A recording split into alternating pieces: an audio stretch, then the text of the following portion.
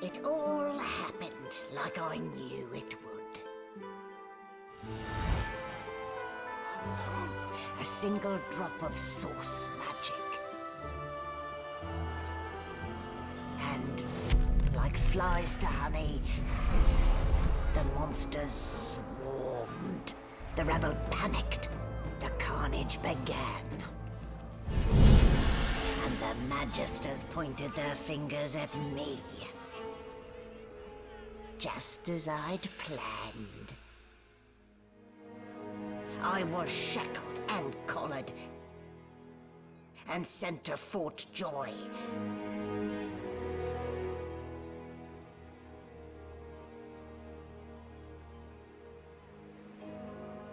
I'd come here to kill Godwoken. But instead, I became part of their story.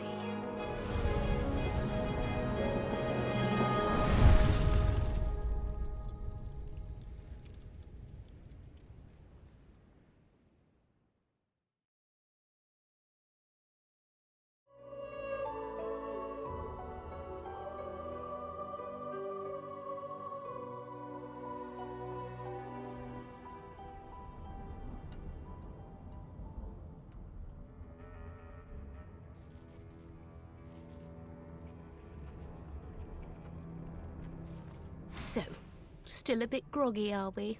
Don't worry, the sedative will wear off soon enough. Easy now, no need to hurry. Get your bearings and report to me upstairs.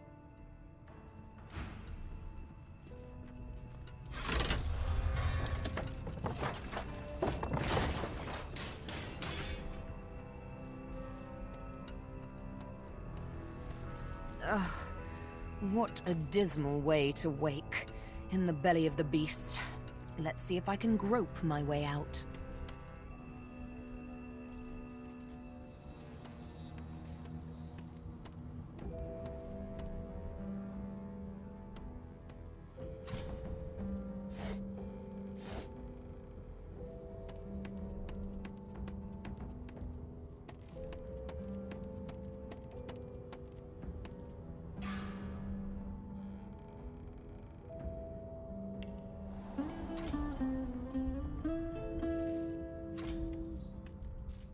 Known associates. In fact, he seemed quite averse to spending time with the others.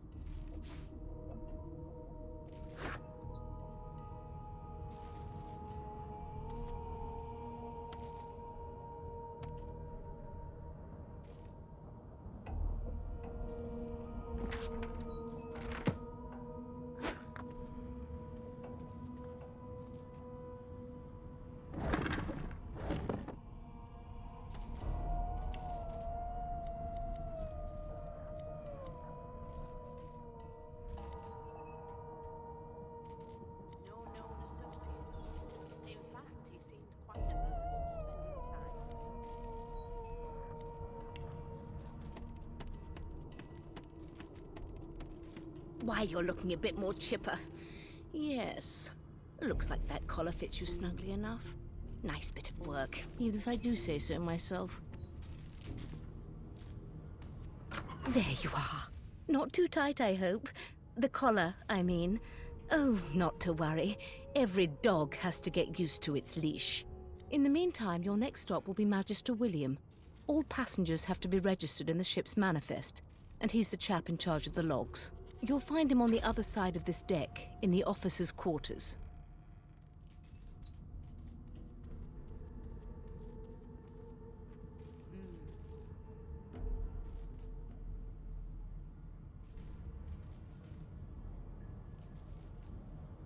Why?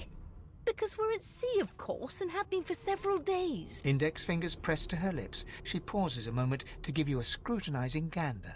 My word, you do seem a bit befuddled, don't you? Perhaps I was a bit too generous with that sedative. Oh, well, I'm sure you'll soon gather your wits. Most likely. Eventually.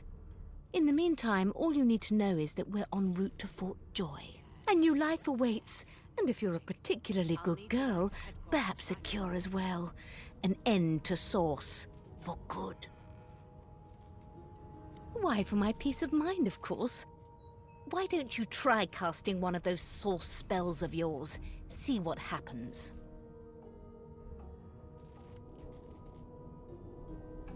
Currents of magic surge inside you, boiling, bursting, then breaking, only to fade back into your soul like rain into the earth. My, look at the concentration on your face.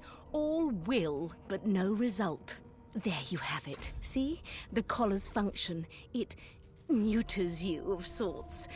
Makes you unable to cast source. For your own peace of mind, of course. Yours and the whole world's. Good gods. There's been a murder here. Dallas is such a dear lending it to me.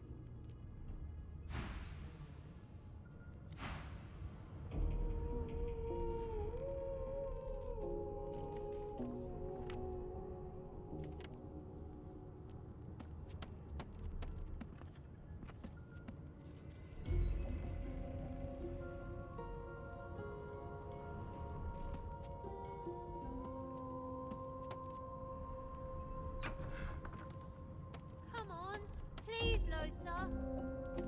Be good, you scallywags.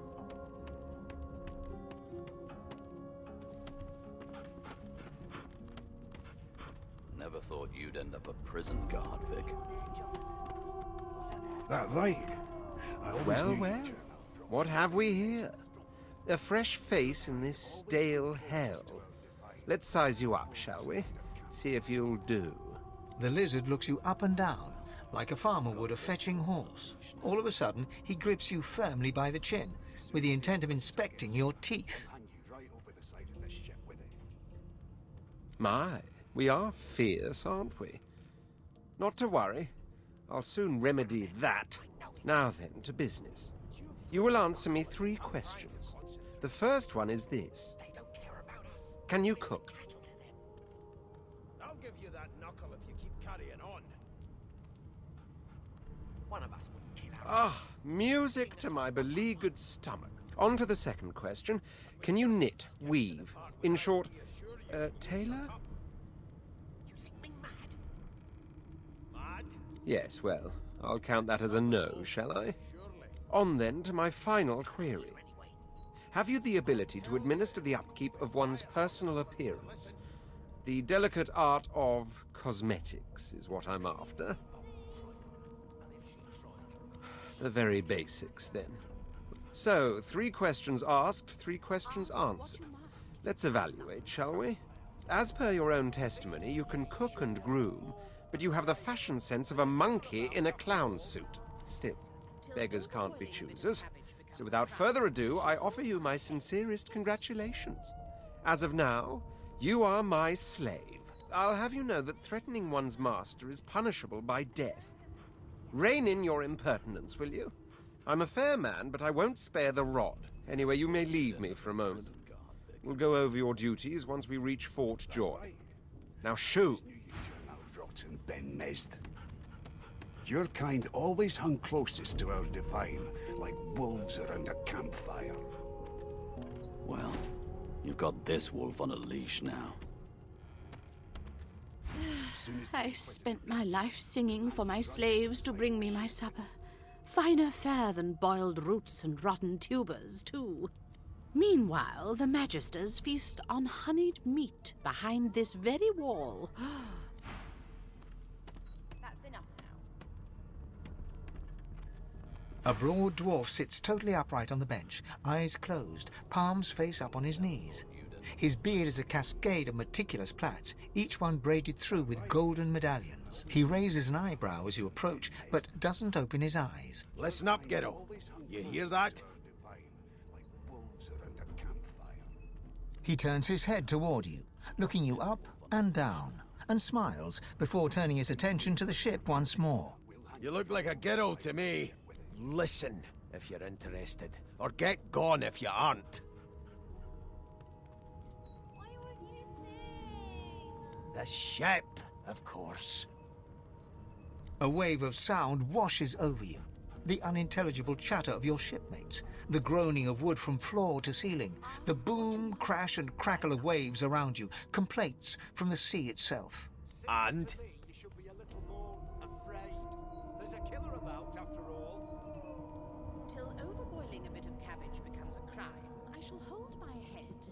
The fellow cocks his ear, listening.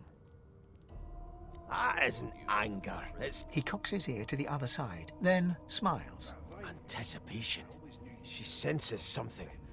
I'd hold on to my breeches. That's all you hear, though. Listen close. You've got ears on your head, haven't you? Do you need me to show you how to use them? There now, just like that. Squeak! Aha! His eyes snap open as his countenance breaks into an expression of joy. One great paw claps you on the back. The other catches you before you lose your footing.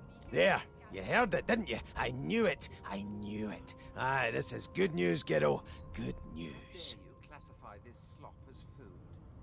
I've seen more appetizing things coming out of plague-stricken pigs. It's the wheel, the wheel. Don't you see, you beautiful idiot?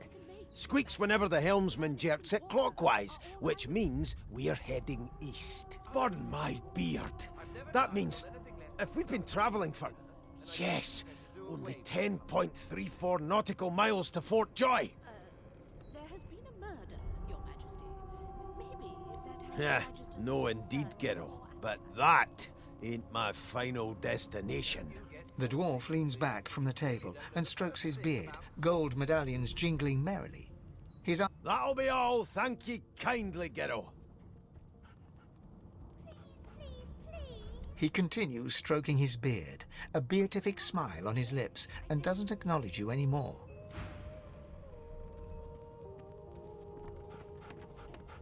It was one of them. I know it. Would you put a knuckle in it? I'm trying to... The elf is reading a volume of Cranley Hubert's famous encyclopedia. He reaches out and examines your face, tugging at your ears and prodding your nose. Fascinating. He sits back and returns to his book, flicking quickly from page to page, completely oblivious to your presence. I am not as brittle as all that, young lady. Oh dear. I seem to have crossed some cultural taboo. You have my apologies. Perhaps I should demand the same from those red-cloaked humans. They laid their hands on me more than once.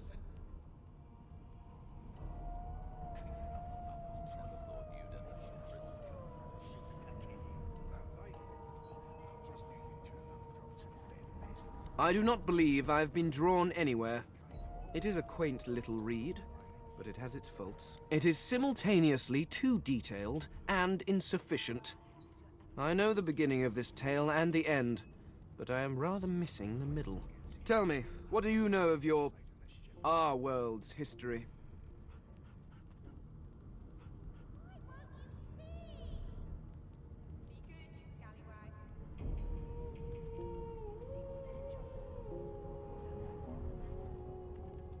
Most unusual. And if it's not too rude to suggest, not much of an answer. No, I want to know about the Celestial. I want to know about your god. This text tells me that they created all creatures, but nothing of what came before. Where did these gods come from? Who are their people? Where are the others of their kind? I don't intend to do away with the custom. Well, there has been a murder, Your Majesty. Maybe that has the Magisters more concerned than your... Of course you don't have any useful information. Now please, run along. I have a world to discuss. Here's the register, ma'am. Good, good.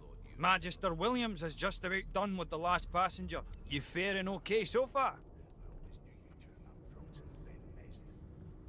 He tugs the collar of his uniform and chuckles. Sorry you're upset, ma'am, but we all wear what we wear for a reason. You head on in now. Williams will get you sorted fast. As soon as the Inquisitor gets here, Keep those bubbles trained on her, and if she tries to run, shoot to kill. Standing at the center of the room, you spot a sorcerer haughtily eyeing a pair of nervous-looking magisters. They keep their crossbow trained upon her as she's being interrogated by an officer. So you admit it then? You murdered that poor fella? Yes, I did. But of course, that was only the beginning. She turns her head and looks you straight in the eye. There are others whose lives must end. Good God, the woman's mad. You there, sorcerer, go and fetch Magister Siwan. We need to do more than collar this maniac. We need to shackle her, hands and feet. Ask what you must. I've nothing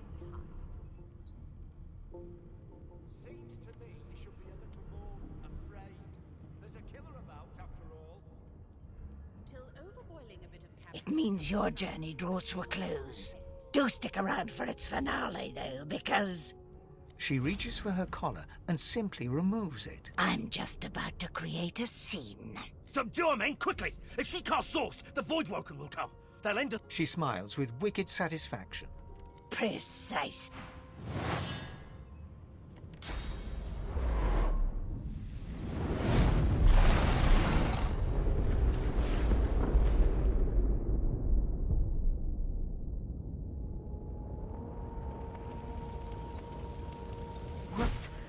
What's happened?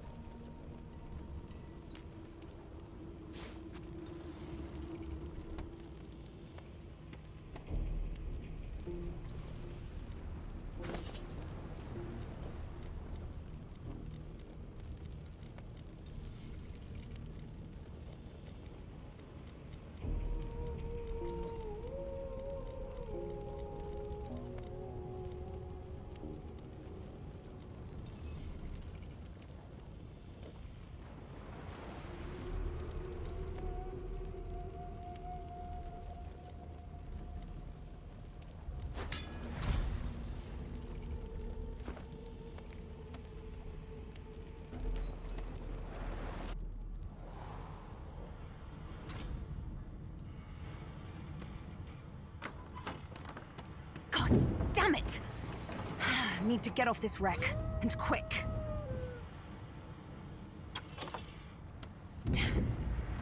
That doesn't bode well. Onwards and upwards.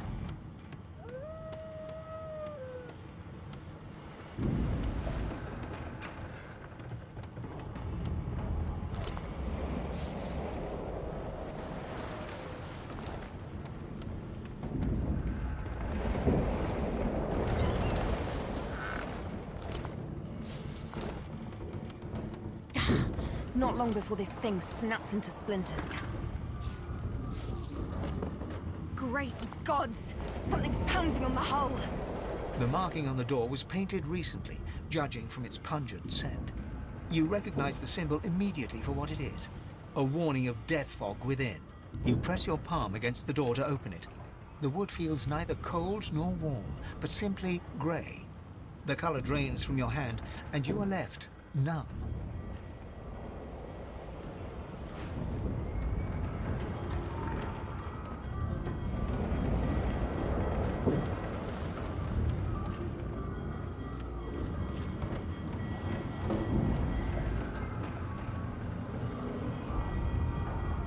By the gods, I need to get off this ship.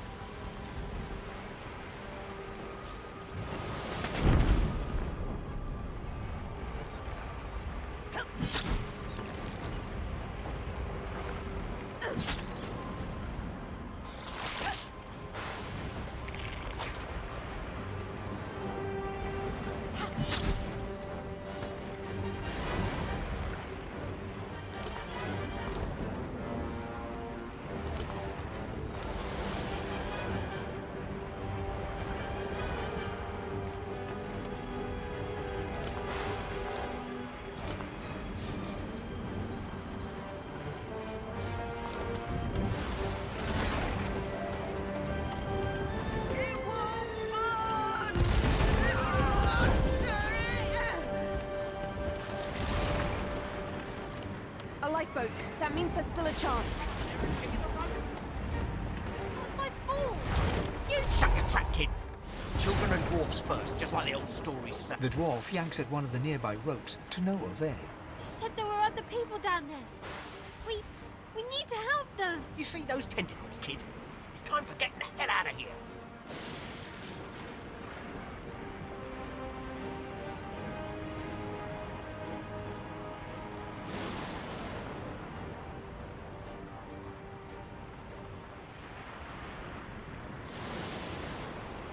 Thank you, thank you, thank you. There's a ladder right over there.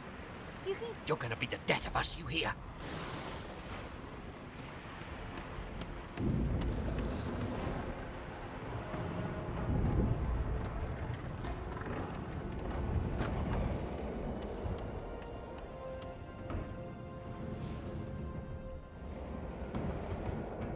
The Magister lies on the floor, unconscious and bleeding from a dire-looking wound.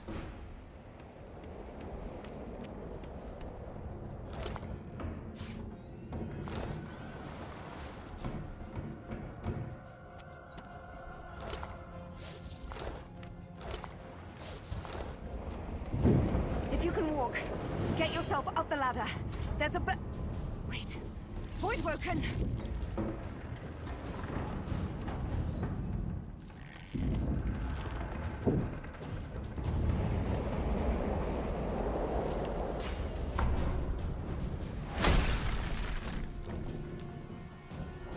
These beardless bugs won't sink the ship on my watch.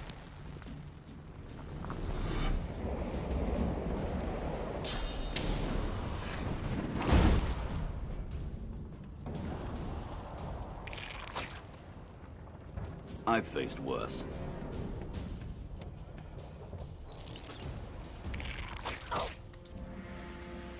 They who are about to triumph salute you.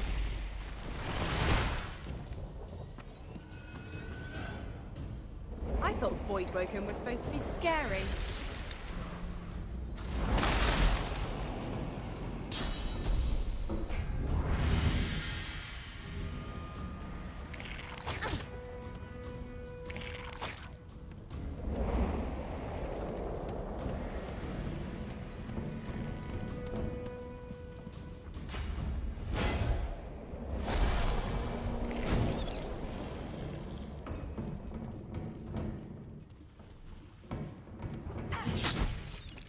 Telling where there might be more. We need to move. We make a pretty good team. Harry, this old pub is about to burst.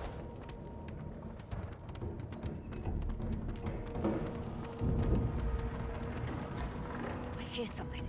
It's Magister Siwan, the one who put on this damn cot. She tries to speak, but can only gape as she clutches her neck, trying to stem the bleeding of a gushing wound. With jagged movements, she raises her clenched fist and holds out a length of cloth, soaked bloody bubbles froth from her mouth.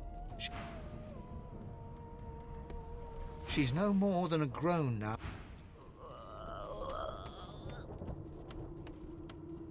Wait!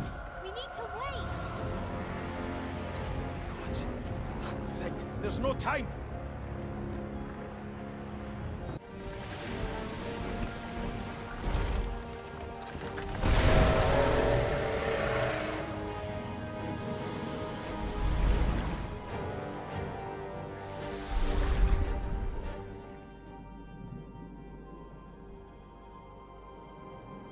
I have plans for you, child. Rise.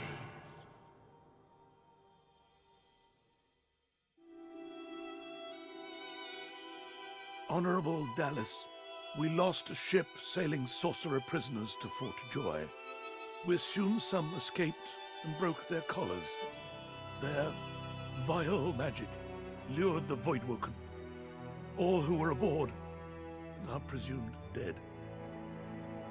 Yours faithfully into eternity, High Judge Oriven.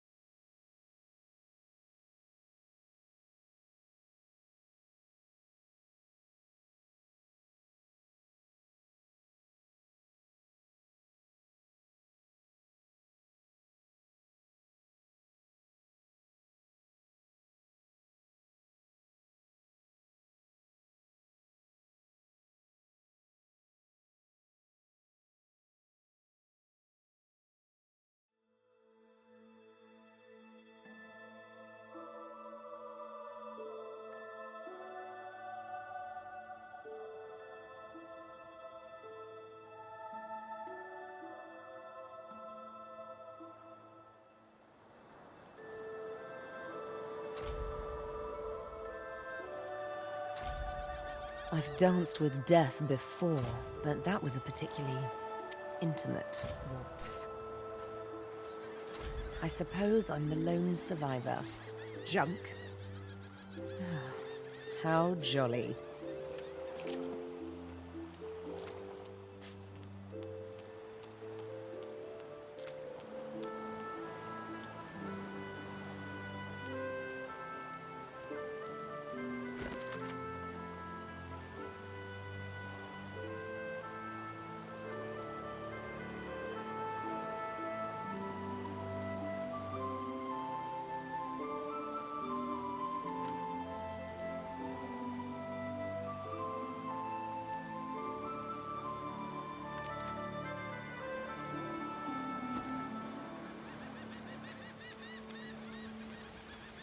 The child has a small mirror in his hands. He holds it up at angles, inspecting his eyes, his chin, the crown of his head. He spots you, and his arms snap to his sides. I'm not supposed to talk to elves.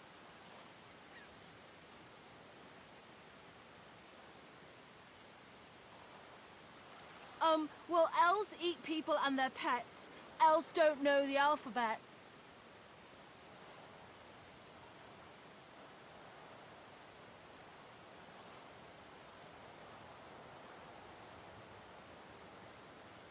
The child's eyes grow. People ask you to eat them?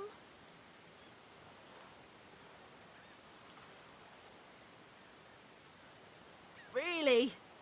Neat. Are you a sorcerer? One of those guys that brings the bad void things here?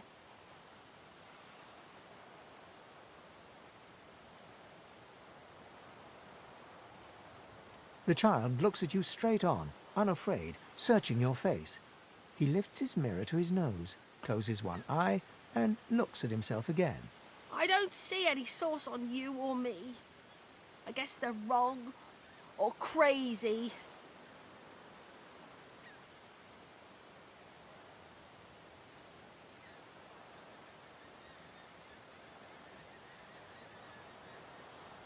It's better here than inside.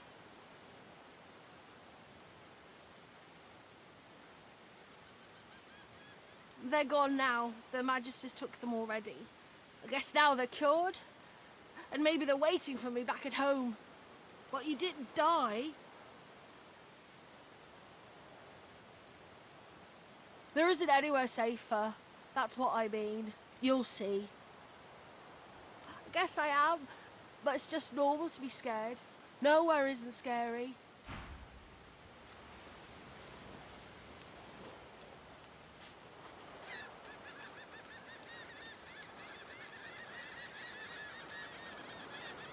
Brachus Rex, ruler to some, tyrant to others, long dead to all.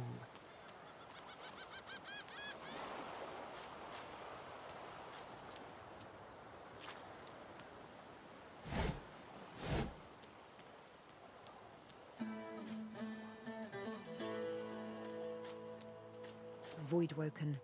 Those are the same beasts that sank our ship. Damn, they made it to shore.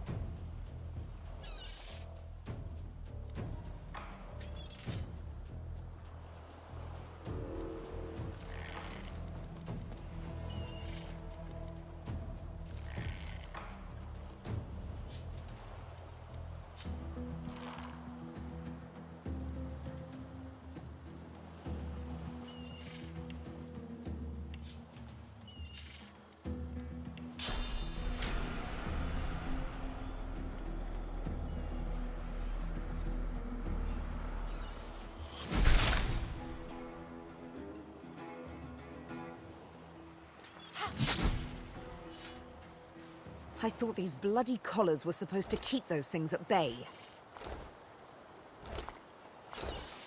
Magister Jalen from the ship.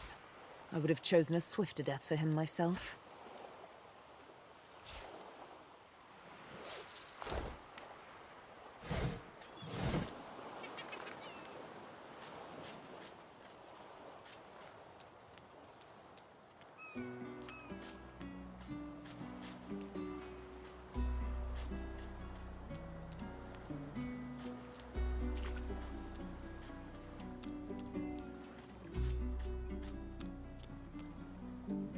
You spot a strange lizard. Yes, you recognize him from the ship. It would seem you're not the only one who survived the tentacles of the deep. The lizard turns about with the graceful ease of a dancer, or a duelist. You lock eyes with his, two smouldering embers that sizzle your very soul. No, I do not. Then again, I don't belong to the House of Dreams. I'm a prince of the House of War, a house you seem to be all too familiar with, judging by that rather fetching mark on your cheek.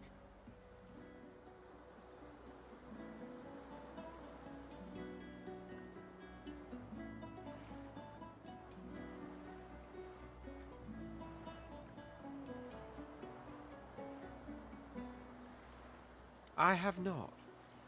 But how fortuitous it is indeed for a slave girl to walk on by and confirm a dreamer's presence on this isle. Now that you've served your purpose, though, you and I have a problem. You've clearly relinquished your duties by running away from your rightful master, a crime punishable by death.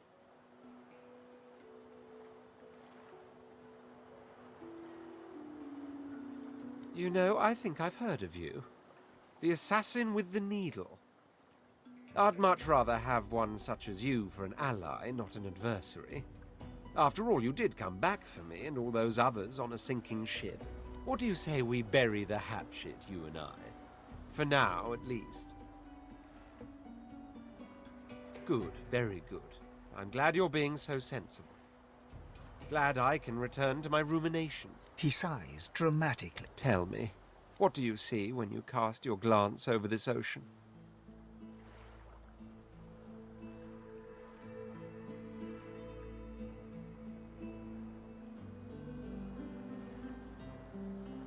Judging by the dark pools that are your eyes, I'd say you're seeing yourself. He looks out over the water once more, and so do you. A few tranquil moments pass as the waves lap against your thoughts. As for myself, when I consider this vast expanse before us, I see an empire. I see continents dotted with mighty cities. And shimmering along the soft curve of the sea's horizon, I picture the palaces that formed my paradise. Lost.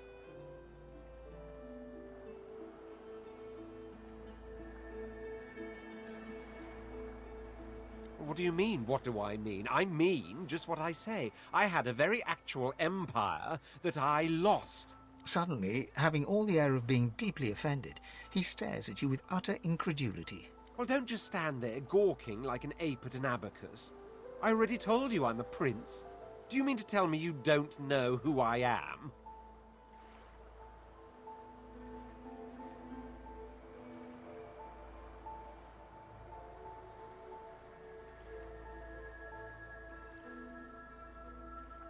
The very same. I am the Red Prince, the All-Conqueror, the World-Tamer, the Spouse of the Sun.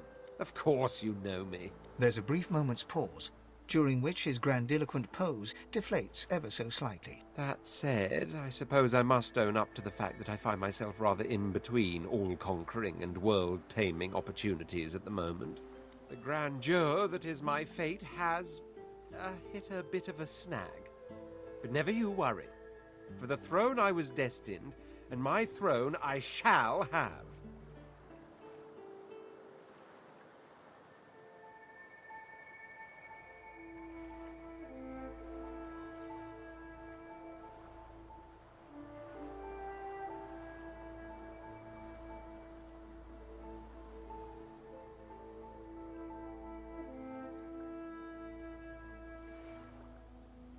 This and that. Tag along. Do you really mean to compare the fate of an empire to whatever foibles you seek to fix? On the other hand, I really could do with a dog's body. And you've already proven to be trustworthy enough. You came back for the others on that ship, after all. Fine, I accept. On one condition. For reasons I'll not disclose right now, it is imperative that I should meet with a dreamer, one of the mystics of my kind. I've reason to believe one of them may be present on this island. Most likely the same chap you're looking for. Promise me we'll find him, and I'll extend you the blessing of my company.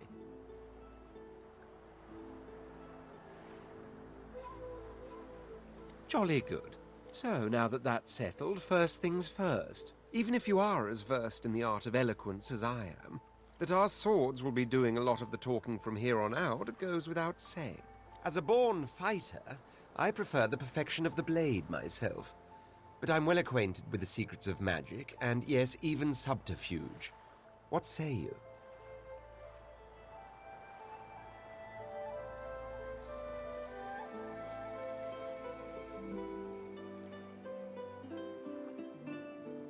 Very well. Onwards, then, to victory or death. The Red Prince nods and gives you a smile that wavers ever so delicately between courtesy and contempt.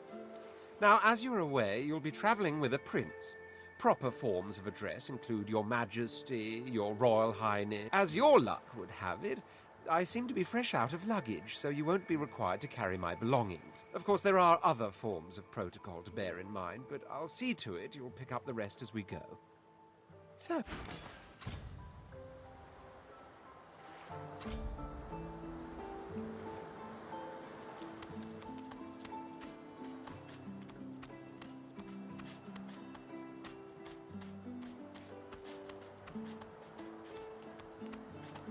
A black cat. Beauteous creature. The cat's eyes are clouded and grey, but it stares at you with acute intensity. What? How did I get... Hey, stop following me. What? No, that can't be. I can't... Hey, huh? Yeah, fine. I'm fine. The cat opens his mouth as if to speak, but his eyes lose focus, and with a jerk he turns away from you.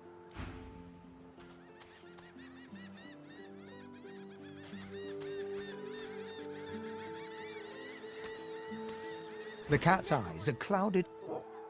What's going on? Never want to set foot on a stuffy old boat ever again. Never. Hey, lady. It's a lot nicer here than that stinking boat, huh? I'm sure glad you went back to save the others. Saw one of them wringing out their tunic at the shore a few hours ago. Say hi for me. 1, 2, long dead of the crew. 3, 4, pretty shells on the shore.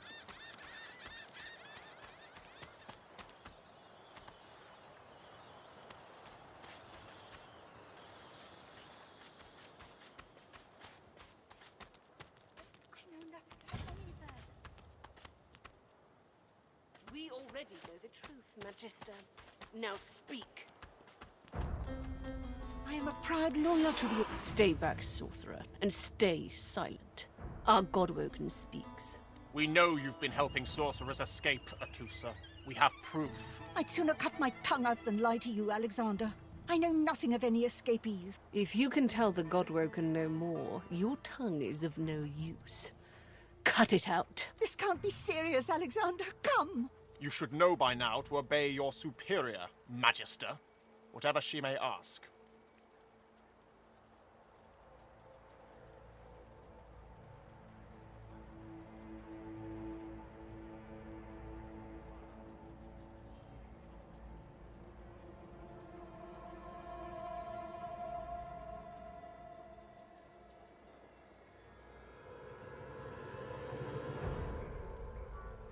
Stay silent, elf! Atusa pinches the tip of her tongue with 2 fingers and brings her dagger to its root.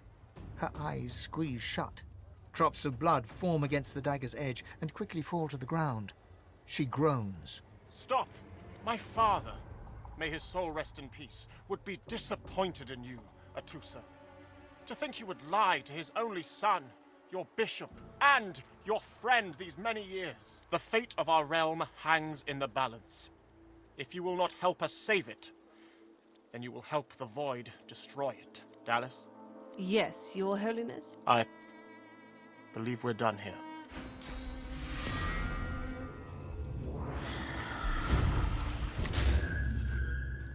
What a waste. Come, we'll be needed elsewhere. Listen.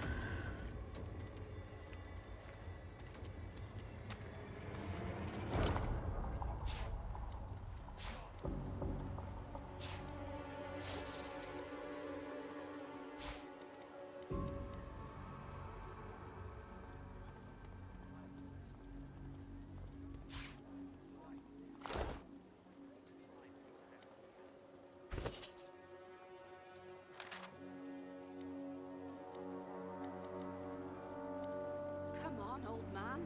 I can't wait all day.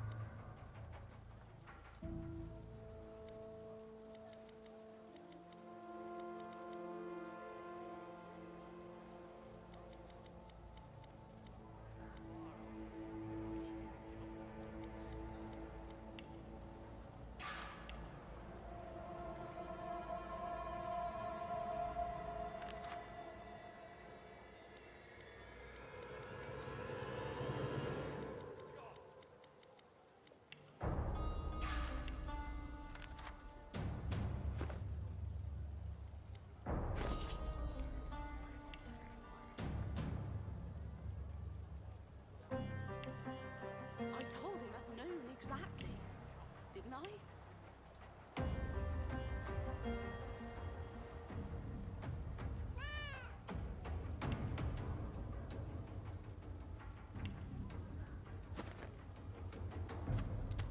I told him at noon exactly. God! Come on then, Lexi. Hey up. I find only bread. I want no trouble. Bread or a brisket, toll's the same. Your grift teaches you to bully others. Pathetic. You keep his name out of your mouth, you filthy cud chewer. Dear one, help me teach this beast. He must respect. Respect? Huh. Someone's got to keep this place running. Griff can't do it for free. Why'd you gotta make this so hard? An intense-looking man steps between the thug and the elf and rolls up his sleeves, revealing well-muscled and heavily scarred arms. Just stand aside, won't you, mate? This is no business of yours. Lone wolves decide their own business. The thug freezes in fear for a moment before shuffling back to the protection of his crony. Pay up, elf. No one shorts Griff, especially not one of you.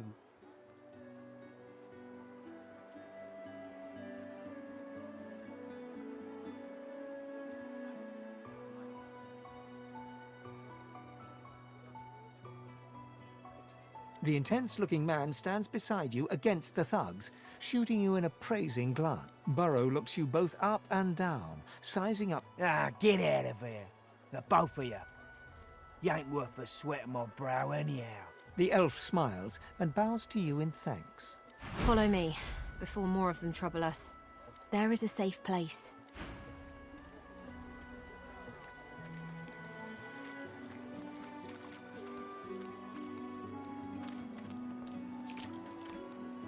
The man rolls his sleeves back down. He nods at you, the shadow of a smile on his lip. Good work there. Good work.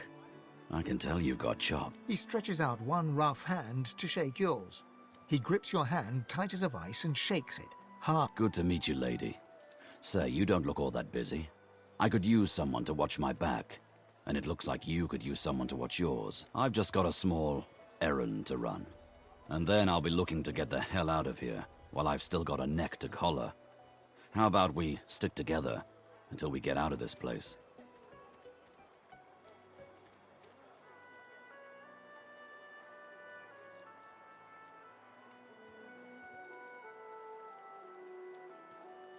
He shrugs, looking off to the side. Mercenaries. It's a job. My job.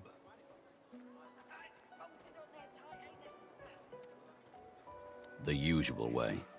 Haphazard, terrifying, and drenched in blood. Haven't quite worked out the details yet, but I'll wager it'll be no worse than what'll happen if we stay put. 2 heads are better than 1. And when push comes to shove, 4 fists are better than 2, right? He grins, sharp teeth glittering in the midday sun. So, before we hit the road, it's best if we decide battle strategies up front. Should keep more of our blood in. Survival's my main priority. I'll use every trick in the book to keep us alive. But if a wayfarer's not what you're after, I've got other skills. Can do. Onwards. He scans the horizon for threats with one green... Right you are. Lead the way.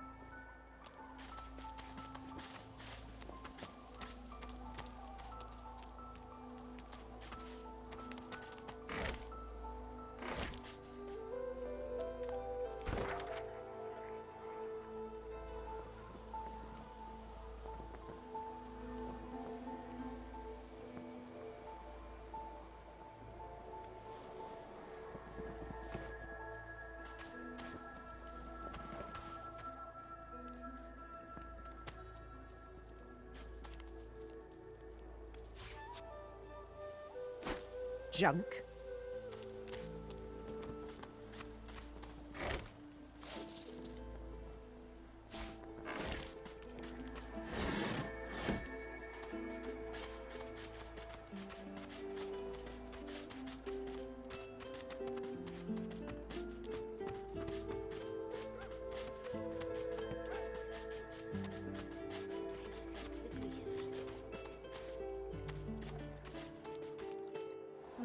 A little reprieve from the din outside. I got you! You're cheating! Thank you for your help with that, thug. Our kind of few here. We must help each other. She bows. I hear of no escapes. The only way out is through. Through the Magisters, through their cure. Thugs, I can stand, but I fear the Magisters. In this cave, we trust the healer. She is young, but she sees. She knows more than we know. In the camp, the brute Griff rules. It gives me great pain. I'm with my family. We are making beautiful magic. We are healing a tree cut down with great violence. The Magisters come. My family runs, but I fall. My son looks back. I shout to him to run. I am taken. Wait, before you go, I am not here without your help. I do not forget this. For you, a prize. I save it for a thank you.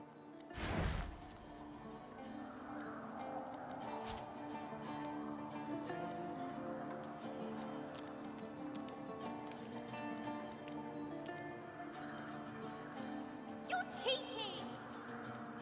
I know they help.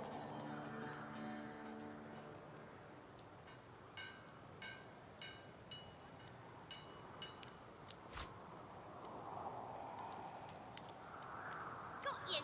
I got you! You're cheating!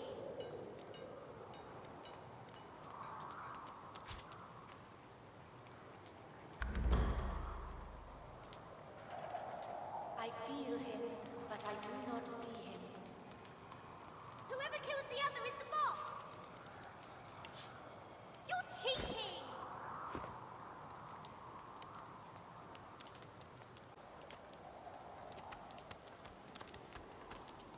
No one tells me there are so many children in this Fort Joy.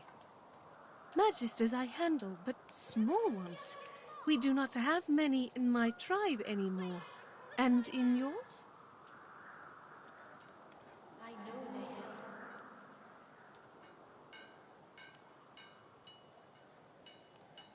I never know how lucky we are. Got you! I got you! The young girl's eyes are covered, but she turns toward you when you approach. She smiles as though she recognizes you, though she couldn't have seen your face. Ah, hello. So much you suffer. So much suffering you have and you make. Does causing pain stop yours?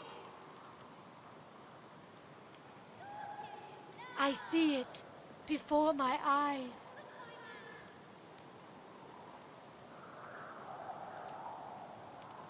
Dear one, no. Your anger. No, I should not say. You must discover for yourself. She takes your hand. I wish you only healing. It looks... No, surely it cannot be. Her eyebrows shoot up. There can be a way. Amiro knows. But he is gone. Do you see him? He knows how to leave.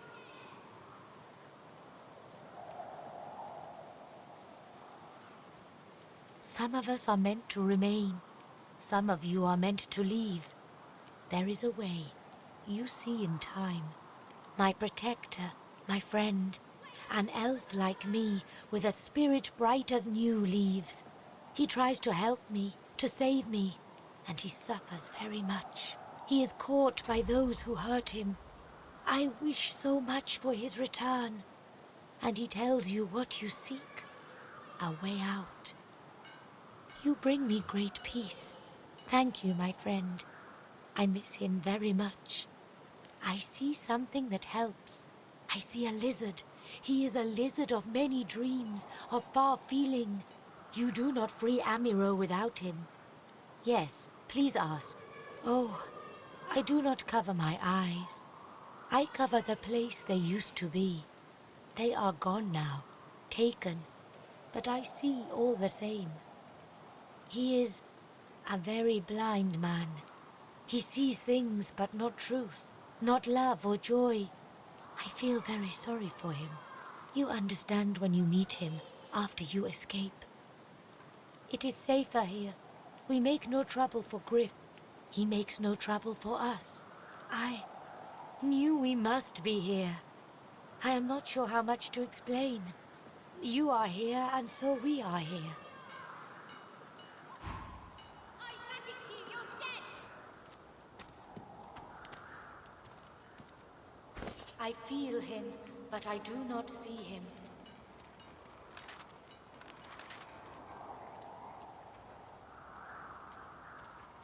You can't get me!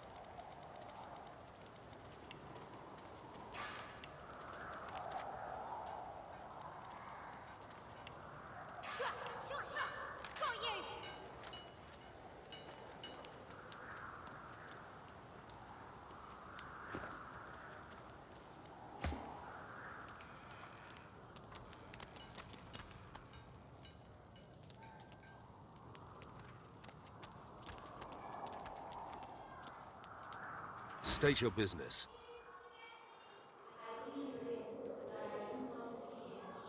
Certainly. You may not be a lizard, but your kind are hardly so bad as the humans. If it's trade you're looking for, I've made a habit of procuring items that can prove rather useful inside these walls. That's for you to decide.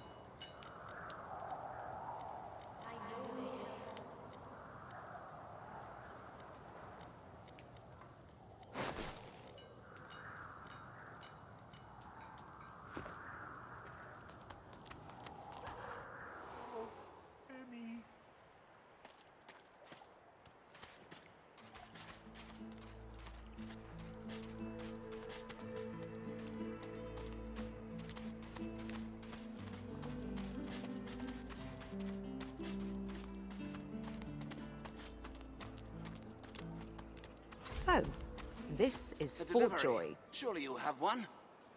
What a crumbling disaster. Scram! Snake face. Hmm? Oh, excuse me. Oh, I'm very tired. Abominably tired. You're about to ask your question, but you catch yourself. This could turn into a messy confrontation, and there are too many witnesses about.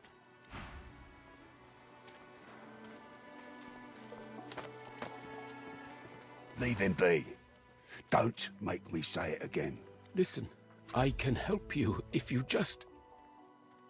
Shut up, elf. This clown caught him stealing from my kitchen. Still won't say where he stashed my supplies.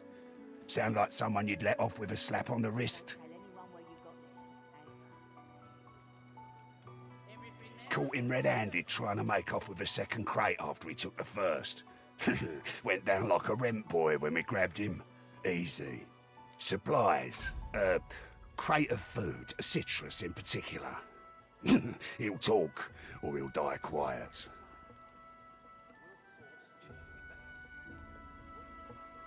Alls I want is my supplies. Happy to let this clown die in a gutter instead of my kitchen. Bring back my crate, and you got yourself a deal.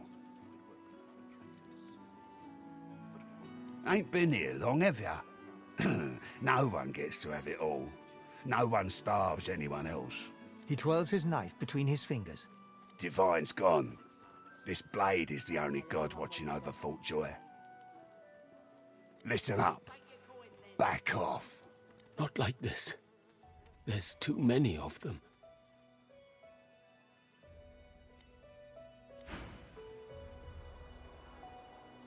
An elf, caked in mud and blood, looks up at you from the bottom of the cage.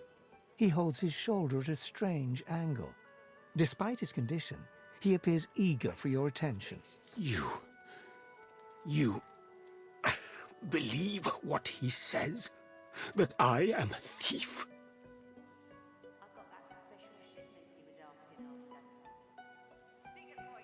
He perks up and wipes his face with his good hand. Sahela, you speak to her? She is all right then. Good.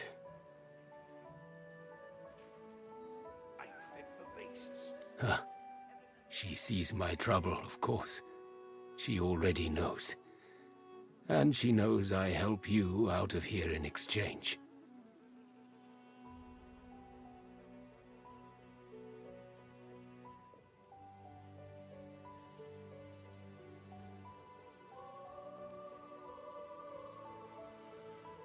It is all prepared. It is ready. I am too weak to go. But I must care for Sahela. You release me, and I show you the way out.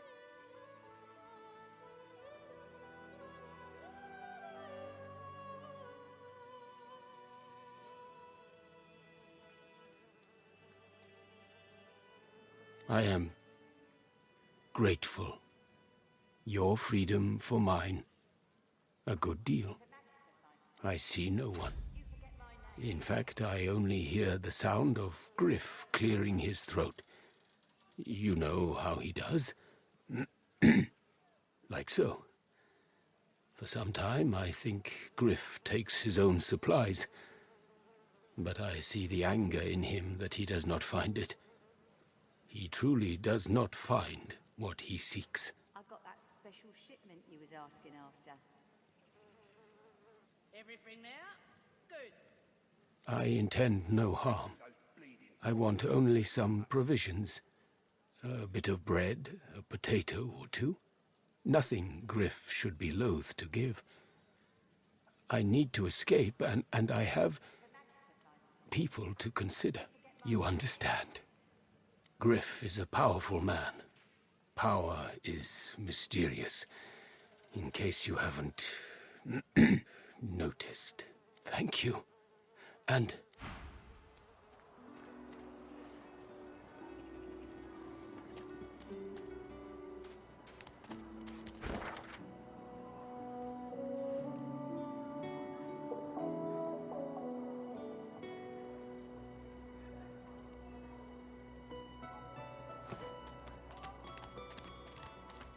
Watch yourself.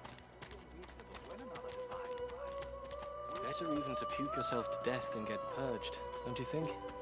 You should be happy for greed. Please, excuse us. You're talking to me, not her, Sam. Oh, for the love of Lucian, Balladeer. You're acting like a madman. Say it again. What you said about my wife. Go on.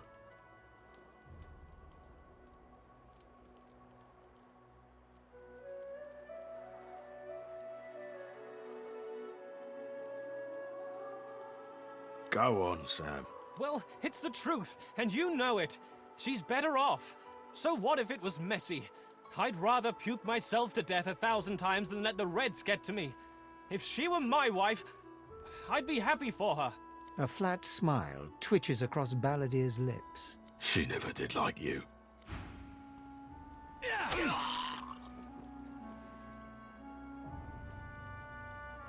The man looks for a moment at the corpse at his feet, then turns back toward the nearly finished coffin, bloodied hammer in hand.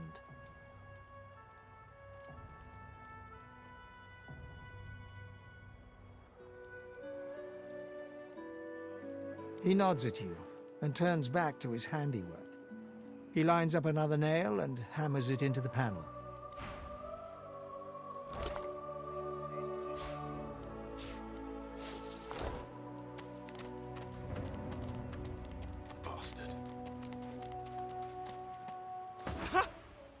I found you, didn't I? Red, they said. Red, then dead.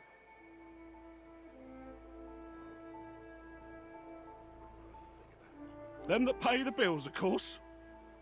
I'll be a rich man when you're 6 feet under. Time's up, Your Highness. Let's dance. It's stabbing time.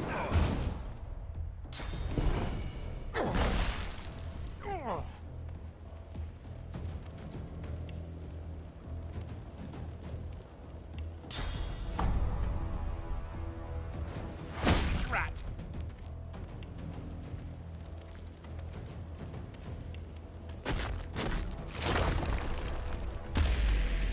Glory is mine.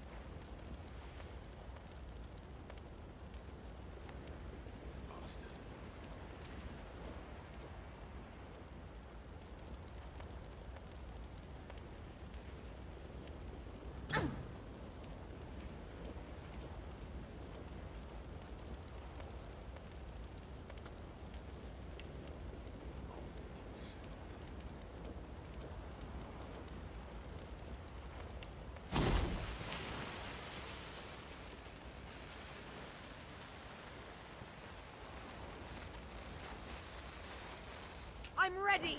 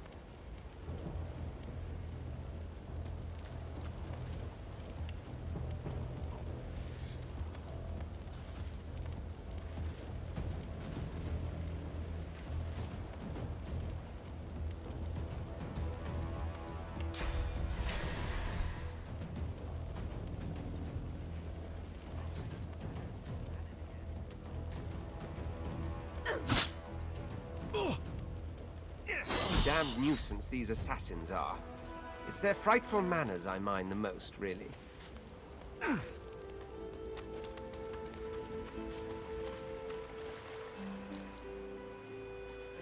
that was rather fun, wasn't it? I do find it ever so invigorating to cut a cutthroat's throat. Oh, one gets used to this kind of thing so quickly. This is hardly the first time someone's filled some poor fool's purse and bid him kill the prince. I'll tell you what, though. Whomever wants me out of the picture will have to do a lot better if they seek to get the better of me. All those bumblers they've sent so far mark a mere insult to my swordsmanship.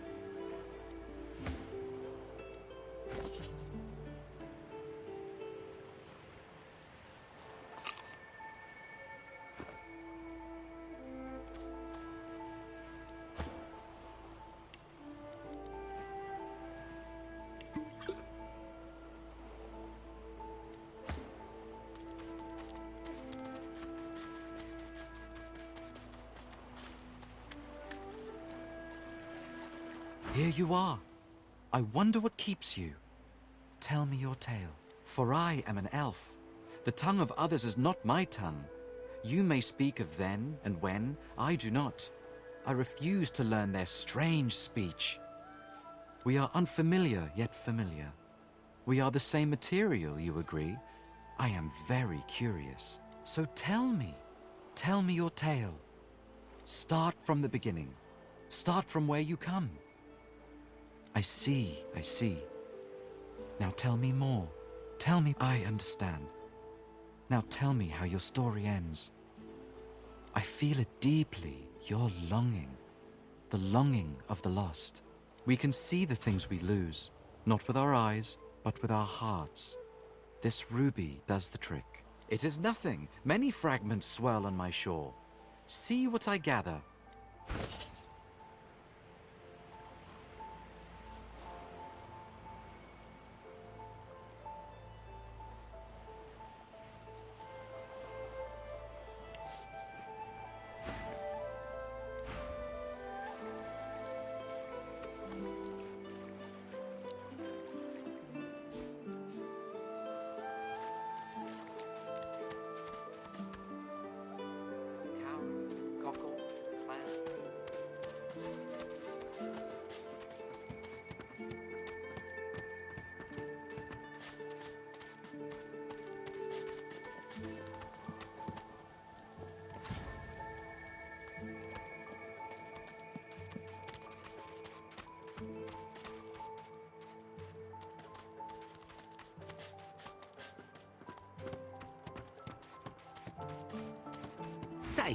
Do all lizards smell like orange?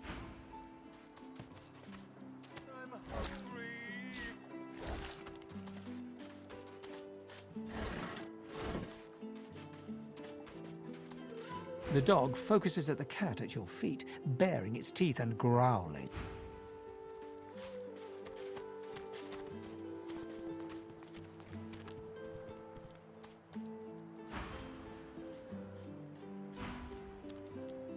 By the Queen's beard, it looks like you lost a fight with a claw hammer. Reckon you're in need of something to heal yourself up, eh? School of Hard Knocks, University of Life, Academy of this and that. I have the talent for it, and whenever I found someone with skill, I asked them to teach me. Instead of a potion, she hands you an empty bottle and a fat brown mushroom. I knew I saw some talent in you. Go ahead and combine the mushroom with the vial. Once you've mastered the technique, you'll never need help from a crusty old quack like me again.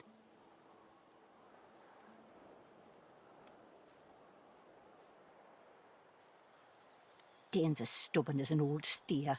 Says he don't believe in alchemy and won't accept a potion from me or anyone else. But Jackanap would rather die than drink something that ain't at least 30 proof. Still, my job ain't to judge, but to heal. Or if that fails, to comfort. Seems that's all I can do for old Dane anymore. Business savvy? Don't be profane. This is people's health we're talking about. And I get by just fine in the meantime, thank you kindly.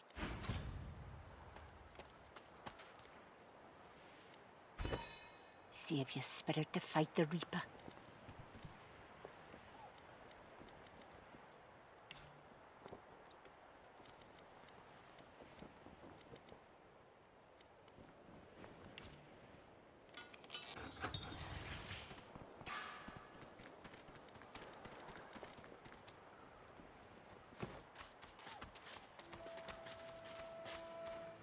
Save your spirit to fight the Reaper.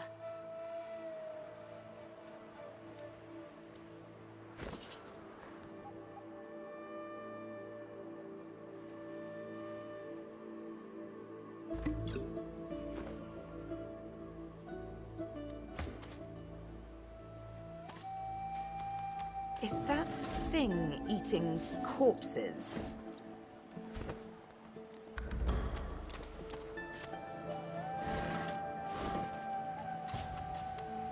The creature heaves through lips gummed with human gore. It turns to you with great effort, pain apparent in every movement, and madness screams from its wide, bloodshot eyes. You. Quite lost. Quite lost. Careful, or they'll cross your wires. Now, a little query. Where grows the yarrow? Quickly now, for I haven't much time. You want to leave. You want to go. Tell me where the yarrow grows. Tell me. Tell me now! Or shall I pick your parts clean too? It's easy.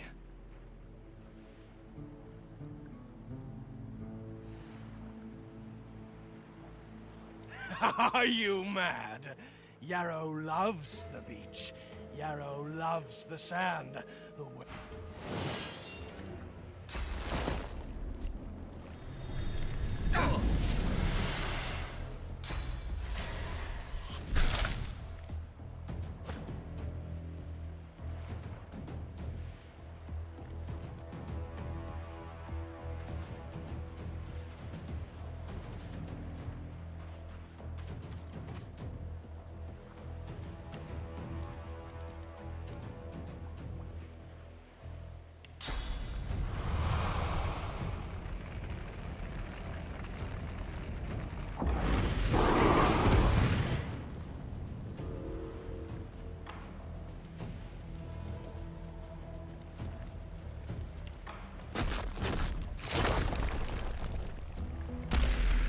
Prepare yourself.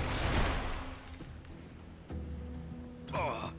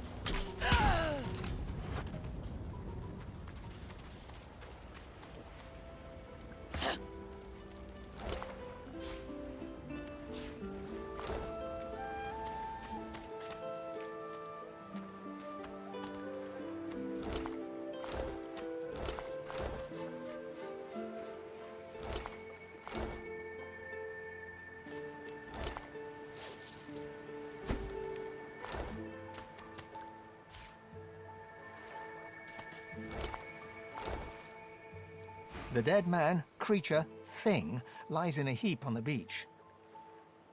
Whatever it was too dangerous to be allowed to live.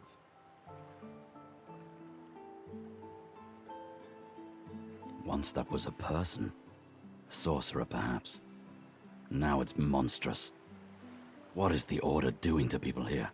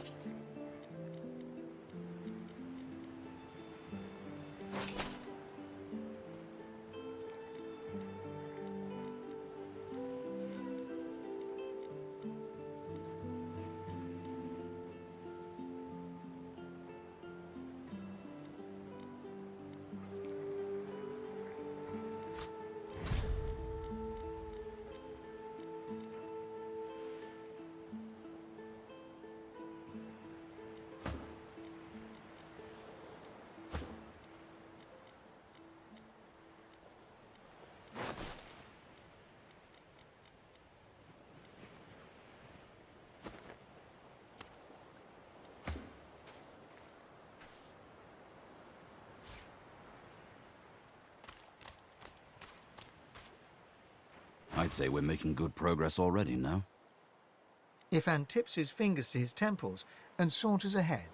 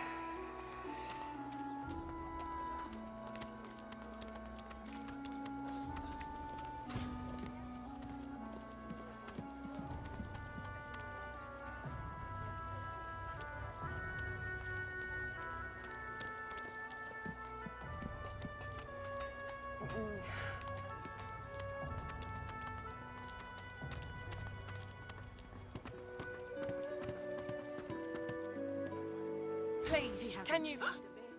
An elf! Stay away, cannibal. If I find out you've gone near my baby, I'll skin you alive. Away from me, savage! It's your fault we're all here in the first place. It's your fault she's gone. I don't think I ain't watching. That's your 5th blue jester this round.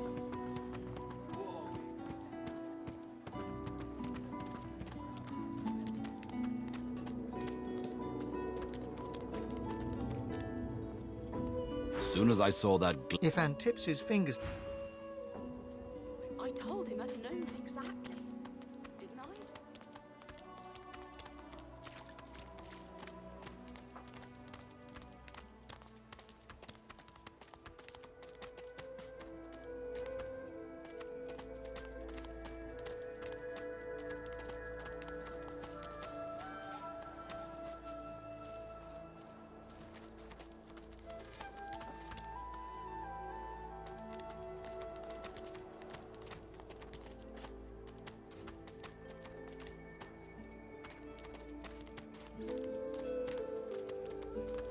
I've spotted something.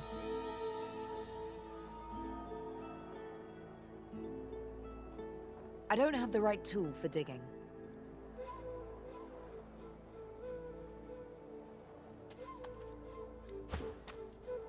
One must put in due effort if one is to reap the proper reward.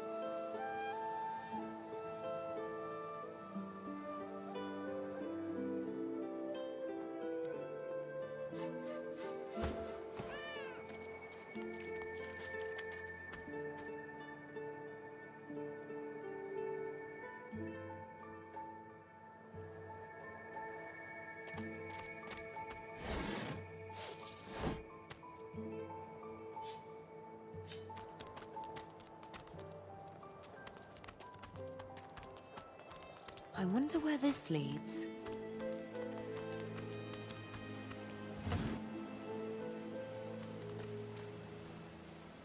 You walk up to a skeleton unlike any you have ever seen before. His skull seems to be carved into intricate patterns with a gemstone sitting in the middle of his forehead. Approaching, you hear a profane rumble from the undead beast. Bugger. How on earth am I supposed to... Oh. Perhaps... Skeletal fingers reach down and grip the skin of the dead man's face, pulling sharply upwards. After a few more tugs at the man's cheeks, the skeleton relents, letting the head drop to the ground with a damp thud. Damnation. That stuck fast. I wonder, does the beard act as some form of anchor? Ah! No! Stay back! Don't... Oh, it's you. I must admit I'm surprised. Perhaps you're more buoyant than I suspected.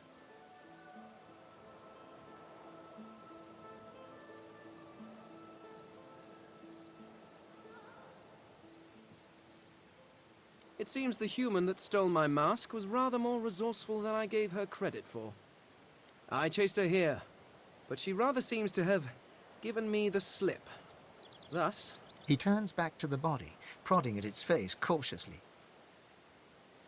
Why, its face, of course. What other use would I have for some rotting corpse? A face that seems rather stubbornly attached to his skull. I would normally employ a tool to delicately but viciously rip the face from the body. I could then craft a mask to hide my bone. But as I lack such a tool... The skeleton grabs the corpse by the cheeks and pulls hard, grunting in frustration as the body's skin holds firm.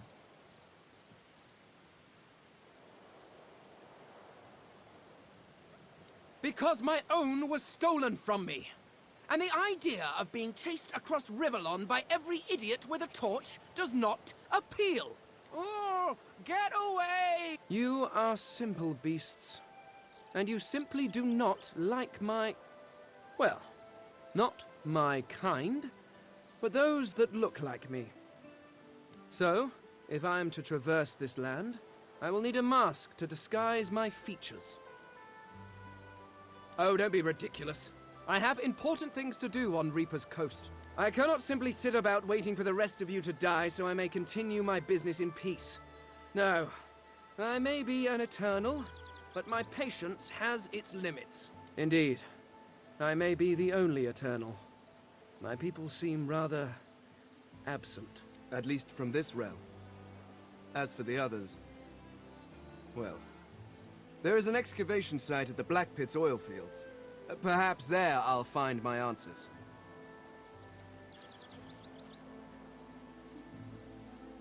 I suppose, circumstances being what they are, it could be advantageous. You seem more at ease in this world than I. A guide would certainly be useful. Excellent. While we are conversing, perhaps you notice that I am rather skilled in, well, all things. Of course, the arcane arts are my little speciality. I could do that with one hand behind my splendid. Very well. Let's be off.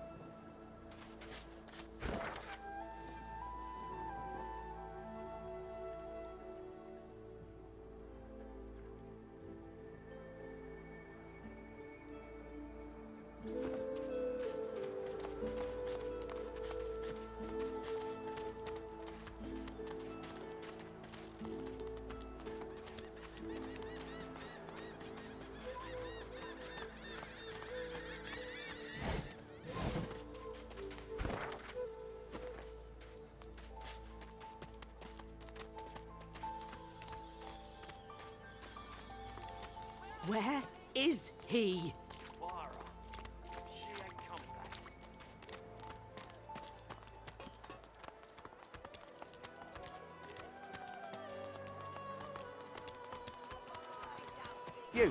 You there. You've just arrived, isn't that right? Are you quite alone? It's just, I've a proposition. Something very worth knowing. But it's hardly a group affair. I only need one. Oh, noble. But after the Magisters take you... Good luck with your friends, though. Enjoy your life.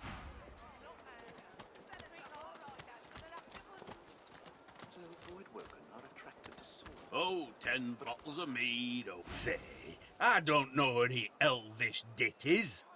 Got nothing spicy enough to keep my mind off this place for a few bars. Don't break your head vain now. Been that long since...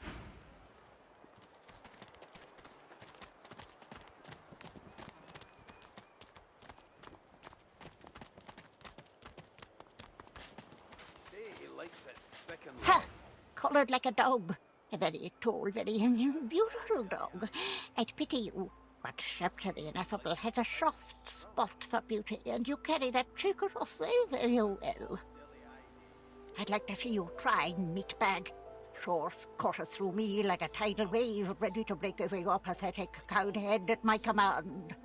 But of course, they'll happily dump your stunningly beautiful yet maggot-ridden corpse into the sea when they're through with you.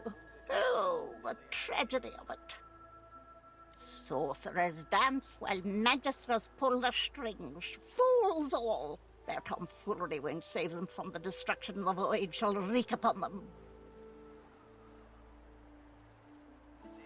This power is my birthright, same as yours. But one of us has grown to amazing heights, and the other has grown into astounding beauty, and also not a little height. Ha! Of course, precious. But which is worse, the cure or the disease?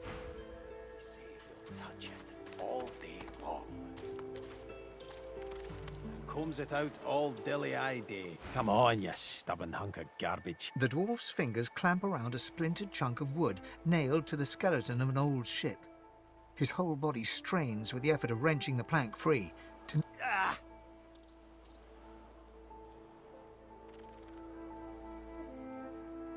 Eh? Oh, that. That won't be my first or last roll on a lost boat. Reckon I might have had a harder time of it without your help, though. Bravery on the high seas is rewarded tenfold in the hall, you know. Now, if you'll excuse me, I've got business to attend. The dwarf spits into each of his calloused palms and rubs them together before placing them both back on the plank and pulling. Bleeding nail must be... Go on then, give it... You grab the plank and pull. The rusted nail pops loose, and the plank promptly crumbles to pieces in your hand. Oh, look at that. Nice of you to finish the job after I... He winks and flips a gold coin toward you. It makes a long, high arc, glinting in the sun, and lands squarely in your hand. For your trouble.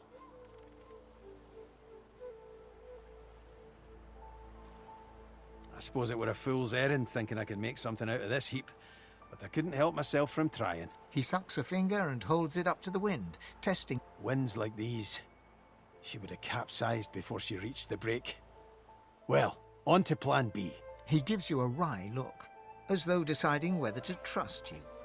Aye, was planning to build me a raft and paddle off. I've got business north of here, in a town called Driftwood. Far be it from me to miss an appointment. Why don't we make a deal then? You help me get out of this place, and I'll do the same for you. That's the spirit. He lifts an invisible cap and bows with the grace of a courtier. Pleased to make your acquaintance. The name's... well, the name's dead and buried. What matters is what they call me. Beast. Eh, now, it's quite a nice-sized place, actually. Play your cards right and I'll invite you for the summer. I'll tell you when you're older. Anyhow, we're a team now, so the me is not half as important as the us. Let's get down to brass tacks. Fighting, I mean. I've been up and down the realm so often it'd make your cabbage spin, and I picked up a few tricks along the way. Truth be told, I've grown fond of crushing and casting. A battle mage, if you like. But there's not so important as team dynamics. So what'll it be? Then it's settled. Capital! Aye. But it seems you've no room for old Beast in your clan now. You come find me when a spot opens up, and take it from me. You'll want to find a place for me at your side.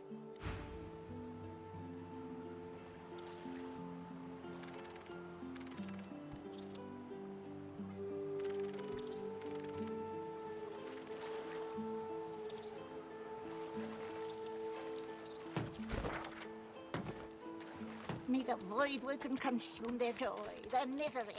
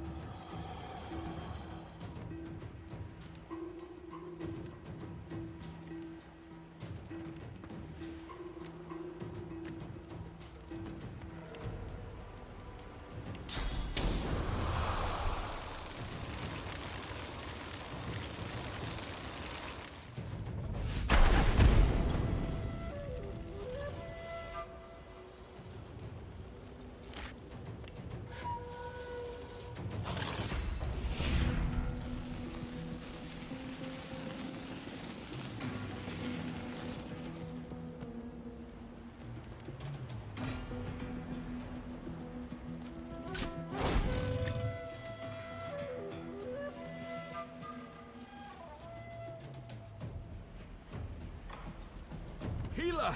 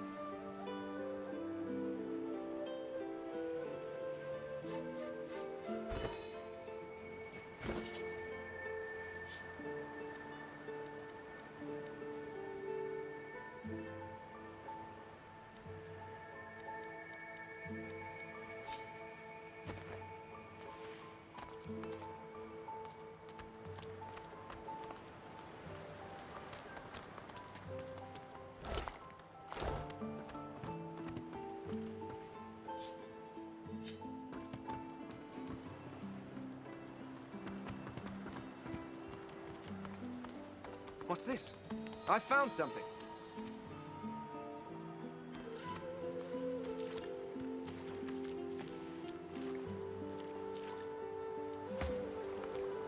I am not opposed to manual labor if circumstances require.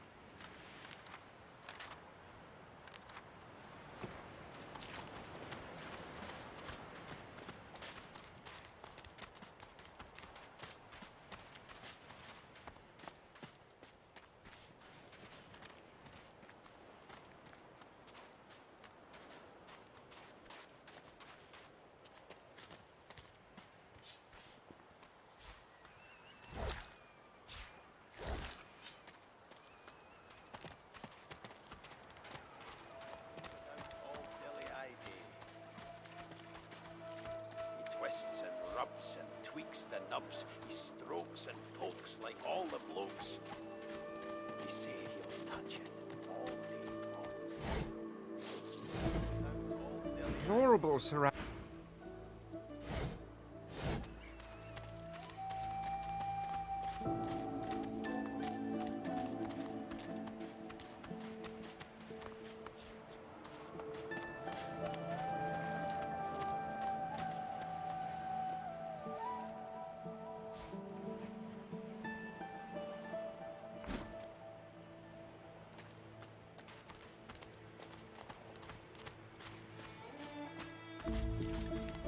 I hope you love your bell, my friend.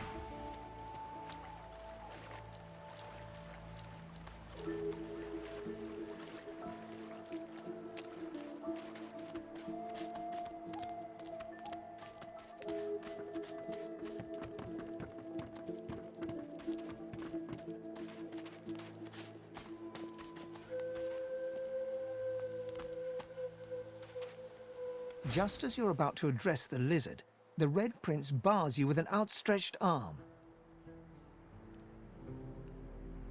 This man is a dreamer.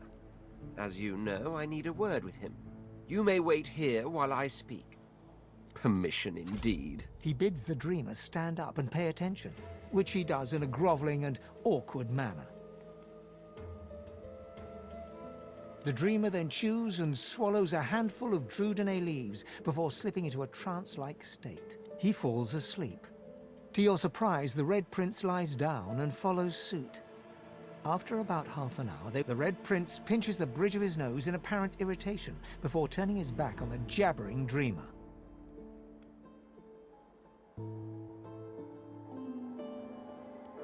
You receive a withering glance. A deserved bit of sarcasm, I suppose. But though this sting-tailed fellow may be a less than stellar specimen in the firmament of dreamers, the dreams themselves prove to be quite elucidating. Turns out I'm being hunted by an enemy I didn't know actually existed. The myth-shrouded House of Shadows. The dreamers, though, they're on my side. And they've visions of me on the throne.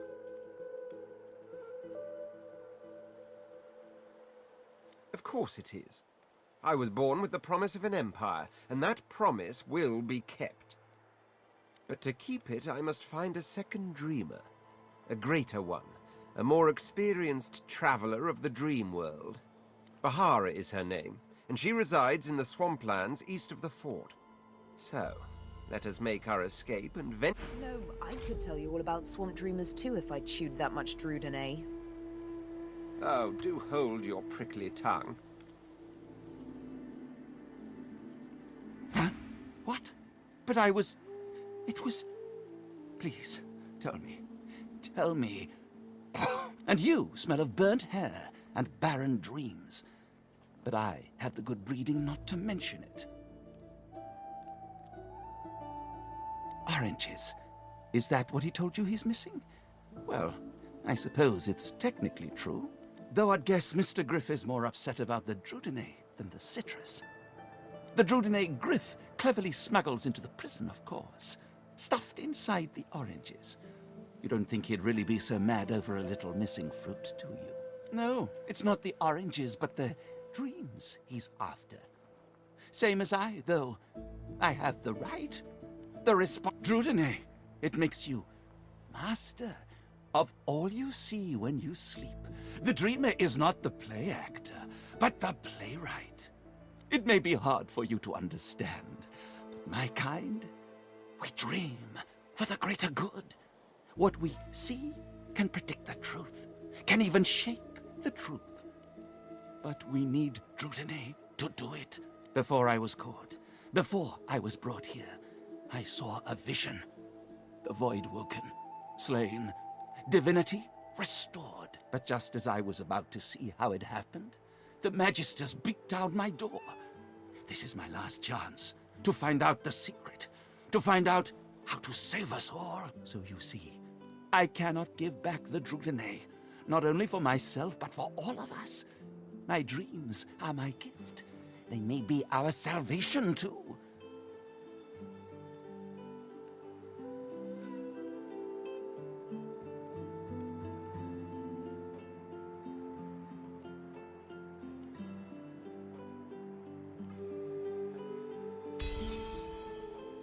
Blood. And it won't be long before he'll have it, with all his thugs lurking about. They'd stick me in my sleep if they knew. Fine, fine, take the Drudene. I'll find more. Another way. Somehow, I have to, for all our sakes.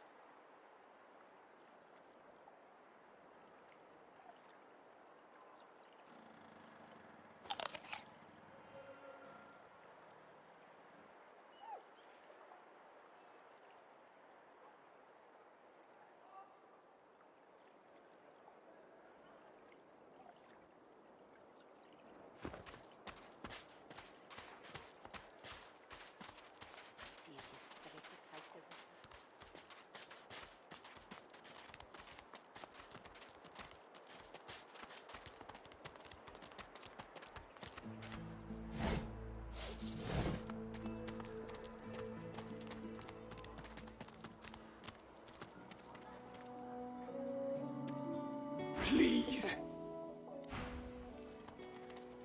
Worse than war rations, these. Griff glances from his blade to you and back again.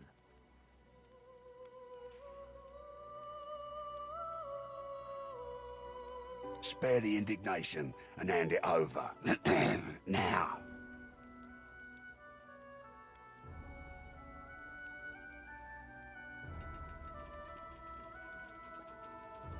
Good girl. Looks like everything's accounted for. Now the important question. Who's the thief? This Griff is nothing but a thug. Don't give up Stingtail so easily. I don't want Stingtail's blood on my hands. Griff would kill a fellow over petty theft. Giving up Stingtail is no better than murder.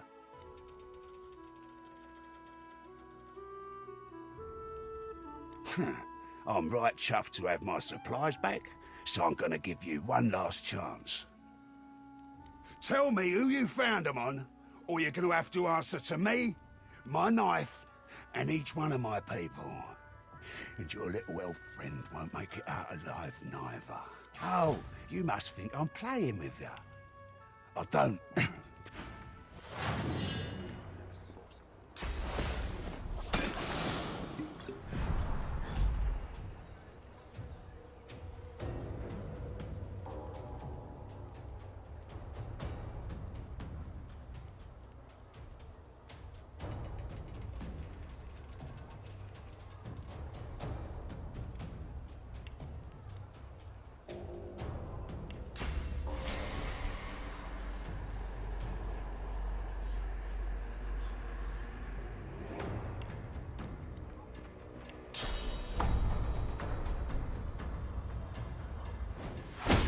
Glory is mine!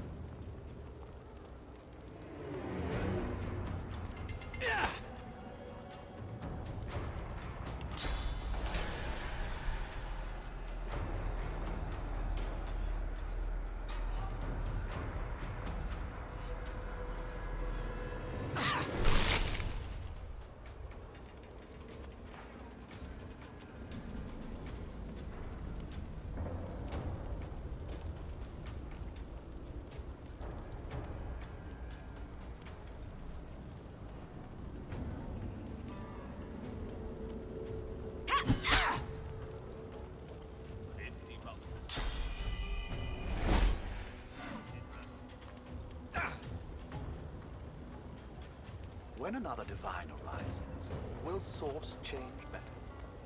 What if there are no sorcerers left? If so, we find Source so dangerous. So Voidwoken are attracted to Source.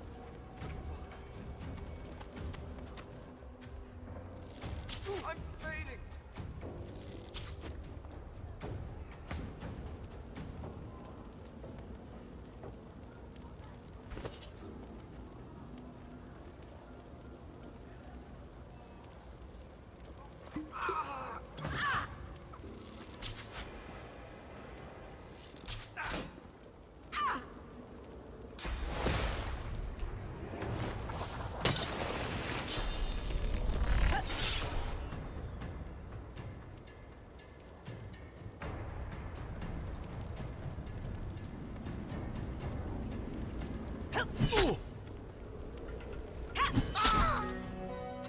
Yet so quickly, we find Source so dangerous.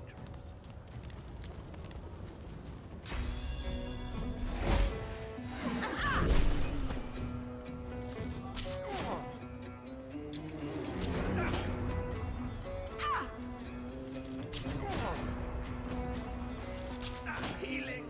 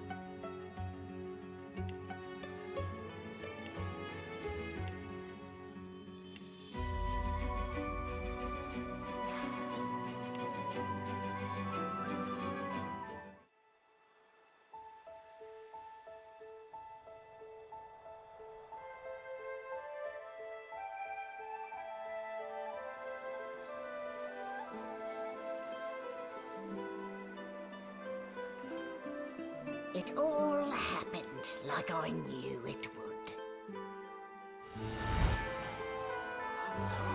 A single drop of source magic. And, like flies to honey, the monsters swarmed. The rebel panicked. The carnage began. And the Magisters pointed their fingers at me. Just as I'd planned. I was shackled and collared. And sent to Fort Joy.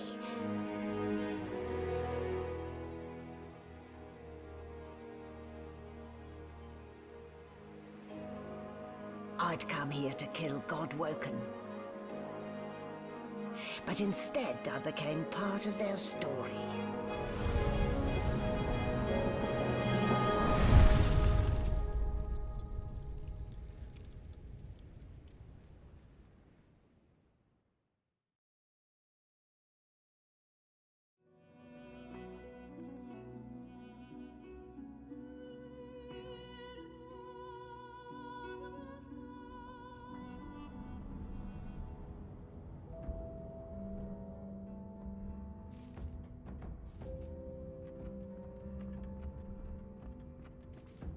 So, still a bit groggy, are we? Don't worry, the sedative will wear off soon enough. Easy now. No need to hurry. Get your bearings and report to me upstairs.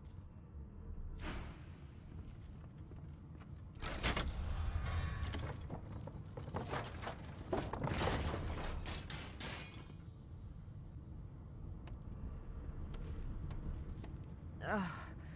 What a dismal way to wake. In the belly of the beast. Let's see if I can grope my way out.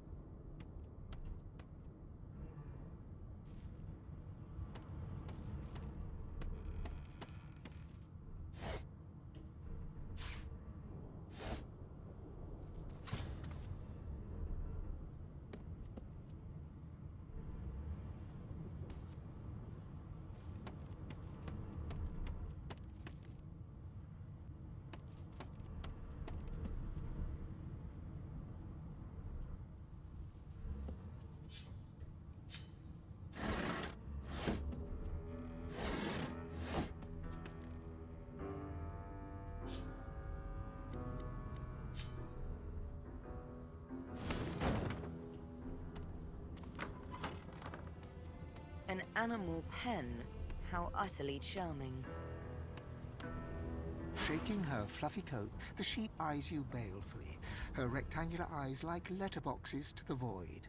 With one sharp hoof, she kicks you right in the shin.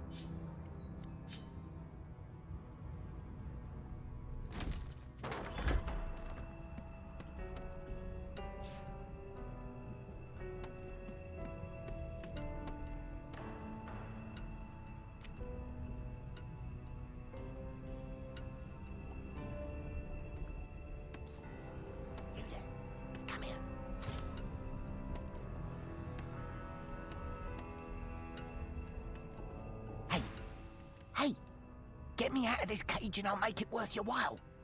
You in?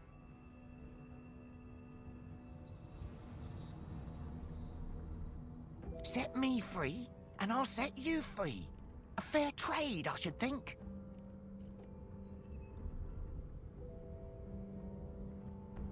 Your guess is as good as mine.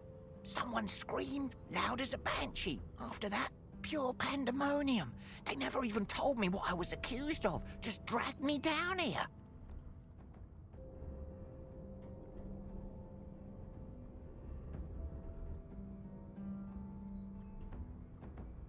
A gentlewoman among jesters, you are.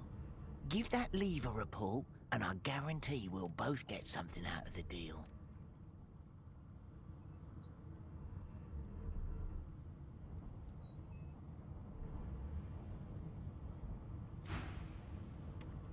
Before you can even touch the lever, you hear a sniff and snort behind you as the snoring Magister mumbles himself awake. One bloodshot eye opens, and then another. Is my shift over? Are you here to relieve me? Oh, wait, you're no Magister.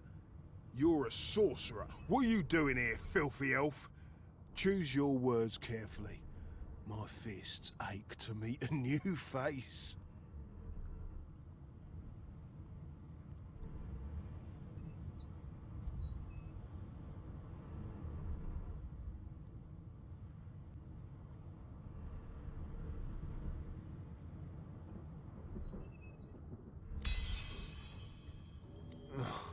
And it's about time too. The lads and lasses up there are getting lazy. Figures they'd send one of you sorcerers down. They can barely be chuffed to wiggle a single toe. Can't just leave the prisoner alone though. I heard he might be the one causing trouble upstairs.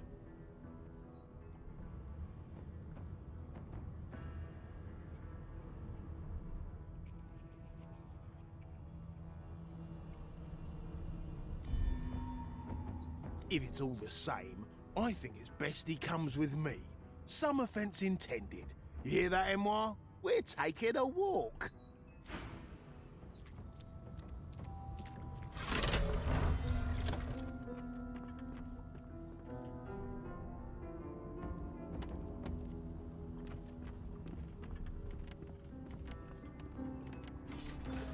Hurry it up, sorcerer. We haven't got all day.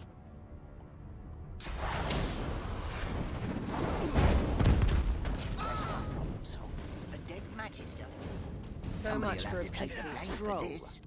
And it won't be me.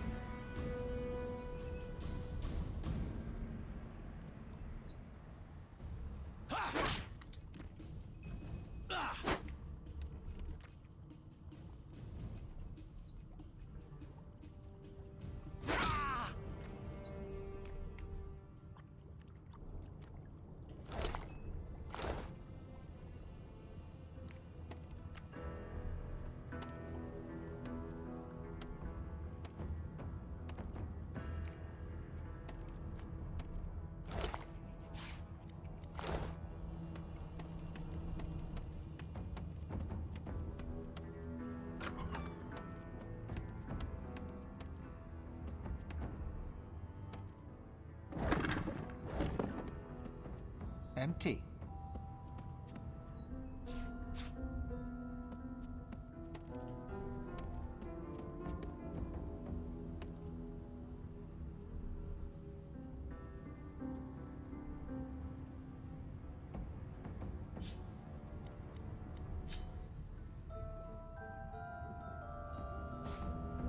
this again.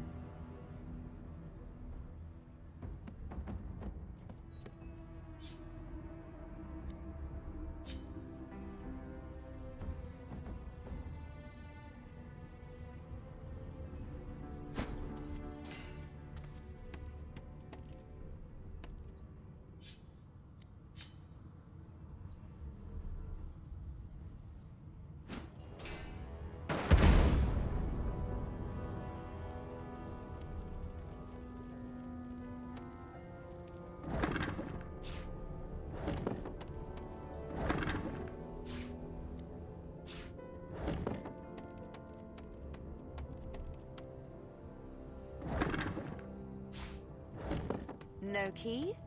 No problem.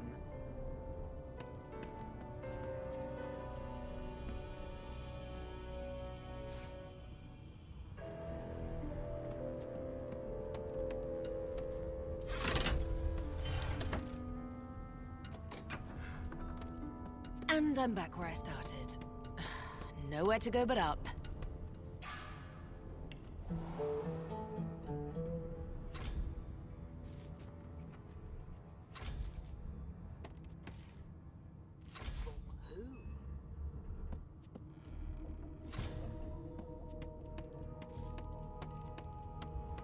Why, you're looking a bit more chipper.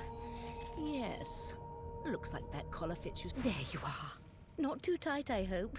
The collar, I mean. Oh, not to worry. Every dog has to get used to its leash. In the meantime, your next stop will be Magister William. All passengers have to be registered in the ship's manifest, and he's the chap in charge of the logs. You'll find him on the other side of this deck, in the officers' quarters.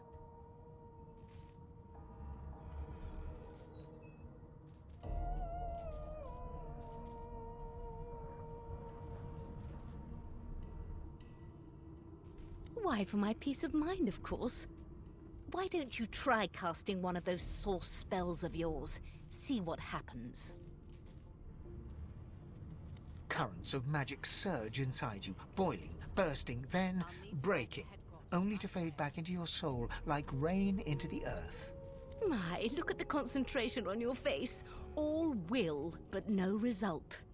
There you have it. See? The collar's function. It neuters you of sorts. Makes you unable to cast source. For your own peace of mind, of course. Yours and the whole world's.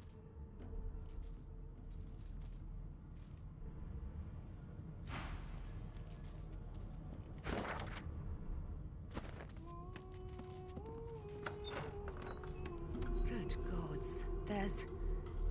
There's been a murder here. A young magister stands pale and silent. Her knuckles whiten around her weapon as you pass.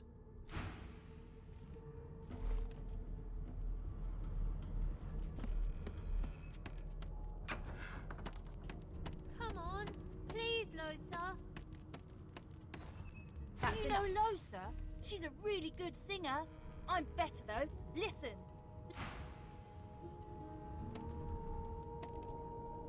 Oh, there you are, wife.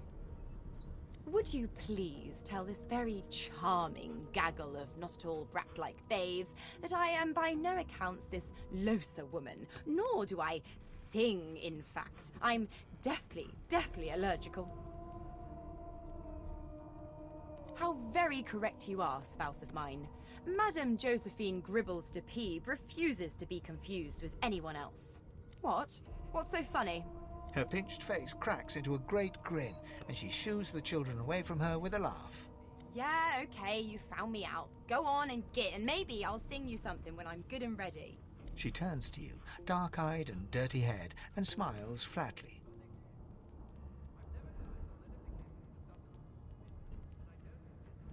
Gotta keep ourselves entertained, haven't we?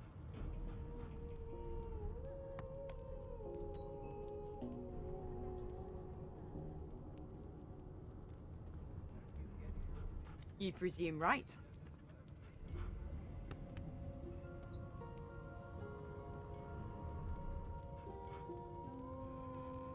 Nope. Trying not to find anything out either. Ignorance is bliss. The utterer... Thanks. but I already belong to an elite and exclusive ship gang. We play ball every day after lunch. You're too soft for it. You take care, though. Suddenly, her eyes cloud to an unnatural black. Greyish veins run down her face, and her mouth tightens into a cruel sneer. As quickly as they came, the clouds clear. She smiles as though no change came over her. Good luck, Chief.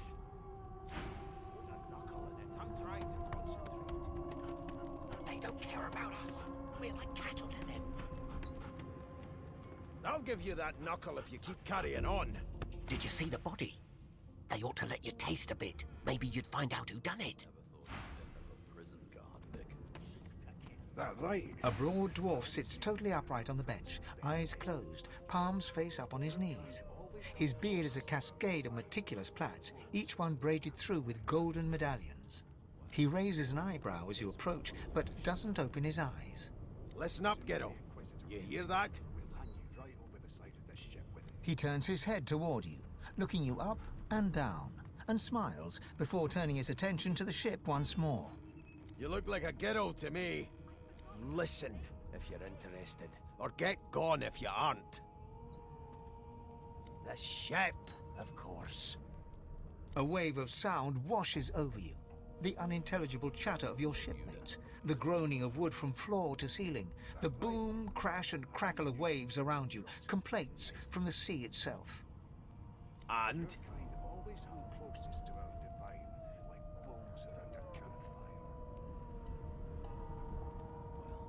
The fellow cocks his ear, listening.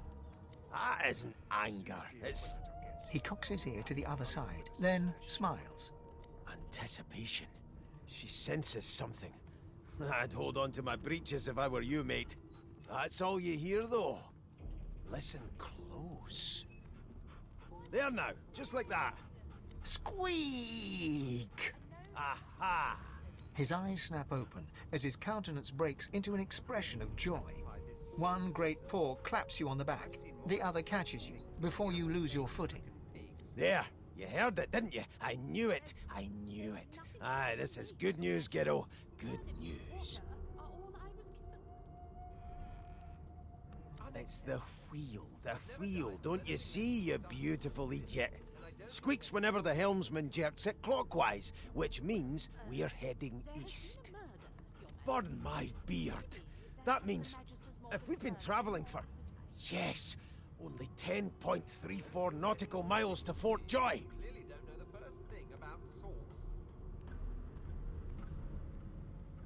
Yeah, no indeed, Ghetto. But that ain't my final destination.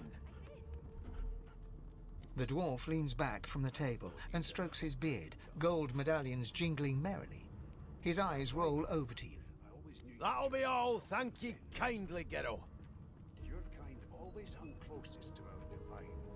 He continues stroking his beard, a beatific smile on his lips, and doesn't acknowledge you anymore. As soon as the Inquisitor gets here, we'll hang you right over the side of this ship with him.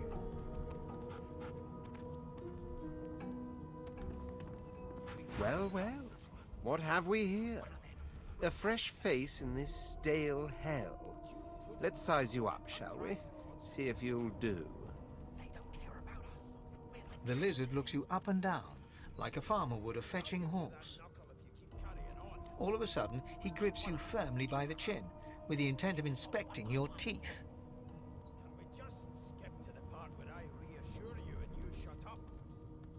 My, we are fierce, aren't we? Not to worry. I'll soon remedy that. Now then, to business. You will answer me 3 questions. The first one is this. Can you cook? Never thought you'd end Goodness gracious me, what a bore. Off with you. Quite clearly, you wouldn't have done at all. Shoo.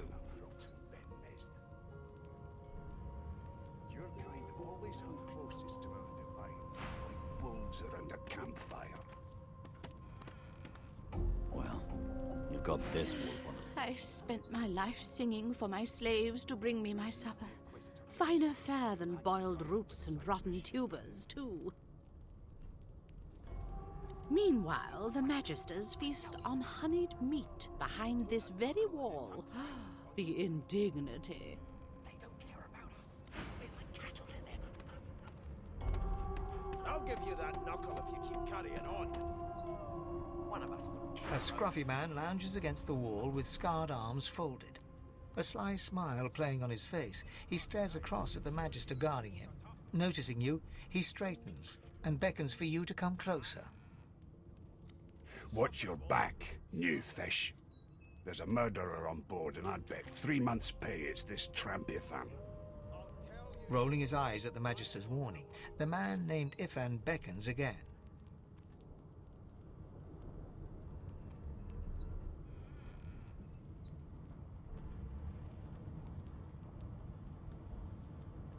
He leans in and adjusts your collar with a sharp tug, balancing its weight so it no longer presses unpleasantly on your neck. He winks. Pinches less that way, right? Hocking a phlegmy gobbet in your general direction, the sullen Magister settles back to his task of glowering at Ifan. And now, you. We used to know each other, more's the pity. I was his commander many, many, many moons ago. Isn't that right, Vic? Standing far back from Ifan, the tight-faced Magister draws one finger across his throat in an elaborate fashion, but says nothing.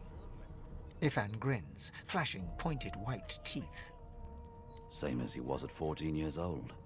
Only difference is somebody gave him a bigger sword and now he's Johnny Big Pants.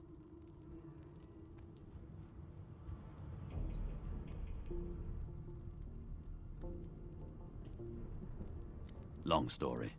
Maybe I'll tell you about it in the Joy. Away from interested parties. No.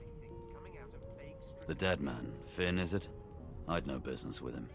And I wouldn't put a man down without good reason. He glances over at Magister Victor, who's staring back at him with pointed intensity. Damn shame sheer annoyance isn't reason enough. The Joy, I've heard a lot. Nothing good. No surprise there, since Bishop Alexander runs the show. Wonder if we'll get to meet the ringmaster himself. Don't you get saucy with me when you clearly don't know the first thing about sauce.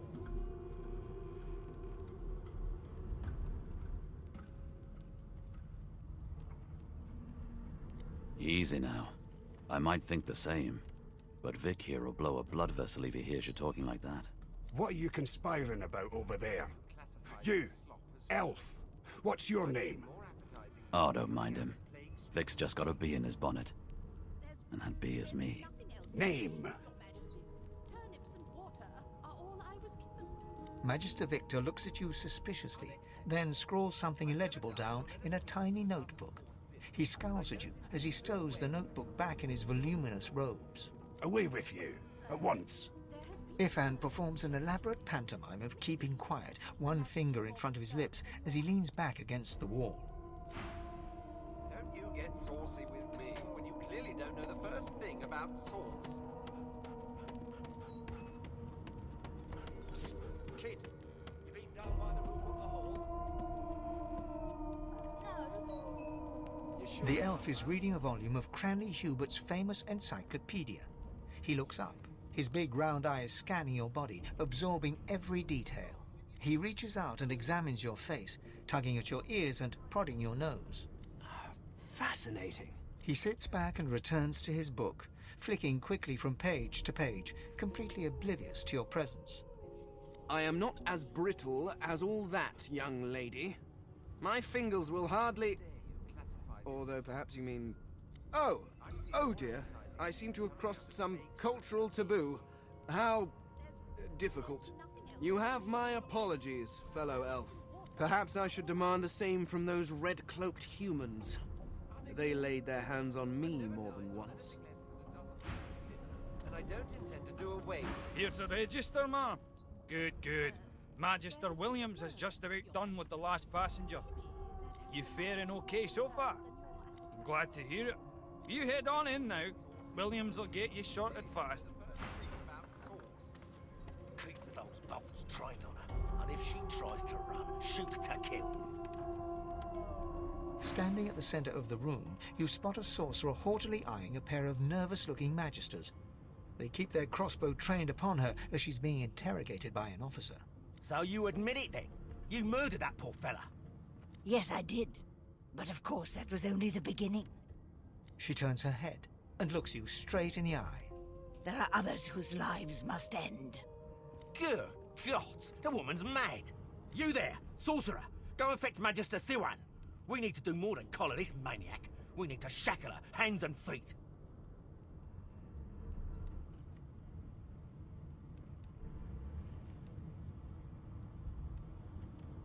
No, I'm afraid I always perform my part solo. Do stay and watch, though, because... She reaches for her collar and simply removes it. I'm just about to create a scene. Subdue her, men, quickly! If she casts source, the Voidwoken will come. They'll end us all. She smiles with wicked satisfaction. Precisely.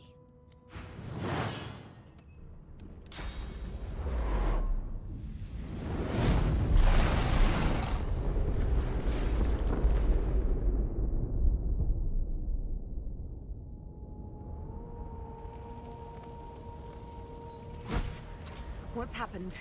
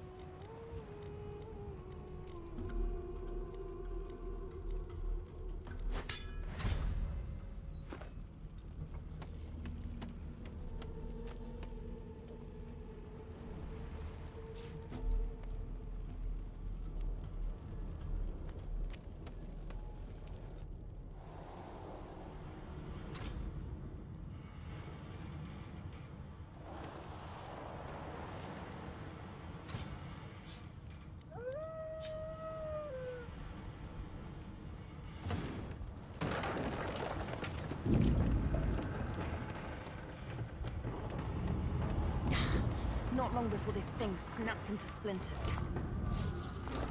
Great gods! Something's pounding on the hull! The marking on the door was... You press your palm against the door to open it. The wood feels neither cold nor warm, but simply grey. The color drains from your hand, and you are left numb. It doesn't budge.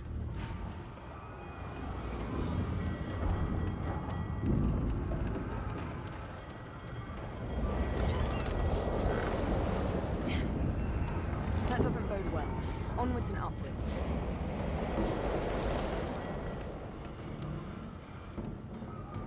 You pass through the door and are suddenly face to face with an undead. His skull is bizarrely angular, and a glorious jewel sits in the middle of his forehead. The skeleton is quickly leafing through a volume of Cranley Hubert's famous encyclopedia, muttering to himself. No. What damn fools record knowledge on a pulped tree? It catches fire, it turns into must when wet, it cannot even resist acid. No wonder they're so bloody ignorant. The skeleton looks up and notices you for the first time. Oh, it's you. Shouldn't you be running and screaming or some such?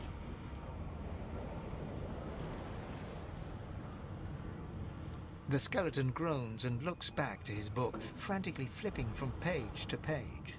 I know your god did not gift you with much, but kindly used the little you were given.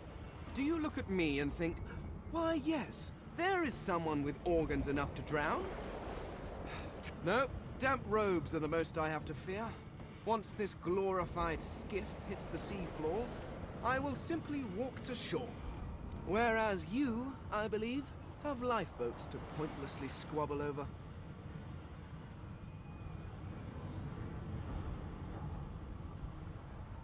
The skeleton holds up his book in one quick, frustrated movement. I am trying to discover if there is anyone worth saving. And I will be damned if I let the lives of some mayflies get in my way. Go on, go, swim or drown or do whatever takes your fancy. I have a book to read.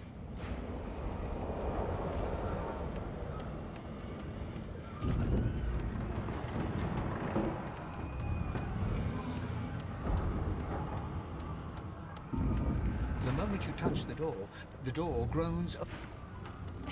Something's breaking through.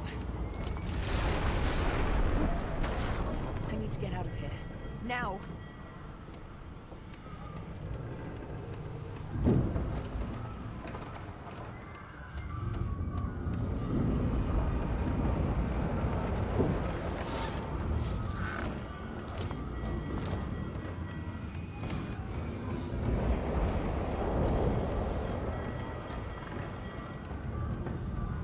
By the gods, I need to get off this ship.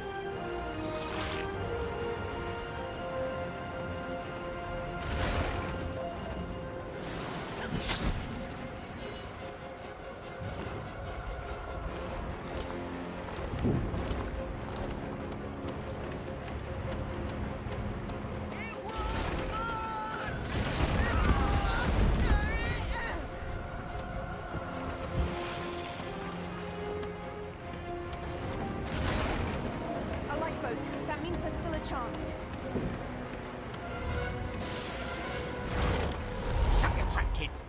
Children and dwarfs first, just like the old stories say.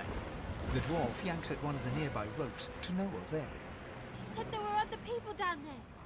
We need to help them. You see those tentacles, kid? It's time for getting the hell out of here.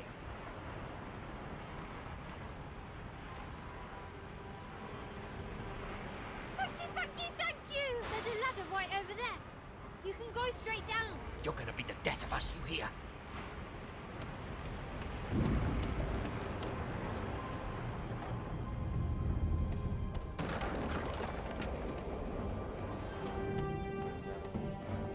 The Magister lies on the floor, unconscious and bleeding from a dire-looking wound.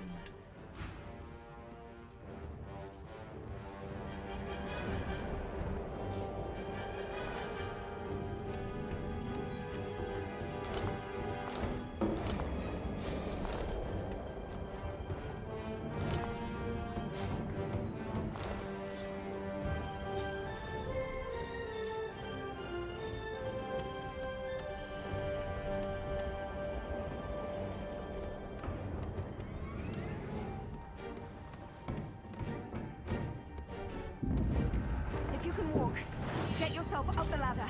There's a Voidwoken!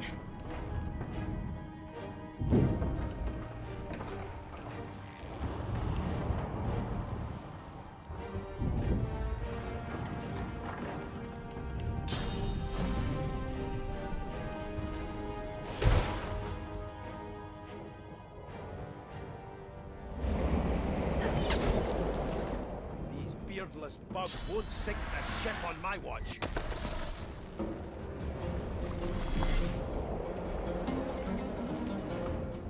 They who are about to triumph salute.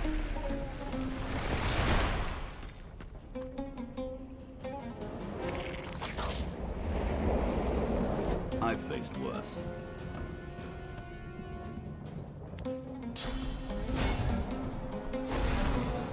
I thought Voidwoken was supposed to be scary.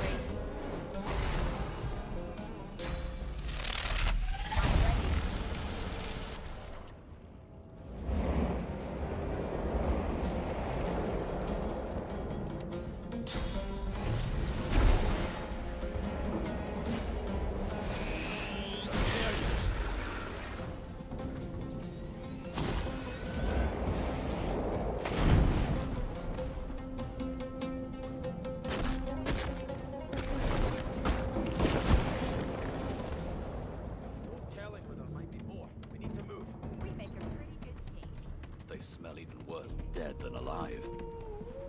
Let's head above decks for some air. Let's not tarry. This old tub is about to burst. I hear something. It's Magister Siwan, the one who put on this damn collar. She tries to speak, but can only gape as she clutches her neck, trying to stem the bleeding of a gushing wound.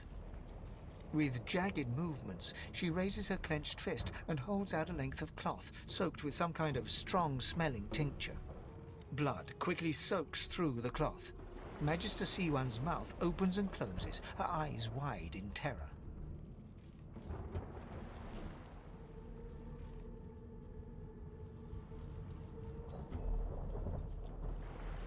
It's working. The pressure is stemming the flow of blood. Siwan clutches your arm, her eyes locked with yours. Something within the ship snaps. The floorboards shudder. Siwan struggles to her feet, clinging to you tightly. The ship lets out a deep groan, then cracks.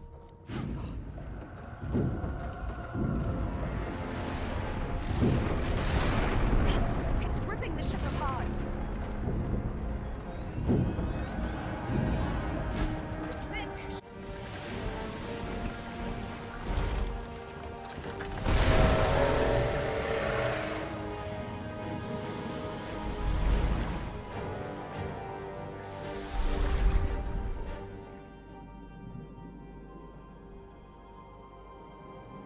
I have plans for you, child. Rise.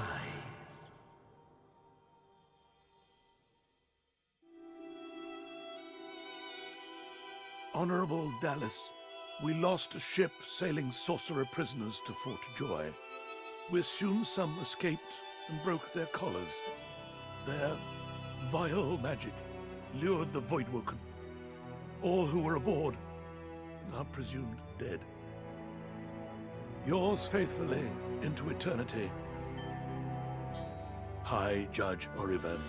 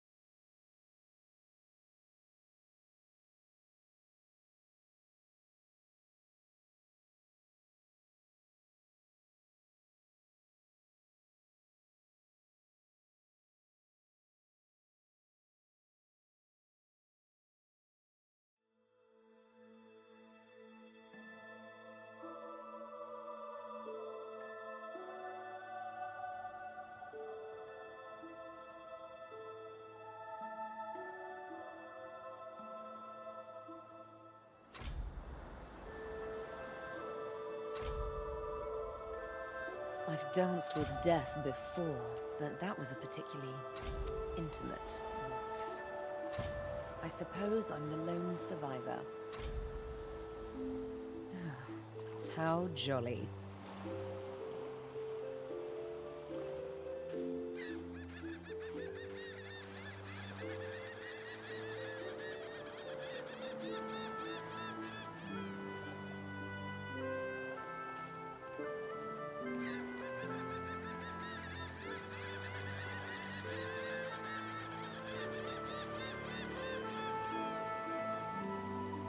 Brachus Rex, ruler to some, tyrant to others, long dead to all.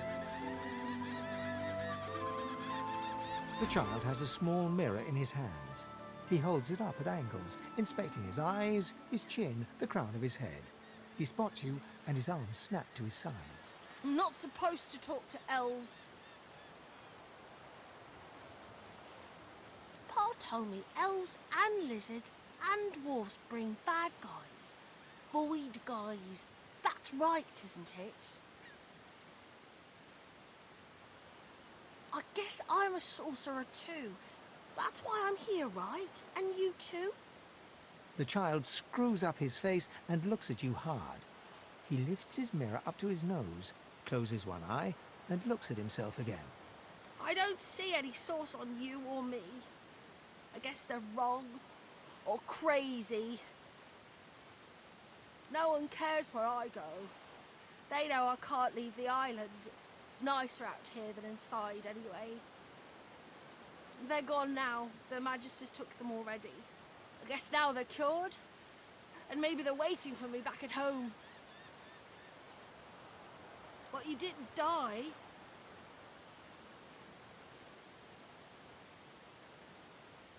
There isn't anywhere safer. That's what I mean. You'll see.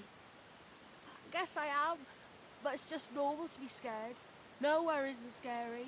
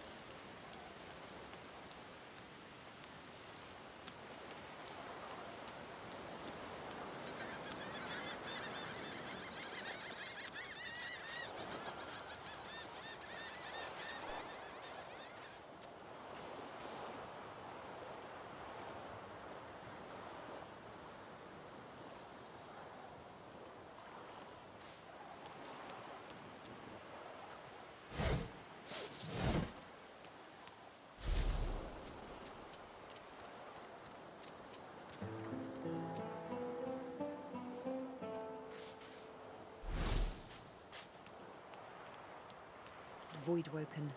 Those are the same beasts that sank our ship. Damn, they made it to shore.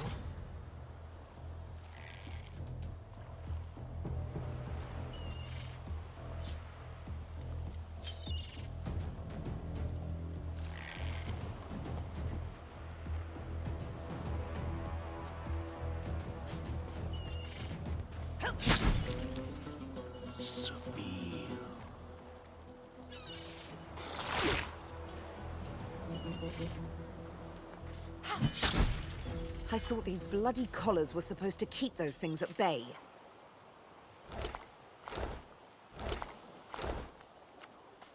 Magister Jalen from the ship. I would have chosen a swifter death for him myself.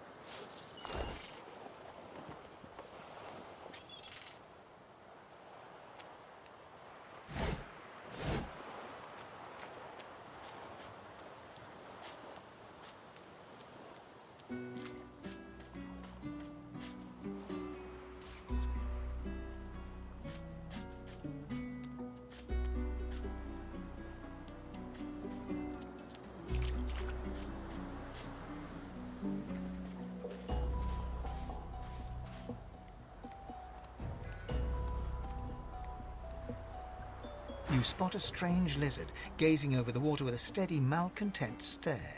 His skin is of a bright, blood-red color. Could he be... Yes, you recognize him from the ship. It would seem you're not the only one who survived the tentacles of the deep. The lizard turns about with the graceful ease of a dancer, or a duelist. You lock eyes with his, two smouldering embers that sizzle your very soul. No, I do not. Then again, I don't belong to the House of Dreams. I'm a prince of the House of War. A house you seem to be all too familiar with, judging by that rather fetching mark on your cheek.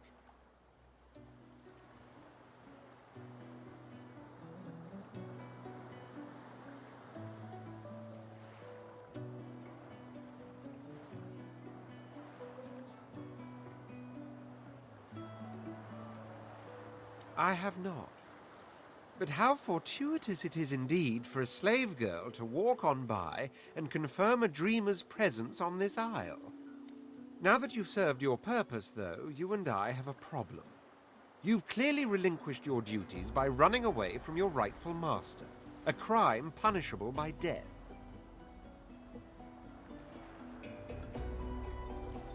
No, I suppose they don't. Which is why I've no intention of carrying out the death sentence that I should. Besides, you did come back for me and all those others on a sinking ship after all. What do you say we bury the hatchet, you and I? For now, at least. Good, very good. I'm glad you're being so sensible. Glad I can return to my ruminations. He sighs dramatically. Tell me, what do you see when you cast your glance over this ocean? Judging by the dark pools that are your eyes, I'd say you're seeing yourself. He looks out over the water once more, and so do you. A few tranquil moments pass as the waves lap against your thoughts. As for myself, when I consider this vast expanse before us, I see an empire. I see continents dotted with mighty cities. And shimmering along the soft curve of the sea's horizon, I picture the palaces that formed my paradise. Lost.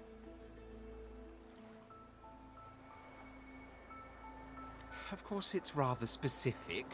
Quite obviously, I'm musing over the very actual empire that I lost. Suddenly, having all the air of being deeply offended, he stares at you with utter incredulity. Well, don't just stand there gawking like an ape at an abacus. I already told you I'm a prince. Do you mean to tell me you don't know who I am?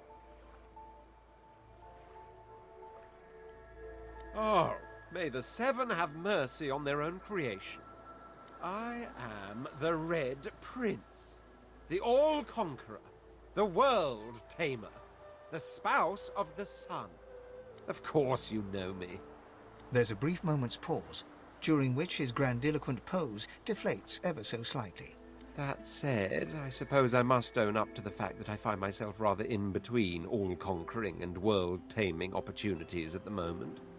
The grandeur that is my fate has hit a bit of a snag. But never you worry. For the throne I was destined, and my throne I shall have.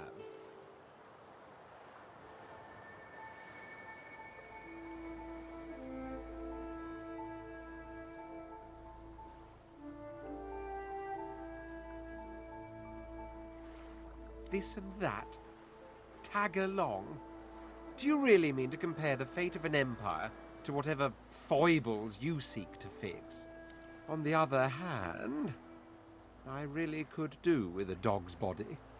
And you've already proven to be trustworthy enough. You came back for the others on that ship, after all. Fine, I accept. On one condition. For reasons I'll not disclose right now, it is imperative that I should meet with a dreamer, one of the mystics of my kind. I've reason to believe one of them may be present on this island, most likely the same chap you're looking for. Promise me we'll find him, and I'll extend you the blessing of my company. You do tend to beat around the bush, don't you? Oh well, that wishy-washy answer will have to do then. So, now that that's settled, first things first. Even if you are as versed in the art of eloquence as I am, that our swords will be doing a lot of the talking from here on out goes without saying. As a born fighter, I prefer the perfection of the blade myself. But I'm well acquainted with the secrets of magic, and yes, even subterfuge. What say you? Very well. Onwards then to victory or death. The Red Prince nods and gives you a smile that wavers ever so delicately between courtesy and contempt. Now, as you're aware, you'll be travelling with a prince. Proper forms of address include Your Majesty, Your Royal Highness, or if you're feeling particularly frivolous, Milord. As your luck would have it, I seem to be fresh out of luggage, so you won't be required to carry my belongings. Of course, there are other forms of protocol to bear in mind, but I'll see to it you'll pick up the rest as we go.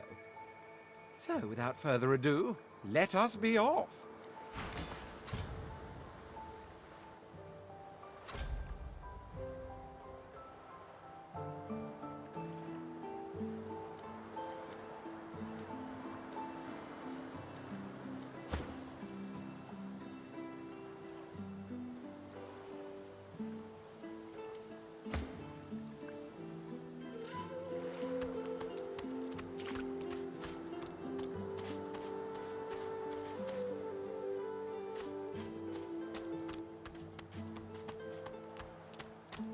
A black cat. The cat's eyes are clouded and grey, but it stares at you with acute intensity. Its eyes clear, and it shakes its head, confused.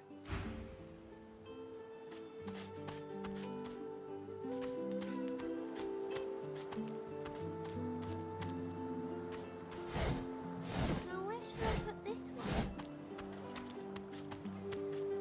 Hey, lady. It's a lot nicer here than that stinking boat, huh? I'm sure glad you went back to save the others. Saw one of them wringing out their tunic at the shore a few hours ago. Say hi for me. Now, where should I put this one?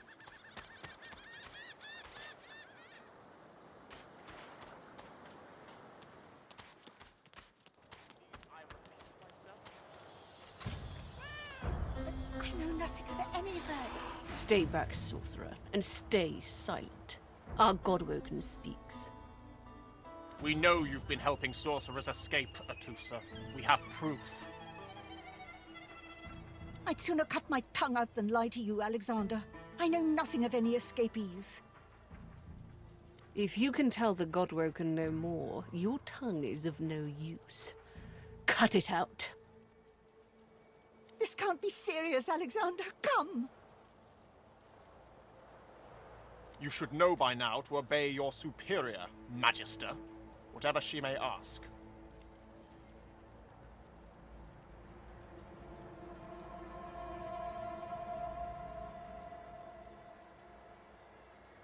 Atusa pinches the tip of her tongue with 2 fingers and brings her dagger to its root. Her eyes squeeze shut. Drops of blood form against the dagger's edge and quickly fall to the ground. She groans. Stop! My father, may his soul rest in peace, would be disappointed in you, Atusa. To think you would lie to his only son, your bishop, and your friend these many years. The fate of our realm hangs in the balance. If you will not help us save it, then you will help the Void destroy it. Dallas? Yes, Your Holiness? I believe we're done here.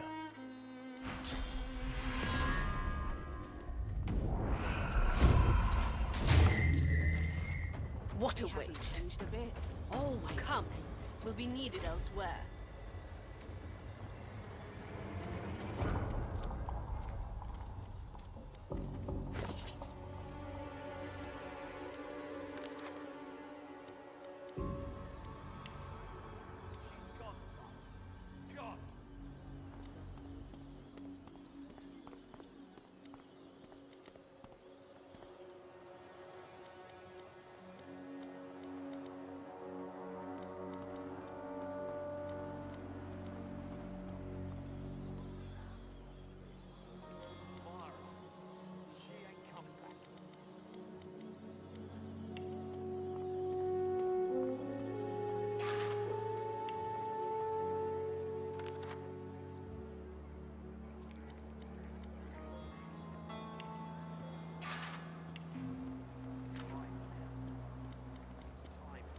He hasn't changed a bit.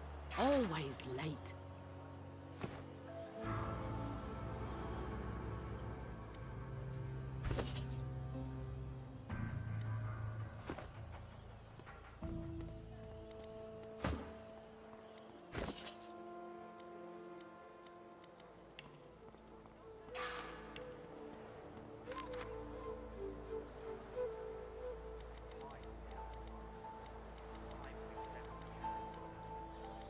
He hasn't changed a bit.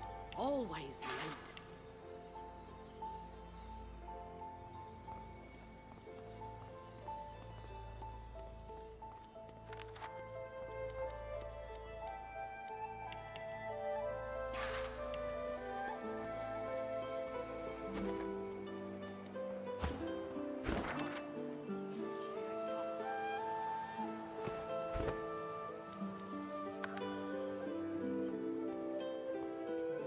Where is he?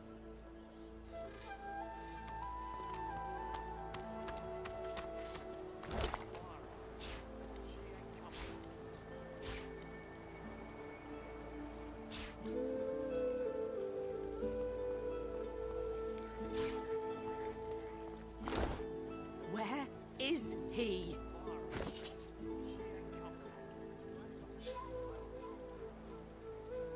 A single name throbs across your brain. Verdas, Verdas, Verdas! He must escape. He cannot die here. He cannot!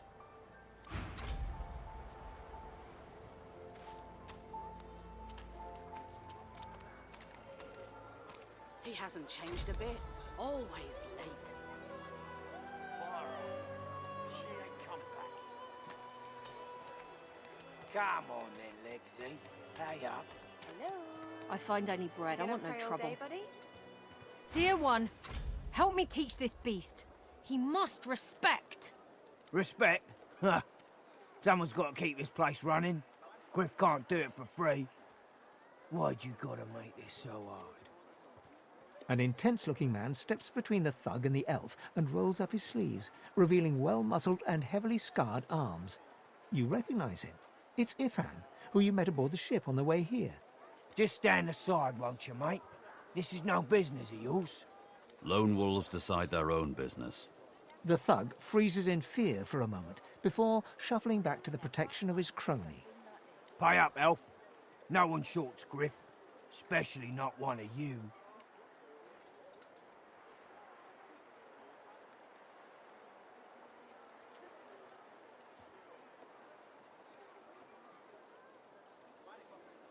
Burrow looks you both up and down, sizing up your combined threat. Ah, get out of here. The both of you. You ain't worth the sweat of my brow anyhow. The elf smiles and bows to you in thanks. Follow me, before more of them trouble us. There is a safe place.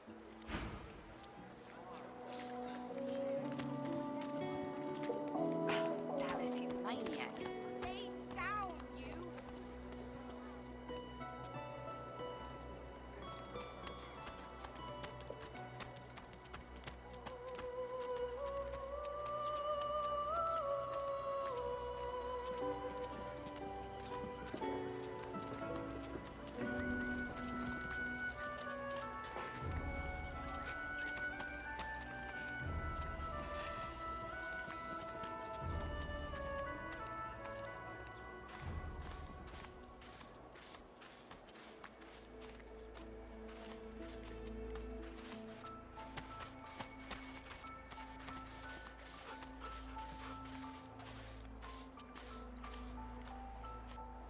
A little reprieve from the din outside.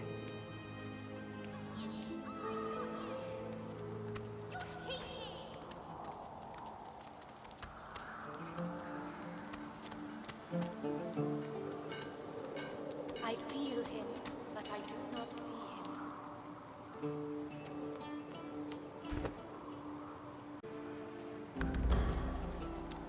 Thank you for your help with that, thug.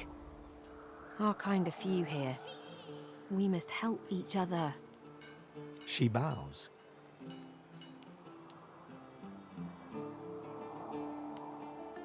I hear of no escapes. The only way out is through. Through the Magisters, through their cure. Thugs I can stand, but I fear the Magisters. It gives me great pain. I'm with my family. We are making beautiful magic. We are healing a tree cut down with great violence. The Magisters come. My family runs, but I fall. My son looks back. I shout to him to run. I am taken. In this cave, we trust the healer. She is young, but she sees. She knows more than we know. In the camp, the brute Griff rules. He who gives the bread has the power. Wait, before you go, I am not here without your help. I do not forget this. For you, a prize. I save it for a special occasion, but I can think of no finer occasion than this. Thank you. Wait, I call a timeout.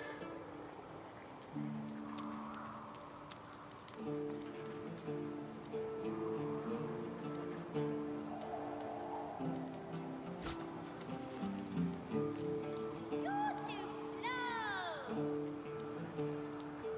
You can't get me. I feel him, but I do not see him.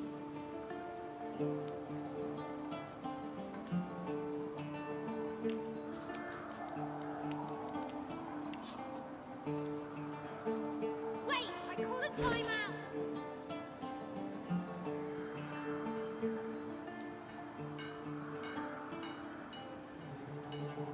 I know they help.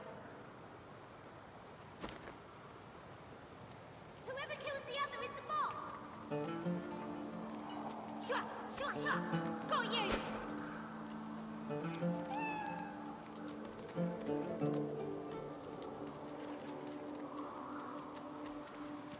The young girl's eyes are covered, but she turns towards you when you approach. She smiles as though she recognizes you, though she couldn't have seen your face. Ah, hello. So much you suffer. So much suffering you have and you make. Does causing pain stop yours? I see it before my eyes. Dear one, no. Your anger. No, I should not say. You must discover for yourself. She takes your hand. I wish you only healing. It looks like she wants to speak further, but she hesitates, shakes her head. No, surely it cannot be. Her eyebrows shoot up. There can be a way. Amiro knows. But he is gone. Do you see him? He knows how to leave. My protector, my friend. An elf like me, with a spirit bright as new leaves. He tries to help me, to save me, and he suffers very much. He is caught by those who hurt him. I wish so much for his return. And he tells you what you seek. A way out. I know I can trust you. I see it before my eyes. I see something that helps. I see a lizard. He is a lizard of many dreams, of far feeling. You do not free Amiro without him. Yes, please ask. Oh, I do not cover my eyes. I cover the place they used to be. They are gone now, taken, but I see all the same. He is a very blind man. He sees things but not truth, not love or joy. I feel very sorry for him. You understand when you meet him after you escape. It is safer here. We make no trouble for Griff. He makes no trouble for us. I knew we must be here.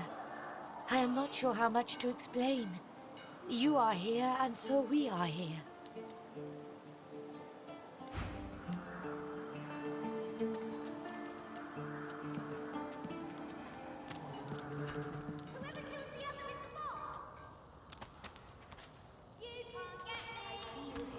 But I do not see him.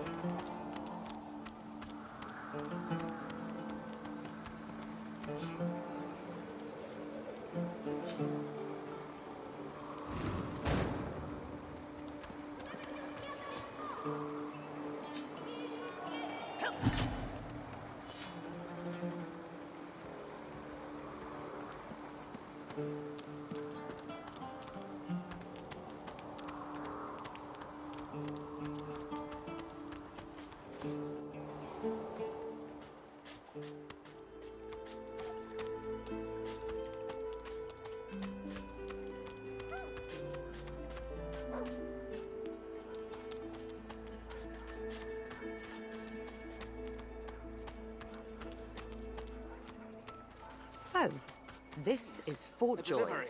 Surely you have one. Don't tell anyone. What a crumbling disaster. Scram, snake face. Perhaps if those bleeding dwarves did me. Oh, excuse me. Oh, I'm very tired. Abominably tired. Beg your pardon. You're about to ask your question, but you catch yourself. This could turn into a messy confrontation, and there are too many witnesses about.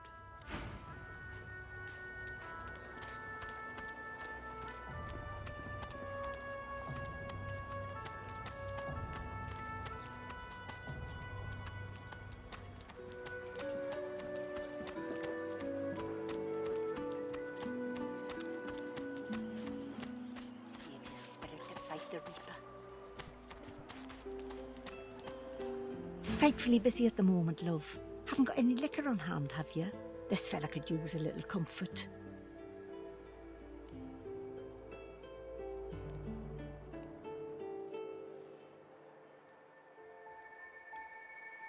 All the worse for old Dane.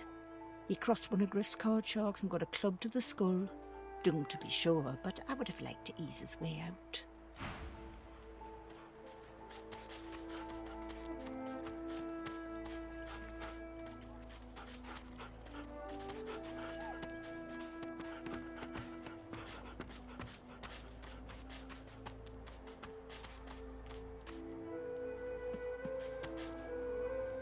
Just as you're about to address the lizard, the Red Prince bars you with an outstretched arm.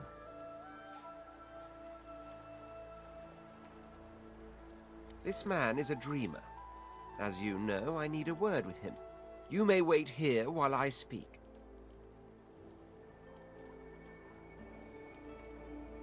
Permission indeed.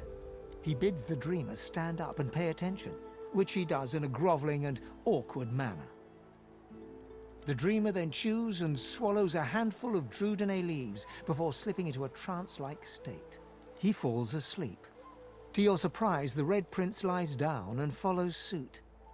After about half an hour, they wake up and begin to discuss what they saw in their dreams. The Red Prince pinches the bridge of his nose in apparent irritation before turning his back on the jabbering dreamer.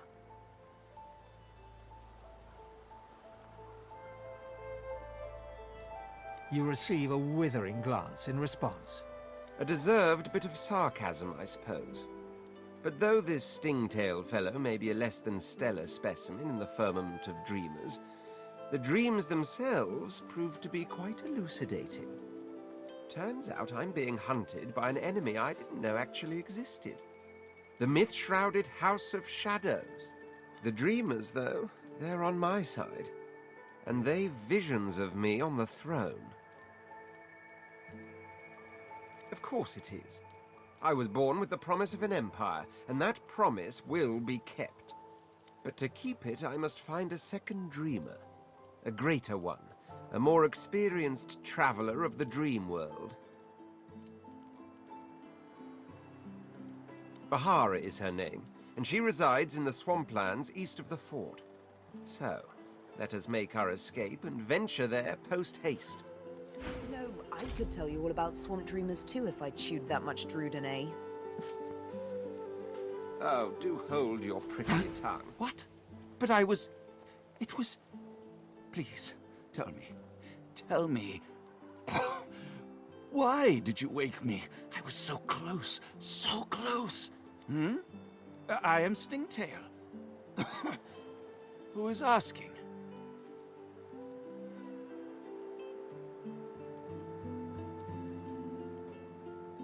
Oh, Why, dear girl, why mar your beauty with my silly old name?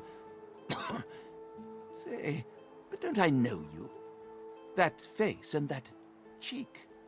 Something suddenly dawns on Stingtail, and he goes quite pale. Confound my drug-addled brain, it is... she. You're she. The Master's chosen. Why do you seek me?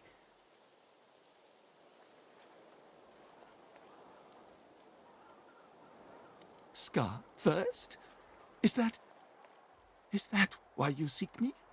I was made to weave it. They forced my hand. I never had a wish to blemish you, enslave you. I would undo it if I could. Oh, I surely would. I surely would. But I cannot. Only the Master. Only the Master can. But I don't know. How could I? The Master finds. He is never found. You must know that. Surely you know that. Stingtail writhes in your grip as he gapes at you with fear-smothered eyes, his voice a pitiful wheeze through his tightened throat. Please, I don't know the whereabouts of the Master.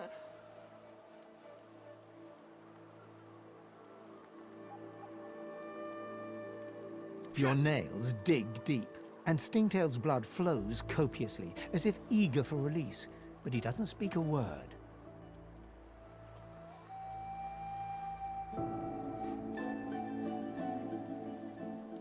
He squirms hysterically, futilely trying to back away from the steel that pierces his flesh. He shrieks. No, stop! The wolves! The lone wolves! They may know about the Master. The Master, he's been using lone wolf mercenaries ever since your escape. You vanished, so he needed others to do his bidding. They may know where he is. Lone wolves need to be paid in person. They may know where he is.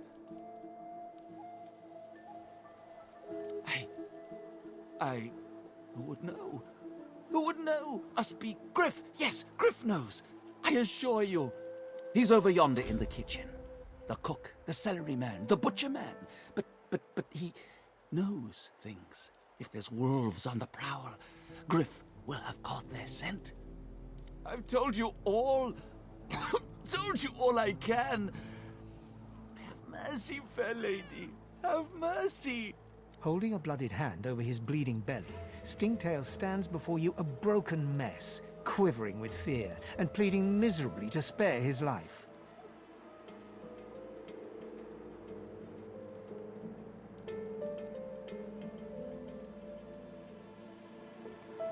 You cut him open with a heart-pounding gusto. Stingtail's organs are birthed through the gaping wound and land with a wet splash. His dead eyes stare at you in disbelief for the briefest of moments. Then his legs give way and he drops to the ground. It's over.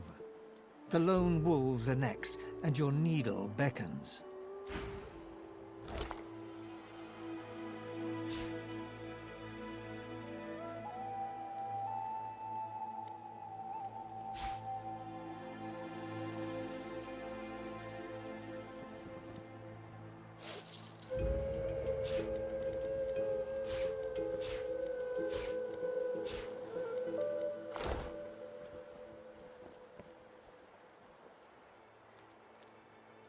The Red Prince grabs you by the throat, like you did Stingtail, each finger a python, constricting. Demon elf, I should do unto you as you did unto him.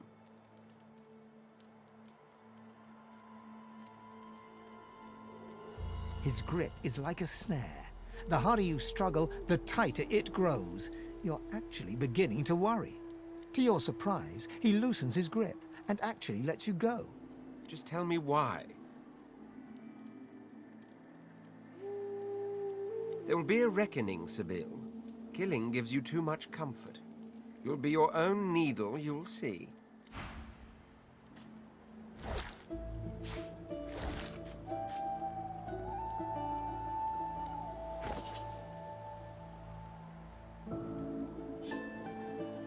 You are begging Drudenay from another sorcerer in Fort Joy, pleading with a cook named Griff for just a few more leaves. Griff will have none of it, so you talk about how the Master will send lone wolves after him if he doesn't comply. Unimpressed, Griff replies he has his own lone wolf contacts. The Master. He is the one you seek. If there's a link between him and the lone wolves, perhaps you should talk to Griff and find out what he knows.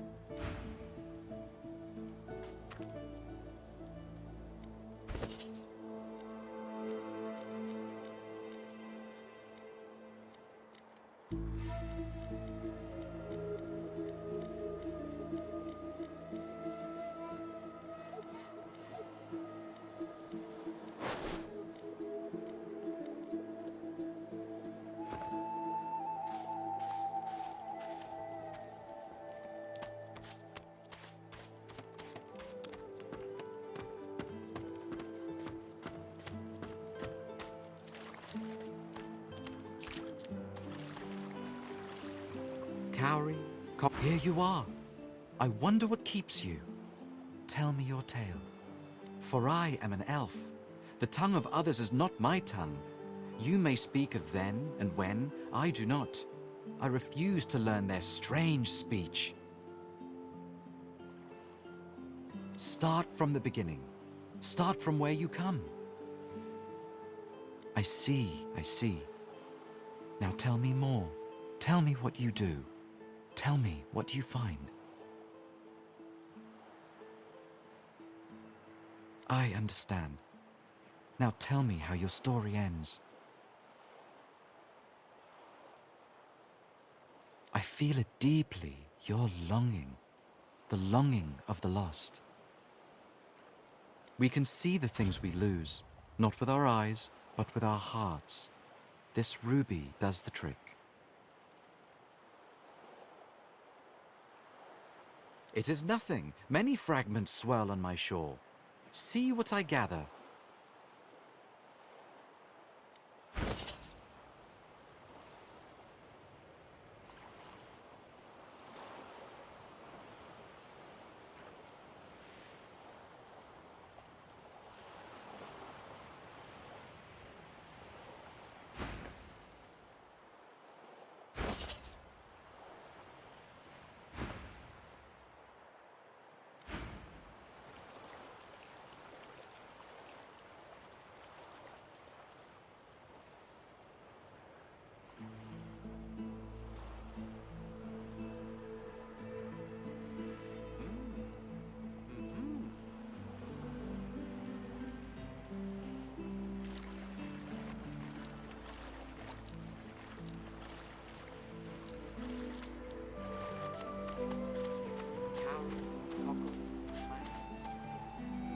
The woman looks out on the gently lapping waves.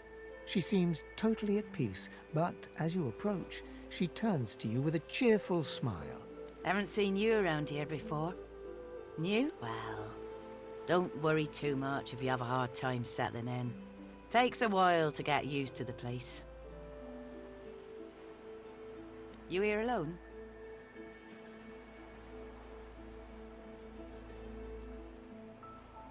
She gives you a long look. You think twice about facing this mean world alone, eh? Someone to drink to in the evenings, someone to hold at night. If you've got those, you'll be all right. Some of us haven't got anyone at all anymore. Used to be I had a family, a husband, and a little boy. We were healers. Source was in our blood. Then they brought us here. I couldn't stop them from taking my boys from me when they did. Reckon they were cured. Maybe even released. Don't know why the Reds didn't take me too. Now I'm just waiting for them to call my name. Waiting and remembering. Thank you kindly, sweetheart. I do appreciate it. They were good lads. Too good for this place. In some ways, I'm glad they got out quickly. Listen to me, bubbling on like a cauldron. You're sweet to listen. And yes, they were lovely. Totally lovely. I'll see him again before I'm gone for good. That's for certain. You run along now, darling. You shouldn't spend what little time you've got left here listening to an old bleeding heart moan. Ha! I found you, didn't I? Red, they said. Red, then dead.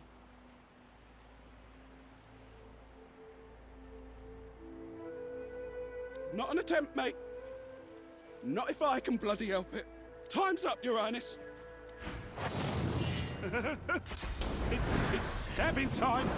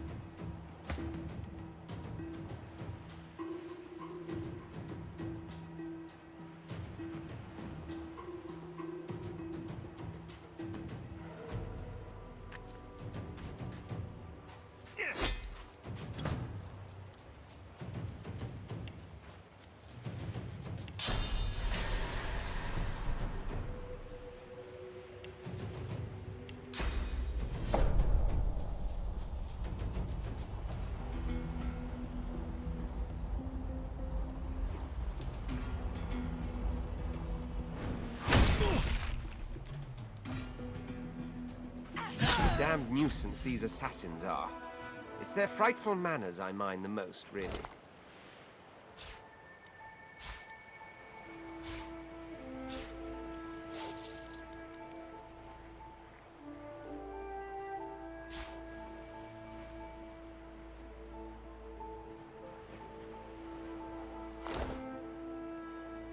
Well, that was rather fun, wasn't it?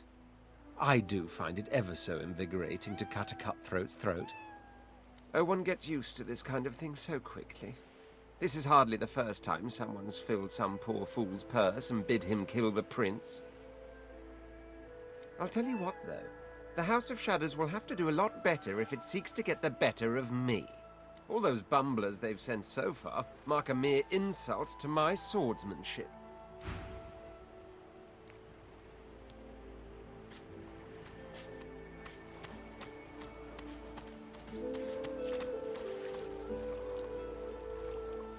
Come on, you stubborn hunk of garbage.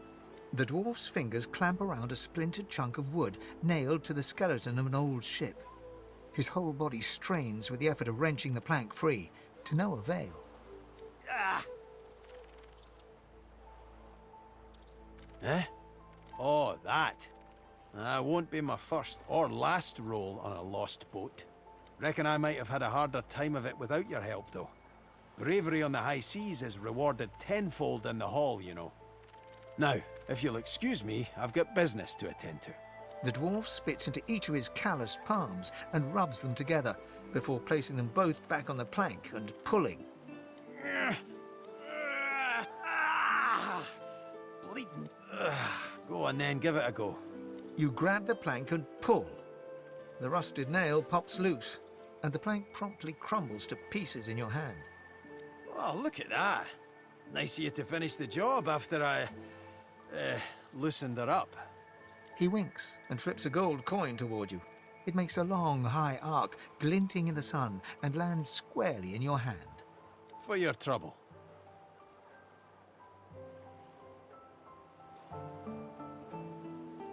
No, but I'd hoped to build something with it that would be worth 1,000.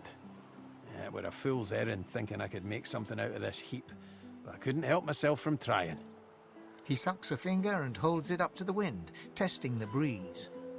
Winds like these, she would have capsized before she reached the break. Well, on to plan B. He gives you a wry look, as though deciding whether to trust you.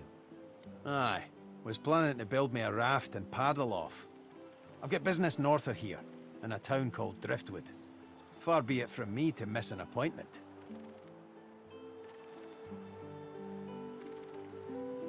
Why don't we make a deal then? You help me get out of this place, and I'll do the same for you. That's the spirit. He lifts an invisible cap and bows with the grace of a courtier. Pleased to make your acquaintance. The name's... well, the name's dead and buried. What, Matt? Well, that's quite the story now. Let's save it for a better day. Say when we finally make it off this damn island. Suffice to say, I'd at least be Captain Beast in better times. I'm out of a ship at the moment, though. Even a salty old dog like me's got to sweat on dry land now and then. Anyhow, we're a team now, so the me is not half as important as the us. Let's get down to brass tacks. Fighting, I mean. I've been up and down the realm so often it'd make your cabbage spin, and I picked up a few tricks along the way. Truth be told, I've grown fond of crushing and casting. A battle mage, if you like. But there's not so important as team dynamics. So what'll it be?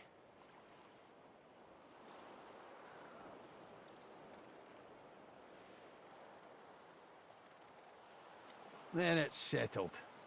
Capital! Well, that's that sorted.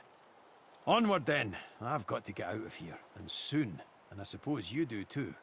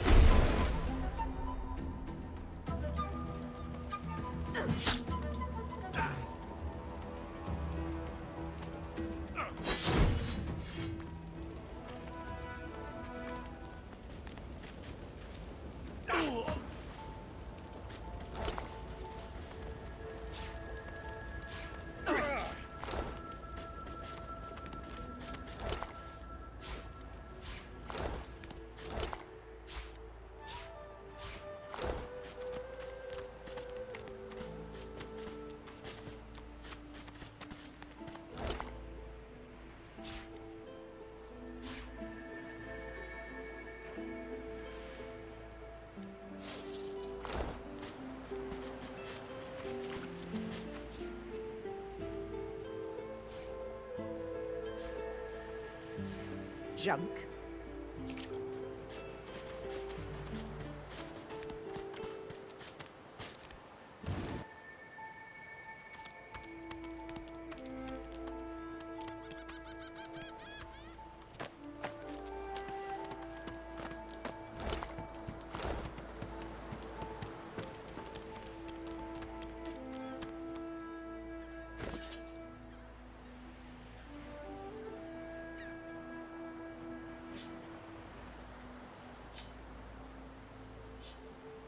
You are ever sodden, ever sandy.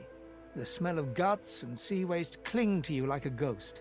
You sought freedom, the life of a seaman, but you didn't find it.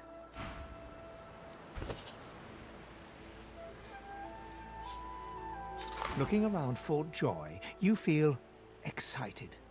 A new environment to explore, new people to meet, new challenges to overcome. Who knows what could happen here?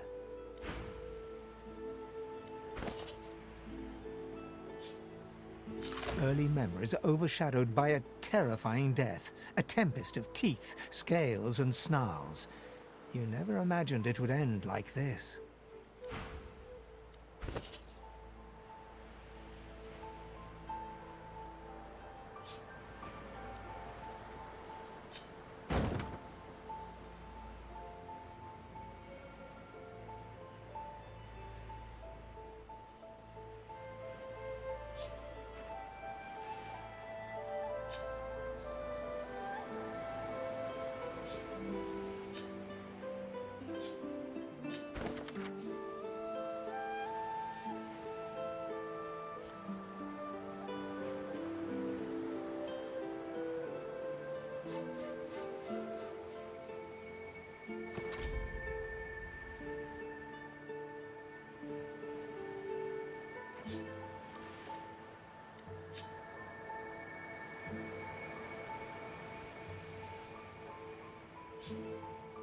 You cover your face with your hands.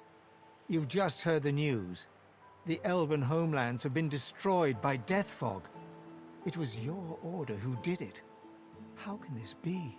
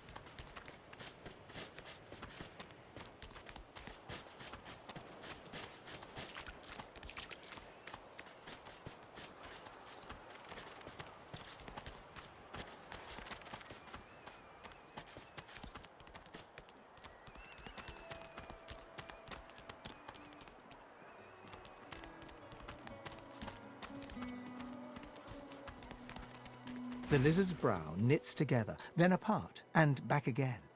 He seems to be swimming deep in his thoughts, and doesn't look up as you approach. What? Oh, new, are you? Very good, very good. Make yourself at home. Advice? Hold on to yourself, my friend. The fort is full of decent folks turned savage by confinement. Do not let it happen to you. My mind? What else, my friend? I'm wondering why. All of this. Source, the Voidwoken, the Divine. Why? Naturally. How could one not? We've used Source for thousands of years. We have used it to heal, to grow. How can it be that it suddenly summons these horrors from the void? And when will Alexander ascend to divinity? We cannot continue like this.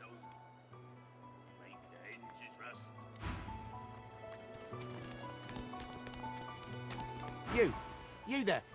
You've just arrived, isn't that right? Are you quite alone? It's just, I've a proposition.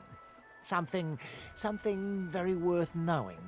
But it's hardly a group affair. I only need one. Oh, noble. But after the Magisters take you all, your nobility will have been for nothing. Good luck with your friends, though. Enjoy your last days in good company, won't you?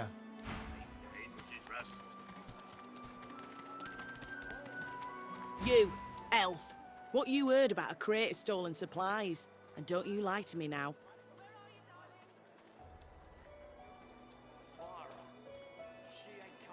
Huh. What do I need your help for, Freshy? By the looks of you, you couldn't find a bush in a brothel. If you're done wasting my time, I've got a crate to find.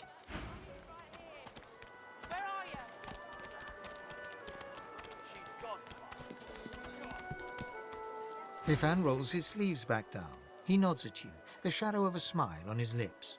Good work there. Good work. I can tell you've got chops. Say, you were on the ship here with me, weren't you? He stretches out one rough hand to shake yours. He grips your hand tight as a vice and shakes it, hard. Say, you don't look all that busy now that we're safely on dry land. I could use someone to watch my back, and it looks like you could use someone to watch yours. I've just got a small errand to run, and then I'll be looking to get the hell out of here while I've still got a neck to collar. How about we stick together until we get out of this place? He shrugs, looking off to the side. Mercenaries. It's a job. Everyone needs to make a living. I make mine running errands. The little black cat trailing you hisses at him, hair raising a ridge along its back. Without batting an eyelid, the man rumbles a lupine growl. The cat hides behind your leg, mewling. Ah, I knew there was a kinship of sorts about you. Same trade, different masters it looks like. If you're willing, we could work well together. Why not help each other get out of here? The usual way. Haphazard, terrifying, and drenched in blood. Haven't quite worked out the details yet, but I'll wager it'll be no worse than what'll happen if we stay put. 2 heads are better than 1, and when push comes to shove, 4 fists are better than 2, right? He grins, sharp teeth glittering in the midday sun. So, before we hit the road, it's best if we decide battle strategies up front. Should keep more of our blood in. Survival's my main priority. I'll use every trick in the book to keep us alive. But if a wayfarer's not what you're after, I've got other skills. What do you can do? Onwards? He scans the horizon for threats with one green eye, then nods back at you. Right you are. Lead the...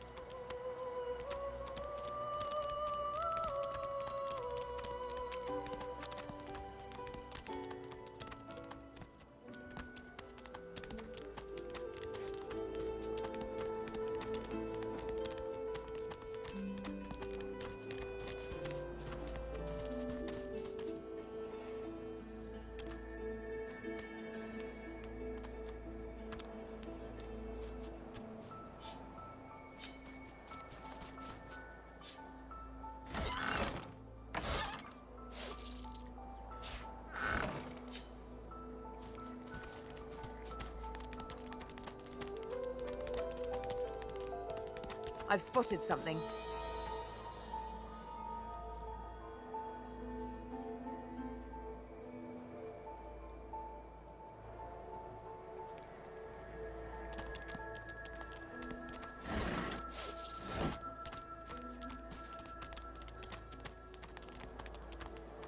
I wonder where this leads.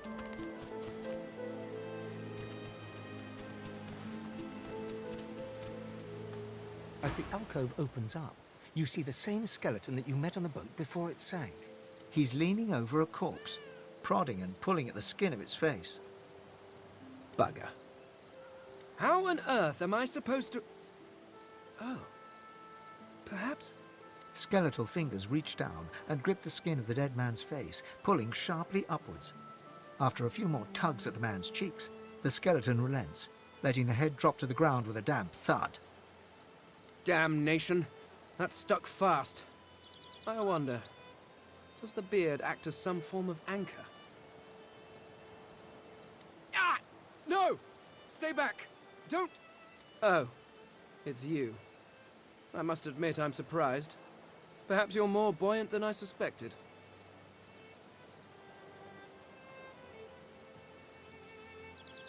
It seems the human that stole my mask was rather more resourceful than I gave her credit for. I chased her here, but she rather seems to have given me the slip. Thus, He turns back to the body, prodding at its face cautiously. why, its face, of course. What other use would I have for some rotting corpse? A face that seems rather stubbornly attached to his skull.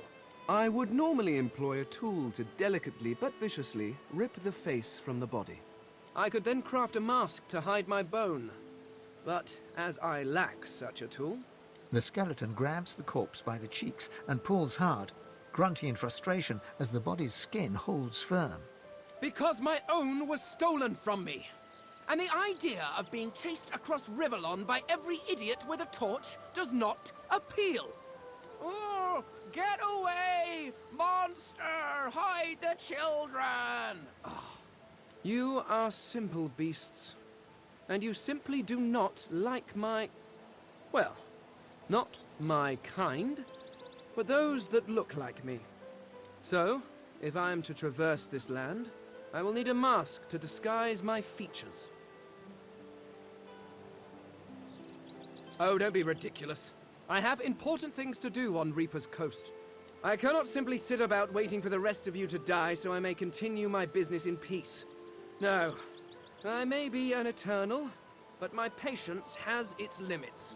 Indeed, I may be the only eternal. My people seem rather absent, at least from this realm. As for the others, well, there is an excavation site at the Black Pit's oil fields. Perhaps there I'll find my answers. Ah, well, that is the curious thing. They are clearly absent from this world, and yet they are everywhere. Every one of your races resembles them in some manner, and the statues you have built to your gods look remarkably familiar. Perhaps my people have ascended to some new realm.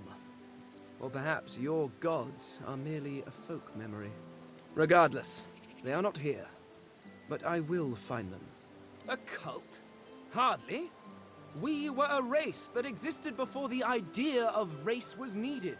We were all one. I could ask you to imagine an Eternal as a creature of incredible intelligence and skill. But I fear the limits of your imagination would not do us justice. We studied the mysteries of the universe. We created works of great art. We disappeared. But I will find them.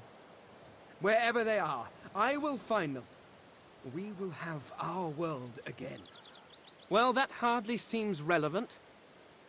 But if you must know, I was inconvenienced for a time. Several centuries, in fact. Or perhaps millennia. One tends to lose track. I was sealed in a tomb for daring to be curious about the world. It seems our king did not agree that the universe should be explored to its full potential. Perhaps I should thank him. It seems I was spared whatever happened to the others. I wonder if flowers would be appropriate. I suppose, circumstances being what they are, it could be advantageous. You seem more at ease in this world than I. A guide would certainly be useful. Excellent. While we are conversing, perhaps you notice that I am rather skilled in, well, all things. Of course, the arcane arts are my little speciality, but being a brilliant wizard does not mean I cannot handle blade or bow. So, I could do that with one hand behind my spine. Now, shall we get on? There is rather a lot to see. Splendid. Although, it seems you already have quite a pack of traveling companions. Perhaps you should try discarding some grit before you help yourself to a pearl.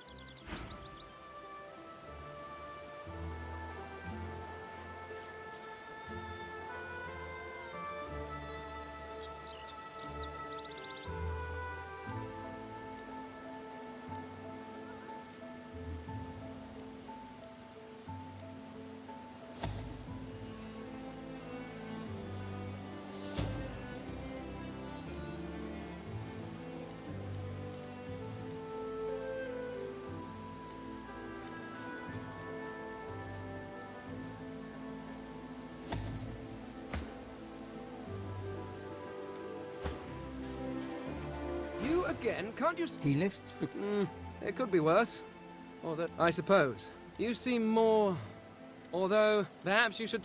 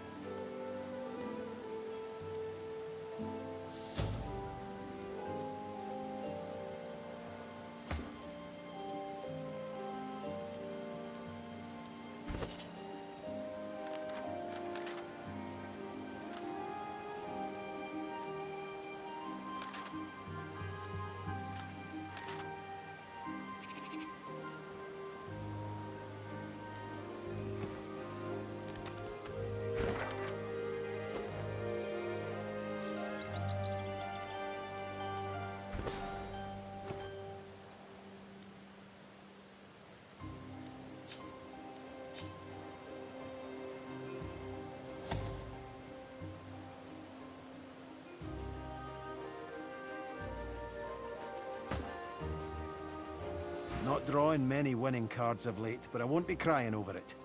Sailed away from my last island prison scot-free. No reason I can't do it again. Are you certain you want to dismiss your companion? If we have different paths to take, you and I, so be it.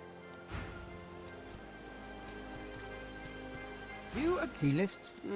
You see... Very well.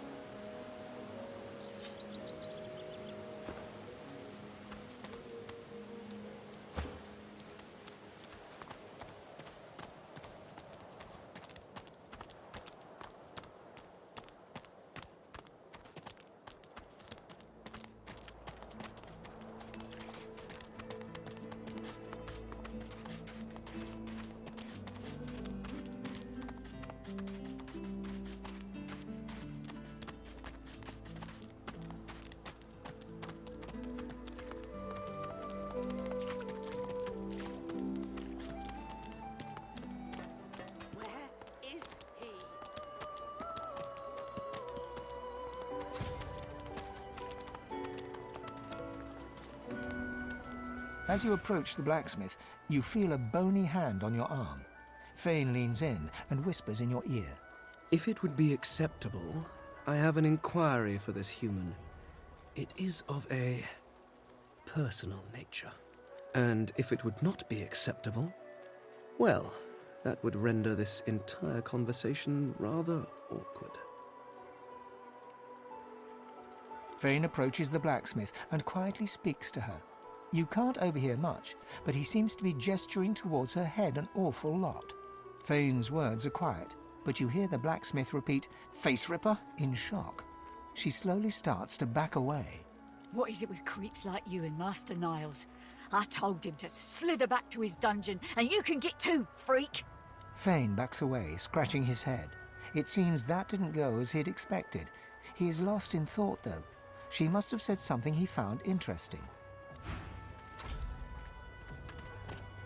Amidst a crowd of screws, bolts, and scraps of metal, the woman is manipulating a glove-like contraption fitted with 5 long metal skewers.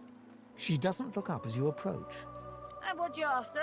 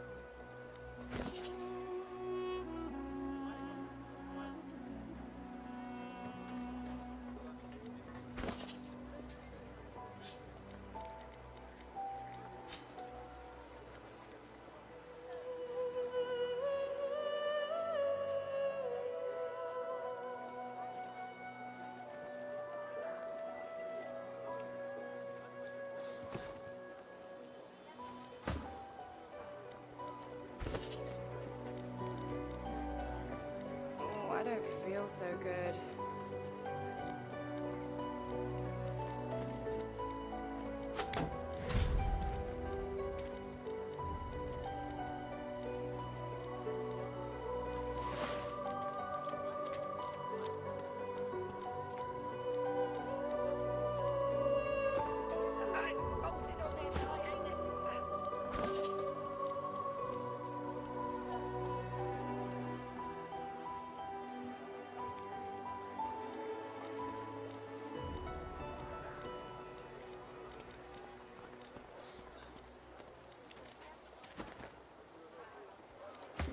Dallas, you maniac.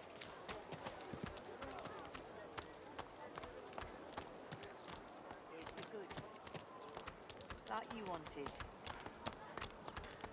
Got it?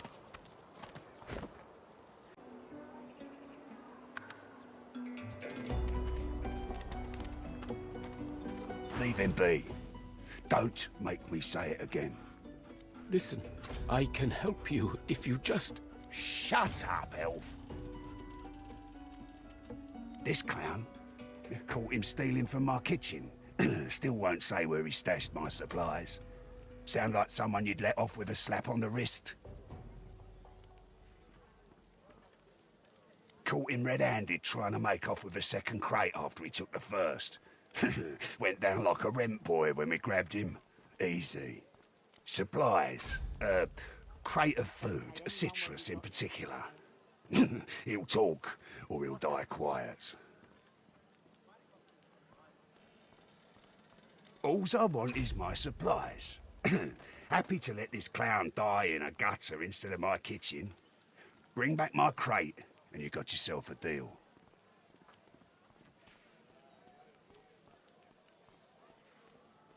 Ain't been here long, have ya? No one gets to have it all. No one starves anyone else. He twirls his knife between his fingers. Divine's gone. This blade is the only god watching over Fort Joy. Listen up. Back off. Not like this. There's too many of them.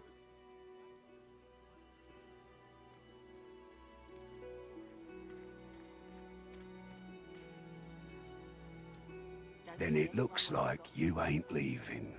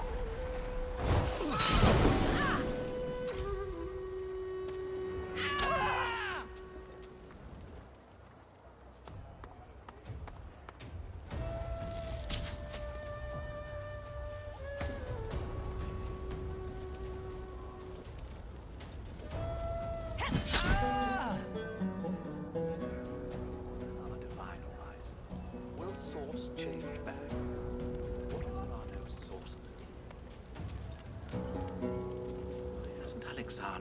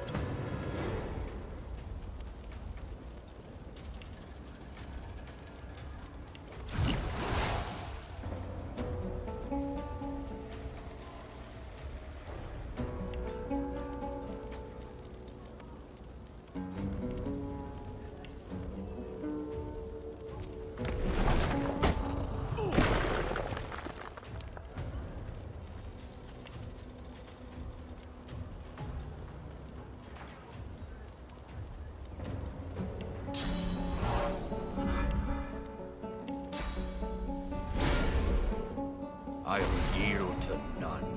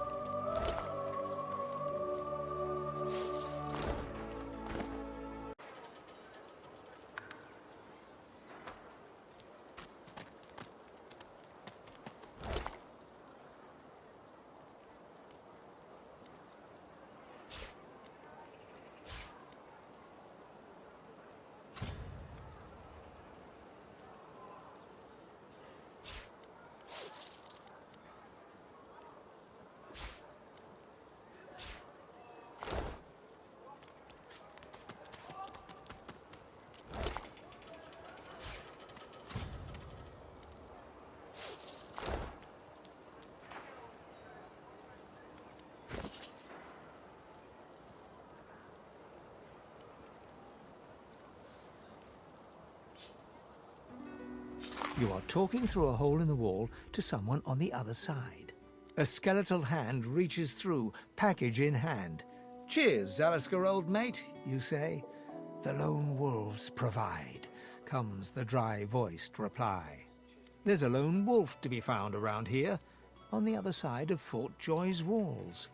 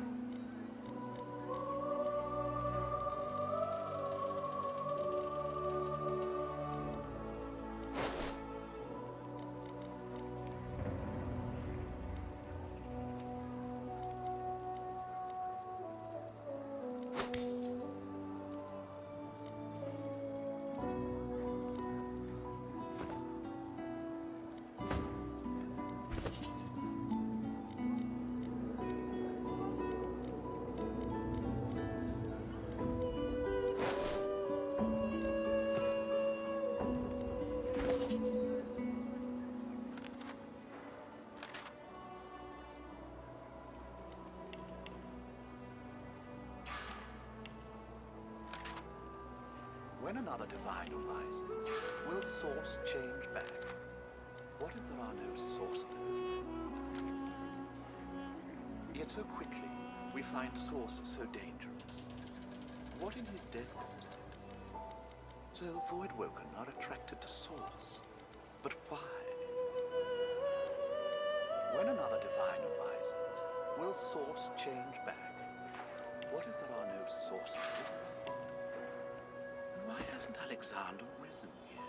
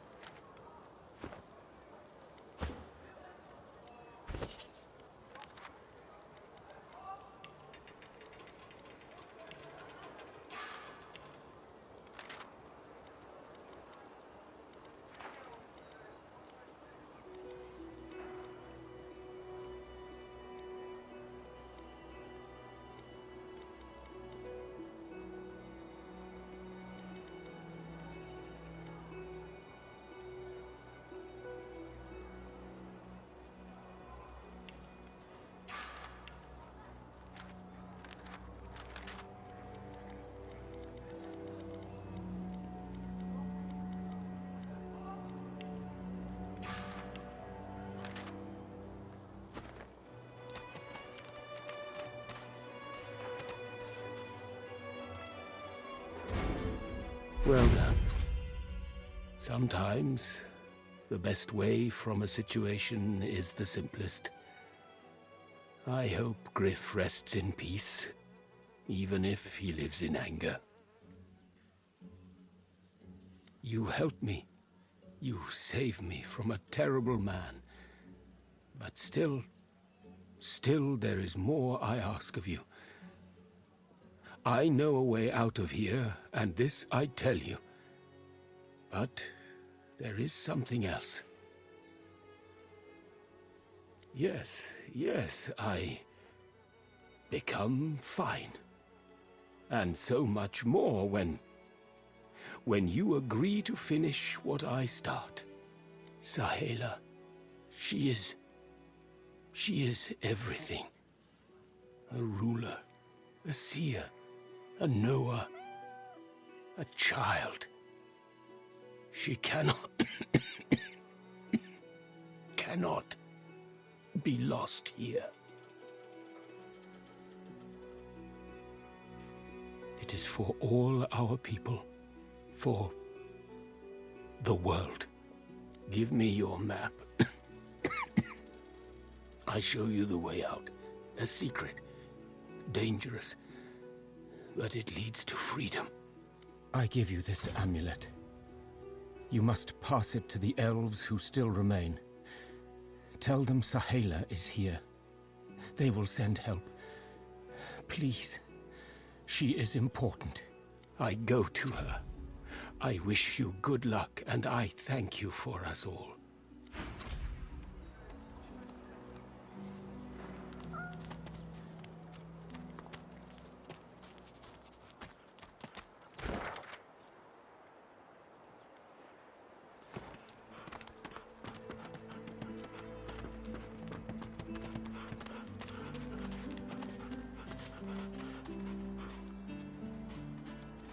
The cat's eyes are clouded and grey, but it stares at you with acute intensity. What's going on?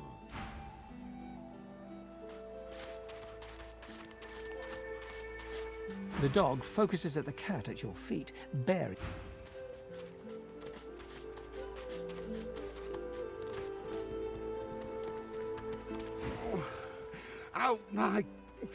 Out my face, or I'll punch your lights out.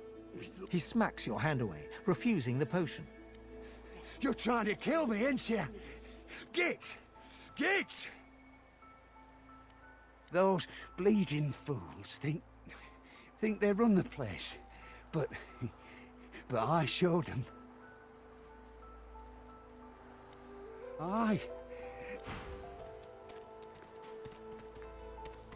As soon as I saw that glint in your... Ifan tips his fingers. A healer's walk is never done.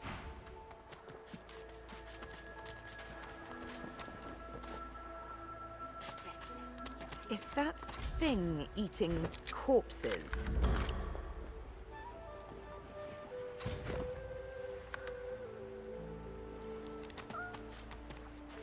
The creature heaves through lips gummed with human gore. It turns to you with great effort, pain apparent in every movement, and madness screams from its wide, bloodshot eyes. You. Quite lost.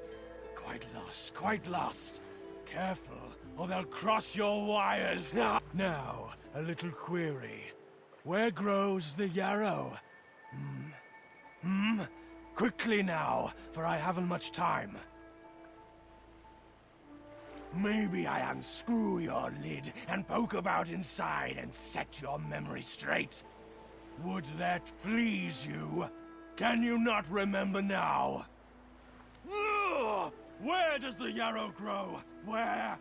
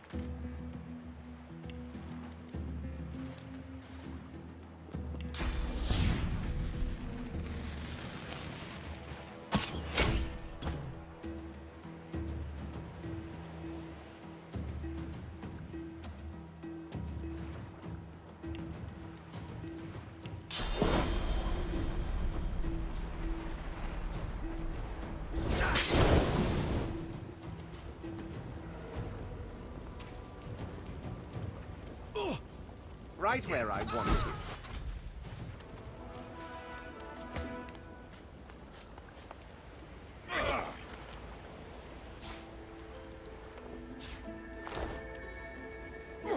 The dead man, creature, thing lies in a heap on the beach.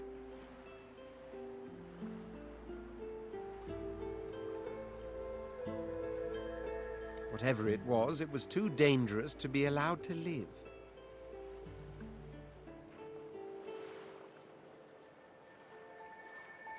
Once that was a person.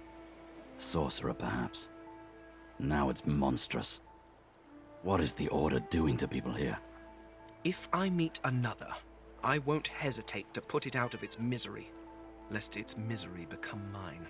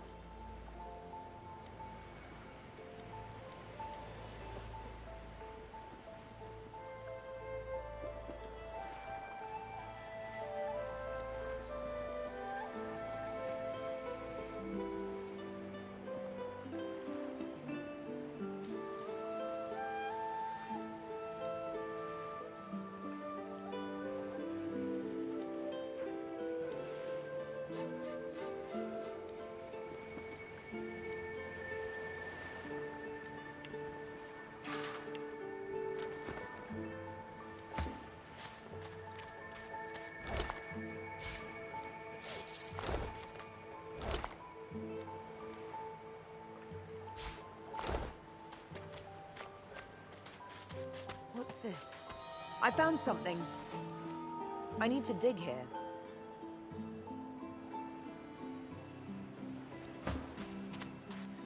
One must put in due effort if one is to reap the proper reward.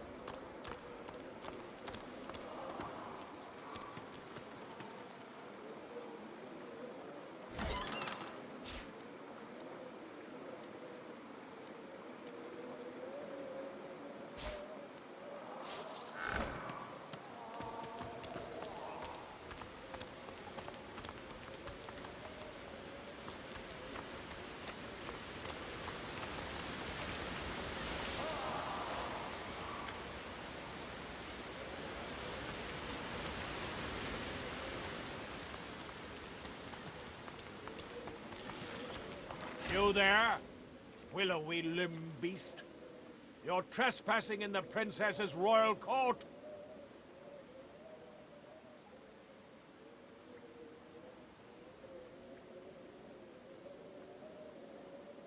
You've never heard of Her Royal Highness, Princess Zenthia of the Firelands? To be forgotten? Truly the cruelest part of that dog Brachus Rex's punishment. Every creature in the world should know and love the princess. You would be wise to leave here. My princess is already in a foul mood. To have an uninvited guest show such ignorance would only inflame her further. She's fed up of being trapped in this cavern, of course. She wants the curse of Brachus to be removed so that she can find a prince who's worthy of her hand in marriage. Until she is free of the tyranny of Brachus, Her mood will only darken, I fear. Her own courtiers can do little to cheer her. And outsiders? Well, outsiders rarely survive her wrath. Truly? Then perhaps the tyrant has fallen, and my princess might be free. Be sure to tell her. It'll raise her spirits no end. Do you hear that? Something's up ahead.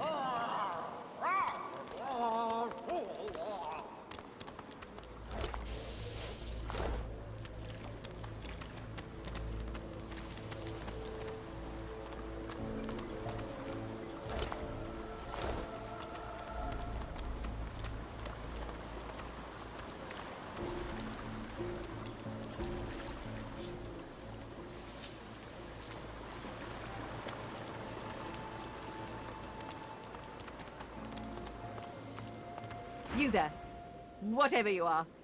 Did Brackus send you? Is he ready to apologize?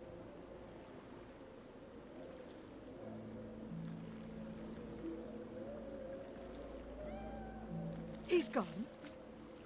You're absolutely, positively sure? That means I'm free.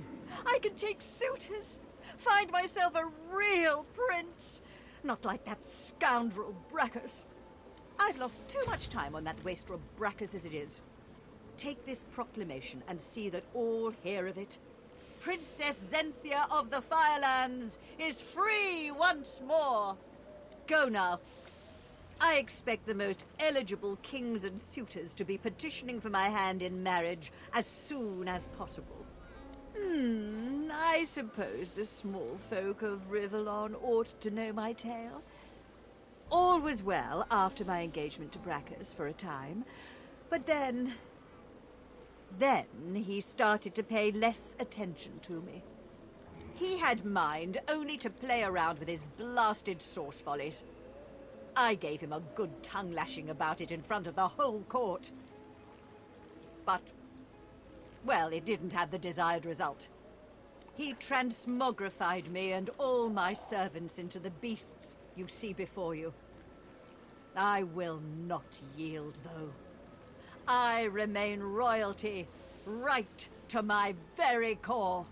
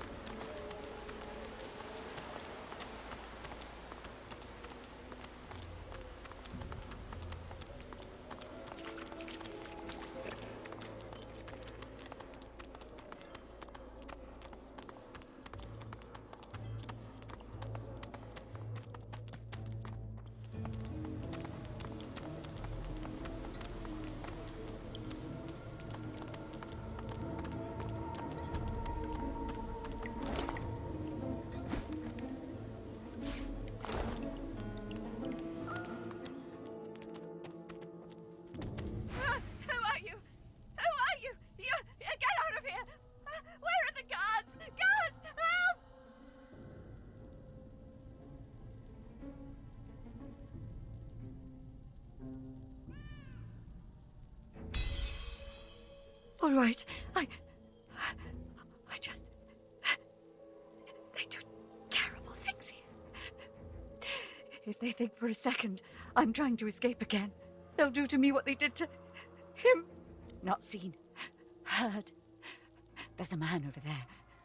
They tortured him, questioned him. Seekers, something about Godwoken. He didn't know anything, but they didn't care. I heard his screams. I heard something eating him from the inside. No, it can't happen to me. It can't.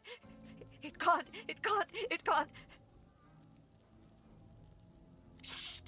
You can't escape. Don't you know what's outside the fort? I tried to leave. I heard of a shelter in the Hollow Marshes, a place where sorcerers could go. The undead had their hands on me in 5 minutes. Shredding, tearing. I came limping back, and now... Outside, the bones are gnashing. In here, the magisters are cutting, slicing, grinding, smashing. what to do. What to do.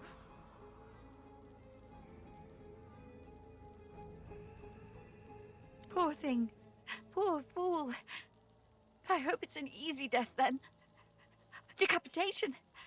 Yes, I do wish that for you. No, take care. Take care.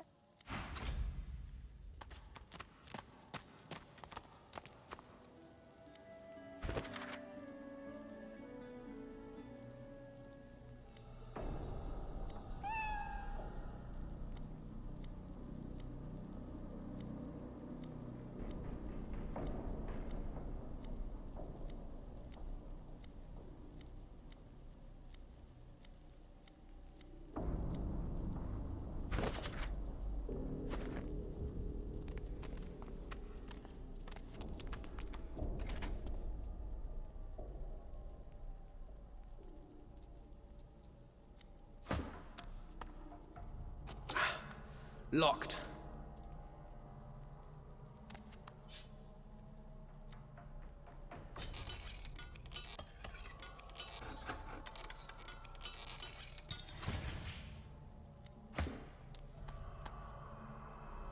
Is it not enough that you travel with me? Must you speak too? Go on then, bark away. Let's see if we can find any method in it.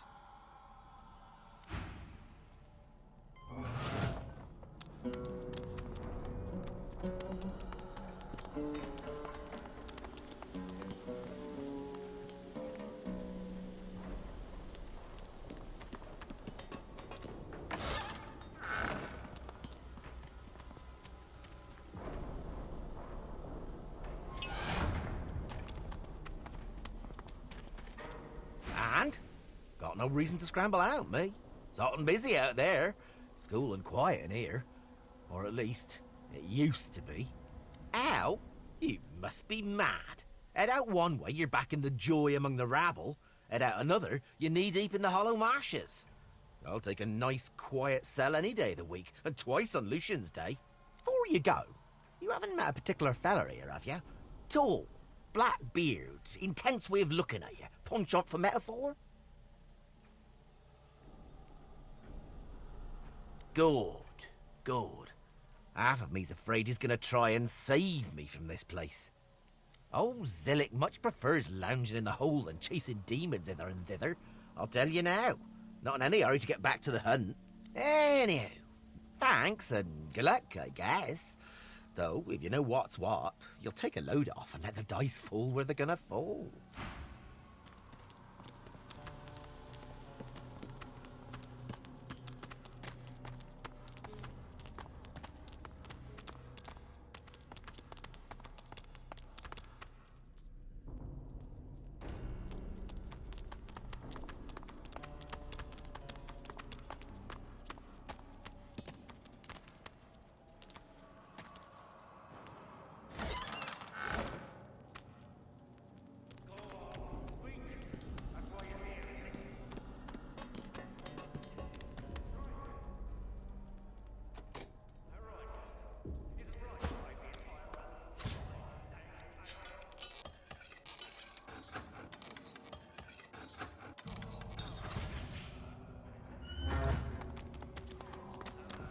The elf's skin is pale as a corpse's, but his face contorts with inscrutable emotion.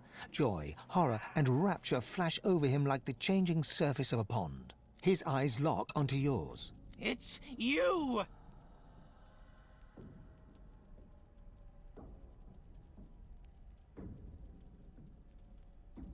You! Oh, love, they've been looking high and low for you. He spasms suddenly. Do you know, Dallas? She fears us. Of course she does. She knows what we'll do. Atusa, a noble soul, brave, trying to help me, trying to help many of us. But they thought I could, maybe I could have. You need to go. Dallas, after she took me, she did something. My head, I feel like someone's rummaged their fingers through my skull. Get out while you can. Oh, love, I'm wrecked. Can't go. Couldn't move my feet. As likely to stab you in the neck as shake your hand. He giggles coquettishly, then bellows like a bear. Leave.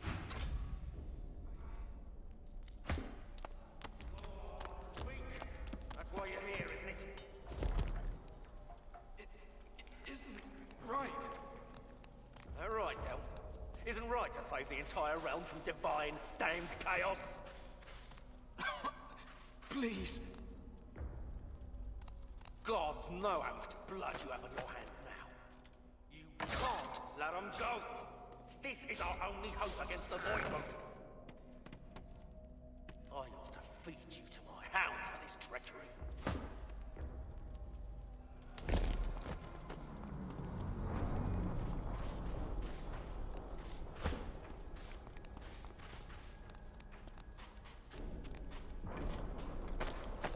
How many was it? Sorcerer!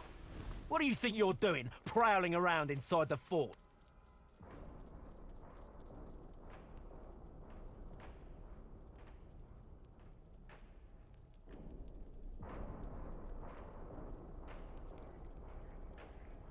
Ha!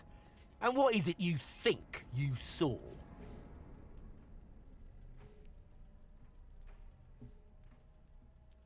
Go on, get an eyeful. That's the least of what happens to traitors. Traitors and sorcerers. He looks you up and down. Too bad there's not a bit of meat to you. Guess my hounds will have to be happy with the bones.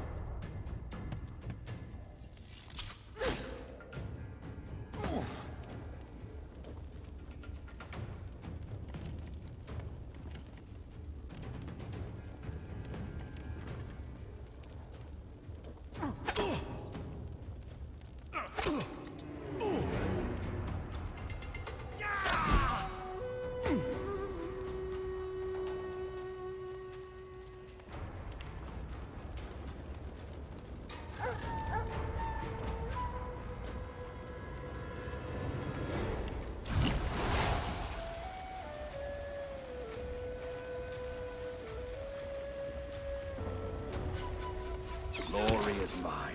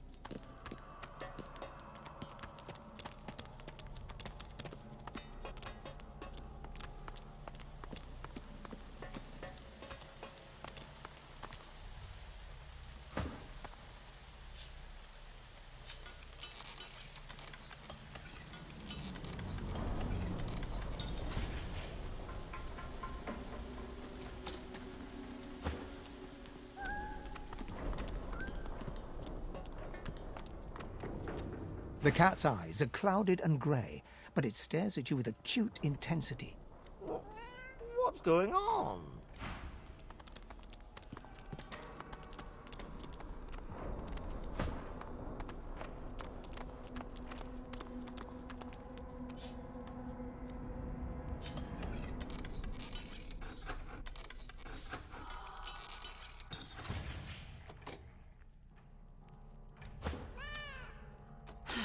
Fastened tight.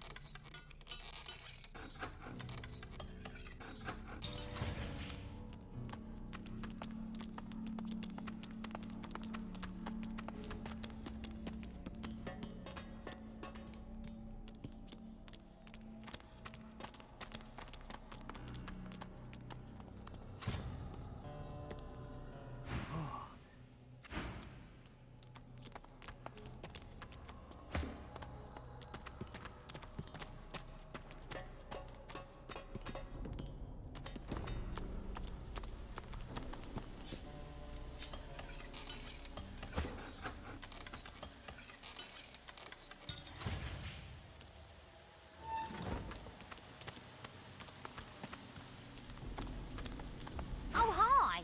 Oh, you! Oh, hi! Are you here for the pointy lock undoer?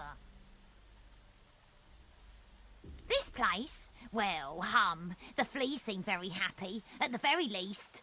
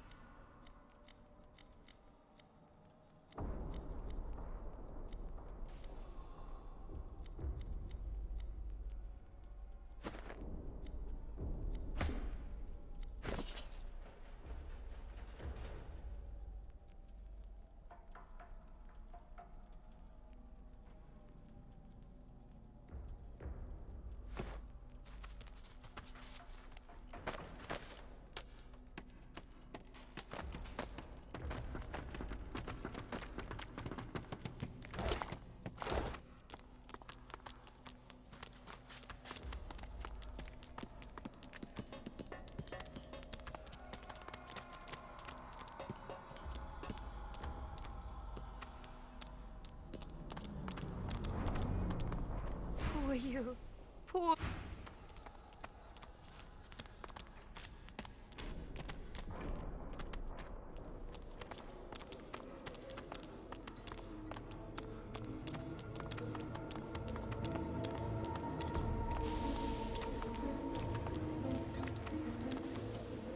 Why have you returned?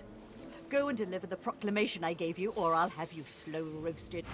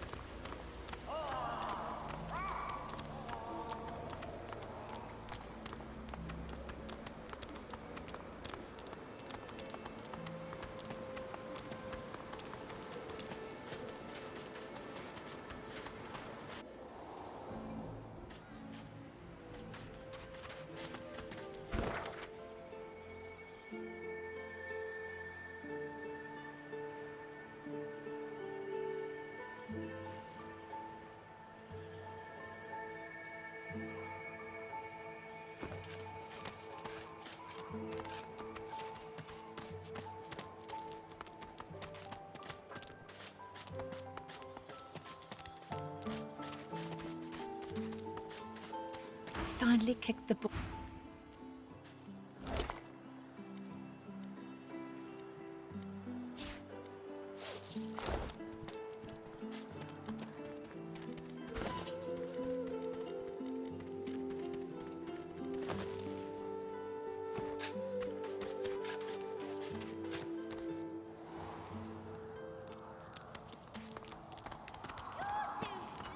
It is good. I see it. I sense he is free. He comes. He comes back to me. This is very good. Sahela is all right. I still protect her. She does not die here. She does not die here. Thank you.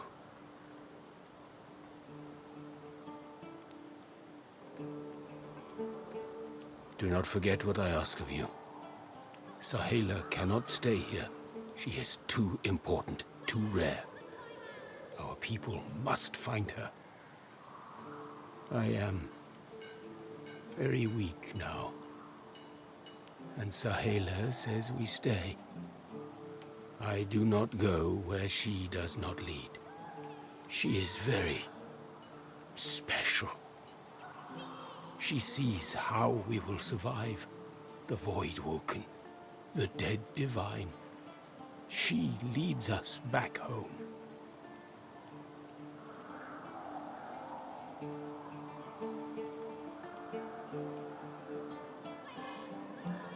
All of luck to you. Do not forget what I give you. Take it to the elves who roam the mainland. They come here. They save her. They save all of us. Whoever kills the other is the boss! Shua! Got you! She breaks into a huge, childlike grin as you approach. One friend brings another home. Thank you. He gets better, little by little. We are together. We always get better if we are together.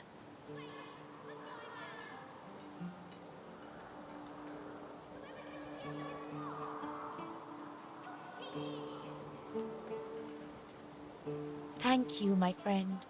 But only you survive the passage. I see it. You are free. We must remain.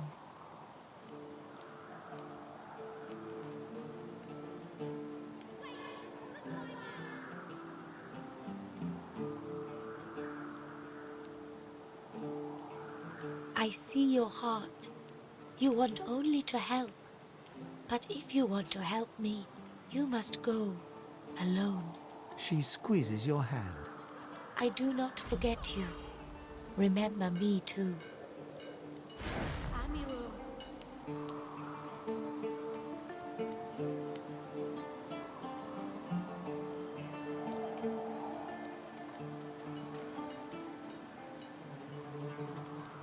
Shua!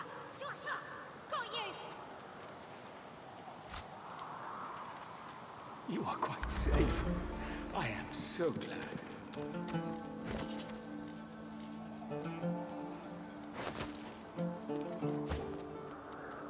I'll stab you right in the eye! Shua! Got you!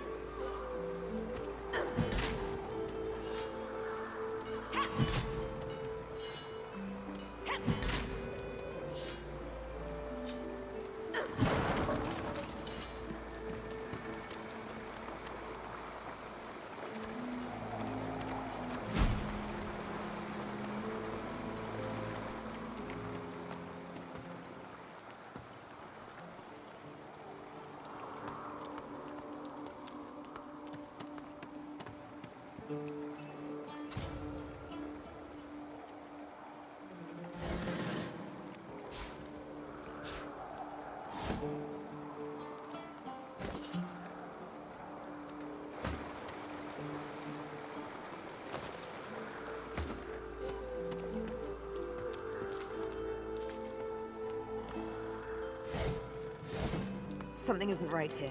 It could be an ambush.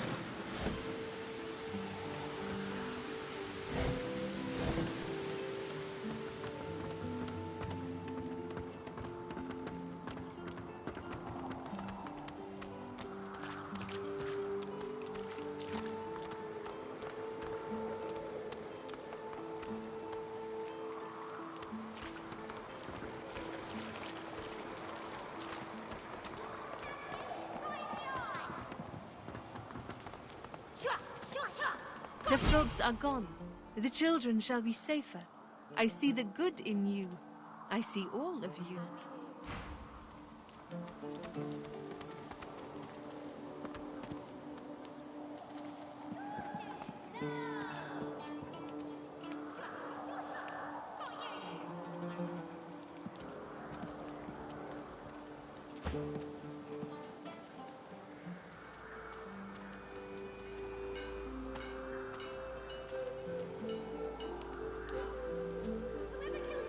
It is good. I see it.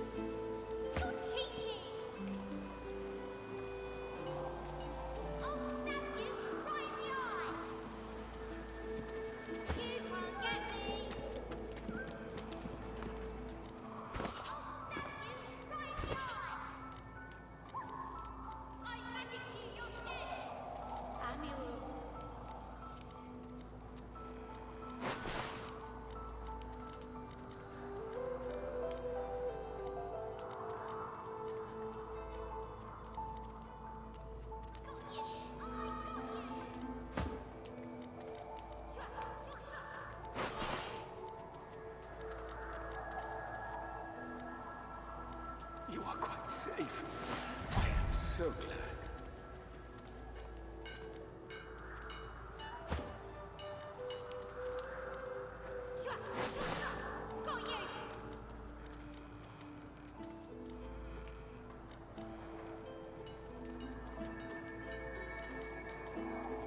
You are quite safe.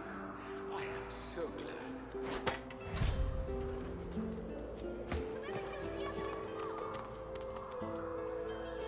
State your business. The one house, the true house, the house of war. Why?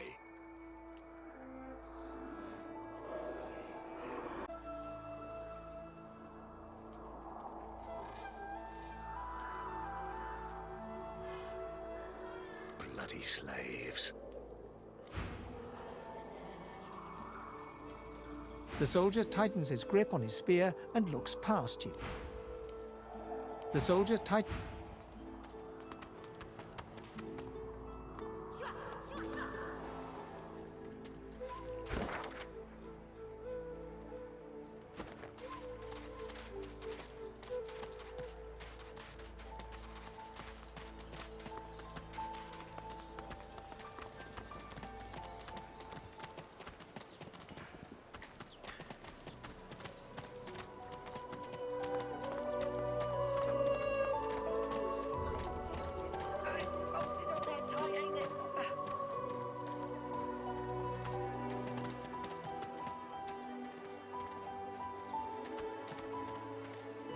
Amidst a crowd of screws, bolts, and scraps of metal, the woman is manipulating a glove-like contraption fitted with 5 long metal skewers.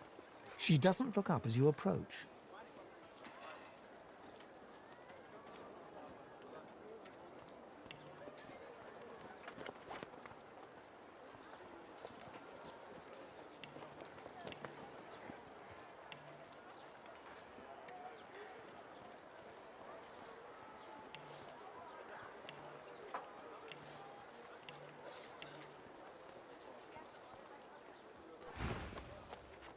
And what you after? I ain't. Just seeing how it's made. She's clever, Dallas. Made these herself, for those bodyguards of hers. Boy, they're sharp. She looks up. You looking to buy something?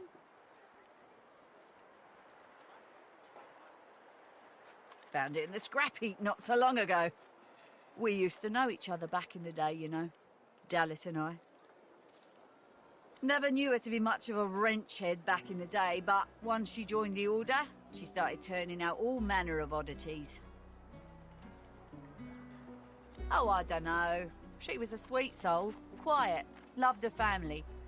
Always seemed strong as I recall, but she didn't come across as no fearless military leader back then. She was just a girl. People do change, don't they? She nods once. You looking to buy something? Or do you just want to waste my time with a whole lot of questions?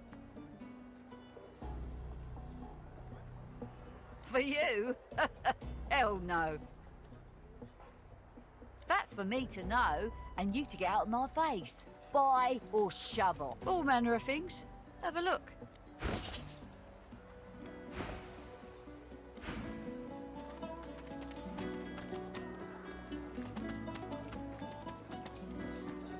The woman looks up as you approach. What do you need? Ha! The hammer got you curious. She nods once. Clever lasser. No wonder what Alexander... Oh, I don't know. People do change, don't they? By all means, get an eyeful.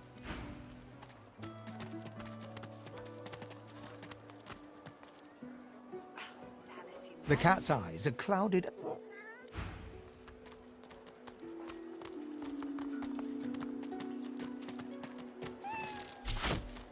Bad luck to let one of them cross your path.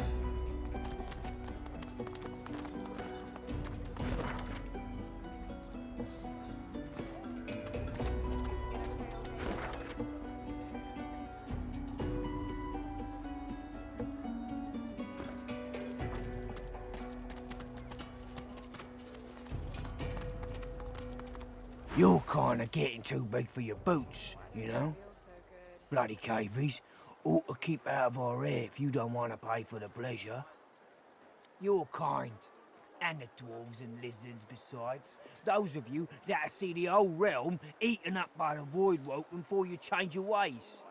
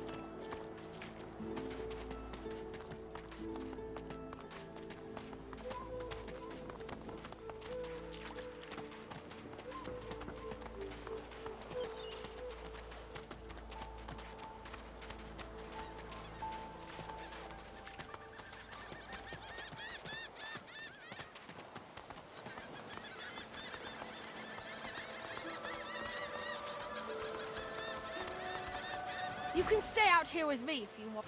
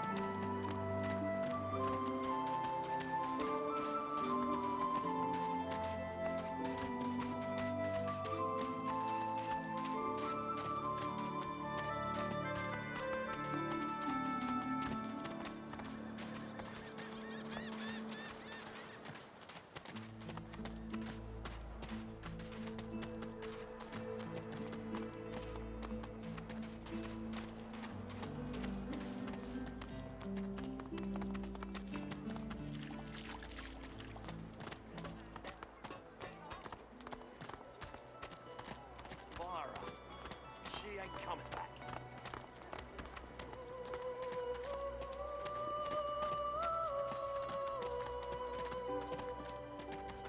If you think about it logically, she's much better off. Leave it, Sam. I won't say it again. Come on, please. Excuse us. You're talking to me, not her, Sam. Oh, for the love of Lucian, Balladeer. You're acting like a madman. Say it again. What you said about my wife. Go on.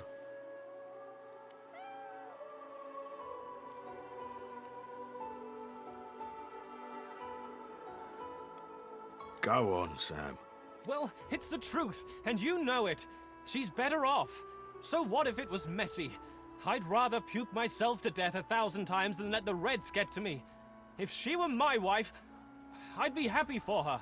A flat smile twitches across Balladeer's lips. She never did like you.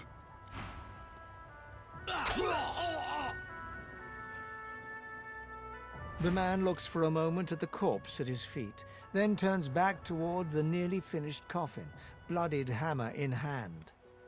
He nods at you and turns back to his handiwork. He lines up another nail and hammers it into the panel.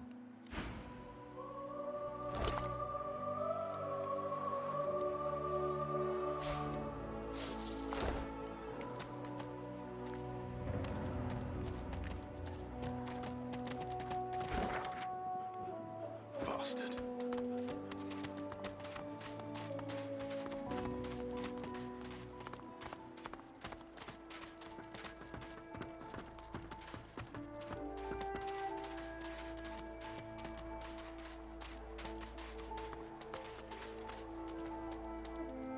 I think this was the crate I was after.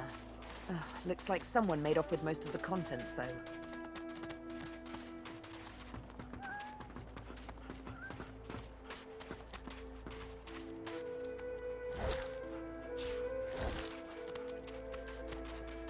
I'm hungry.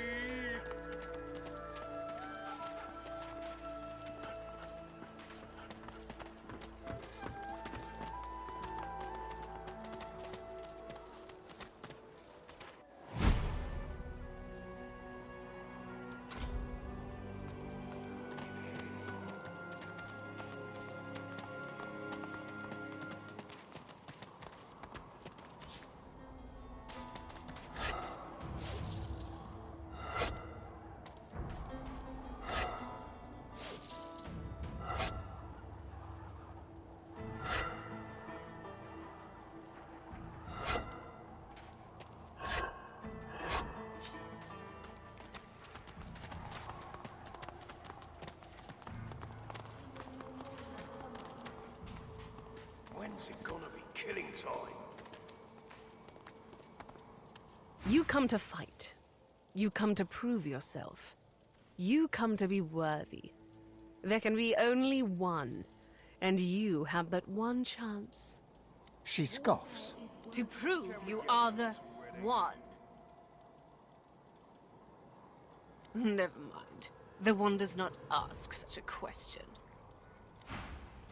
We seek the one. You come to fight. You come to prove yourself. Good. Who aids you? Choose wisely. Whether you fail or succeed, you do not fight more than once.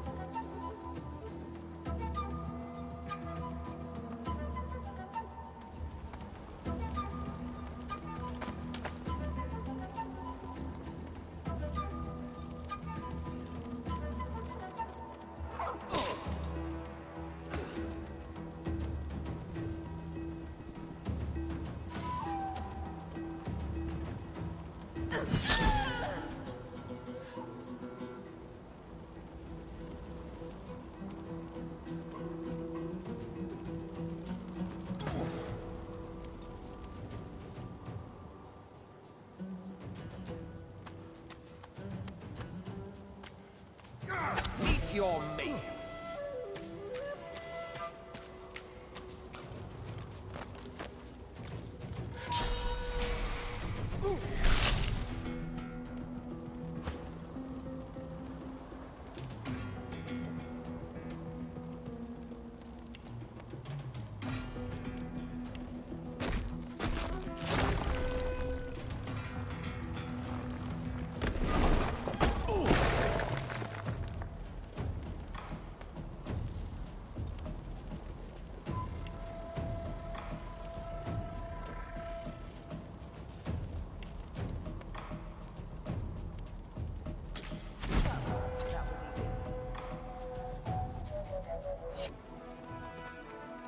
Well fought.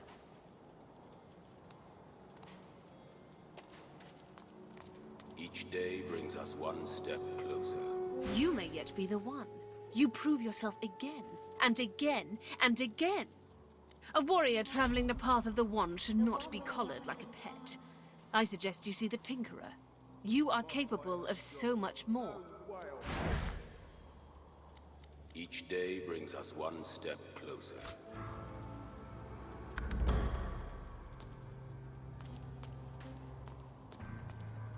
You may yet be a warrior The one will walk among us, and not today.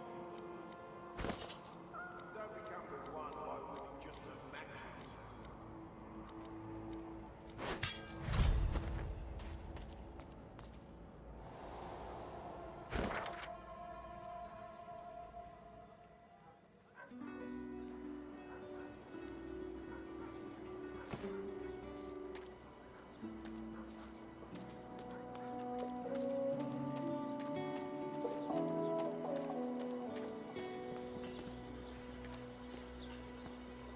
Leave me.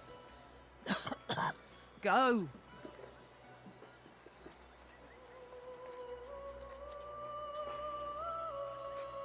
No. Don't you dare. I want to be done. I won't let the Reds won't let them take me.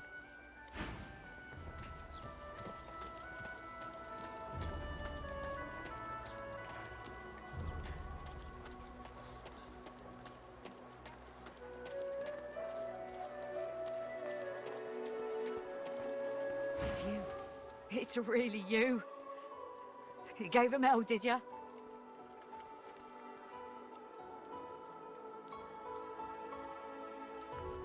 She sits at full attention, utterly wrapped in your retelling. It may just be you. The one. You might be her.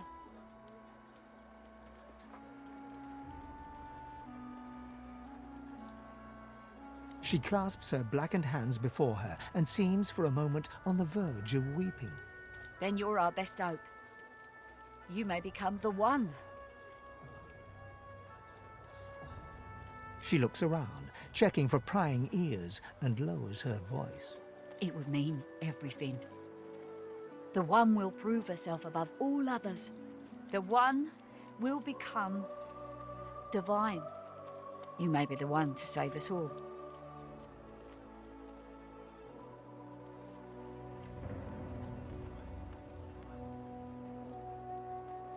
There's only one thing to do. I've got to set you free. Your collar. Let me take it off.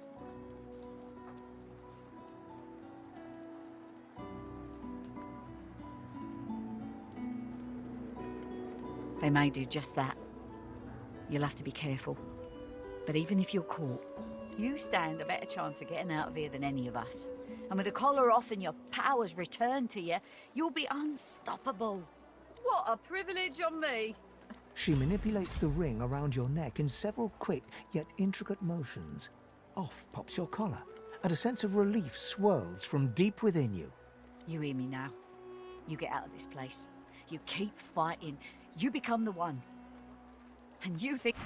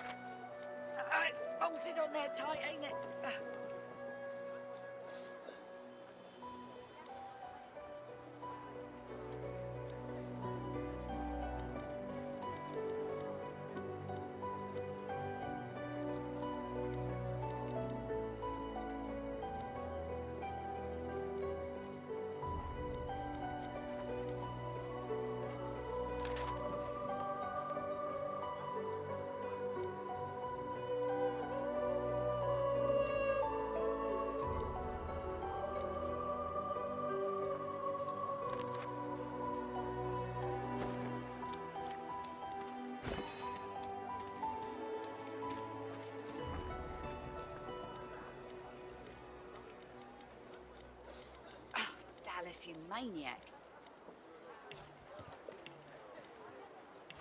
Hello? You gonna pray all day, buddy?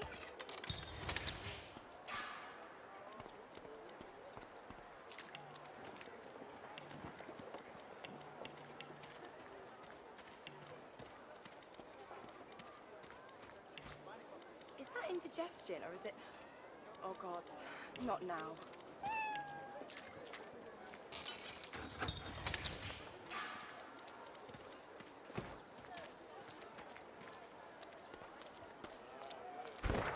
Where's the oil?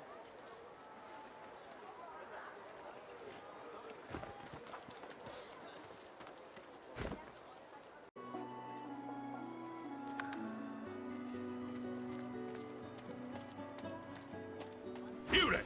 What the devil are you doing without your collar?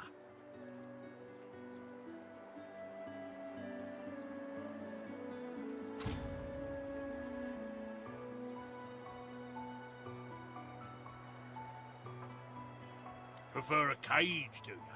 No skin off my nose? I've got the perfect cell for you. So, you'd rather die here and now than be cured, would you? Fine by me.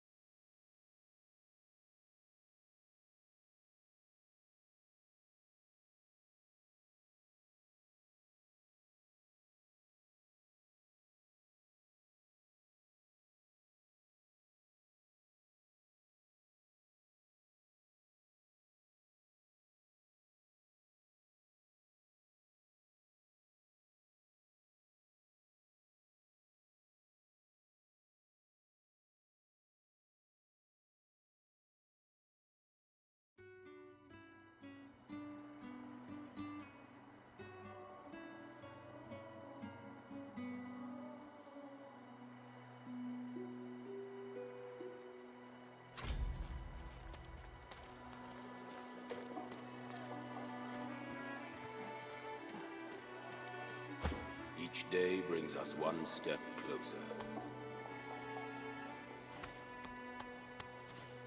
Do not do so.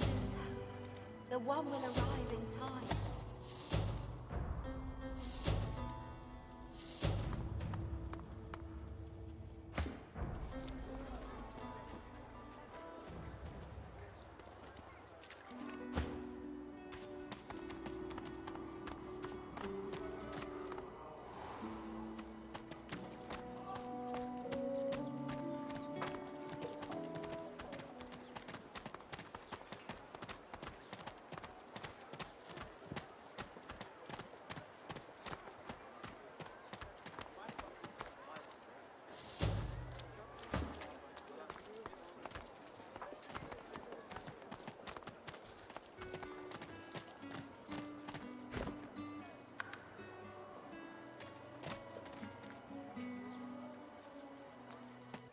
Beauty! What the devil are you doing without your collar? No harm? I've heard that. So, you'd...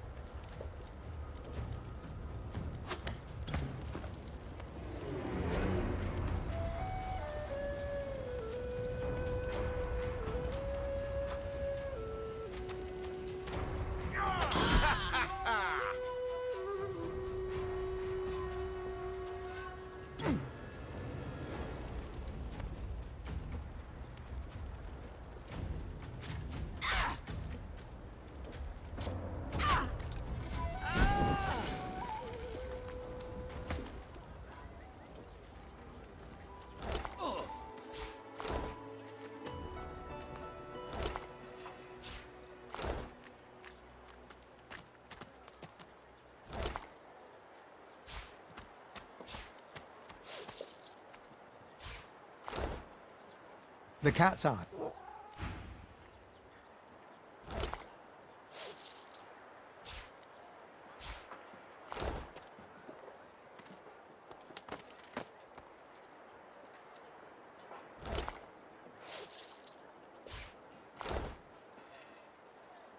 Is it not enough that you travel with me? Go on then, bark up.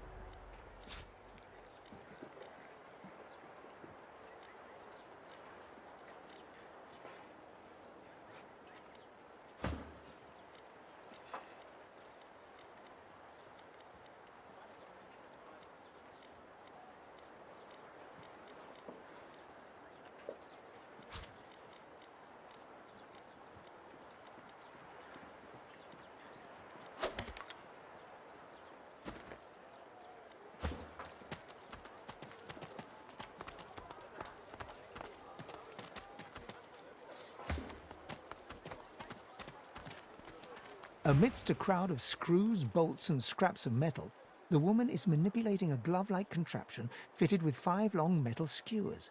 She doesn't look up as you approach. And what you after?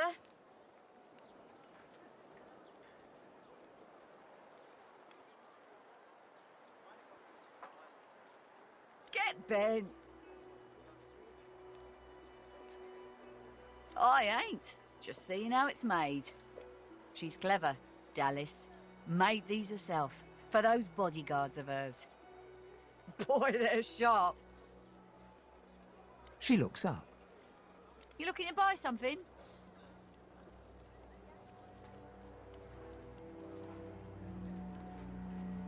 Found it in the scrap heap not so long ago.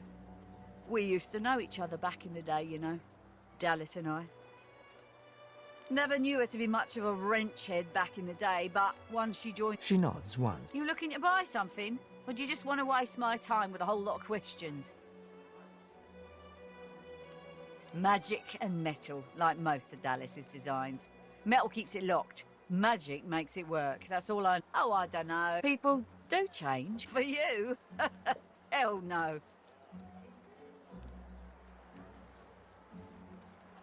Worthy is exactly the right... She looks at you with... Good to see you. You take care now. And don't you let me down.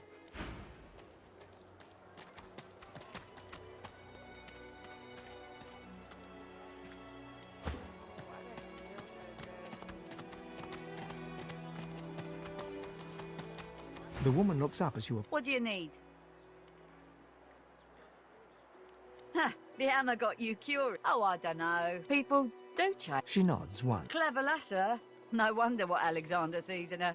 Question... Oh, Dallas, you maniac.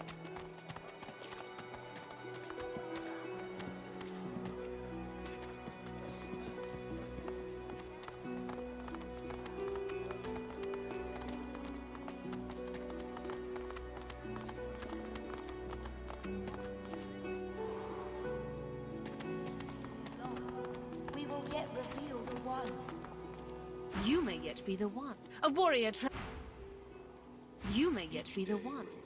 A warrior traveling the path of the wand should not be collared like a pet.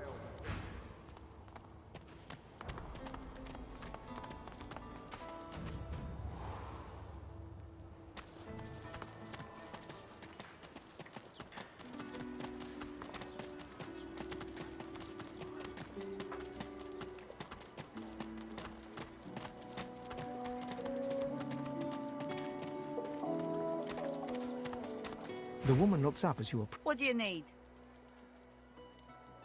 Huh, the hammer got you cured. She nods. Clever lasser. Oh, I don't know. People do change, don't they?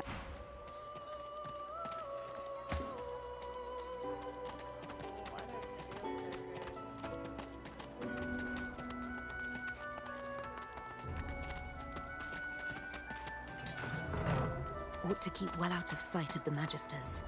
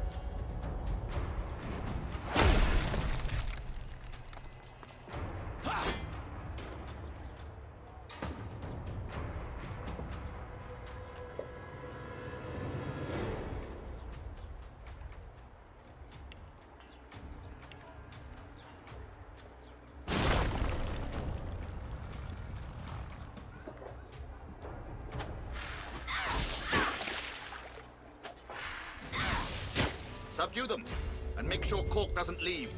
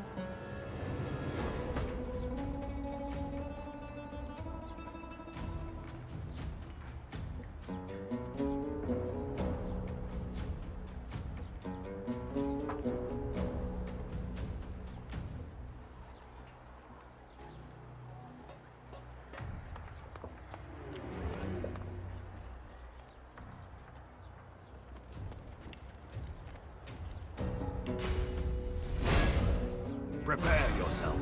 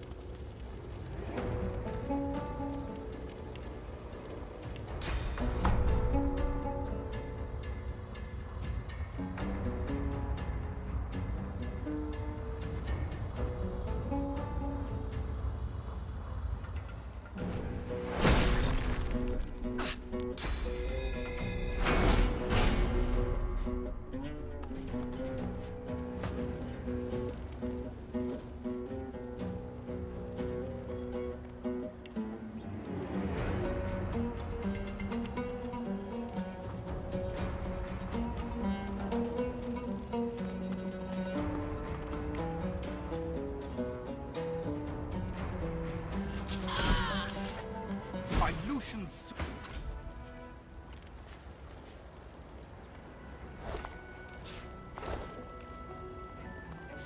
Boring.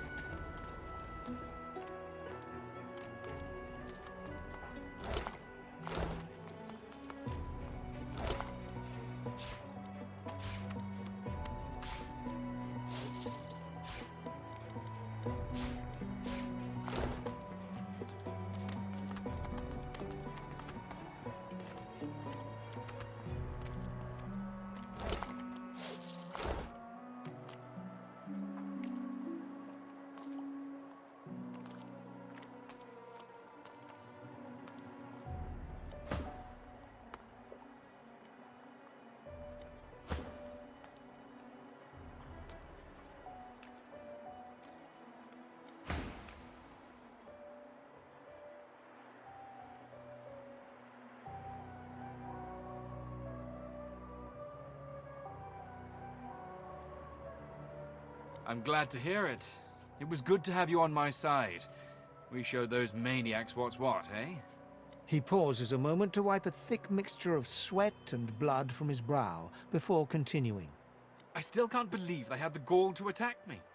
It's high treason to go after a paladin like that. We're divine order, gods damn it. Our superiors will be very interested to hear this.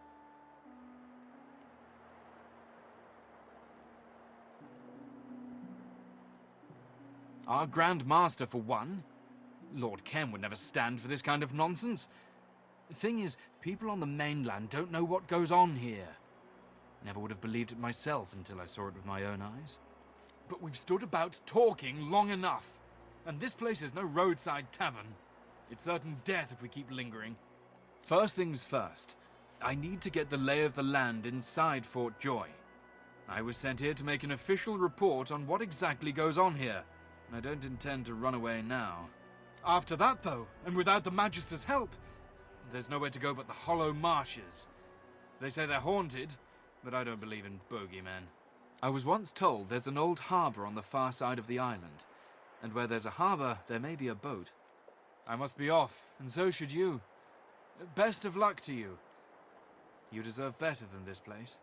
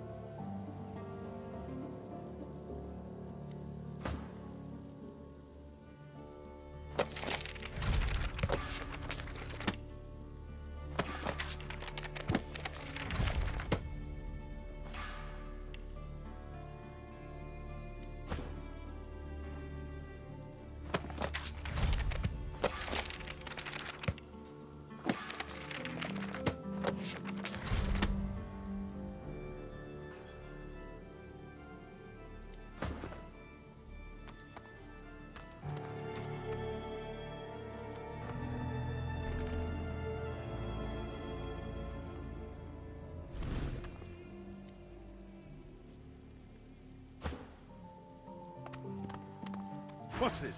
Guards, what is this prisoner doing here? I beg your pardon, Your Honor. He must have slipped his watchman. You! Who let you out of your cell? Come along. You'll be tried when you're all right. That's enough. You're coming with me. Let's not be hasty, Magister. This ought to be an education for all of us. Tell me, sorcerer, what did you hope to gain by interrupting these proceedings? Brother, do not answer. You must run. Run!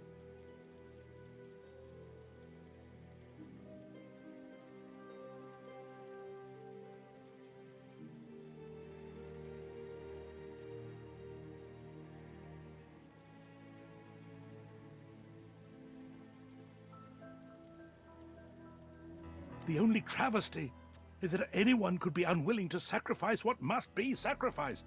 All that you give up, you give back to the realm. It's very simple, and very selfish to refuse. Source attracts Voidwoken. Voidwoken bring death. As long as Source is contained, the Voidwoken will remain at bay. The Divine is dead. Have you forgotten? We are on our own. There is only us and what we can do to protect each other. A very brave claim, made by many throughout the realm. And I'll see to it that they remain alive long enough to argue the point until we die of old age, warm in our beds. Ah, a wonderful question. How to explain it? You see, with this wand, I can leech the source from within you. You'll no longer attract Voidwoken. Rivellon need no longer fear you. All this talk, why don't I just show you? Madam, please do hold still. No! Animal! Beast! Slug! Please! No! Ugh! Perfection.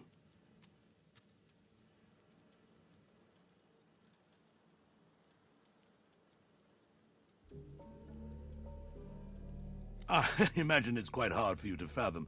I don't suppose I'd look forward to this fate myself, but you must understand, if your kind are left well enough alone, the Voidwoken will destroy us. All of us. This elf has sacrificed her source. Some might say the spark of life within her. But she has done so in the name of us all. She is a hero.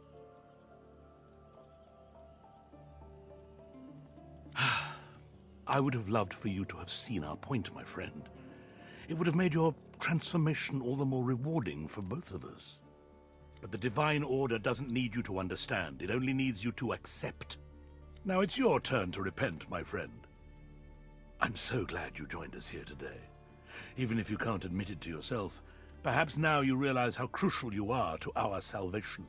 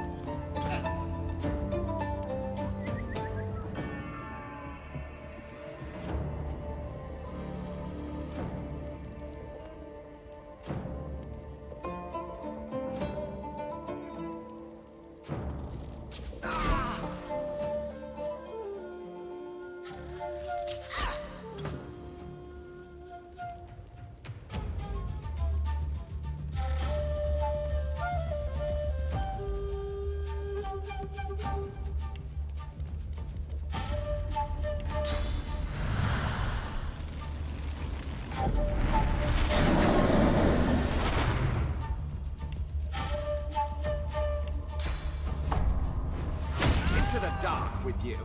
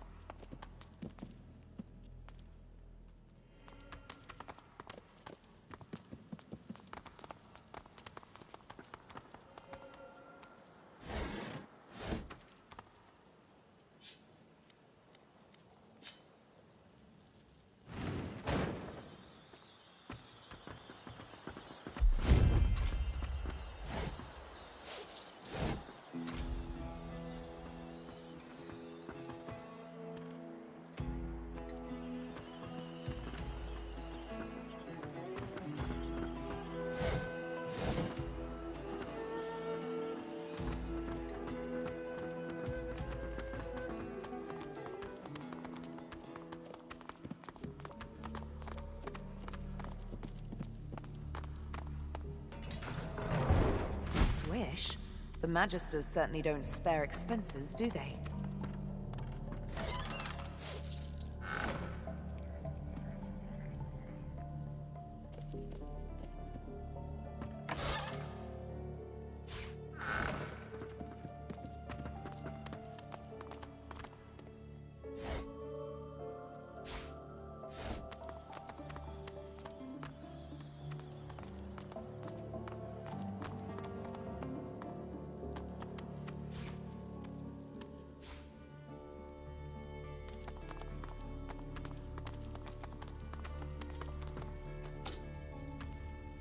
I'll need to get clever with this lock.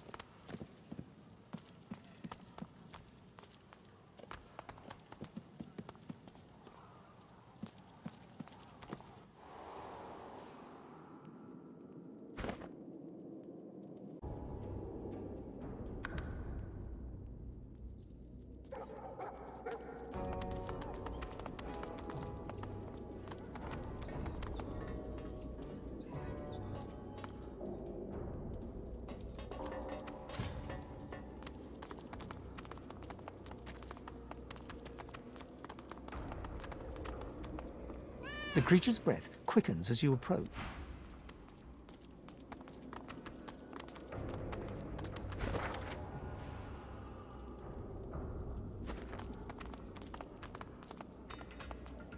The creature before you stares with sightless eyes and leans from side to side, like a puppet without strings. That's an abomination, is what it is. I can't stop staring at it. I thought I'd seen the worst that life can offer. I was wrong. It seems to be even more primitive than the rest of its species. Fascinating. Holy hellhounds. Those dogs sound out for blood. My tummy hurts.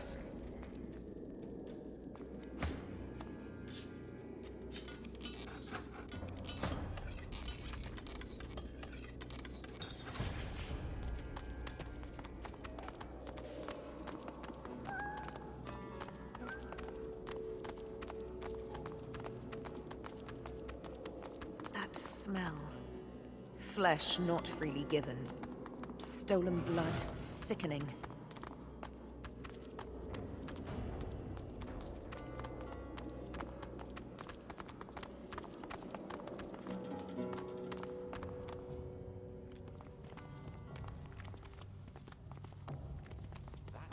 So many years ago now. I can hardly remember the... As the Magister turns to face you, you feel Fane stepping up behind you. Have you seen these contraptions? This must be the Magister freak the blacksmith was referring to. He may have the very tool I need to craft my mask.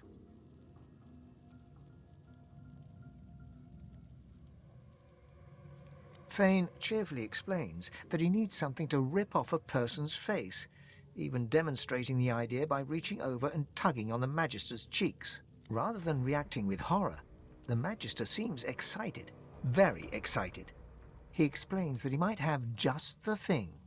Unfortunately, the Magister does not seem willing to part with it, no matter what Fane offers. The undead turns and storms away.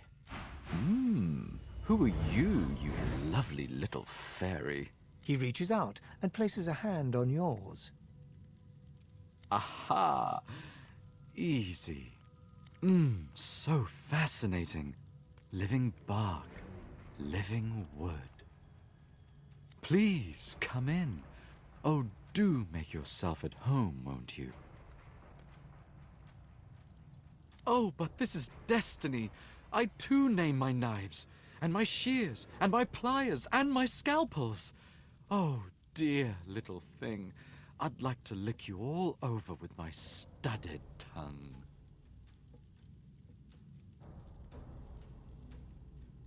Ah, rudely I am denied.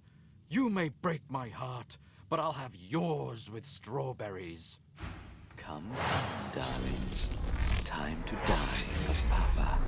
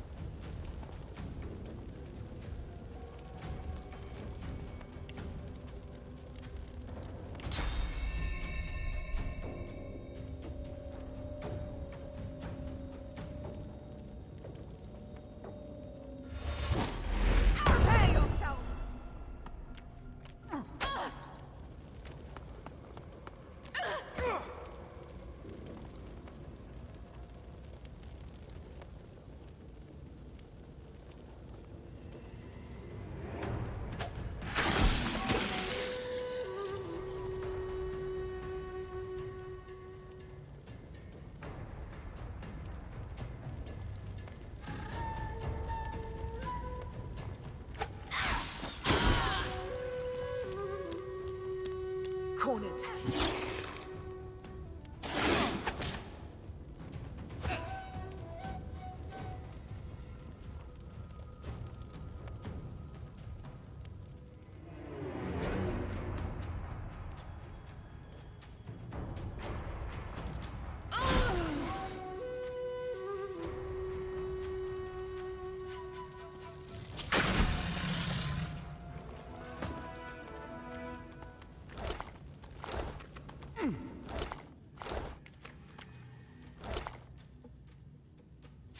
Exquisite.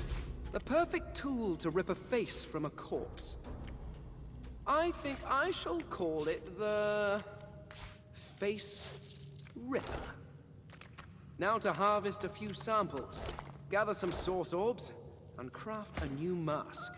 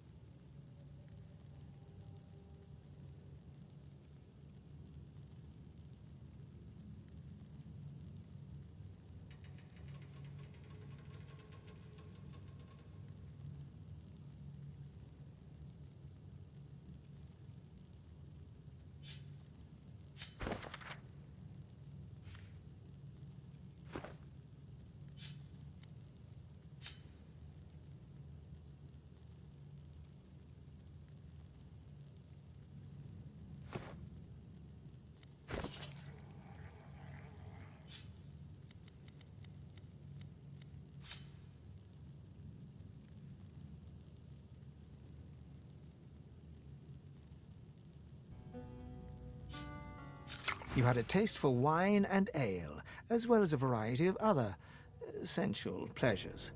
Life is a coffer replete with countless delights.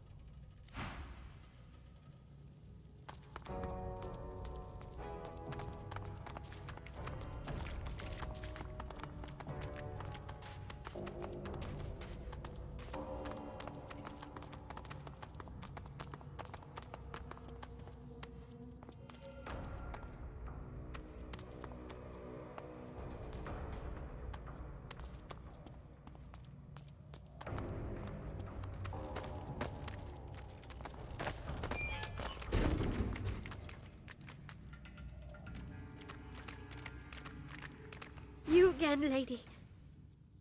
I don't like it down here. Don't like it at all. A bad man found me on the beach and brought me here.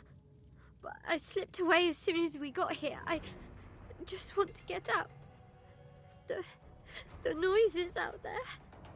Please help me get out. I just want to go to the beach and play with my shells again. But that grate is too heavy for me. You again, lady. A bad man. Please help me.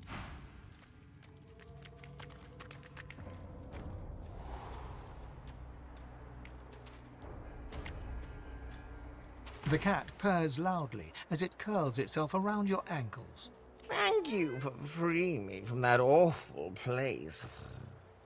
The air is so much clearer here, wild and free, just like me. And I remember who I am now, a wizard's cat. But the spell-flinging stinker left me behind, without as much as a look over his shoulder. Bah! It's as if I never made myself a bed on his bony legs, or never chased away the mice that'd bite through his books. Oh, so he is. I guarded his library like a griffin would a princess's bedchamber, and look where it got me. I can still hear him now, the crusty old cad.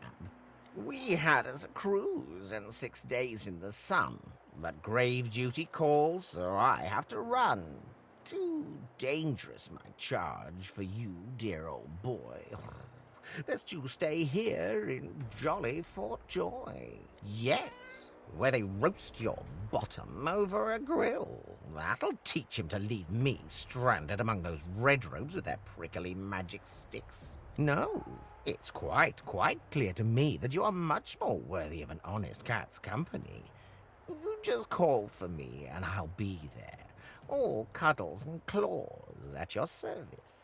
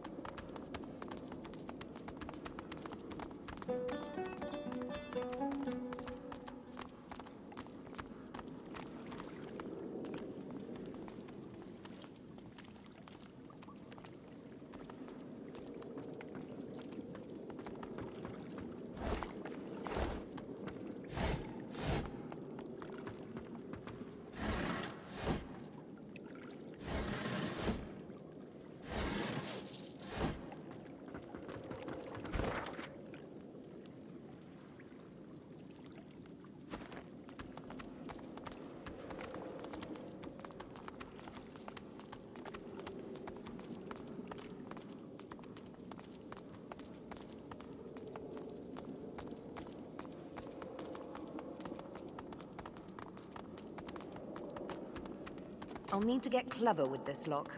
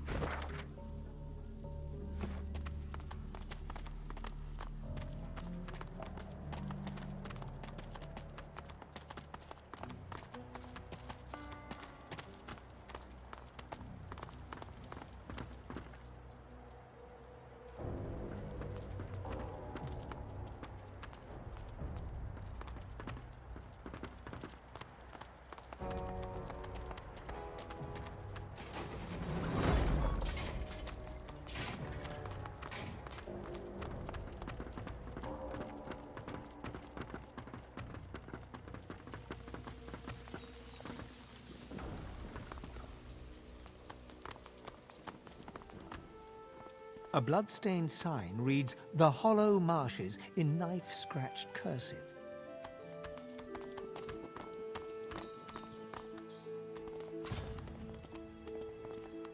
Loping up behind you, Ifan leans in to whisper in your ear.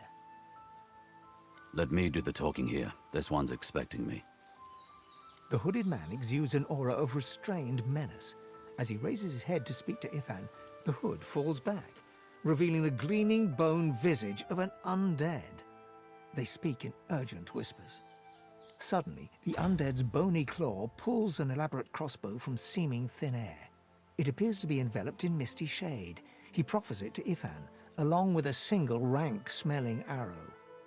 Before you know it, the crossbow and arrow are tucked away in Ifan's backpack, and the conversation ends with a curt nod on both sides.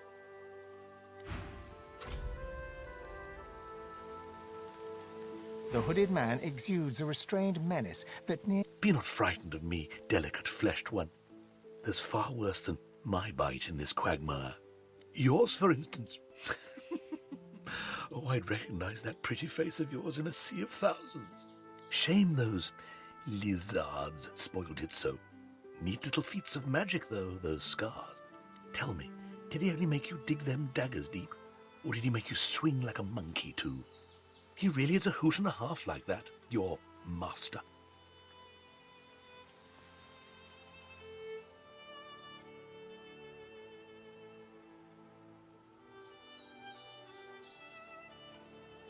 I am Zalaskar.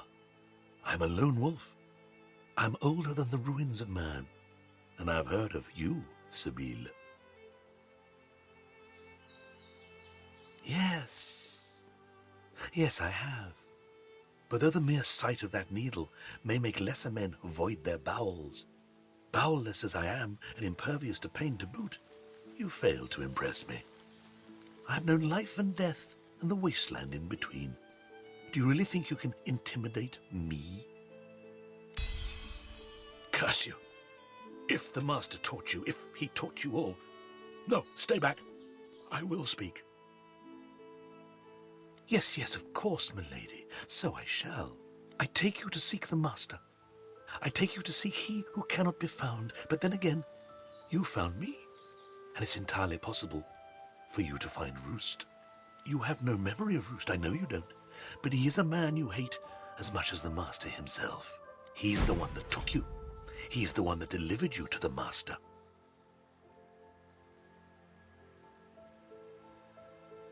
He's a travelling man, like all lone wolves. Goes where contracts take him. Last I heard, though, he was roaming Reaper's coast. A bountiful place to be. Even Roost doesn't know. All he told me is that the master wanted you above any other. You who were no sadist, no killer, an innocent. He wanted you above any other. I too wonder why, you know. For look what a sadist you've become. What a wonderful killer. Every lone wolf boasts of his greatest contract. You are Roost's. You made him rich and famous. You were his golden little goose, if you'll pardon the expression. Before you go, milady, perhaps we could trade. I've many desirable trinkets from the ancients. For the smallest of costs, I'll tell you. Barely a trifle. I only stock the best baubles, the choicest curios. Take a look. Precious wares, are they not?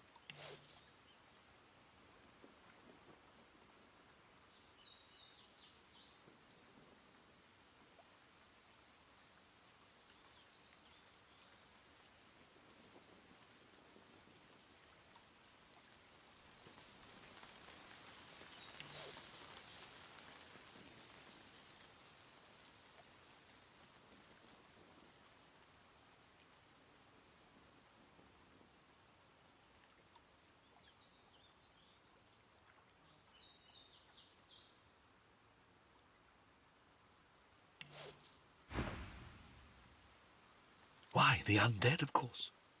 We rise. We rise. There is a stirring. Have you not felt the whisper of the grave upon the winds? The covenant will be fulfilled. Glashel demisht v'mashtim.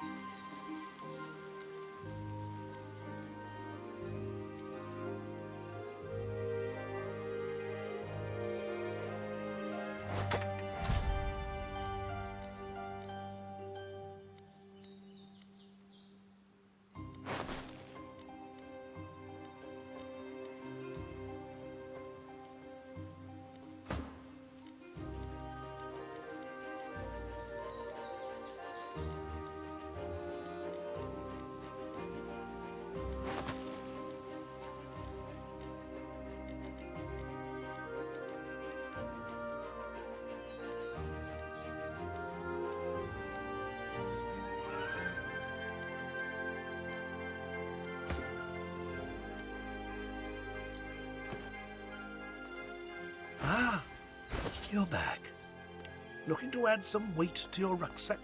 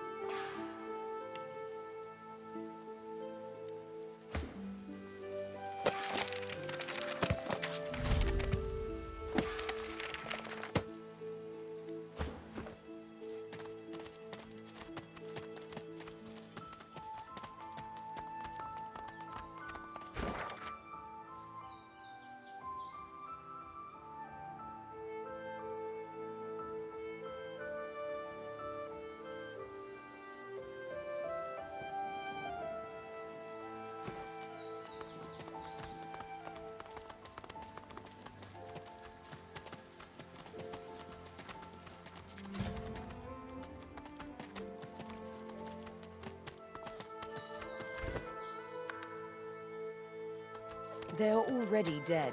They will not be mourned.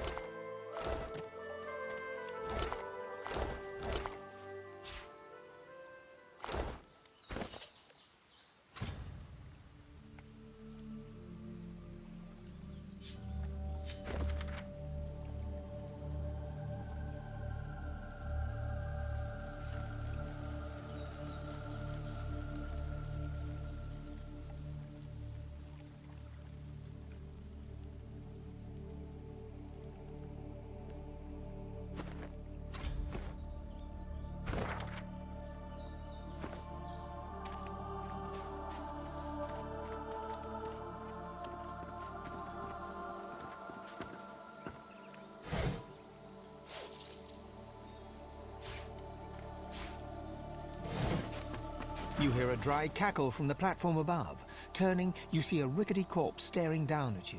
So there is still fresh meat slithering around this mire. Our master will be pleased.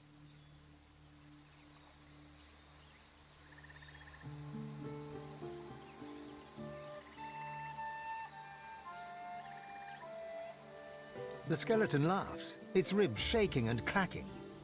No, we were the prisoners of Brachus Rex on this isle. Playthings to his will, victims to his foul experimentation. The red-robed jesters seek out his toys, but the pups are nothing to us. Alas, our royal master died and left us to rot. Now we are promised a future by a new master, a master we serve by choice, not by force. Oh, sweet fool, the Magisters are nothing to us. We hunt Godwoken. You shall make a fine gift to our master. Rather, your skull shall. I have no need of the rest.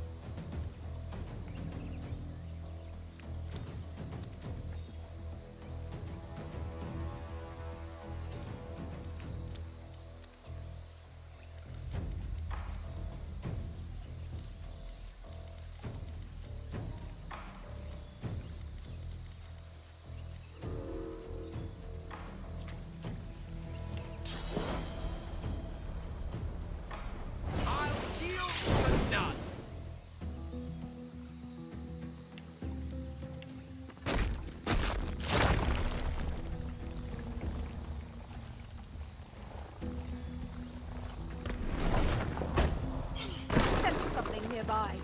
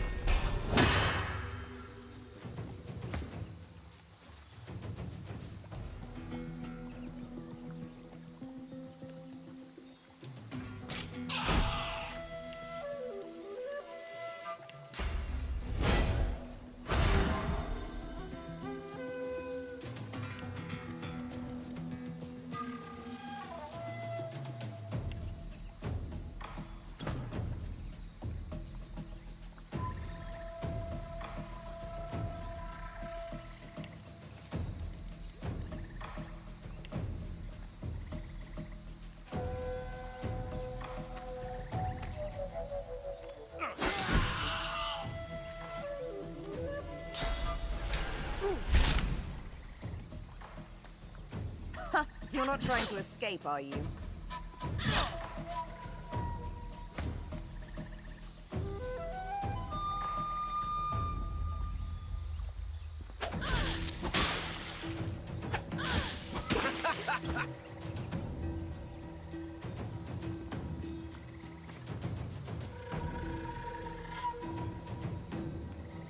Worms, take you!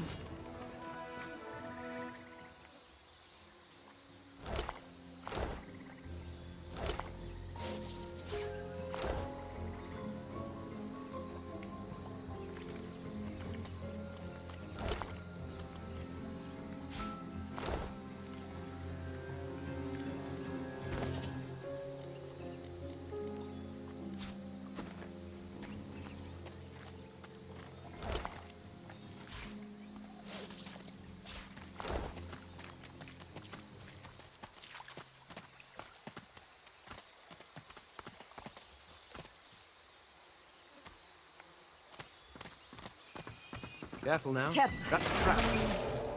Burning. Are those pigs on fire?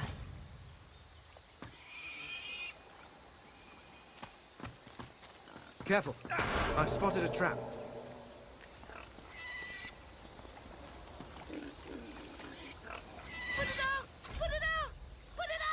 The pig is engulfed in flames, but her skin remains unsinged. We've leapt in lakes and rolled in puddles of blood. Makes no difference. Can't you do anything?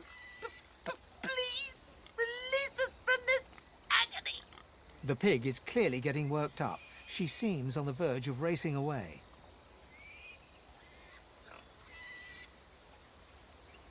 You aren't sure?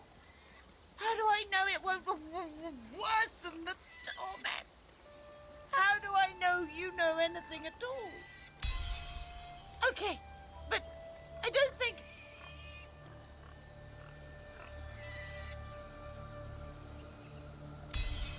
Yes, I have endured for this long. I can endure longer. But please, please ease this burden. I beg you. It is the doing of Brachus Rex. Kings will always come to see themselves as gods. I should never have spoken ill of him. Many years ago, we dared warn of Brachus Rex's gluttonous cruelties. We paid the price with these porcine bodies and the curse of eternal flames. Praise means nothing. I would reject it if it meant a chance to turn back the clock and worship Brachus Rex as he demanded. But bring it to an end. I will trust you in this. Please.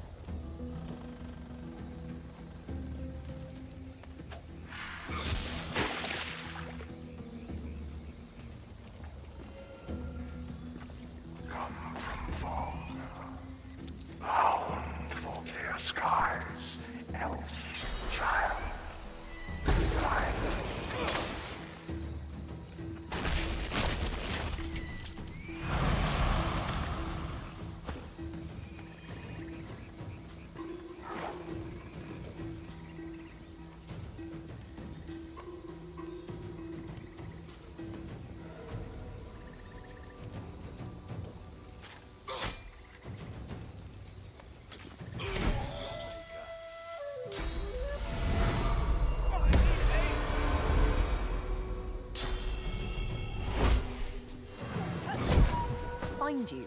Find whom? Whose voice is this?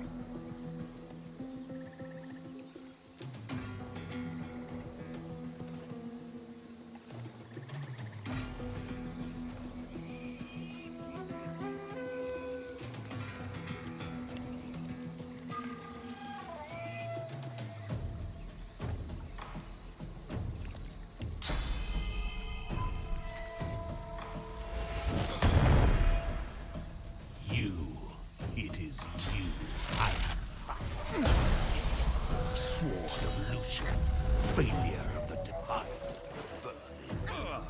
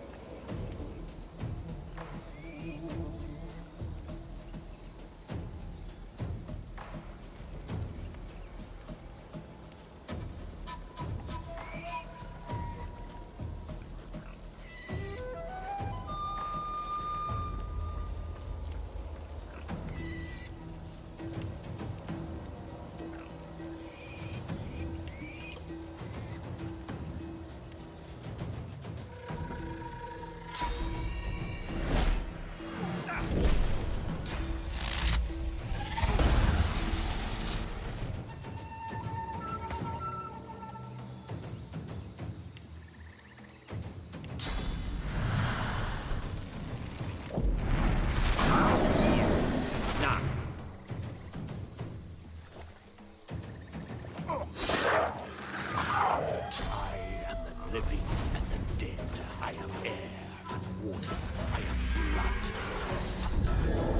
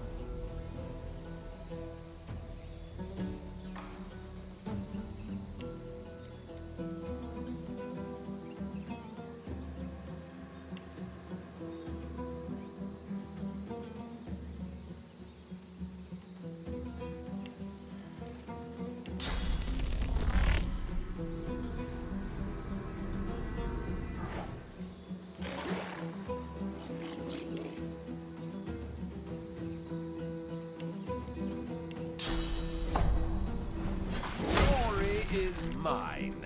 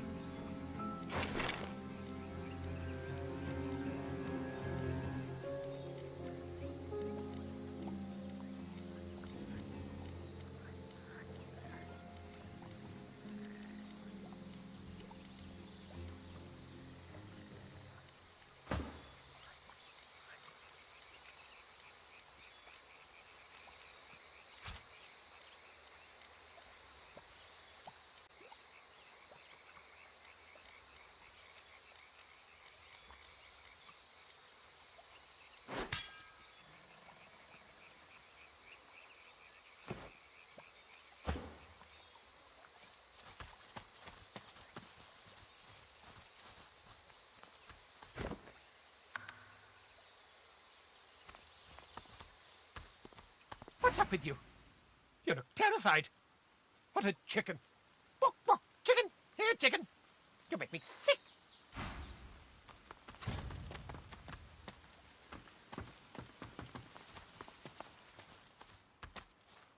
Who's there? I can hear you. Captain, is that you? Quite right. Do seek. Is that you? Where is everybody? A young magister tenderly fingers 2 fresh gashes across his eyes and face. His fingertips hesitate over his closed eyelids. He's been blinded. At your approach, he spins to face you and readies his shield. Stop! Stop! Who goes there? Scar! I don't know any Scar! Tell me the truth. Who are you? I'm sorry, I can't see anything! I feel like a sheep in a wolf's den. So, how much did you hear back at the fort? I don't know how it all went so wrong so fast. We came to get the purging wands from Brachus's old armory. Loaded up the last of them without any trouble. The cart was good going, but we hit a snag. Those bloody skeletons had laid a trap for us. They turned the cart, pulled us out by our hair. We lost Faray. Landon and I beat the rest back, but not before one of them got me across the ice.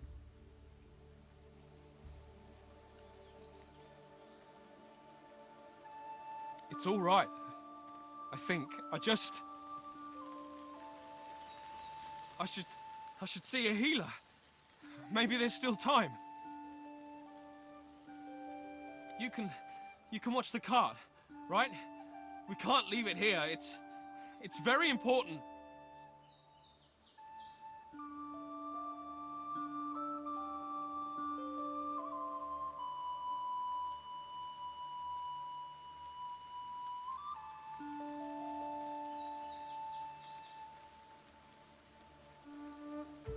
He reaches out and feels for your shoulder. He shakes it twice, then reaches up and pats your cheek, probably a little harder than he means to. Thank you. I can get myself back to the fort fine. After all these expeditions, I know the way well enough. Thank you.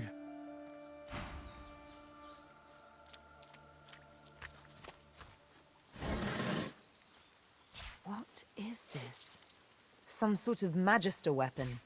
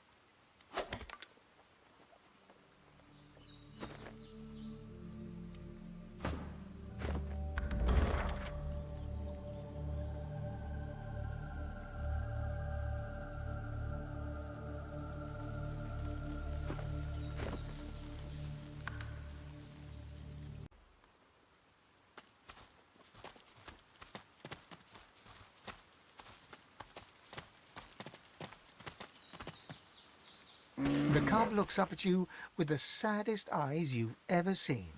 The cub stifles a sob. I want my mum. I don't know. The men in red came with their big rolling box thing, and she told me to hide. She hasn't come back. Have you seen my mum, missus?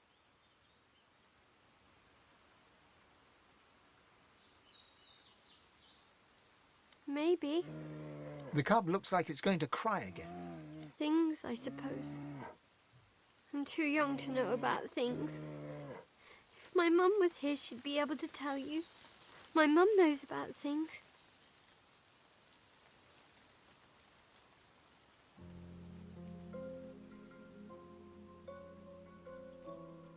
She's just being protective. It's her way.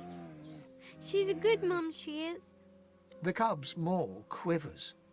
Don't say that, Mrs. Don't say that.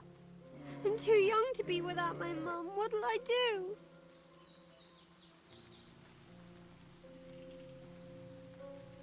The bear gulps. It looks doubtful. Okay, I guess I'll try. Thanks, mister. I'm gonna go hunt some large animals now and see if I find my mum along the way.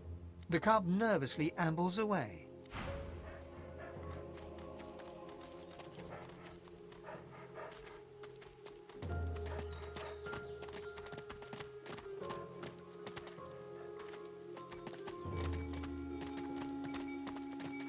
Such barbarism. What happened here?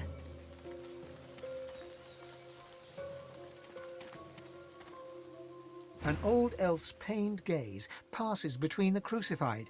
He seems on the brink of tears. Dear ones, not like this. Not like this. Not like this. He covers your hand with his. It will take a great light to drive out this manner of darkness. A great light indeed. They're as good as my family. But I cannot heal them. I cannot heal them. So much pain.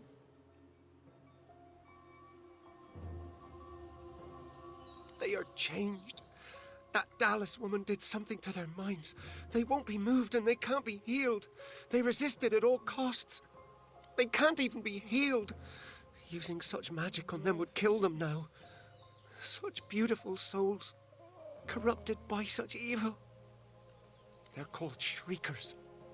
Upon sight, they blast passers-by with source so powerful none can withstand it. Instant death, that is guaranteed. Where you find shriekers, you can trust the Divine Order is hiding something they desperately want to keep private. Fate of my dear ones proves there must be some such thing on this very island. Stay away from shriekers if you want to live. I know not how much longer my friends here have. The Seeker's head twitches upwards as you approach. His eyes open a fraction. Mother. The Seeker musters a content smile. Before coughing up a gout of blood, he slumps, unconscious. You thought you'd already seen the full depths of Magister cruelty. There's nothing to be done. Let's keep moving. I'd rather not meet a similar end. It would be best to keep moving. The merciful thing would be to hasten their journey to the Hall of Echoes.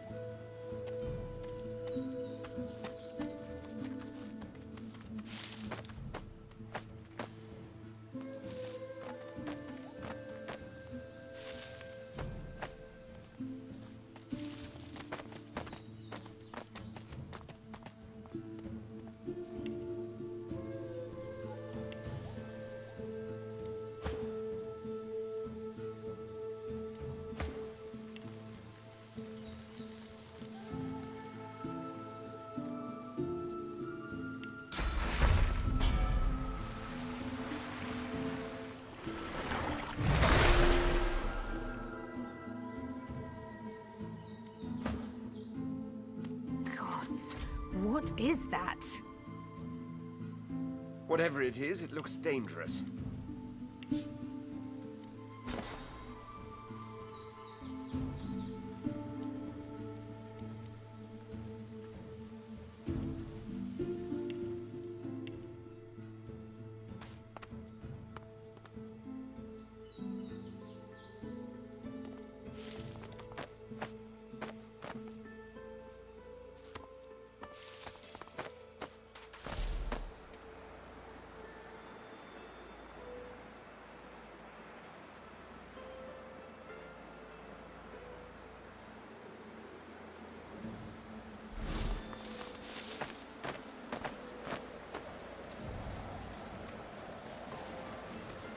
Finally, embrace me.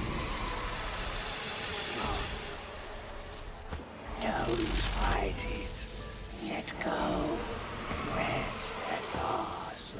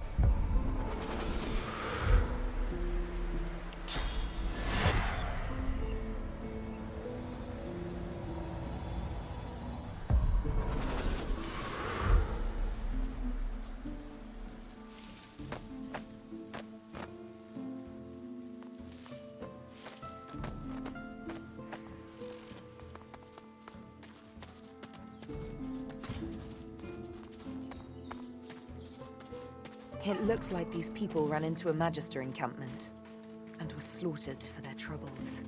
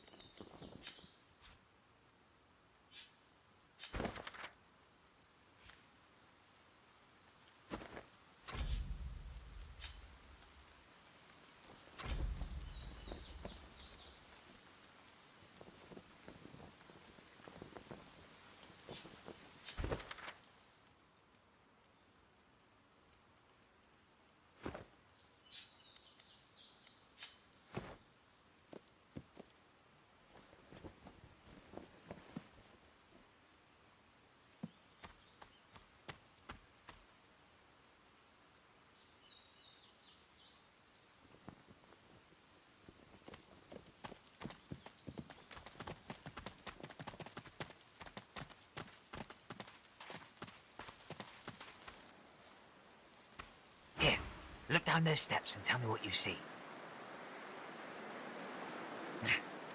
Steady on. I was only asking you to take a look. Something's not quite right down there. Have a look and tell me what you think.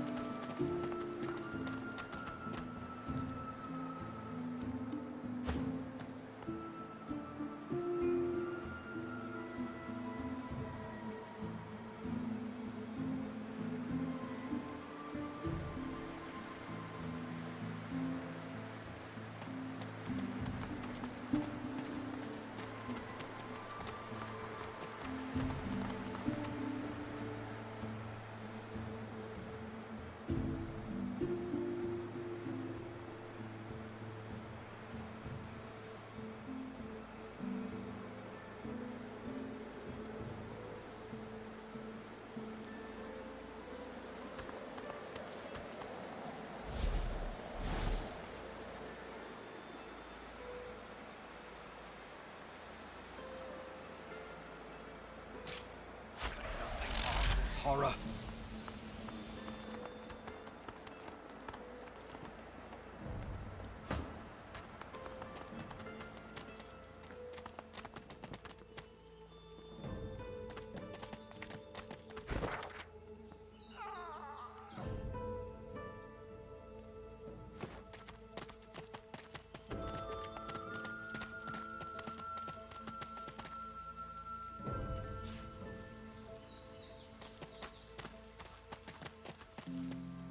Peace be.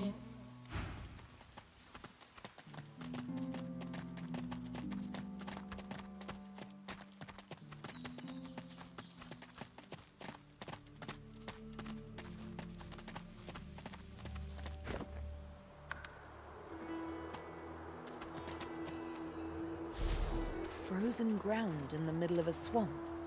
What's going on?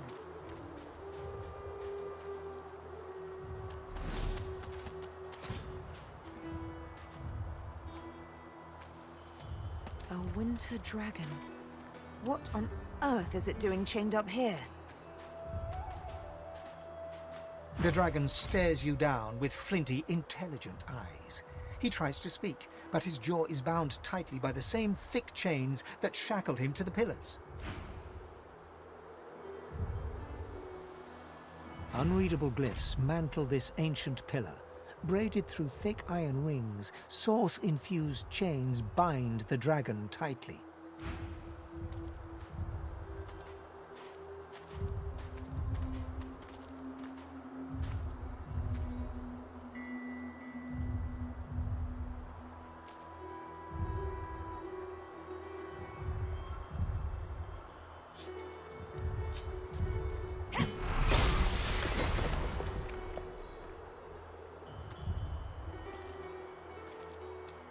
The dragon stared.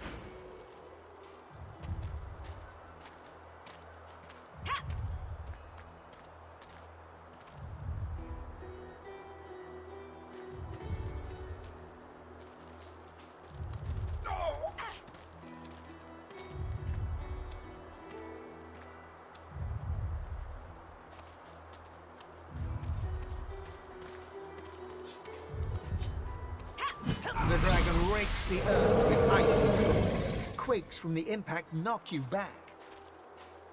The freed dragon looks sick and pale. As you approach, he stretches his tattered wings weakly and fixes his intense gaze upon you. Frozen tears glint in his eyes. My gratitude for your efforts, friend. Yet I am no more free now than I was in those chains. Please, help me find true liberty, or sing me to the endless slumber. But of course that must be why you stand before me. Slain called to Lady Death, and here you are. A coincidence?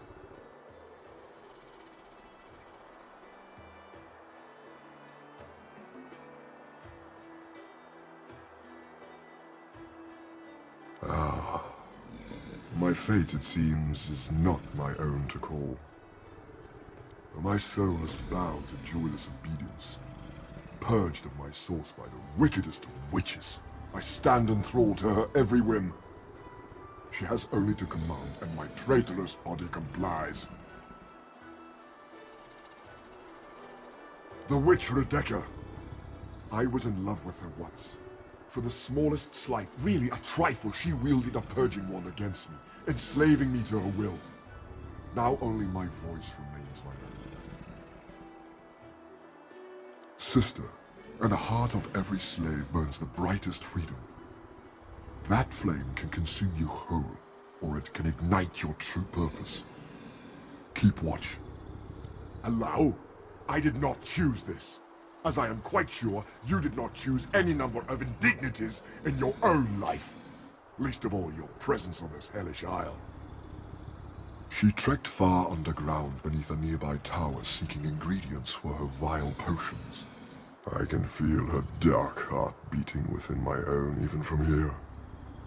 I await her return, yet I would prefer to welcome death in the sight of her face again. The dragon sniffs and rakes at the ground with one razor-sharp talon. A thought cannot mend a soul. A prayer cannot heal what has been ruined. You talk to soothe yourself, not me. That you would even ask such a question of a stranger already in your debt. There is much goodness within you, but this task would not be easy. Rebecca is a canny one, cat to your mouse. She consumed all my sauce with her purging wand. So long as she holds it, she has absolute control over me. If you could retrieve it for me, I could be free again.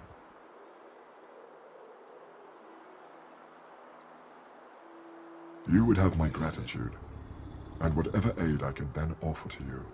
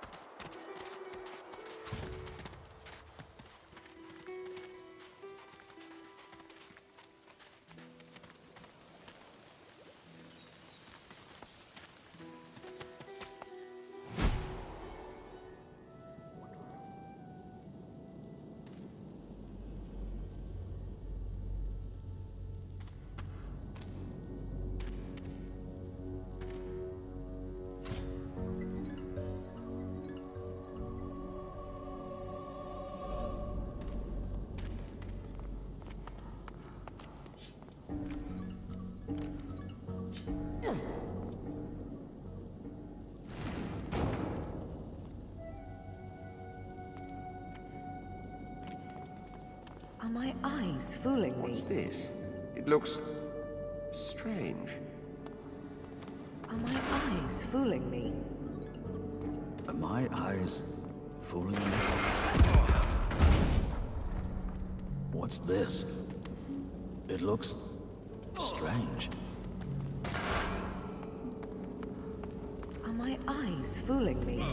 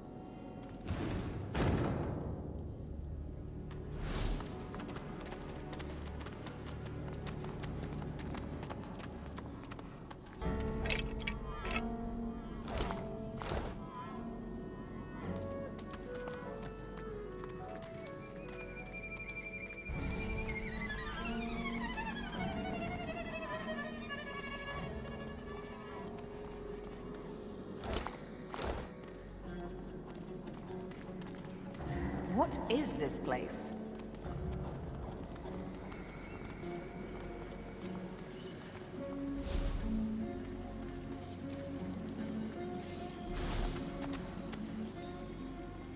A tall woman stands amid a field of corpses, some fresh, some ancient. The sour smell of them stings your nostrils, your eyes. As you draw nearer, the stench blooms into a humid flavor you can almost taste. The woman turns to you, bitten lips parting into a grin. She tucks a small bunch of black-red roses into a leather strap across her left hip and, preparing to curtsy, offers you a hand. What a bore. She stands to her full height, her lips pursed in disappointment. She cocks her head and takes you in. The stench of death and sewage suddenly intensifies.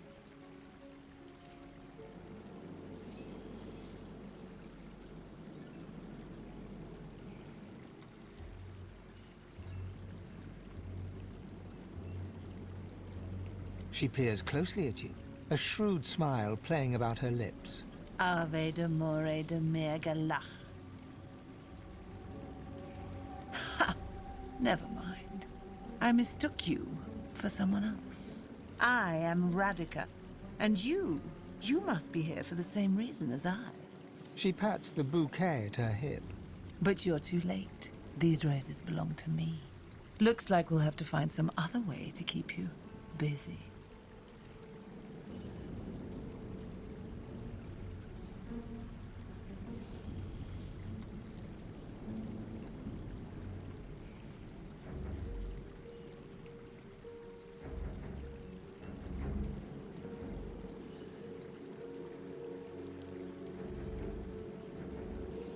She bites her lip and leans in, close to your face. As she whispers, her breath, faintly fragrant with a sweet honeyish smell, caresses your ear. You almost forget where you are.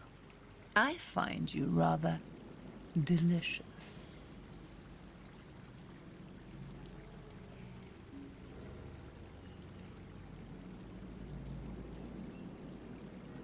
Just because something is bad doesn't mean you ought not to do it, love.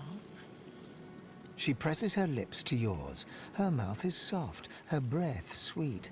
She kisses you gently, then harder, her teeth raking softly across your tongue. Suddenly, her breath sours in your mouth. It is rank, mouldering, thick with a taint of death. You try to pull away, but she is holding you tight and hard. You hear a low hum, getting louder. Before you realize what's happening, winged insects pour from her throat down yours. They ricochet around your mouth, a wet, buzzing mass, more by the second. Suddenly, all at once, they start stinging you from inside.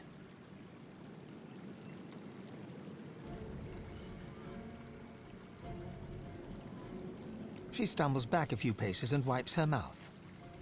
Ha ha! Delicious. So bloody delicious. Tell me, little girl, do you know why the soil here is so very fertile? Do you know why it's the only place in Reaper's Coast where blood roses grow?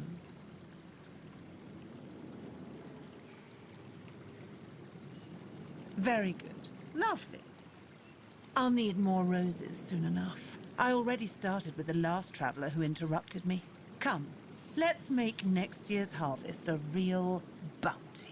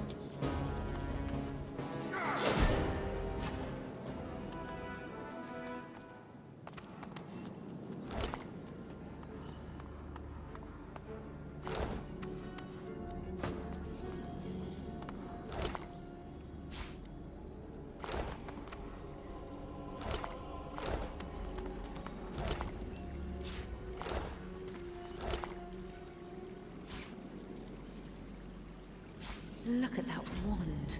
It hums with inner source.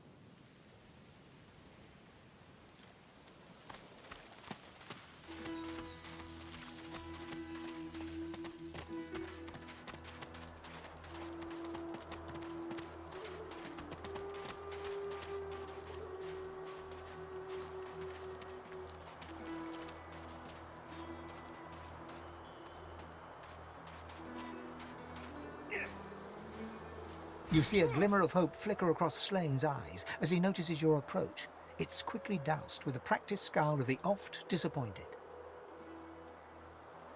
Have you brought it? Or am I to remain a slave?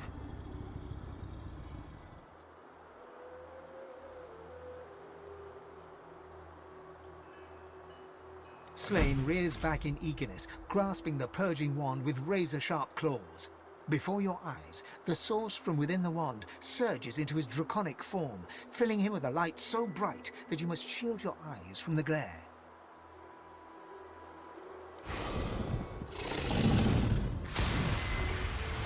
The blazing brightness dies down. Squinting, you now see no dragon before you, but the figure of a handsome lizard with the same eyes as Slane. His eyes still blaze, a piercing silver. A triumphant smile dominates his face as he bows extravagantly before you. Slain. At your service.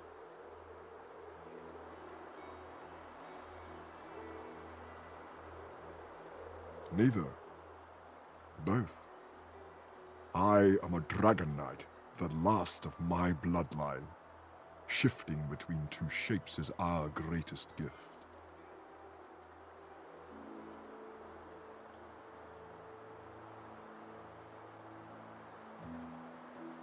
If everyone thought like you, this vile place would be little more than a sunny island.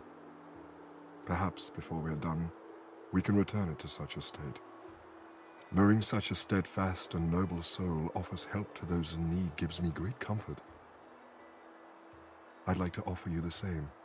When you are truly at a loss, when you have no choice but to back down or perish, you will find safety in my shadow. This, I promise. This is an island of many mysteries, of many horrors. I'll learn what I can. Perhaps there is some possible reprieve for the souls who suffer here. Slane smiles at you and turns to leave. He takes no more than a few steps before he shimmers out of lizard form, blurring in midair back into a majestic dragon that soars away.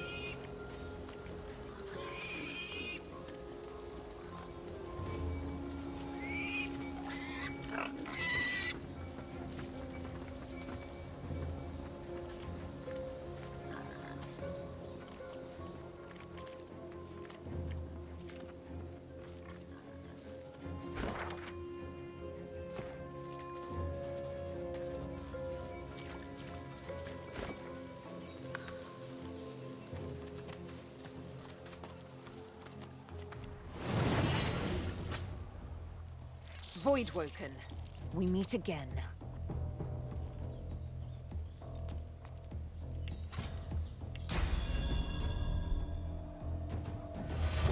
I'll yield to none!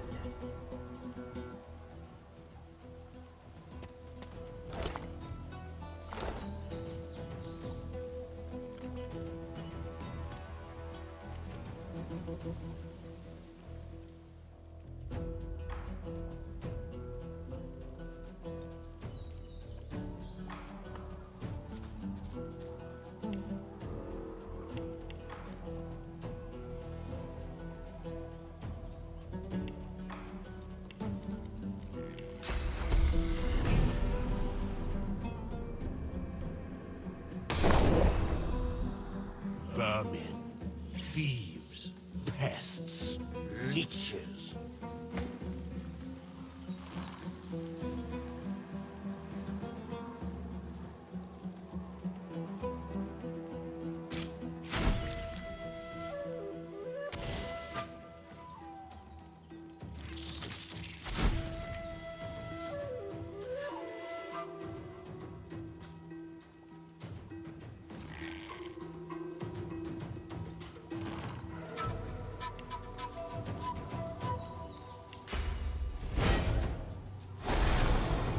This world is ours. More of them. These beasts are damn persistent.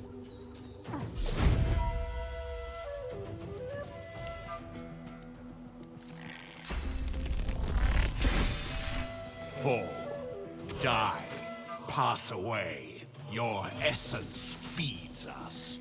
You will not be spared. Your time is up. Squash the vermin. Hang the thieves. Ours. Ours. You are ours. We are the many and the all. We were first.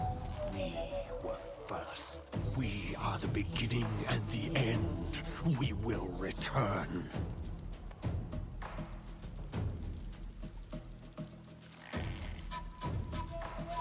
They keep calling us vermin, but we'll just keep putting them down.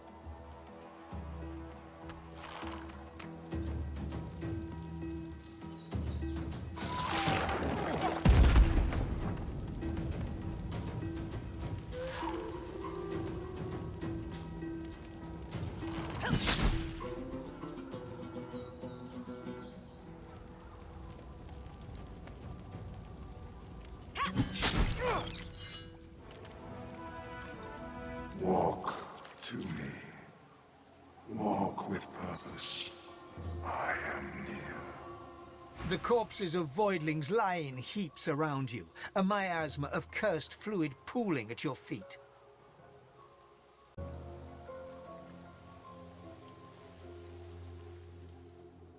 Those filthy beasts were like rats.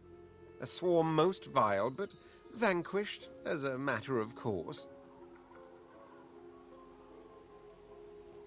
No worse than a death fog nightmare. Ichor and madness, and then it's all over. There were many of the critters, but I didn't even break a sweat.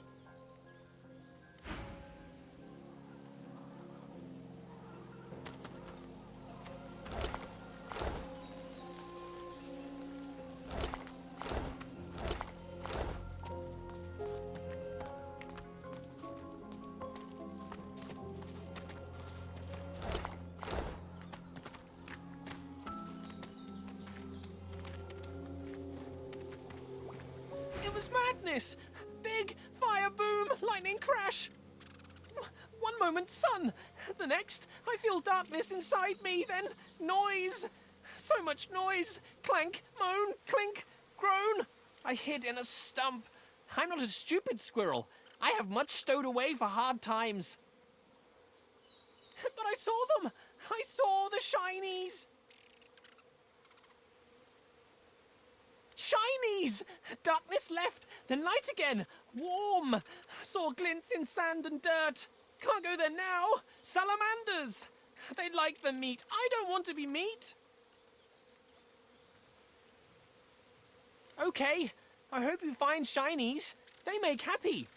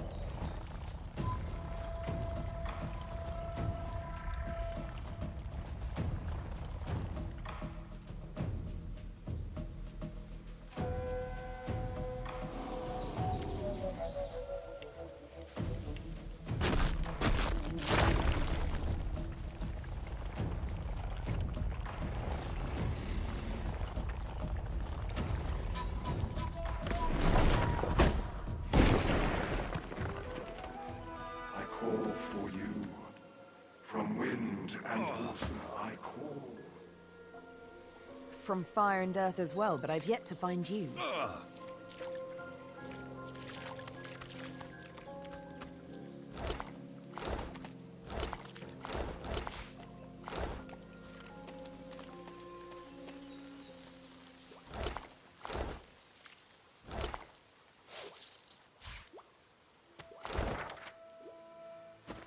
I've spotted something.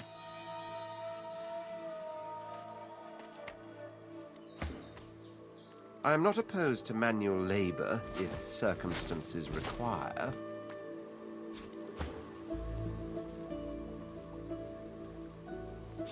Good find.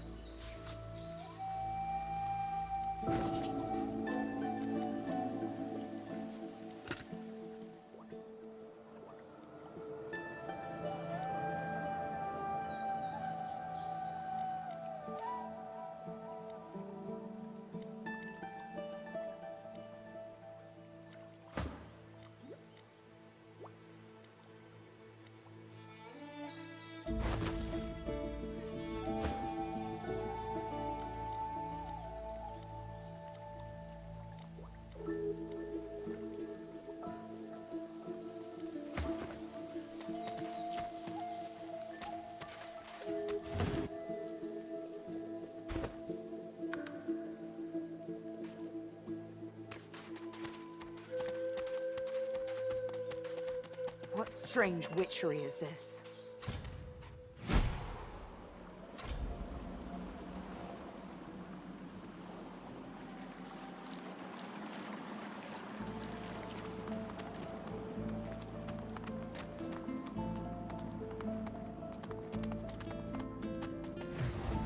Ha!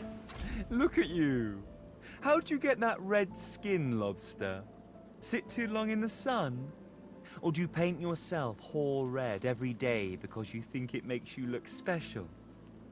What else makes you special, lizard? You're eensy weensy. Pecker?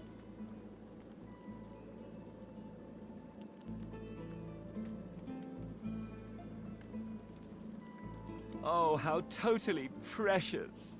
You think you scare me. If you went back to the ancient empire, they'd kill you on the spot or put you in shackles and use you for a rent boy. Isn't that right? Say, why don't we practice? My, lobster.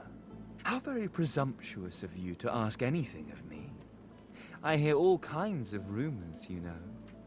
I know who you are. If you went back to the ancient empire, they'd kill you on the spot or put you in shackles and use you for a rent boy. Isn't that right? Say, why don't we practice? You're embarrassing yourself. Leave before you hurt yourself too.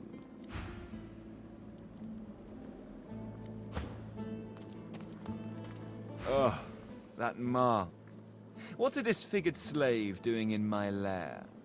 Come on, slave. Show me your tits.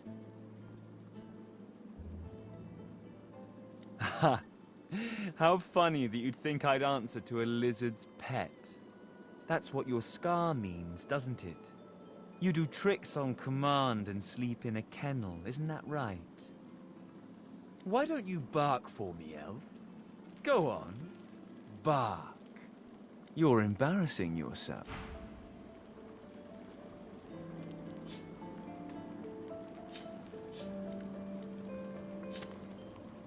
Quite the vision, aren't I? You should go. Before you get hurt.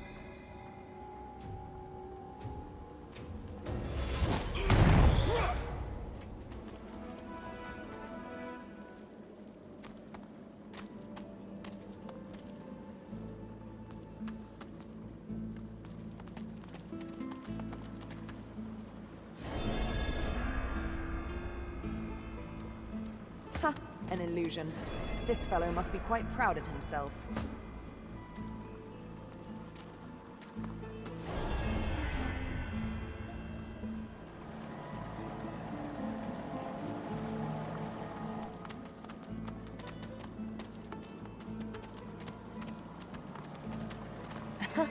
Clever.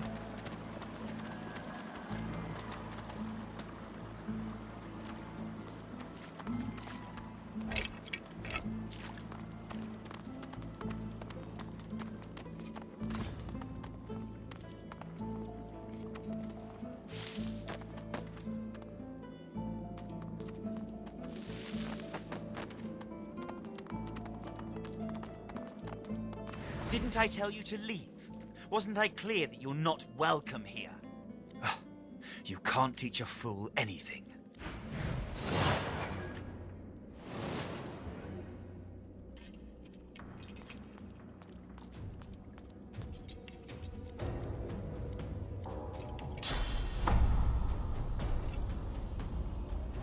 I'm ready.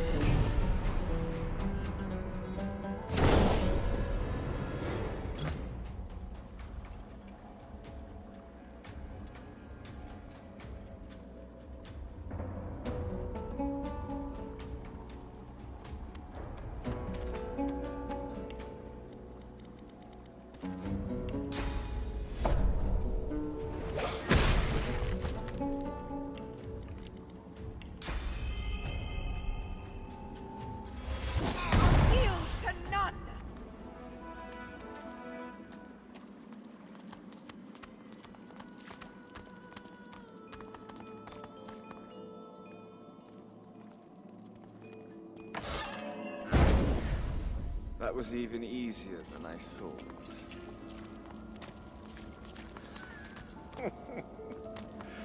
Poor idiot.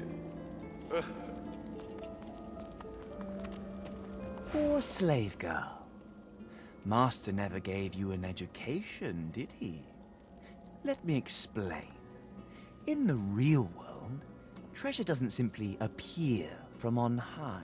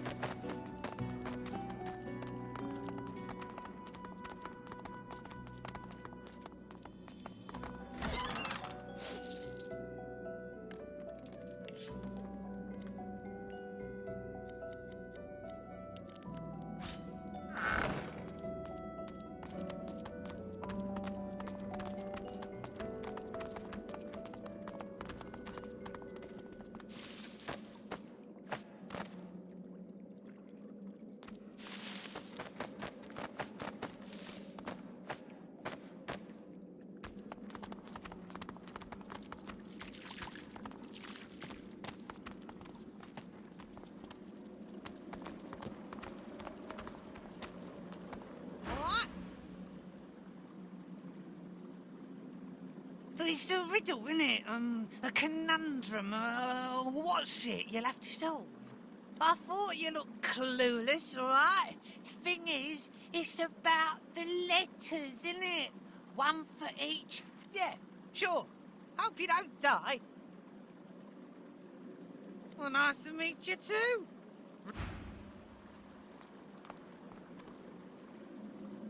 You come to find. You come to search. But you won't find the way. A pity. Brachus has willed it. Trompnoy must abide. You have met the unfortunate guardian of this vault.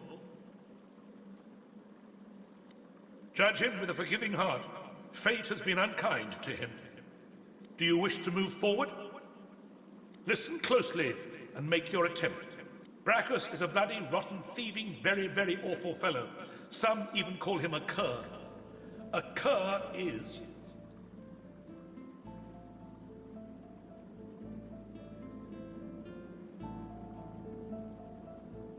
You know nothing. Guess again. Listen closely. Brachus is a bloody, rotten, thieving, very, very awful fellow. Some even call him a cur.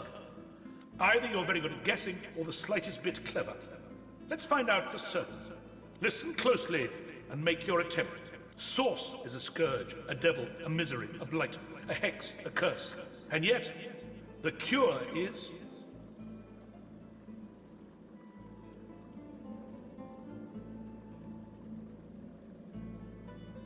Fool, you are unequal to the task at hand. You will not move...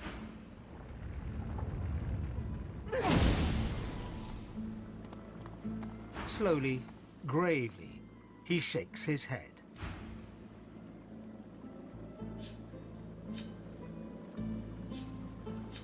Slowly,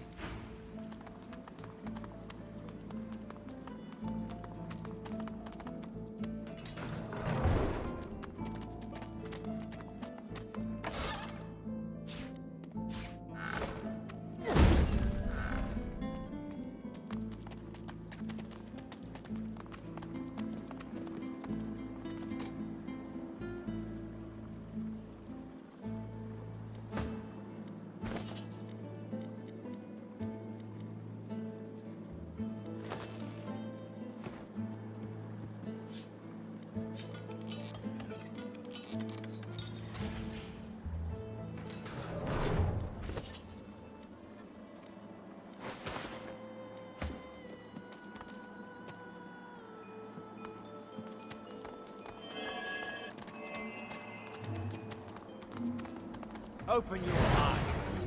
Time to die.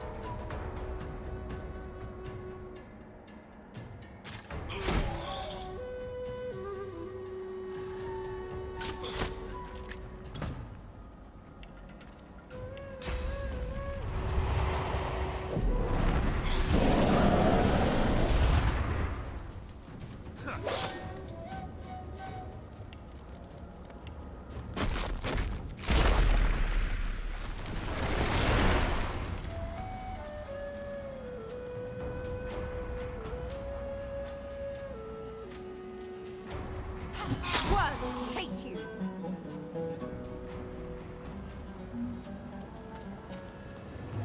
Into the dark with you.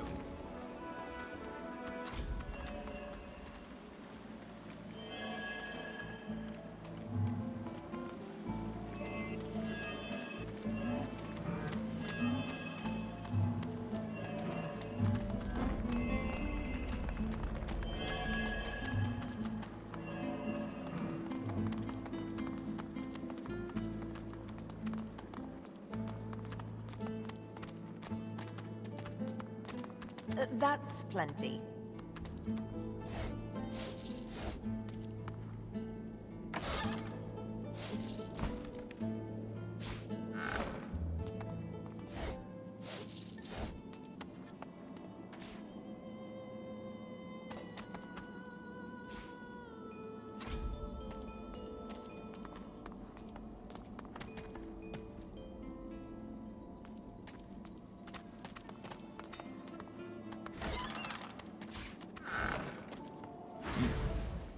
You made it all this way.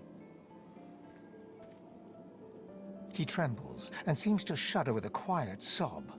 I'm cursed, you know. Bloody Brachus bound me here to protect his vault. He has my soul in that jar just there, and I can't leave without it. As long as the jar stays unbroken, I can never truly die.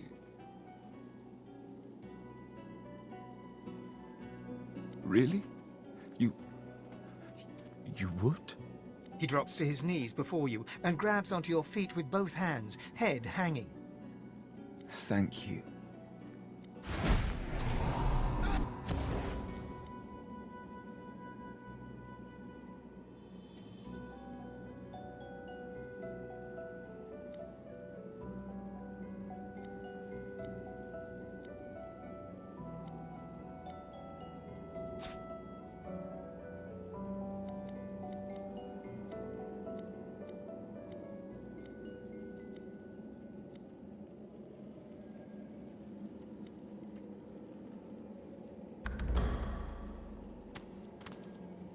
The air out here is a damn sight. Ivan nods and surveys the horizon.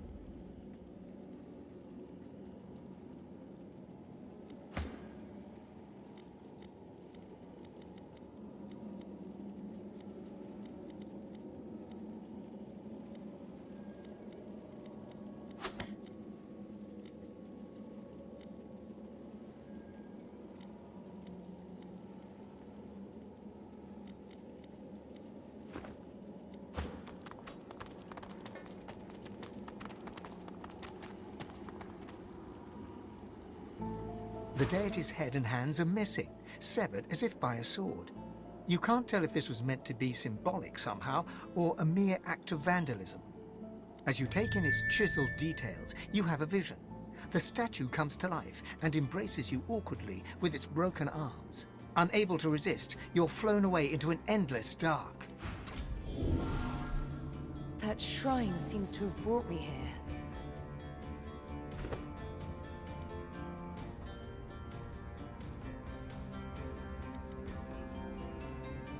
What is this place?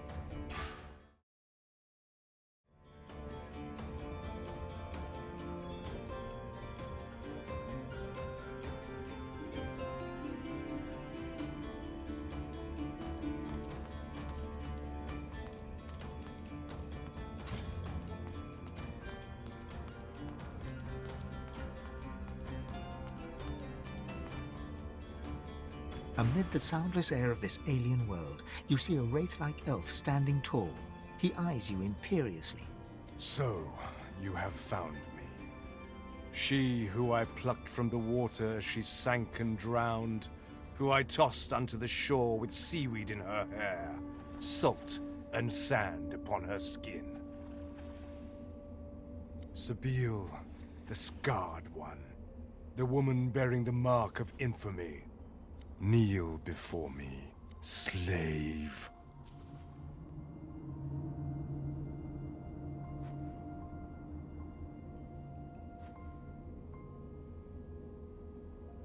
Before no man, ha! But before a god?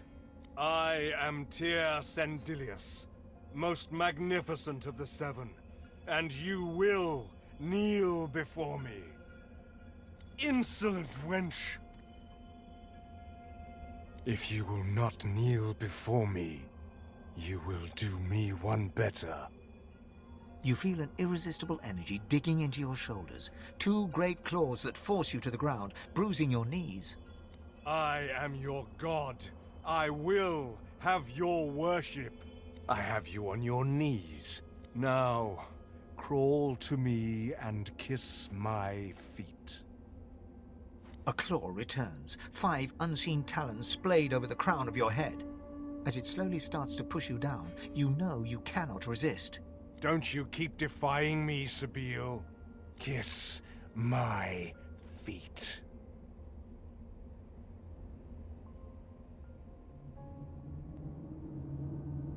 What is this? What is this sudden resolve? You will not kneel before me like you kneeled before a lizard?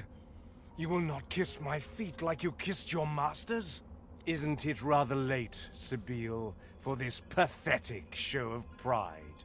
You let yourself be scarred. You let yourself be manipulated and puppeteered. For shame! How dare you? Do you not realize what you are? God-woken!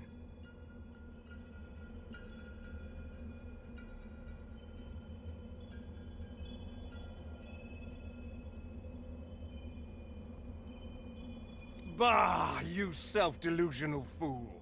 Even to be forced into subjection is to give in to it. Slavery. Submission. It is in your blood. His words sting like daggers. But then, quite unexpectedly, his stern countenance softens, and an air of melancholy crumbles his bastion-like facade. Then again, submission. Maybe it's in my blood as well.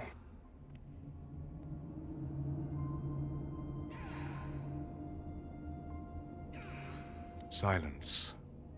A fitting tribute to a worthless god. If a god, I am still. For what have I left of true power? Nothing. I submitted them all. All 7 of us did. Allowed them to be stolen by a man named Lucian. He took them. He kept them. But now, the usurper is dead. And the power of 7 gods lies free for the taking.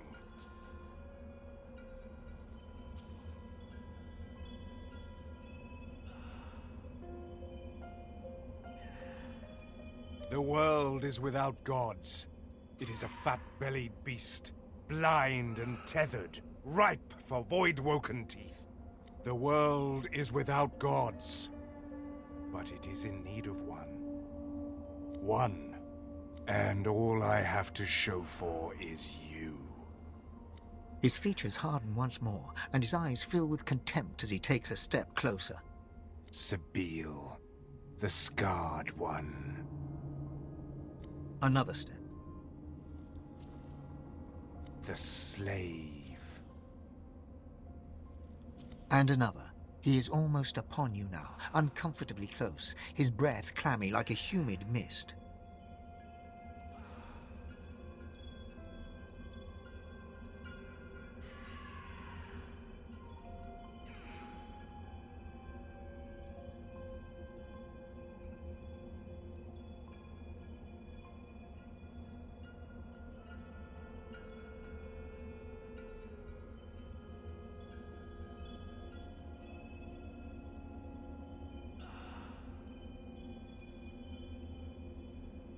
Damn it, girl. Is there nothing I can do to shake you free of your demons? To undo the ever-creeping dominion of that scar? There is nothing you cannot be. Nothing you cannot become. Tir Sendelius grabs you by the arm and pulls you close. A heartbeat strong as a quake reverberates into your arm, chest, head. A power pulses, pulses, pulses, and explodes within your soul. All goes black for the briefest of moments, but when you come to, you see your own name grafted into your skin. Gilded letters in an ancient alphabet. Slave. Accursed the word. Nevermore will you be such a thing. I give you your name back. I give you yourself back. You are my champion. You are my chosen one. As such I have named you. As such I have blessed you. And now yours is the power to bless in turn. I bless the very water beneath your feet. Now you may wield that power for yourself. A first taste of things to come. For this is only the beginning.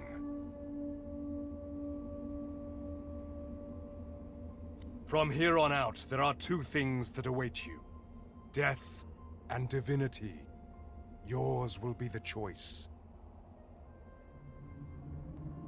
Death or divinity. Now you must go back to your world, my chosen one, and make your escape from the piece of rock they landed you on. Before I let you go, however, there is one more matter we must touch upon. You are traveling with company, yes? No, not friends, rivals. They are god-woken too, and may be courted by the lesser six, but you will be a god, none other. Smile at your fellow wanderers, but ready your knife, for its time will come. With that, I bid you goodbye, Sabine. Goodbye. We will meet again, anon.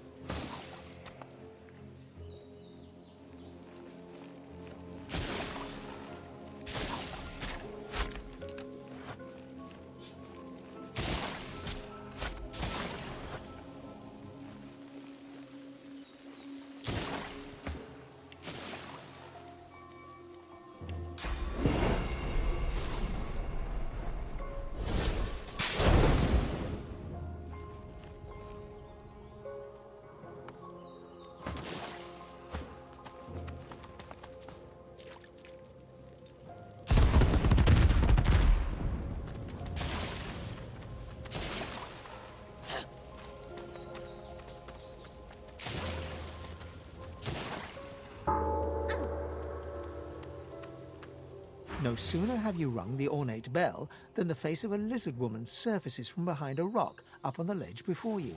Her stare is as sharp as the bolt eyeing you from atop her crossbow. Stand back and keep your hands off your weapons. Convince me you're no Magister, or draw one last deep breath. I will not. You do not wear the collar of oppression. Explain.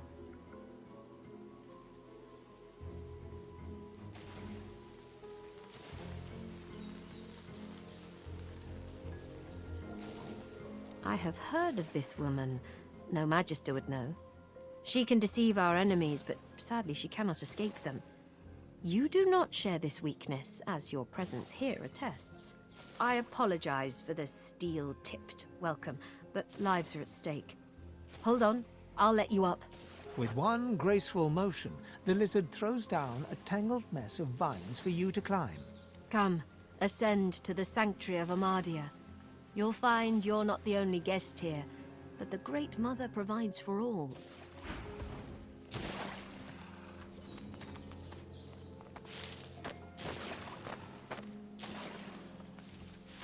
Be welcome to this sanctuary.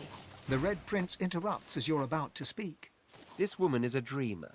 I can see the answers spinning in her eyes. Do rest your legs for a bit while I question her. You're too kind. Red Prince and the Dreamer exchange courteous pleasantries, as if they're finding themselves in a palace hall instead of a death-ridden swamp. She introduces herself as Bahara. To your surprise, they next lie down on the ground in a seemingly warm embrace and fall asleep.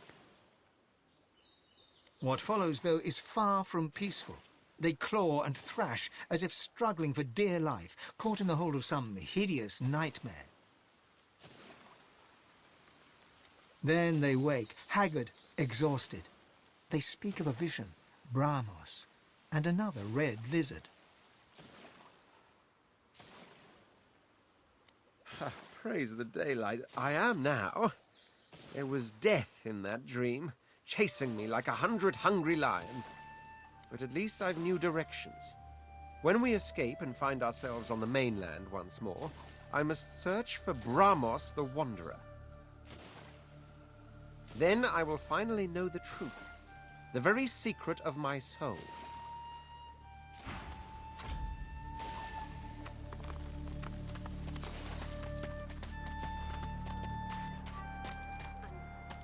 I'm glad you're safe now.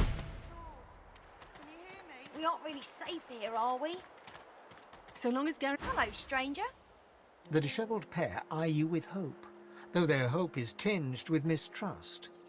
The lizard gasps as she notices the marks left on your neck by the source collar. She steps towards you. You've come from Fort Joy. Can I ask if... Did you happen to meet a man named Gareth on your way here through the swamp? Rest, Jules.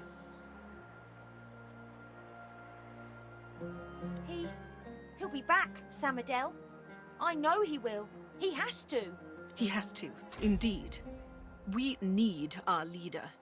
And if he doesn't return with help soon, we haven't a hope. You're kind to offer, but you'd best talk to Gareth's squire, Exeter. He'll know where your talents can be most used. Now, Han, let's take a look at your nasty leg injury. Catch you later, stranger. It's good you're here. Rest, Jules. It hurts. The young woman chews her lower lip as she observes the injured before her. She bends to grab a rag, wiping her blood-smeared hands. She looks up and sees you. If you're looking for healing, sorcerer, well, there's not much I can do.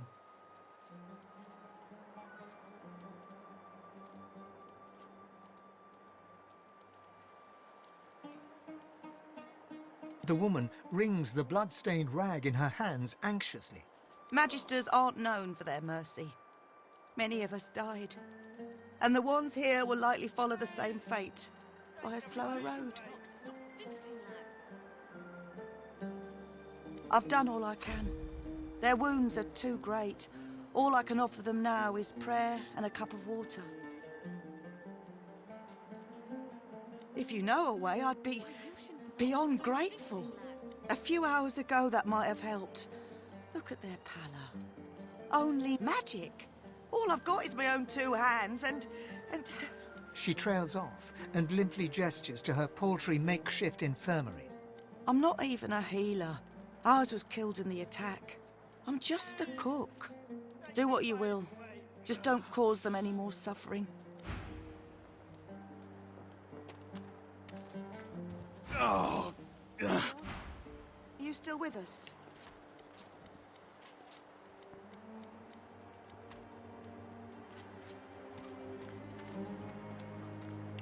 Matey, let me change your dress. Illusion's locked. Stop fidgeting, lad. I will not be in an instant. My wounds have all but vanished. I didn't think. I was certain I wouldn't. Thank you. The Magister flagship. It has ballastay that tore our ship into kindling. A shard from our own mast pierced my side. I'm lucky the others managed to haul me all the way here. Especially after I saw what the Magisters did to those of us they captured. He shudders at the memory. They turned the living into shriekers. Crucified wretches that unleash pure destruction on anyone who tries to pass. Nobody survives those things. I wish I had a fitting way to thank the person who saved my life. As it is, all I can offer is, well, it's not much, but maybe you'll find some use for it. Thank you. Cheated death. Thank you, stranger. Claude? Claude? Can you hear me? Please, take the pain away. The fog is lifting. Notice the wound is festering.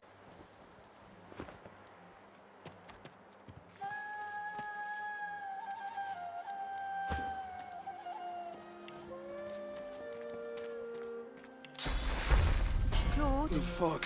Are you still with us? You healed me. How did you... Oh, never mind.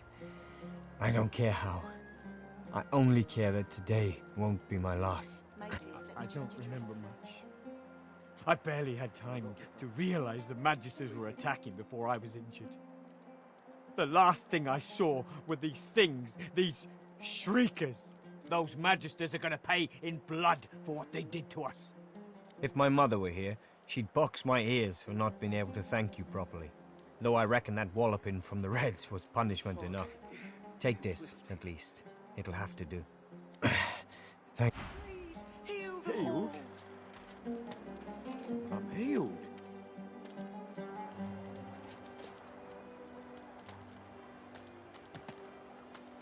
My Lucian's locked. Stop fidgeting, lad. Matis, the wound is festering. It needs to be changed. I will not be a burden. Leave me be. Anna, how do you have so much power? You've healed us. All of us. I owe you a debt. We all do. The Magisters attacked our camp back at the harbour. I caught one of their arrows right in my side. That would have been a slow death. I've seen it before. He lands a comradely slap on your back. His strength has definitely returned. Don't you doubt it. This old war serpent's still got some fight left in him. Especially now that wound is healed. Stop fidgeting, lad.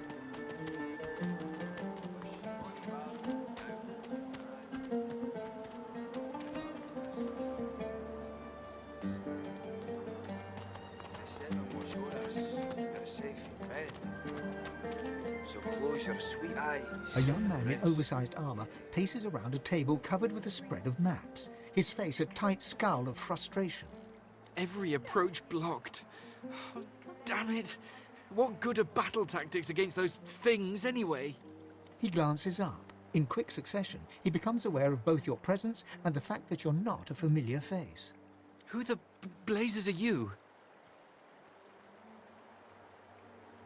As am I, Sabine, I'm sure. On the run from Fort Joy, are you? A seeker can always recognize a sorcerer when they see one.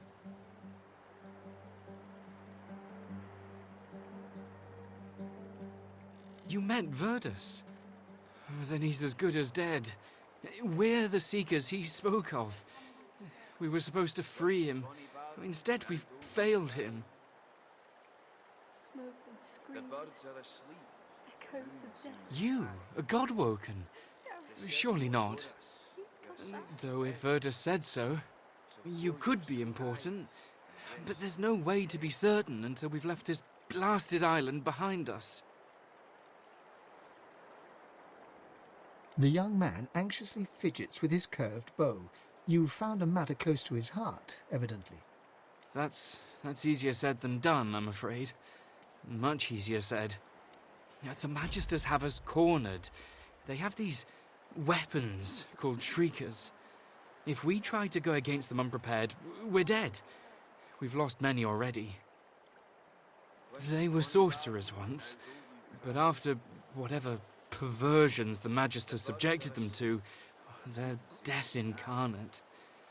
If they can see you, they can kill you. Instantly. After we retreated here, our leader, Sir Gareth, set out looking for some ancient weapons that could counter those things. Then we could break the Magister blockade and escape this island. But he hasn't returned. If Sir Gareth doesn't come back with those weapons in tow, well, this island will be our grave. You'll help us? His shoulders visibly relax, the weighty armor upon them settling with a clink. Thank you. Allies are in short supply in this place. If you help us, I promise we'll get you as far away from this place as possible. Please ask. Whatever helps. We keep the ideals of Lucian the Divine alive. The world needs Source, and those who are most adept at using it. We aim to protect those special few. We came to free an elf called Verdus from Fort Joy. He was a godwoken. He could have been the next divine, but we failed him. Well, before there's a divine, there must be a godwoken. Only a special few among sorcerers have this potential. Without them, a true successor to Lucian will never rise. And on top of everything, someone seems to be killing what few godwoken there are. It must be Alexander. A failed godwoken like him wouldn't want to see any other become the next divine. None. He set out to find those source weapons, and that's the last we saw of him. The masked priestess, Gratiana, told Sir Gareth of them after she granted us shelter here. She was reluctant at first, but, well, Sir Gareth can be very insistent. Speak to her if you wish. She may know more. The Magister flagship, the Lady Vengeance, she's anchored at the old harbour. Once the way is clear, we're to take her and get the hell out of here. Sir Gareth? He's the finest seeker I know. I'm honoured to serve as his squire. He wouldn't let us down. Not unless something's gone horribly wrong.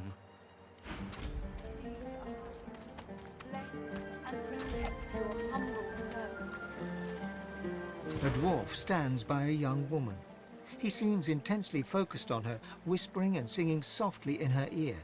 She's staring blankly into space. Blood and bone. Fire and smoke. Death and worse. Hush now, Leia. They'll not hurt you again. You're safe now. Once Gareth gets back, we're going home. You'll see. The woman rubs her neck, raking her nails across her skin as she whimpers. The dwarf starts at the sound of your voice, gripping the woman's arm for a moment before he relaxes. New faces. Hope you weren't bushwhacked by the Magisters too. As for her neck, she's remembering the damnable source collar she once wore. Lucky for us, she had the skills to remove them. There's many a sorcerer that's been freed thanks to her.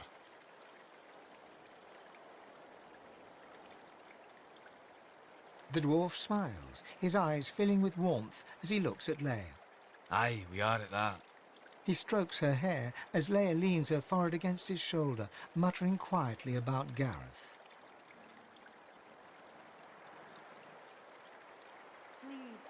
We were part of the caravan headed to Fort Joy, shiny collars and all. Gareth and the Seekers ambushed the caravan and freed us, saved every one of us from that hell. But now he's off searching for weapons to take down them Shriekers, and all we can do is sit here, thinking about the Godwoken we didn't save. From fragments to whole. From their past to our future. From their hope to ours. She ain't detailed, but she ain't wrong. The Godwoken are our hope that a new divine can be born. Someone to replace Lucian and push back the Voidwoken. Someone to restore order and protect the source. I'd speak to Exeter if you want to know more. There's ways, but I ain't privy to 'em. One thing I do know, mind. The Voidwoken have their number. They react to Godwoken like no one else. Barking dogs in wolves' clothing. Teeth in the sea. Teeth in the swamp. Teeth in the air. Aye, there's enough of them about. But don't you worry none. Gareth will be back soon. Then we'll be home in 2 shakes of a lamb's tail. We were part of the caravan headed to Fort, but now he's off searching for... The dwarf starts to sing softly as the woman... Duggan stands over Leia, singing softly as she mutters about Gareth. There, lass. Don't you...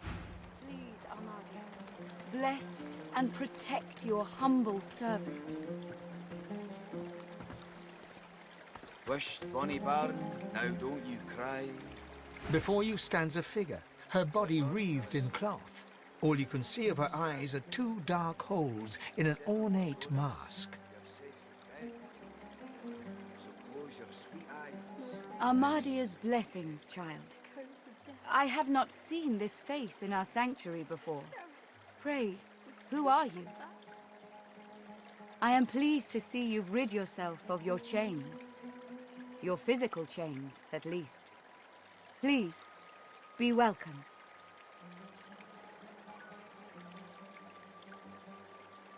I am Gratiana, priestess of Armadia.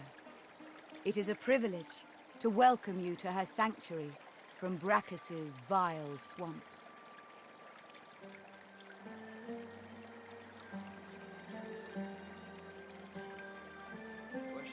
Armadia is the blessed mother of magic. All that use it can trace their skill back to her grace. This is her shrine. She has sustained me here for many years, even when the evils of Brachus's swamp threatened to drown me.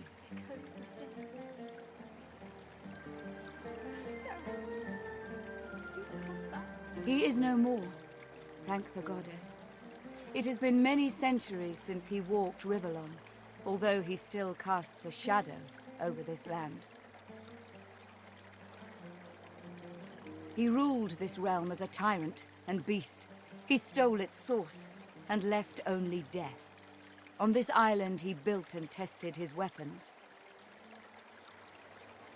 These marshes were a playground for he and his necromancers. Many unfortunate souls were brought here. Blessed were those who died quickly, or died at all. The 7 watch o'er us. You're safe in bed. So close your sweet eyes and rest. Perhaps they were not so different. Both hunted source, although Brachus gathered it all unto himself. Both drained the life from this land. Indeed, the Magisters have even taken Brachus's worst tools. First, the purging ones, and now those shriekers.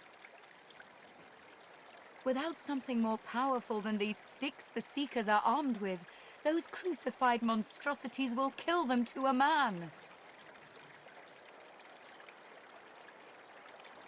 The fool ran into the swamps. He pestered me for aid against the Shriekers. And when I finally told him of a cache of Brachus's soul-forged weapons, he rushed away to find it. A bold move, but ill-advised. Unless he returns with weapons enough, I fear none of these seekers will leave this island with air in their lungs.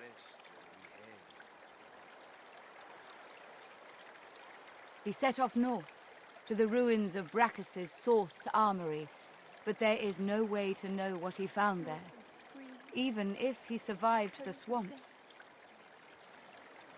Walk ever in Armadia's grace, child.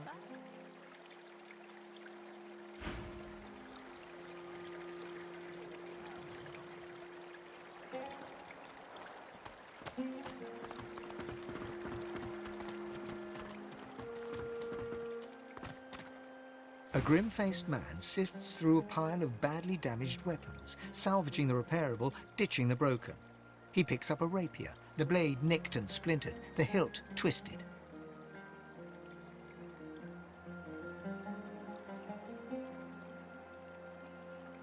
I shudder to think what kind of sewing circles you frequent, but I'm doing my best with what I have. Here, see for yourself. He holds the damaged blade up to the light. This was Halorn's blade. It was his first, it was also his last. He didn't intend to die here, but die here he did. He was an ordinary soul with an extraordinary heart, Halorn, and he died for what he believed. What did Halorn believe in? He believed in truth. He believed in hope. He believed that Alexander is a killer of Godwoken. I believe that on one point at least, he was right. The point breaks away, leaving a jagged edge. The sword is shorter now, but it'll do more damage. Who are you?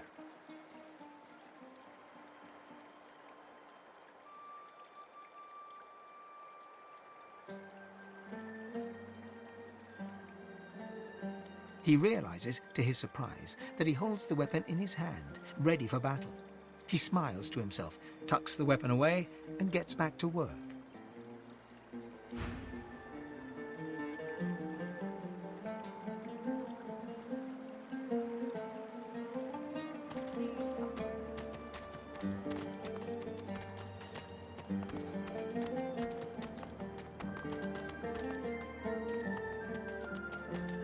Lucian's locks, stop fidgeting, lad. Samadel's focus and attention.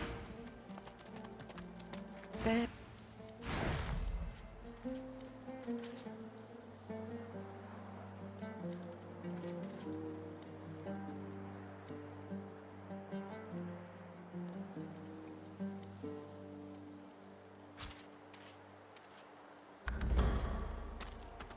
The fog is lifting. By Lucian's locks, stop fidgeting, lad.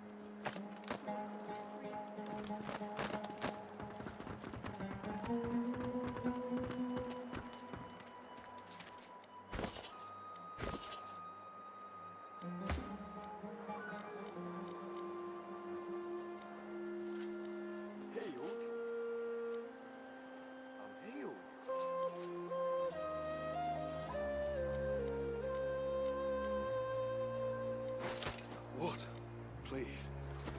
Water.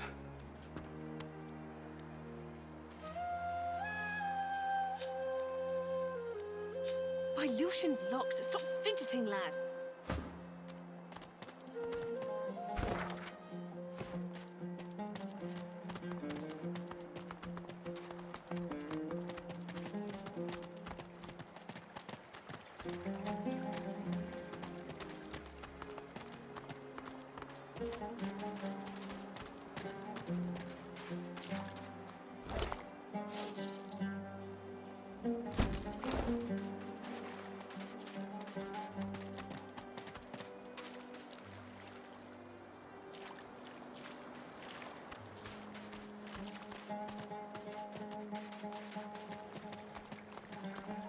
If I had a forge, I could do something.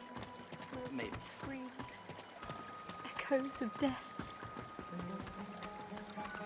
Gareth, please come back. Hello again, child. What brings you here? Gareth.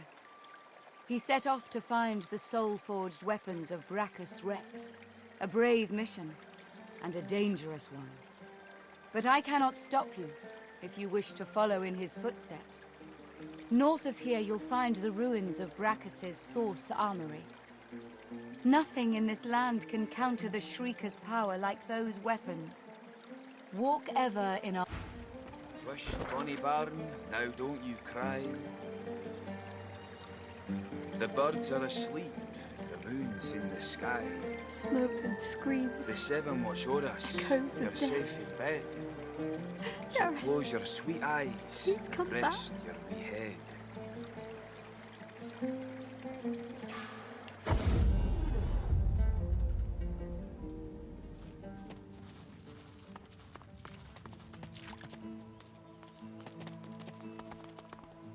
Ah, you're back. Looking to add some weight to your rucksack?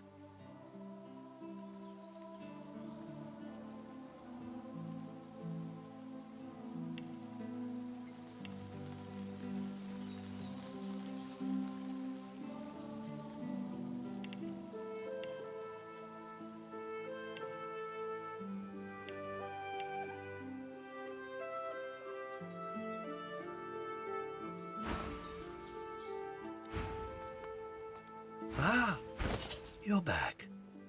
Looking to add some weight to your rucksack?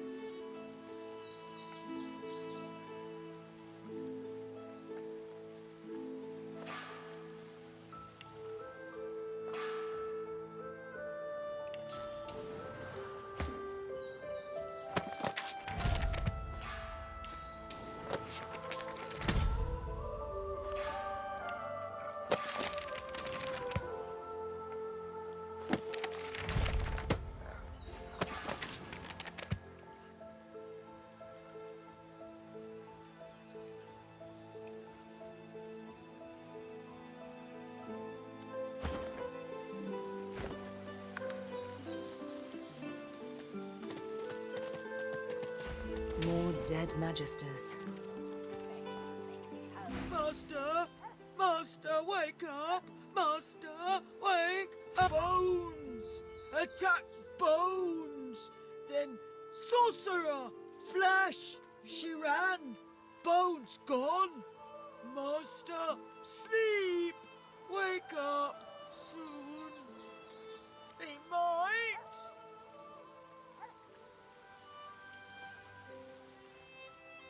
Was dead! Ever? Ever?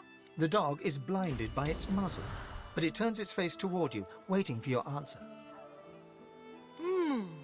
As she considers your statement, her nostrils start to twitch. She lifts her head and takes a long drag of the air around her. Sorcerer! You! Oh, Master! What? No! Go!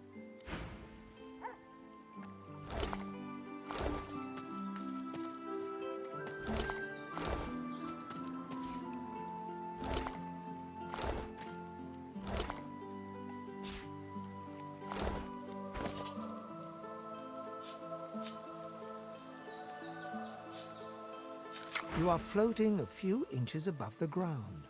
Your friends are impressed. You bask in their hoots and hollers. Your favorite party trick.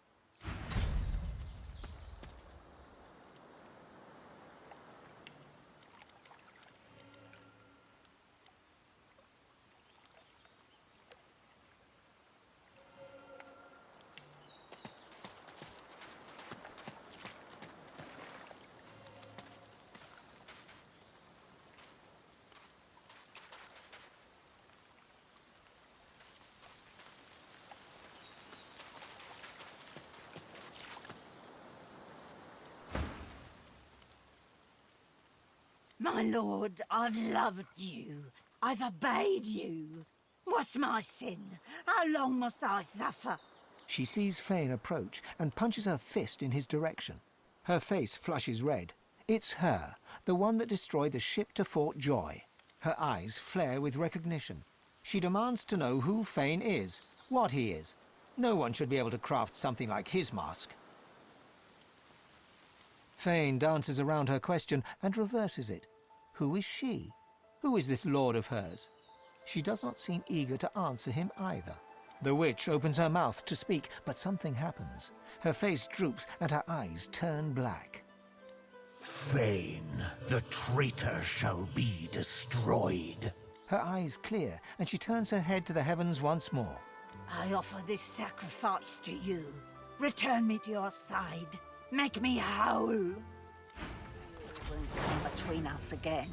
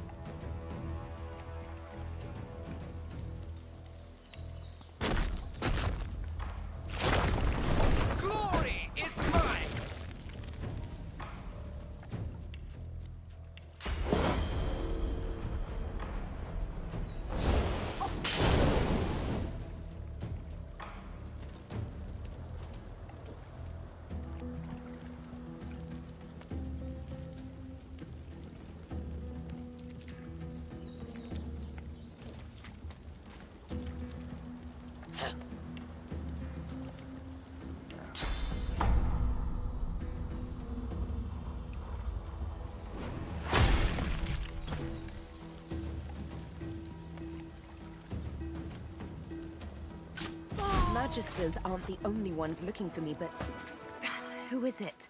And why?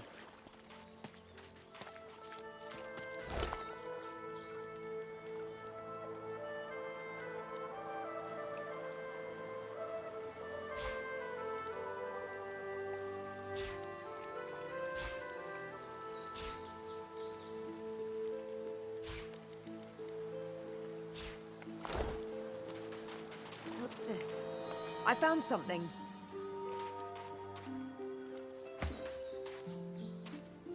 Even the most noble among us must occasionally dirty their claws.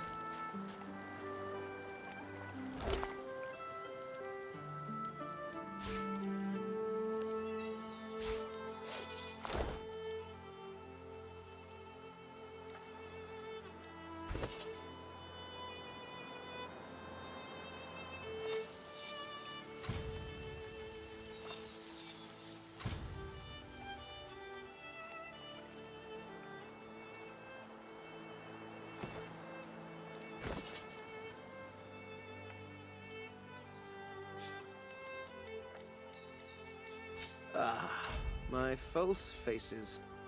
Not as fair as my true visage, but better than being seen as a monster.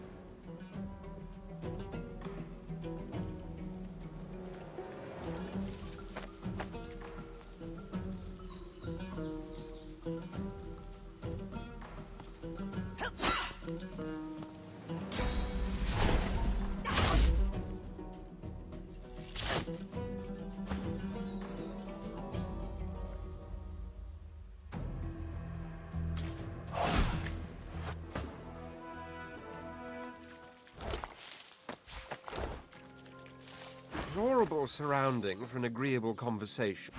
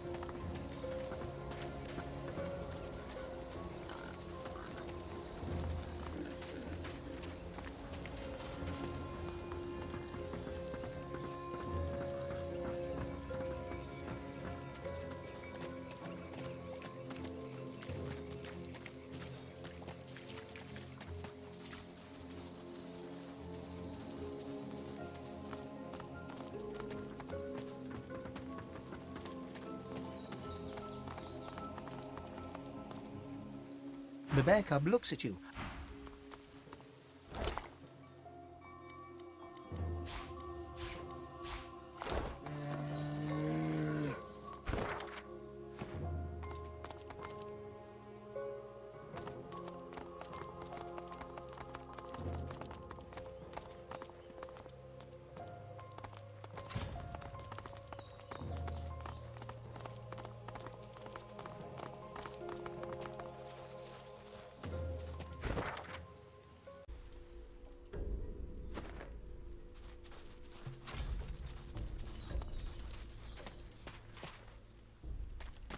Run away.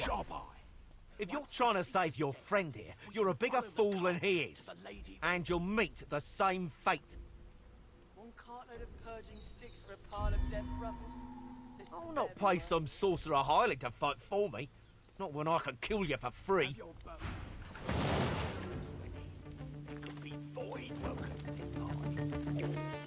Seekers.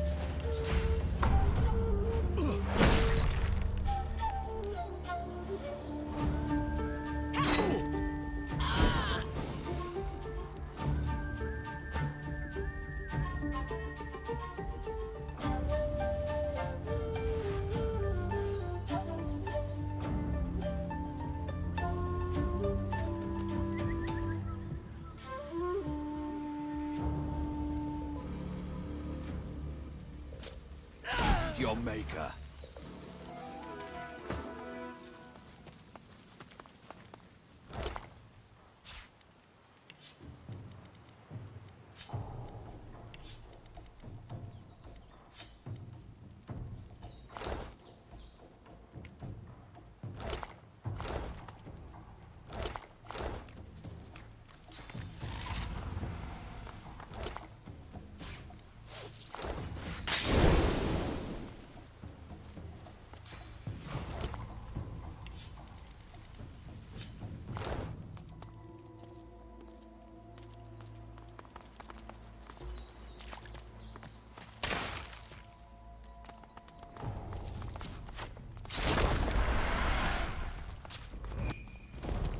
Give it up, Seeker.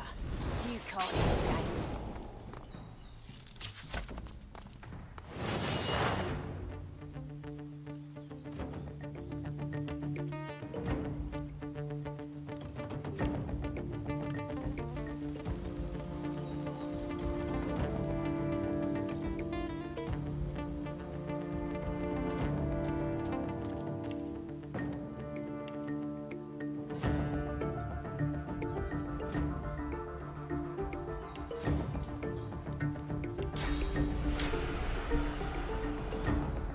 I'll yield to none!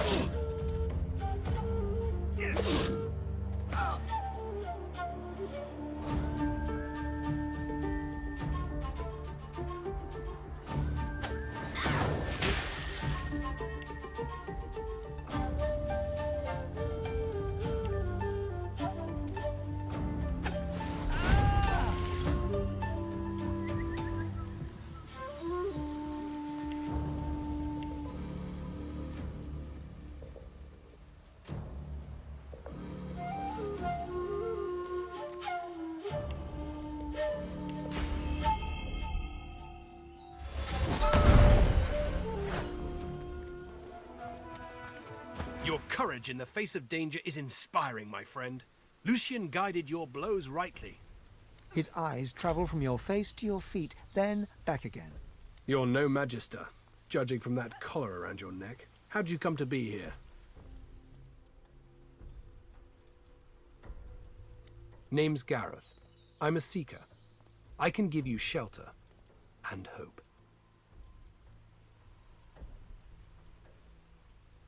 Ah, good. Then you know us. And you know we can help you. And perhaps you can help us.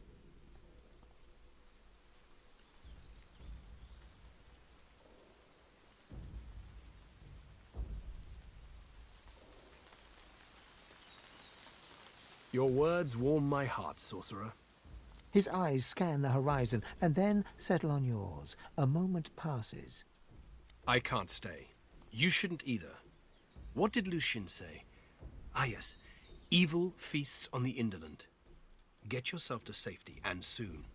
You'll always have a place at the Seeker's table.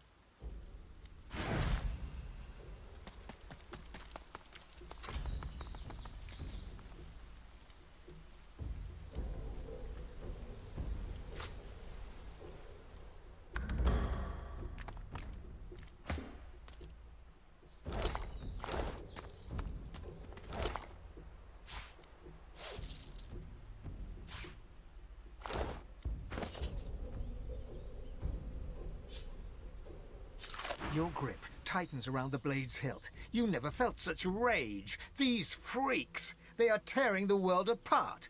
They must not live. Rivellon must survive.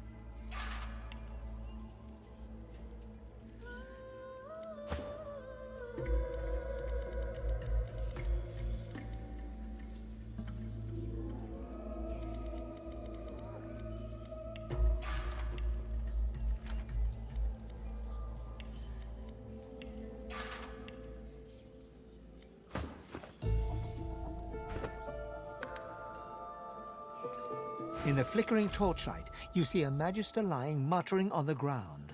As you approach, he turns with a jerk. No, stay back. Not another step closer if you want to live.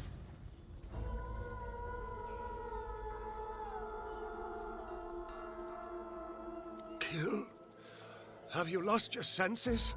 I'm not here to kill. I'm here to die. Dark magic protects that door. If you're smart, you'll leave. You'll run. Otherwise... The Magister nods towards his hand, and you see the skin is midnight black. It seems to undulate, as if worms were squirming through his flesh. He grimaces and tucks it underneath his arm, squeezing it tight.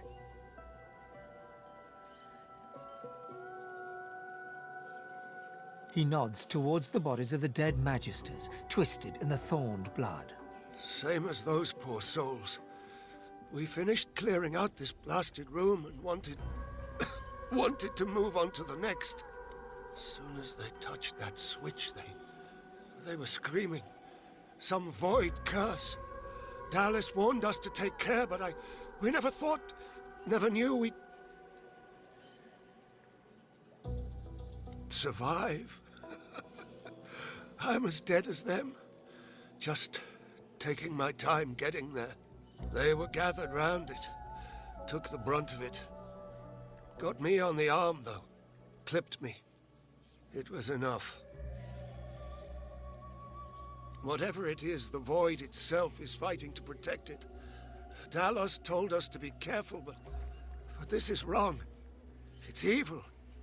Death. She told us it was old. Told us it was dangerous. Told us it was important. More weapons to fight the sorcerers, she said. She needed the wands, but there was something more. We got greedy. He looks up at you, his eyes staring deep into yours. I saw how they died. I heard them screaming. I don't want to go like that. I don't want to face that. Please. I can't lift my sword. I can't. I can't do it myself. He lowers his eyes to stare at his black, squirming hand. Just make it quick.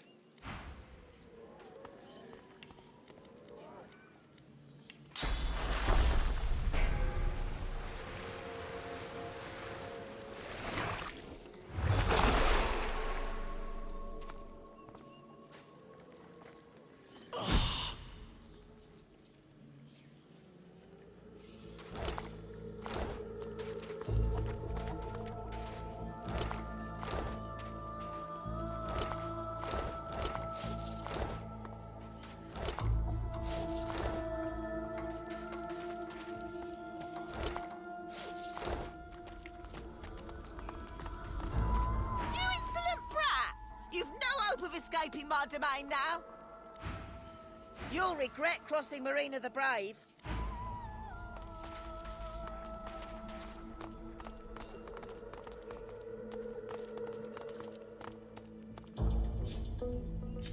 This puddle, it glows. What could this mean?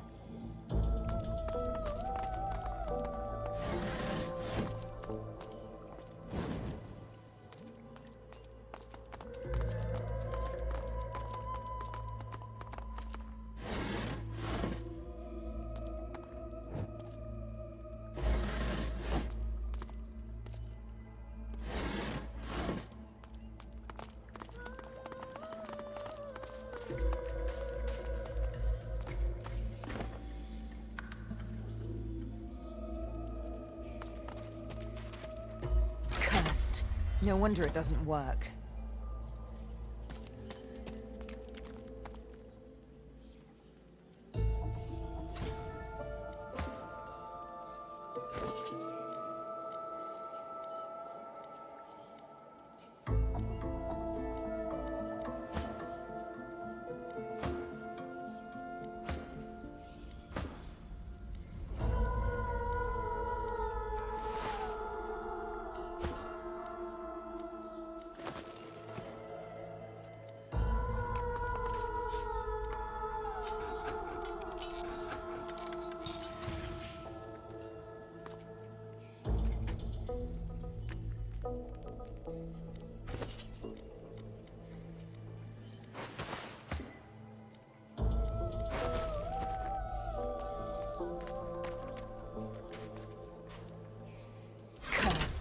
No wonder it doesn't work.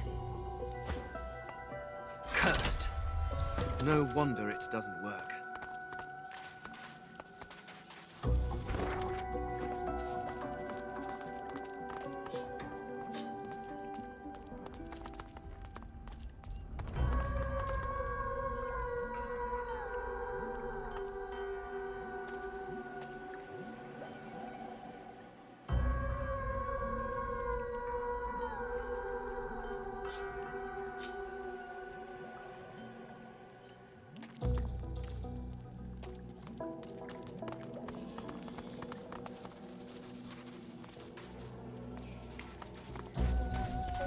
Cursed. No wonder it doesn't work. You'll regret crossing...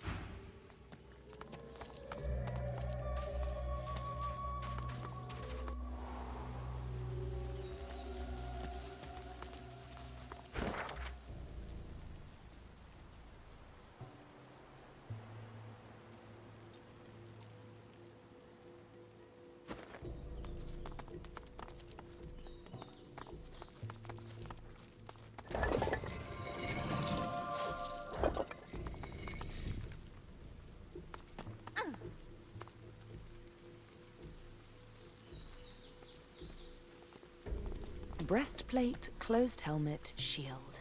All futile. I could serve a knight like him 1,000 deaths regardless.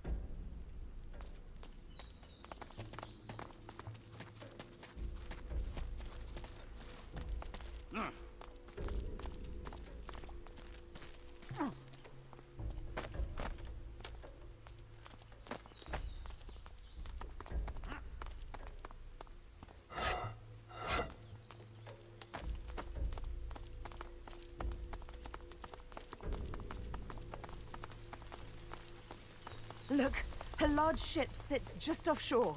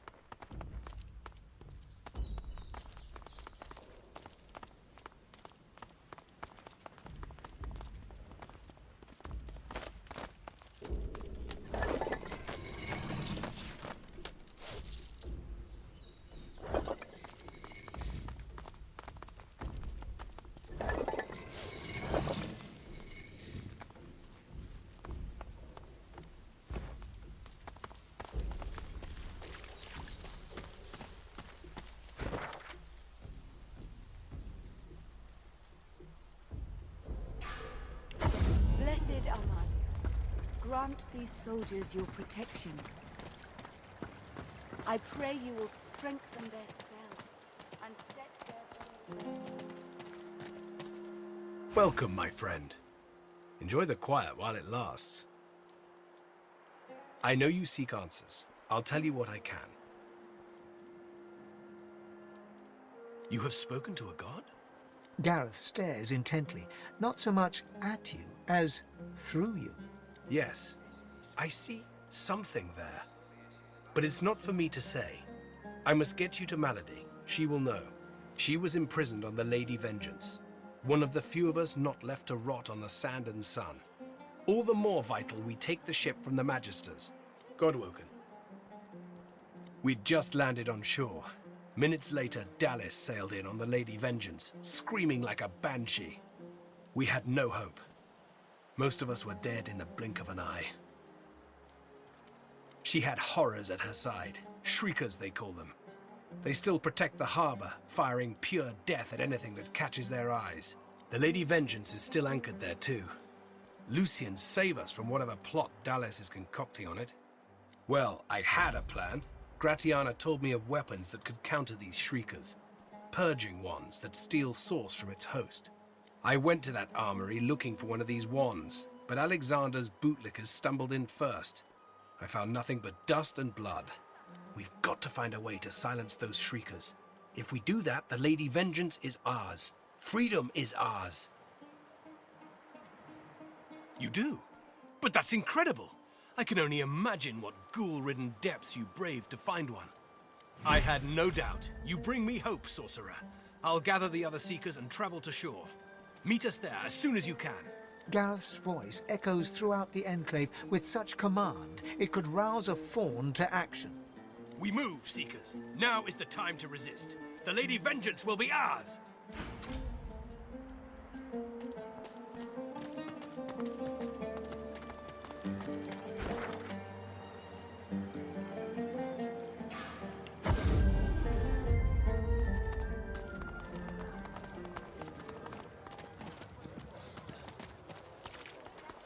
Where's the oil? She looks at you with wet... Good to see you. You take... Amidst a crowd of... And what you after? I ain't. She looks up. You looking to buy something? Found it, and there's never knew her to be much of a... She nods. You looking to buy something? Or do you just want to waste my time with a whole lot of questions? Magic and metal, like most of Dallas's designs. Metal keeps it locked. Magic make for you? Hell no.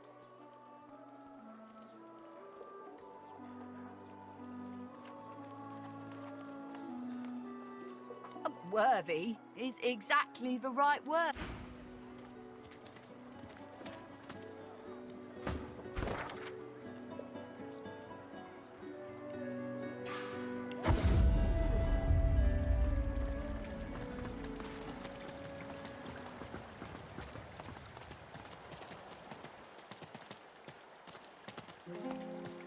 The others have gone to get us a ship out of here.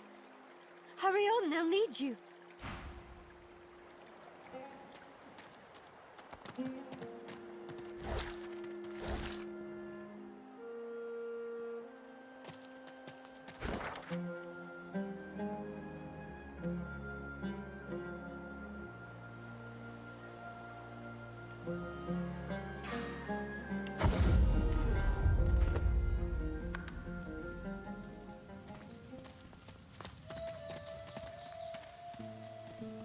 You would attack the Magisters directly?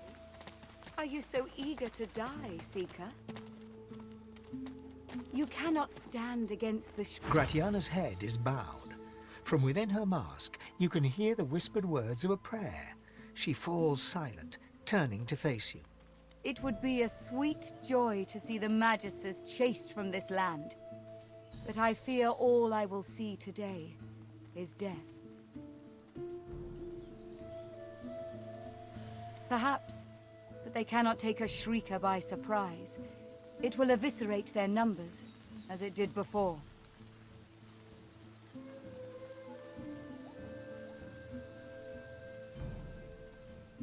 I told the Seeker that the soul-forged weapons of Brachus Rex remain hidden in a vault, but the Magisters recovered them before he could. Gareth failed to reach the armory in time. But there is another vault, hidden beyond the Magister's guile. If you can steal away these weapons, your friends may well stand a chance. But beware, such items are of limited power. If they cease to function, speak to me. I will be able to help. You have? That's wonderful, of course. But tell me, did you see anything else? Did you find any soul jars? Curses! Please, you must return. You must find them. They're relics of great power. And if they were to fall into the wrong hands, it cannot happen. It must. Armadia's blessings upon your brave soul.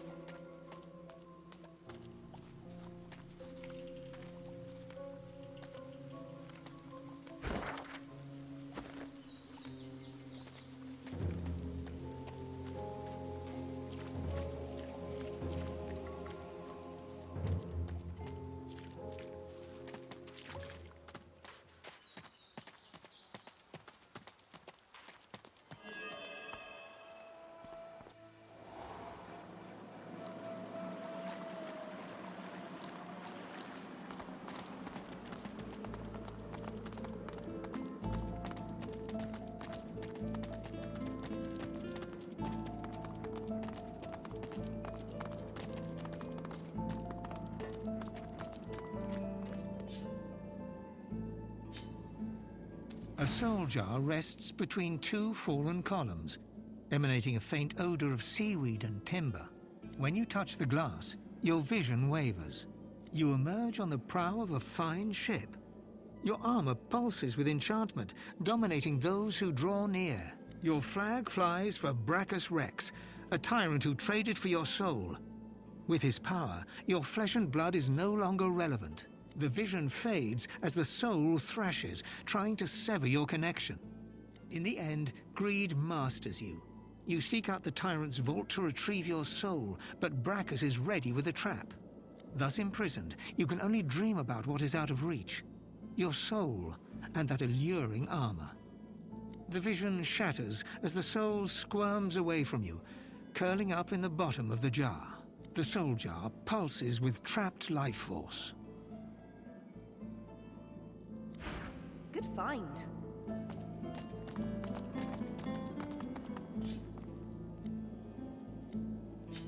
Good find.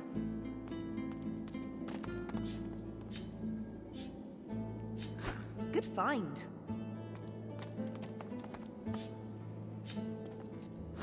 Oh, lucky find.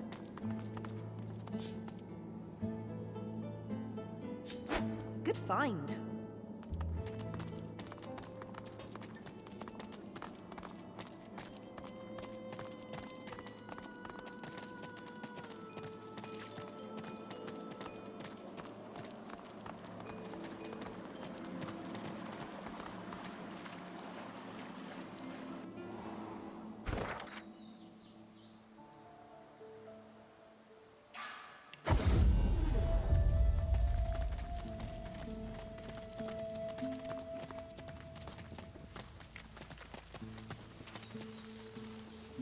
Gratiana's head is bowed. I'm pleased to see there are powerful relics called soul jars hidden in Brachus Rex's vault.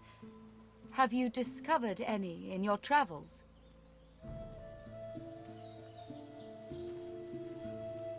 They are relics of great power. Please, you must give them to me. If I can make an offering of them to Armadia, it could aid your cause. She reaches greedily for the jar, tearing the cap off. You see a green glowing light emerge from the jar, enveloping Gratiana. By Armadia, I feel wet. Oh, Goddess, I can feel your tears upon my face. I suppose you deserve to know. Before I knew Armadia's grace, I was a very different person. I was the concubine of Brachus Rex. But more than his lover, I was his partner. I discovered his power to feed on the source of others, and I allowed it to... No, I made it happen. You don't understand. No one understands. My heart held such fear, but with Brachus, I was safe. He needed me, and I needed him. As his strength grew, so too did mine. There is nothing you cannot do when you sit on the lap of a powerful king. And I did it all. But power changes a man, as he changes his nation. Brachus grew paranoid, angry, murderous. Armadia, forgive me. It's true. As he grew distant, I just pushed harder. I gave him more and more, trying to win him back to me. I offered him the source of whole villages. He devoured them and demanded more. The lands outside were once green and beautiful, until I came. Until I turned them over to him. Now all's poison, and the dead are restless.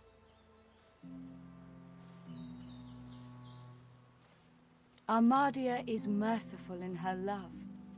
I found this shrine while hunting a band of wizards. I found the goddess weeping for her children, and I wept too. She pauses for a moment. If she had eyes, you're sure she'd be wiping them. Through Armadia, I saw my sins, and I could bear it no longer. I threw myself from the cliff at the entrance. I tried to rid the world of my evil, but Brachus would not allow it. He brought me back from the Hall of Echoes, locked my soul away, and demanded my obedience. Even in death, he commanded me. Only when 2 source hunters ended his curse was I free. Since then, I have returned here and spent centuries trying to heal the pain I've caused. And now...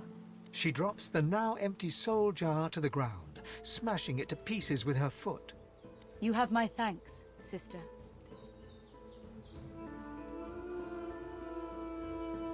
She starts to speak, but chokes back a sob instead.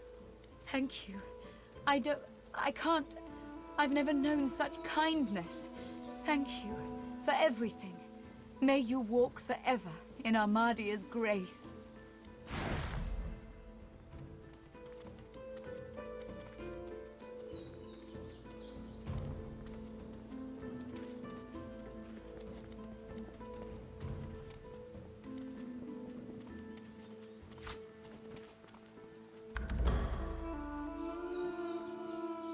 If I were you, I'd stay close to Sir Gareth once the fighting begins. Whatever path he takes will be the surest way to victory.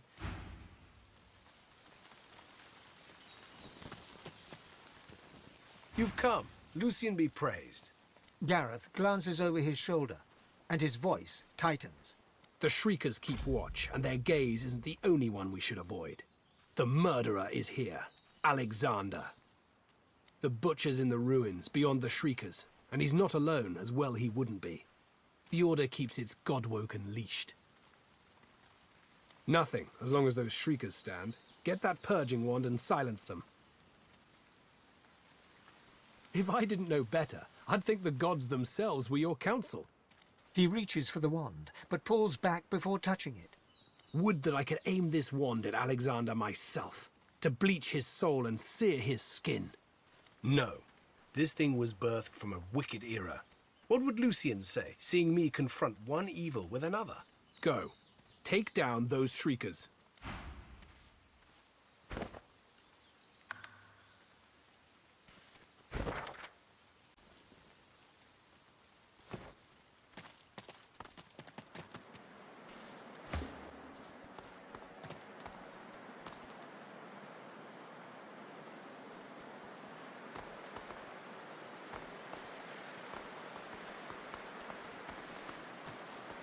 I've spotted something. The battle nears. Good to have you with us.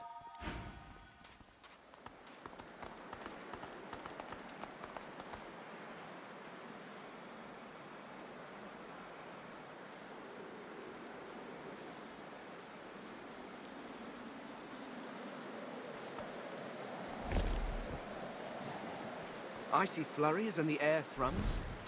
Could it be slain? Look, it's him! He has come, true to his word.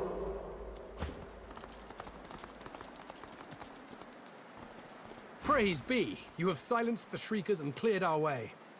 Yet it seems I'm in need of you again, my friend. You have any more miracles in you? We've got a boat ready to row to the Lady Vengeance. But if Alexander sees us bobbing among the waves, we'll be shark chow. So we split up. I take the Seekers to the Lady Vengeance. You go to the ruins and keep Alexander busy. He'll be expecting a breeze. Show him that you're a hurricane. Are you ready? We've got right on our side. A greater ally than any sulking Geist or any whinging Magister.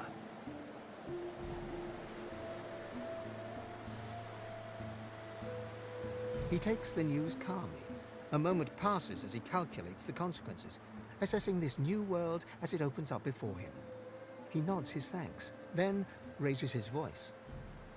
Seekers, we move. You are Lucian's eyes and ears. You are his sword and his shield. Burn the blackness with your holy fire!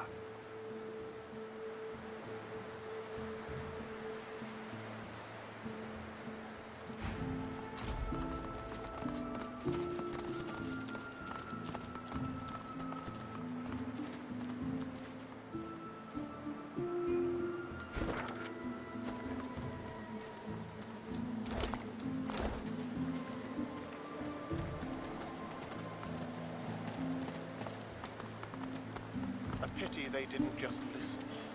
All this could have been averted. There you are, the escapee.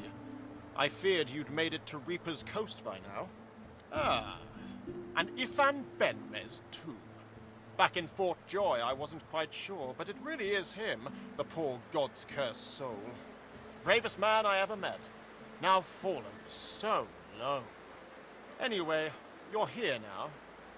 You know, Dallas and Friedemann warned me about you, God-woken. I'm afraid your journey ends here. You would only bring ruin to Rivellon. If anyone is going to become the next divine, it will be me.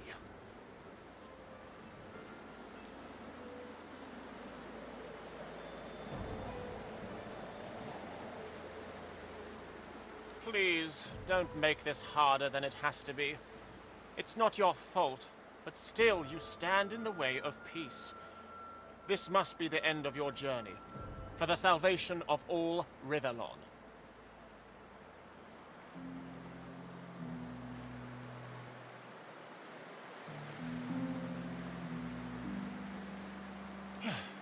You stand no chance, but I admire your resilience. Give it your best shot.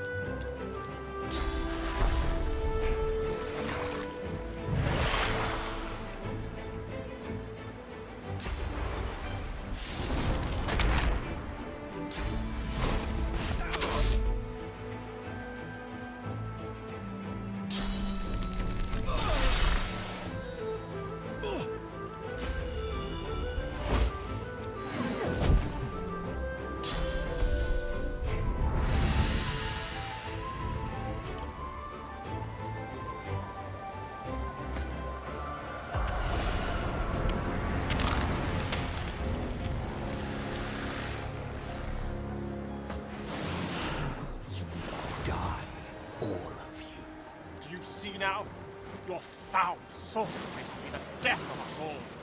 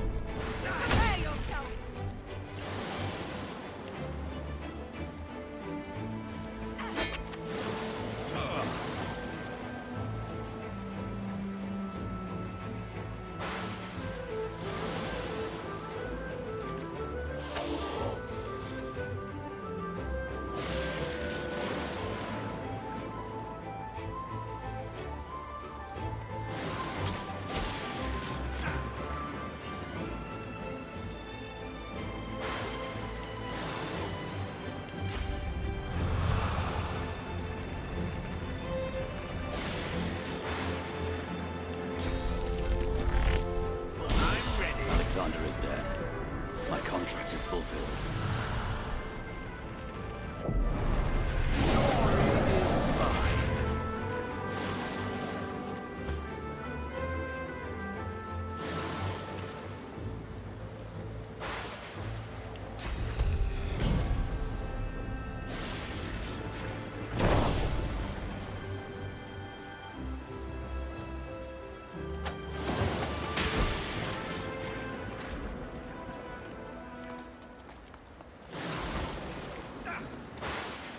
Well, well, quite the mess you've made here.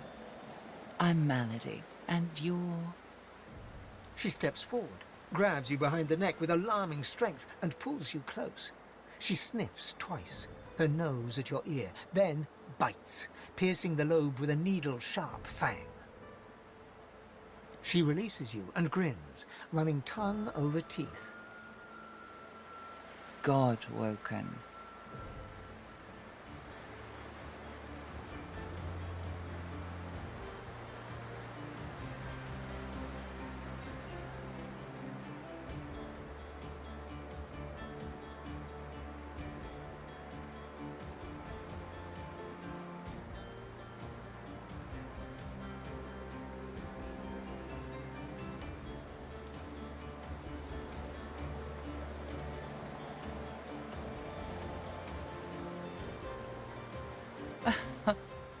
Do promise me you'll try, though I hope it doesn't come to that.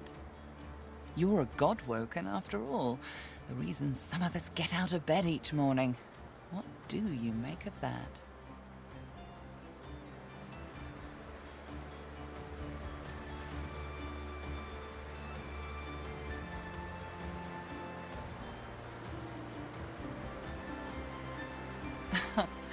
Of course not. Not you. You're an independent, right? Well, first things first.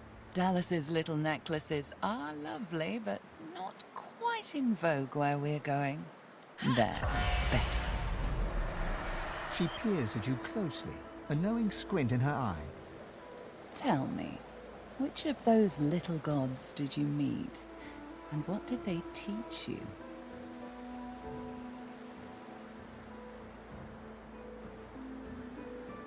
That it is, and if you want to take my boat off this island, you'll consider me a privileged party. Believe it or not, I'm here to help you. So?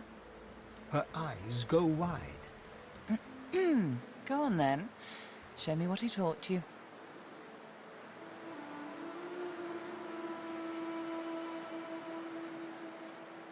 Perfect. You really are God-woken. I'm... happy. Oh, how unbecoming. Come then, we set sail, your destiny awaits, etc. You'll have to ask the Meister about that. She's dying to meet you. Malady beckons you to the boat. After you, darling.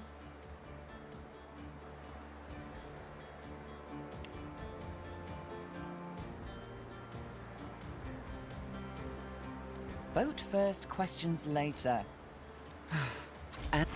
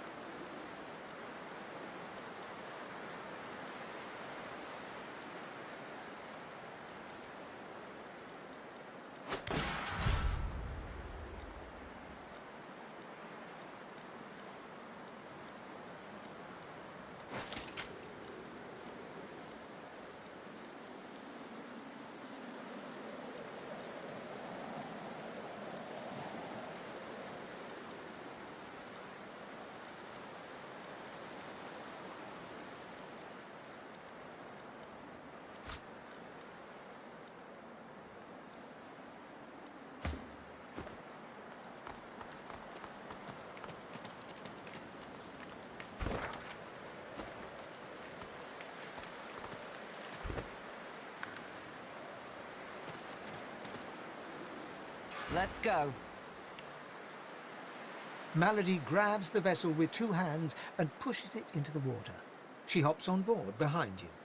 God-woken. Wait till she finds out. Salty water mists your face. Your skin prickles in bright, warm sunlight. The boat bobs forward through the water, and Fort Joy shrinks behind you. Tired but victorious, the party made for the Lady Vengeance. The horrors of Fort Joy behind them. They arrived as sorcerers. They left as God-woken. The fate of this God-forsaken world now rested on their shoulders. Or at least, on the shoulders of one of them.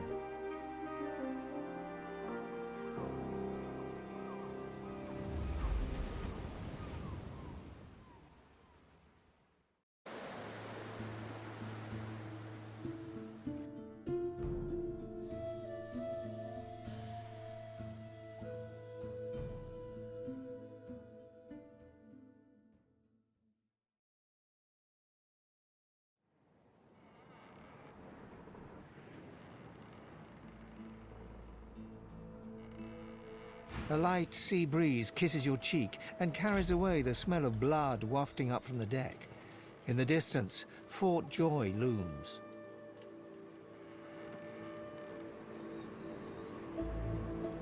Don't stand between a prince and his principles. The Magisters learned that the hard way. I've no sympathy for those who die in the line of duty, especially as odious a duty as those dead Magisters held. What were they thinking, standing against an Eternal? I almost pity the poor, ignorant beasts. Onward now. The sooner Fort Joy disappears from the horizon, the better. Perhaps the Seekers need help manning the ship.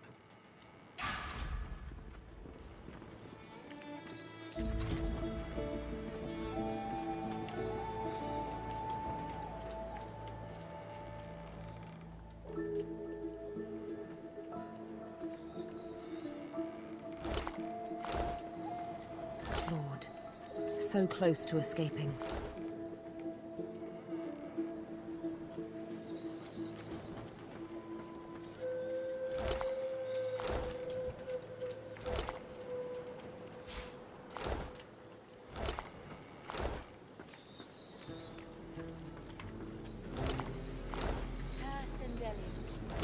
Pray to you for my Seeker brethren. Show us the path to salvation. I remember this one. His name was Kerbin. His friend's sword couldn't save him, it would appear.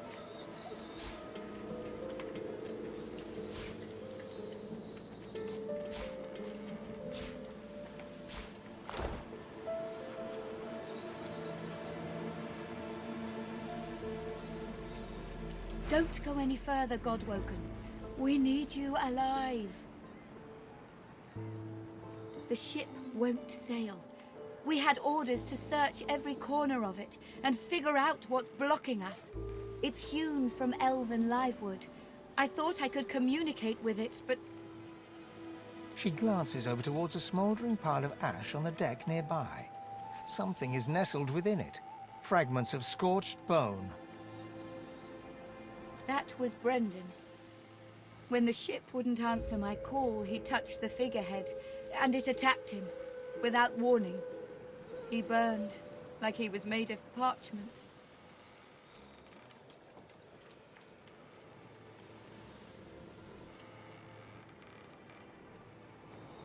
Her eyes flick over to the smouldering ashes once again, her head held at a despondent angle.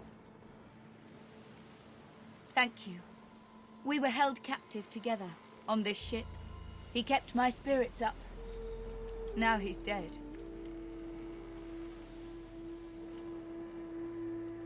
Nothing. The ship is livewood, that much is clear. But I couldn't communicate with it. The Magisters must have done something, warped it somehow. I just don't know what. Just remember what I said, Godwoken. If you die, then this was all for nothing. Blessings to our fallen. Pray that they may find rest.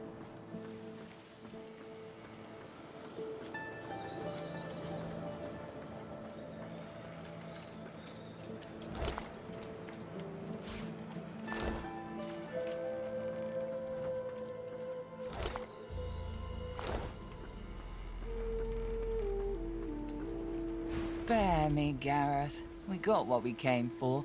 This is what success looks like. I won't see them tossed overboard. Not here. We'll hold a proper service. What's-his-face and so-and-so would want us to get this ship sailing before all else. They died for those Godwoken, after all. You know their names, Malady. Can't you even pay them that much respect? Gareth inhales sharply, then catches you out of the corner of his eye and smiles, barely. Our guest stirs. Welcome, Godwoken. Glad to see you safely aboard. Very glad indeed.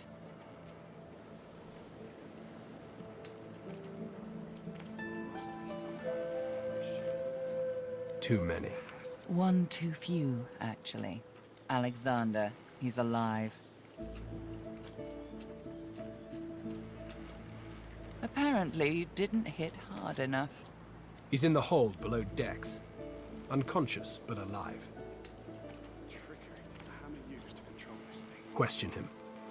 Someone has been hunting your kind, and Alexander fancies himself the only Godwoken worthy of ascending. As far as we know, you may even be the last still alive. If Alexander is guilty, he'll face justice. Yes, we certainly had better, but the ship won't move.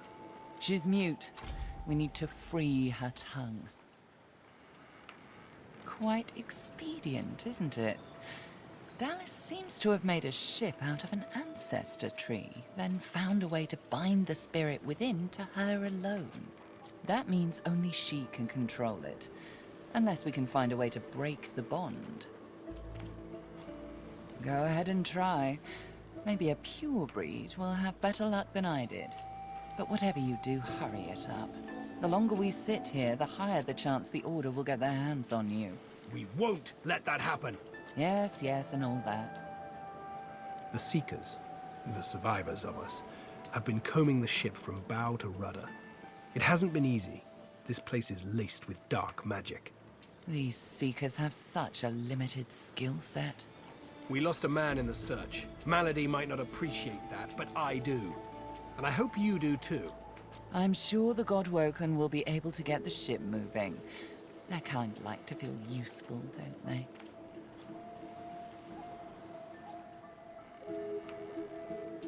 That's the spirit.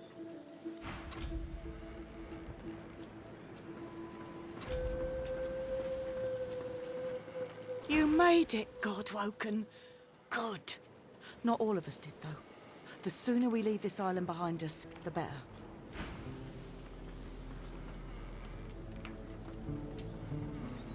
Ah, there you are. High time to stop gallivanting and resume our journey together, wouldn't you say? Off we go, then.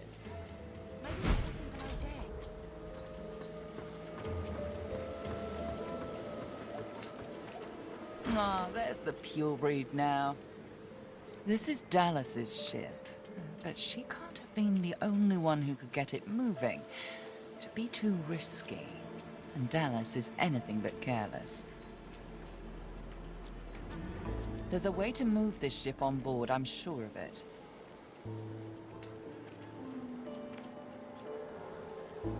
You'd be surprised. A ship like this holds many secrets. Hopefully you can discover some these Seekers might have missed. The figurehead has certainly caused a commotion lately. But then again, so have the doors downstairs. Everywhere you look, a hunk of wood looking to incinerate or stymie you. Dying to hear them, purebreed. Meister Siva is one of a rare breed. She'd do anything in the name of a cause, and her cause happens to be you. She's desperate to meet a living Godwoken. She'll be exceedingly pleased we're en route. We'd better not leave her waiting. She's a bit particular. She's the founder of these Seekers, and she's powerful. That means something when I say it. Your kind can reach astounding heights. Meister Siva can help you do just that. A place called Driftwood hosts a putrid fish, putrid dwarves, and Meister Siva herself.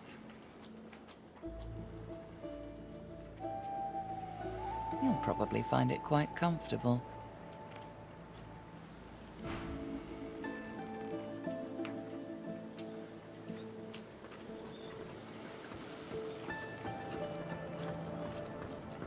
Seems you're a born survivor, Sabine.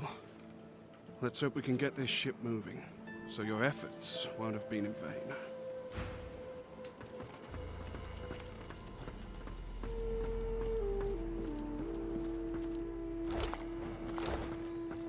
Void Slayer, Worm Killer, Godwoken.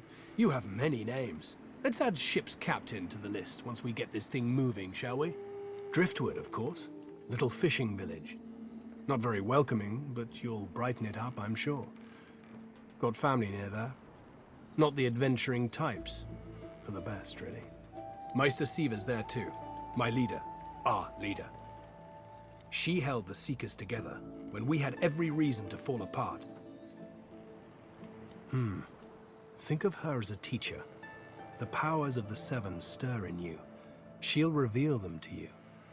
Show you how to manipulate them. I won't let the Fallen be forgotten. I'd be no better than Dallas, no better than Alexander, if I just tossed their remains into the sea.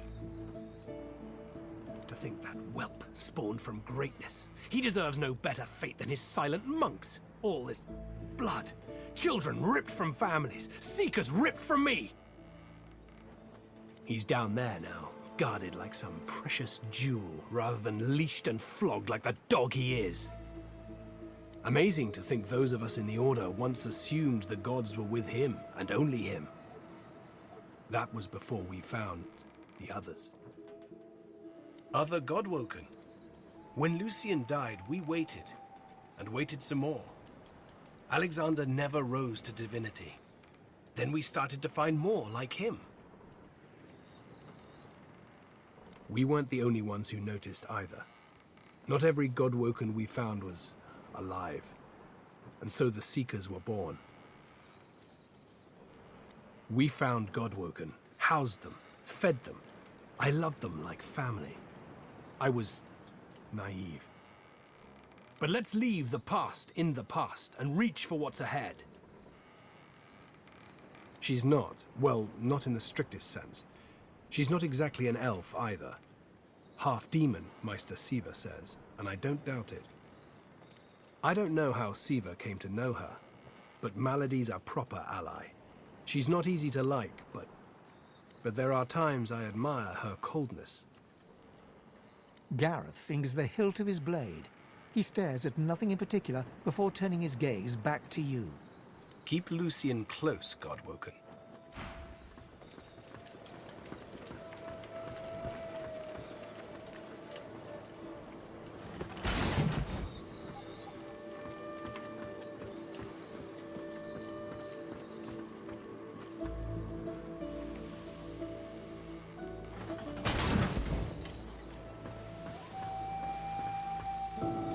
Before you is a towering figurehead carved in the likeness of a dragon. It looms over the bow, its fangs bared at the open sea. At that moment, the ship serendipitously creaks beneath you, almost like it is acknowledging your observation. Searing pain races up your arm. The ship senses you. It's angry. The pain intensifies. It's spreading past your arm, across your chest. Your lungs feel like they're on fire.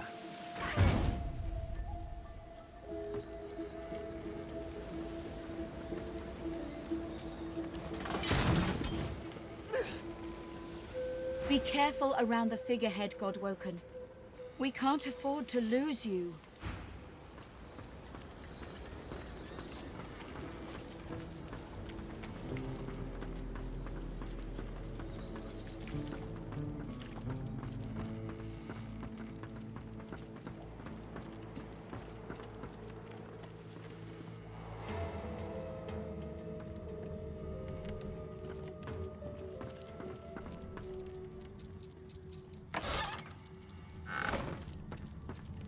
This boat's a treasure.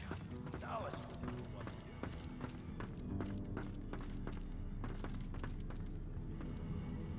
The silent monk leans from one foot to the other.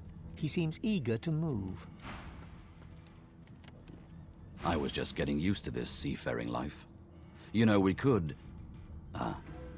from the look in your eye, I gather it's time to grab my things and get back to work. Ready? We'd probably get tired of this view soon enough anyway. The silent monk leans forward slightly and stares at you straight in the eyes. She seems eager for you to say something.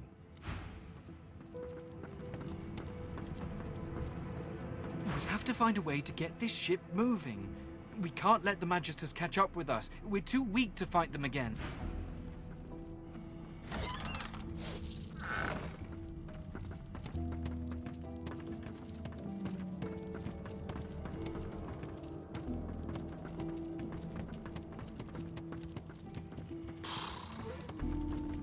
Wish I had half a clue what I was looking for. Let's team up, you and me. What do you say?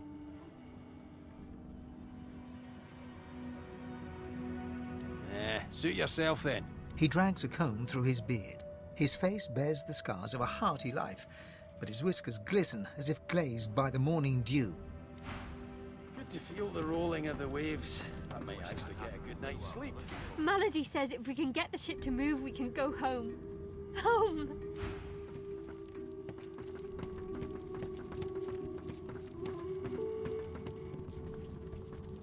All that fighting will be worth less than nothing if we can't get this tub moving.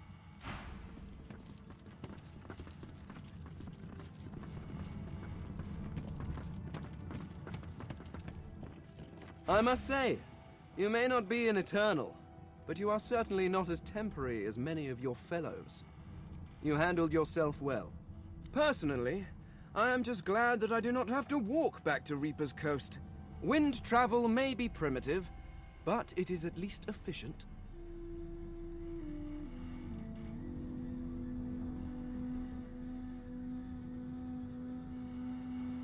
Livewood? You have taken a dead elf and carved it into a pleasure yacht? I knew you people were barbarians. I had no idea you were sadists, too. Well, no matter. Whatever gets me to Reaper's Coast quickly. I have an excavation site to explore. The only treasure worth digging for. Knowledge. I was investigating a site where several artifacts of my people have been found. Some were even intact. Alas, I was not the only one there. Those red-robed idiots were scurrying about too, trampling precious clues under their ignorant boots. They caught me when I failed to correctly respond to their questions, and dragged me here. Still, it's good to be on the move again.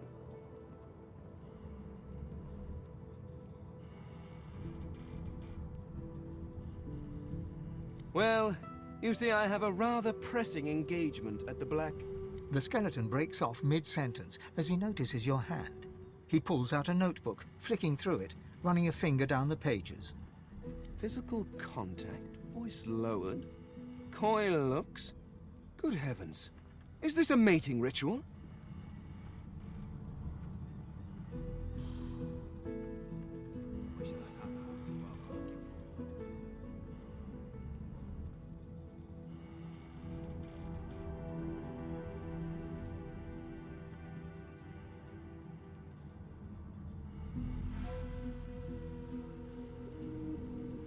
Oh, well, that's a little close-minded of you. But I'm not here to guard against your poor choices. Although perhaps you would be interested in a companion of another sort. I need to travel to the Black Pit's oil field near Reaper's Coast.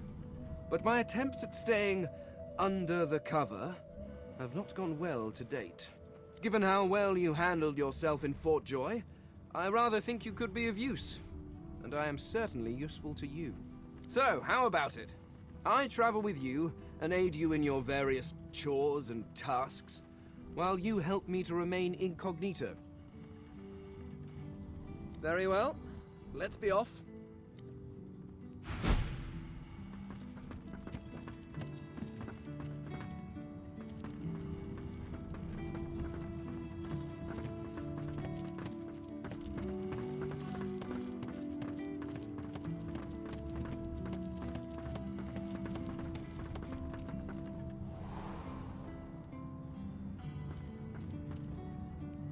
There's got to be some clue. Dallas would have trusted someone with a secret, wouldn't she? Unless there's someone still inside.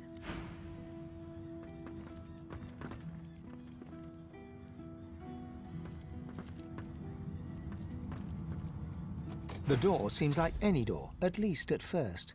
Then you notice it's unblemished wood. There is no knot, no scratch, no dent to detract from its apparent perfection. The wood groans and creaks. A face appears in the wood, tortured and tormented. A six-sided indentation is carved on its forehead, as if a gem or amulet had made a mark there. The face vanishes. The anguished face appears, then...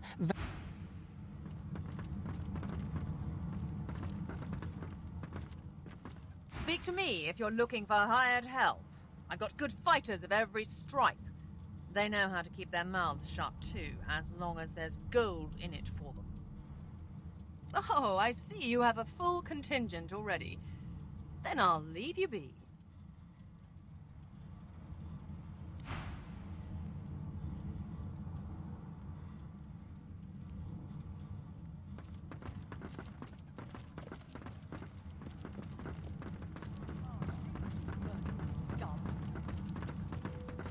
Magister Ranley, Corker's mate of the Divine A young woman shifts her weight between her feet, as though swaying her hips to an imaginary beat. She rubs her forehead, her face tight with concern. Her eyes roll up to meet yours, their great black pupils greater and blacker than seem natural, expanding further as they take you in. She smiles, and the worry melts from her face. Hey, it's you! Well, well, well, we meet again. They told me you'd mosey your way down here eventually. Malady, the Seekers. They said you and I had something in common. That we're... well, we're... Is it true? You're like me? Well, kind of. You know about my, situation, right? Right. Well, I'm a host. Always have been, probably always will be. I'm never alone in my head. Spirits visit, wanderers, sprites, demons, ghouls, disembodied mystics. You name it, I've chatted with it behind my own two eyes. I'm only hosting one right now, though, and it's a real piece of work. Malady said I should have met one of the gods when I had my vision in the Hall of Echoes, but I didn't. I met it. If it were up to me, you'd be swinging from the end of a rope, not locked up in here. I know. It's really... special. I don't know what this thing is, but I'm gonna get it the hell out of my head and make it sorry it ever came knocking. What's your deal? Damn, that's intense. I like you. You know, I never was much of a solo artist. Want to find out what comes next, you know, together?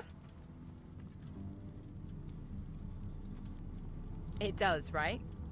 Before we head out, I've got more than a few tricks up my sleeve, so you'll have to pick which one I'll pull out if, when, push comes to shove. Lately I've been into the enchanting arts, but I can shoot, slash, summon, steal, whatever your little black heart desires. So, what'll it be?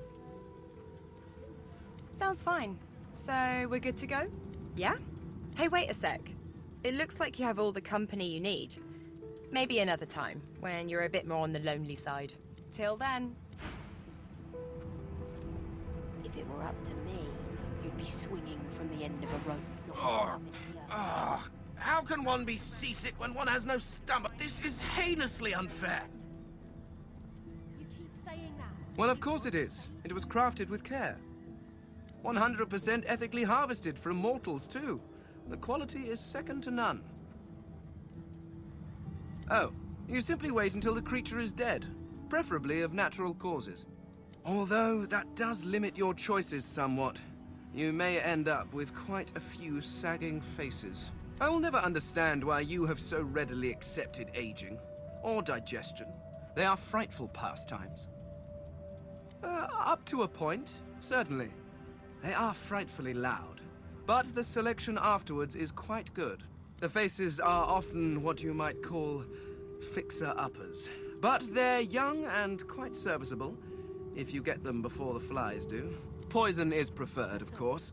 No marks to the face, the subject can be of any age, and death is often quite peaceful. Not for them, of course, but it's significantly more relaxing for me.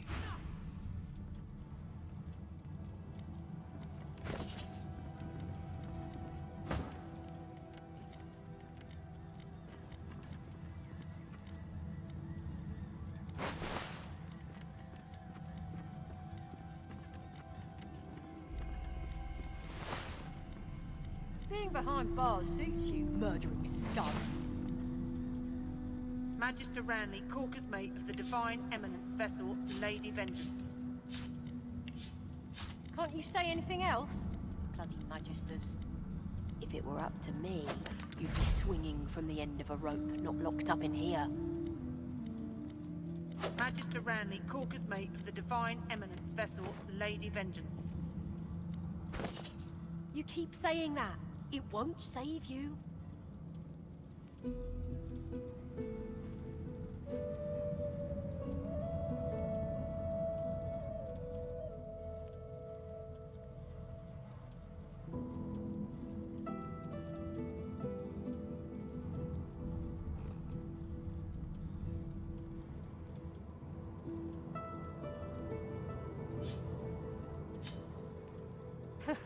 I ought to chain you up like your lot did to me.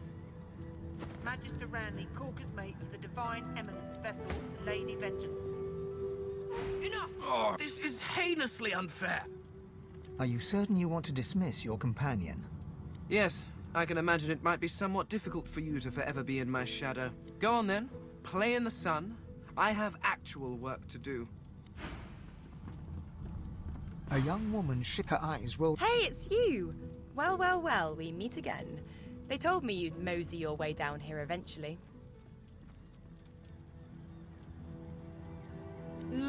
Then I met this band of merry weirdos and was... Is it true? Well, kind... Right. You name it. I'm only host... Malady said I met... it. I know. I don't know what... What's your deal? Damn. You know, I never was much for solo. Well, that was easier than I...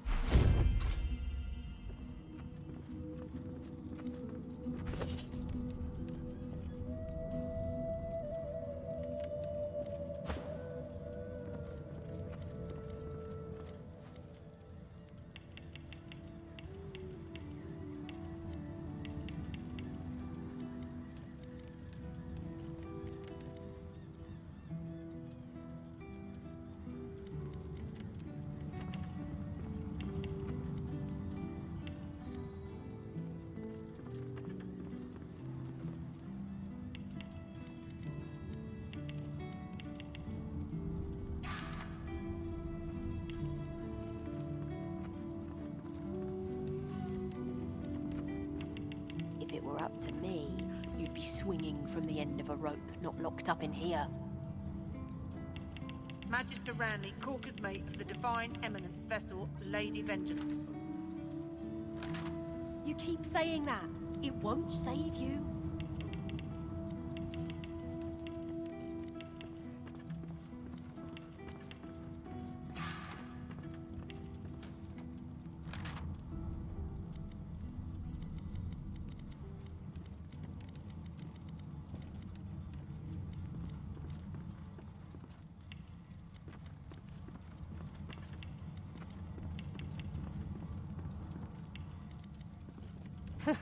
I ought to chain you up like your lot did to me. Magister Ranley, Corker's mate of the Divine Eminence vessel, Lady Vengeance. Enough! Being behind bars suits you, murdering scum. Magister Ranley, Corker's mate of the Divine Eminence vessel, Lady Vengeance. Can't you say anything else? Bloody Magisters.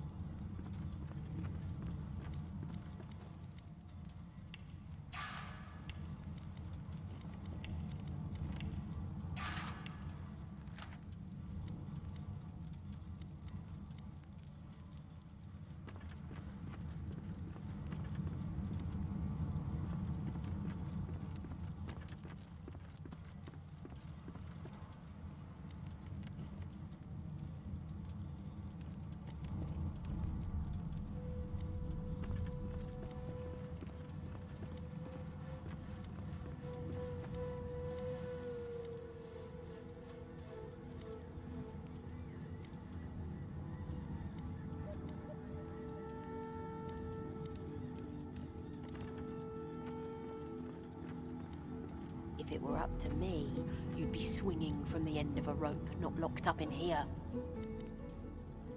Magister Ranley, Corker's mate of the Divine Eminence vessel, Lady Vengeance. You keep saying that. It won't save you.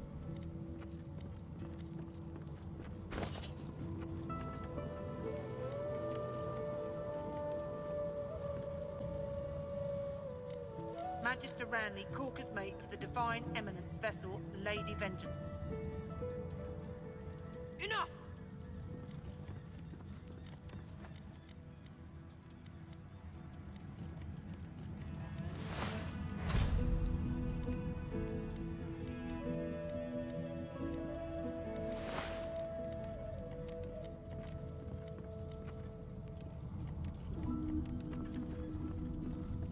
Being behind bars suits you, murdering scum.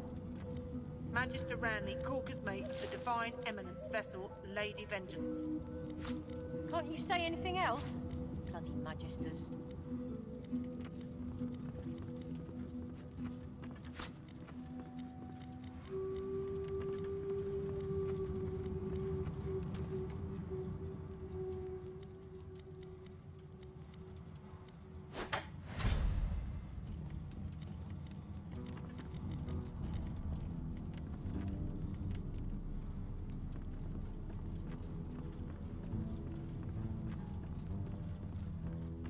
If it were up to me, you'd be swinging from the end of a rope, not locked up in here. Magister Ranley, Corker's mate of the Divine Eminence vessel, Lady Vengeance. You keep saying that. It won't save you. I ought to chain you up like your lot did to me. Magister Ranley, Corker's mate of the Divine Eminence vessel, Lady Vengeance. Enough!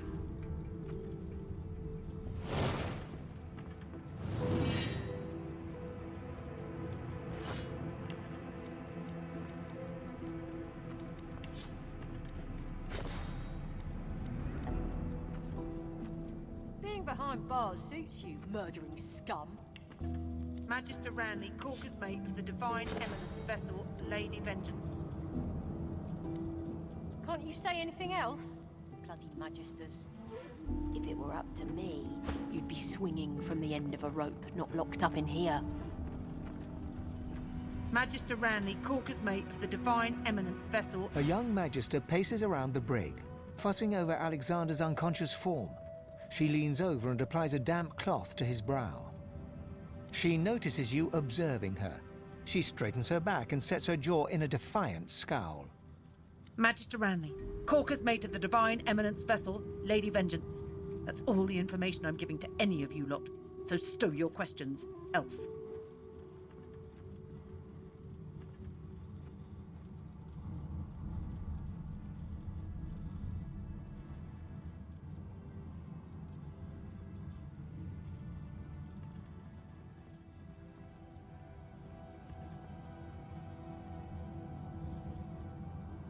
Ranley, Corker's mate, Lady Vengeance. Magister Ranley, Corker's mate of the...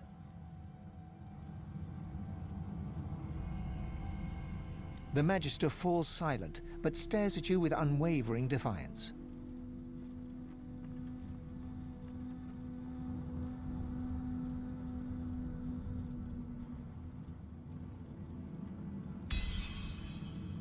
There's a shift in the magister's expression. A flicker of doubt. Then?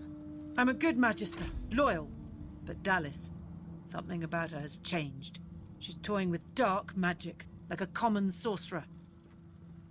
She used to sing to the ship. It let her control it.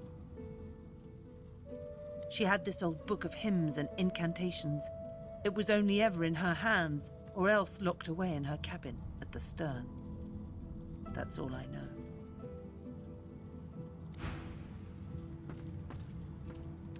Got that Magister to talk? Oh, good work. I knew she'd crack eventually.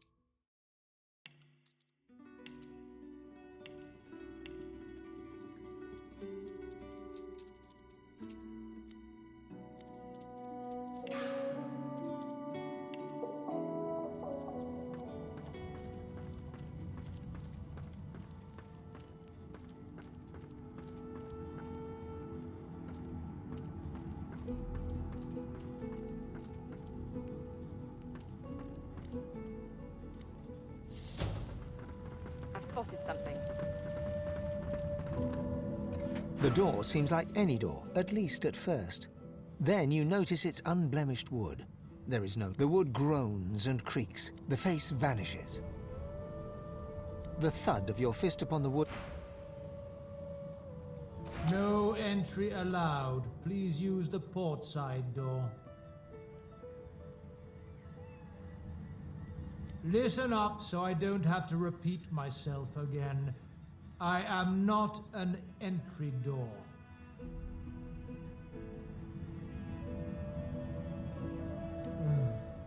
Fine. Answer the security question. current security measures forbid me from telling you that the password is Fortitude. Now, answer the security question. The face in the door is confused for a moment. Drat. No entry allowed through...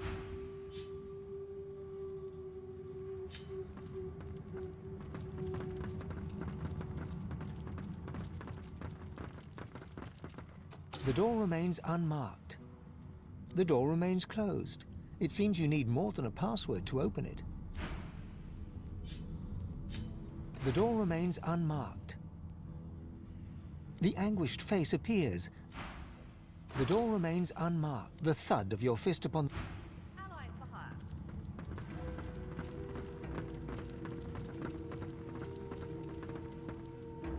No entry...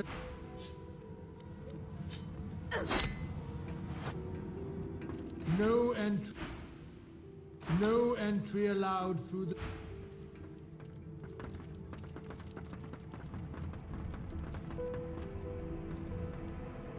I've plenty of fighters for hire. Experts in blades, bows, and bewitchment.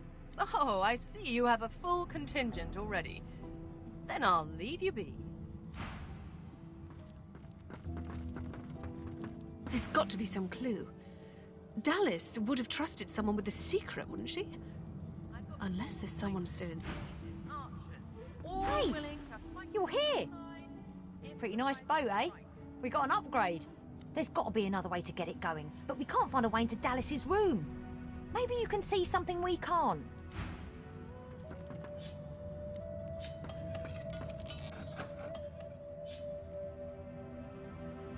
The door remains unmarked. The door remains closed. It seems you need more than a password.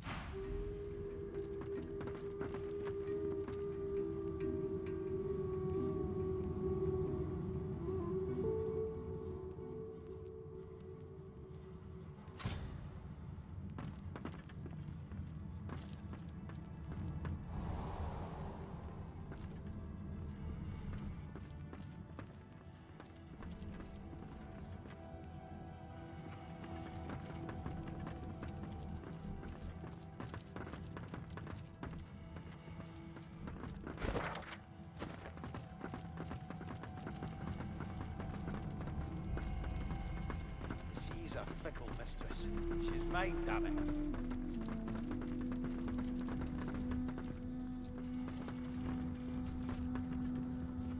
Melody says if we can get the... Now is not the time for a bath.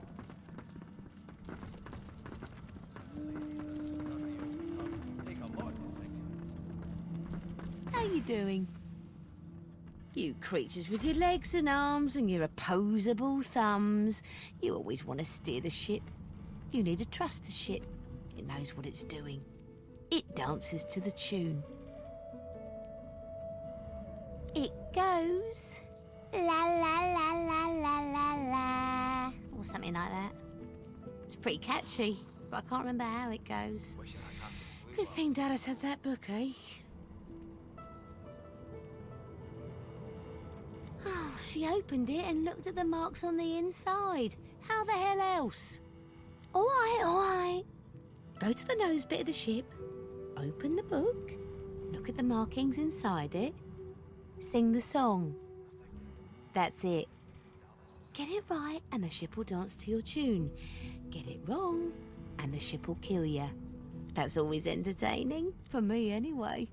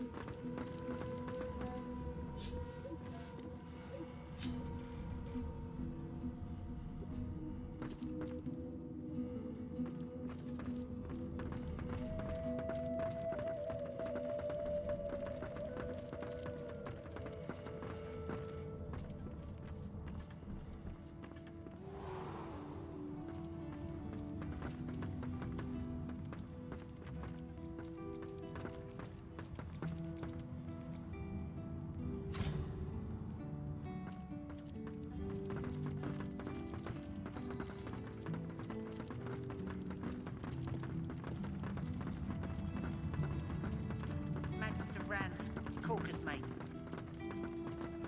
Too late for that now, Red. The bell can't be unrung.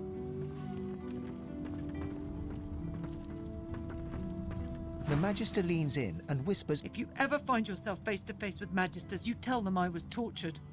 I didn't betray the cause, not until I was near death.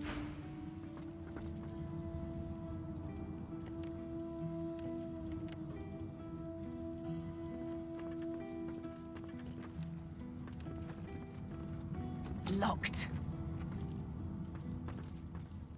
Got that Magister to talk? Good luck getting anything out of either of them. Our special guest is out cold. And the other one ain't in. All right then, just... don't make me regret it.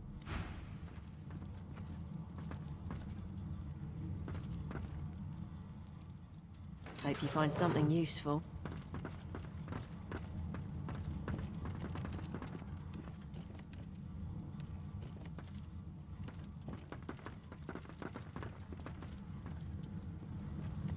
Get away from him, sorcerer. That's the divine. All right. Don't harm him. Ifan grabs you by the sleeve, not hard, but insistent.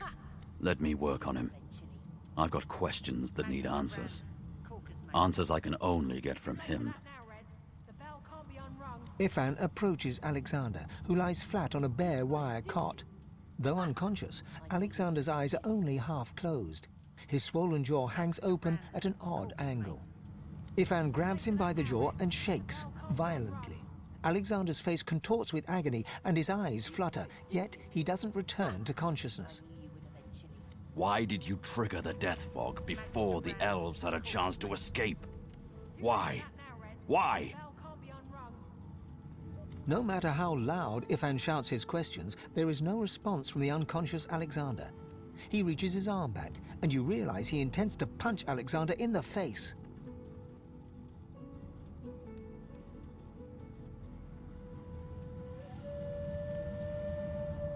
As if waking from a dream, he turns to you, disoriented. Hesitantly, he drops his fist until it hangs loosely by his side. Sheepish now, he scratches the side of his head with his other hand. You're right there. With a nod, Ifan strides away.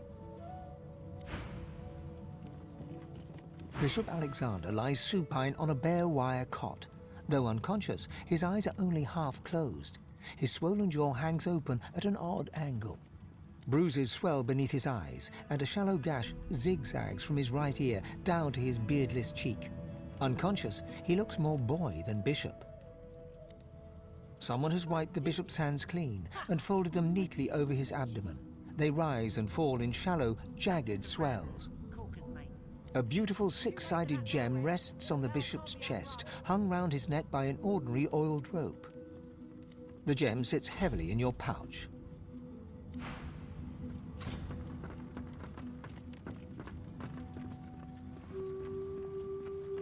You spoke, didn't you? Ha! The Magister leans in. If you ever find yourself...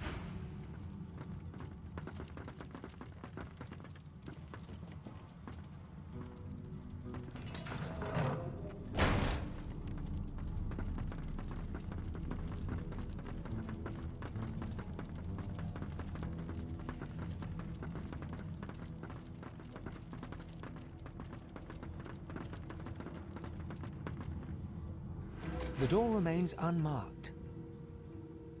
The anguished face appears once more. It dips its forehead towards you and waits. A shudder of pleasure racks the figure in the door. It seems to breathe. All of a sudden, all anguish is gone. It gives you the sternest of looks. I am summoned. Speak the password. Yes, and yes again. The word is spoken. Welcome to the stateroom.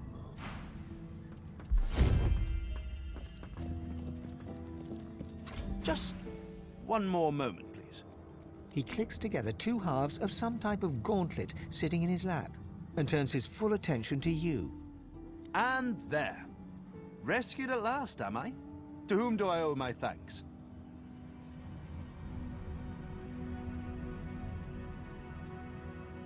Armor?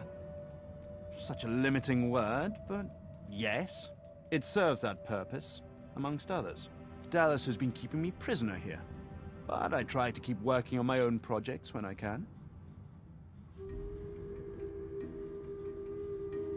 Dallas took a particular interest in me and my skills.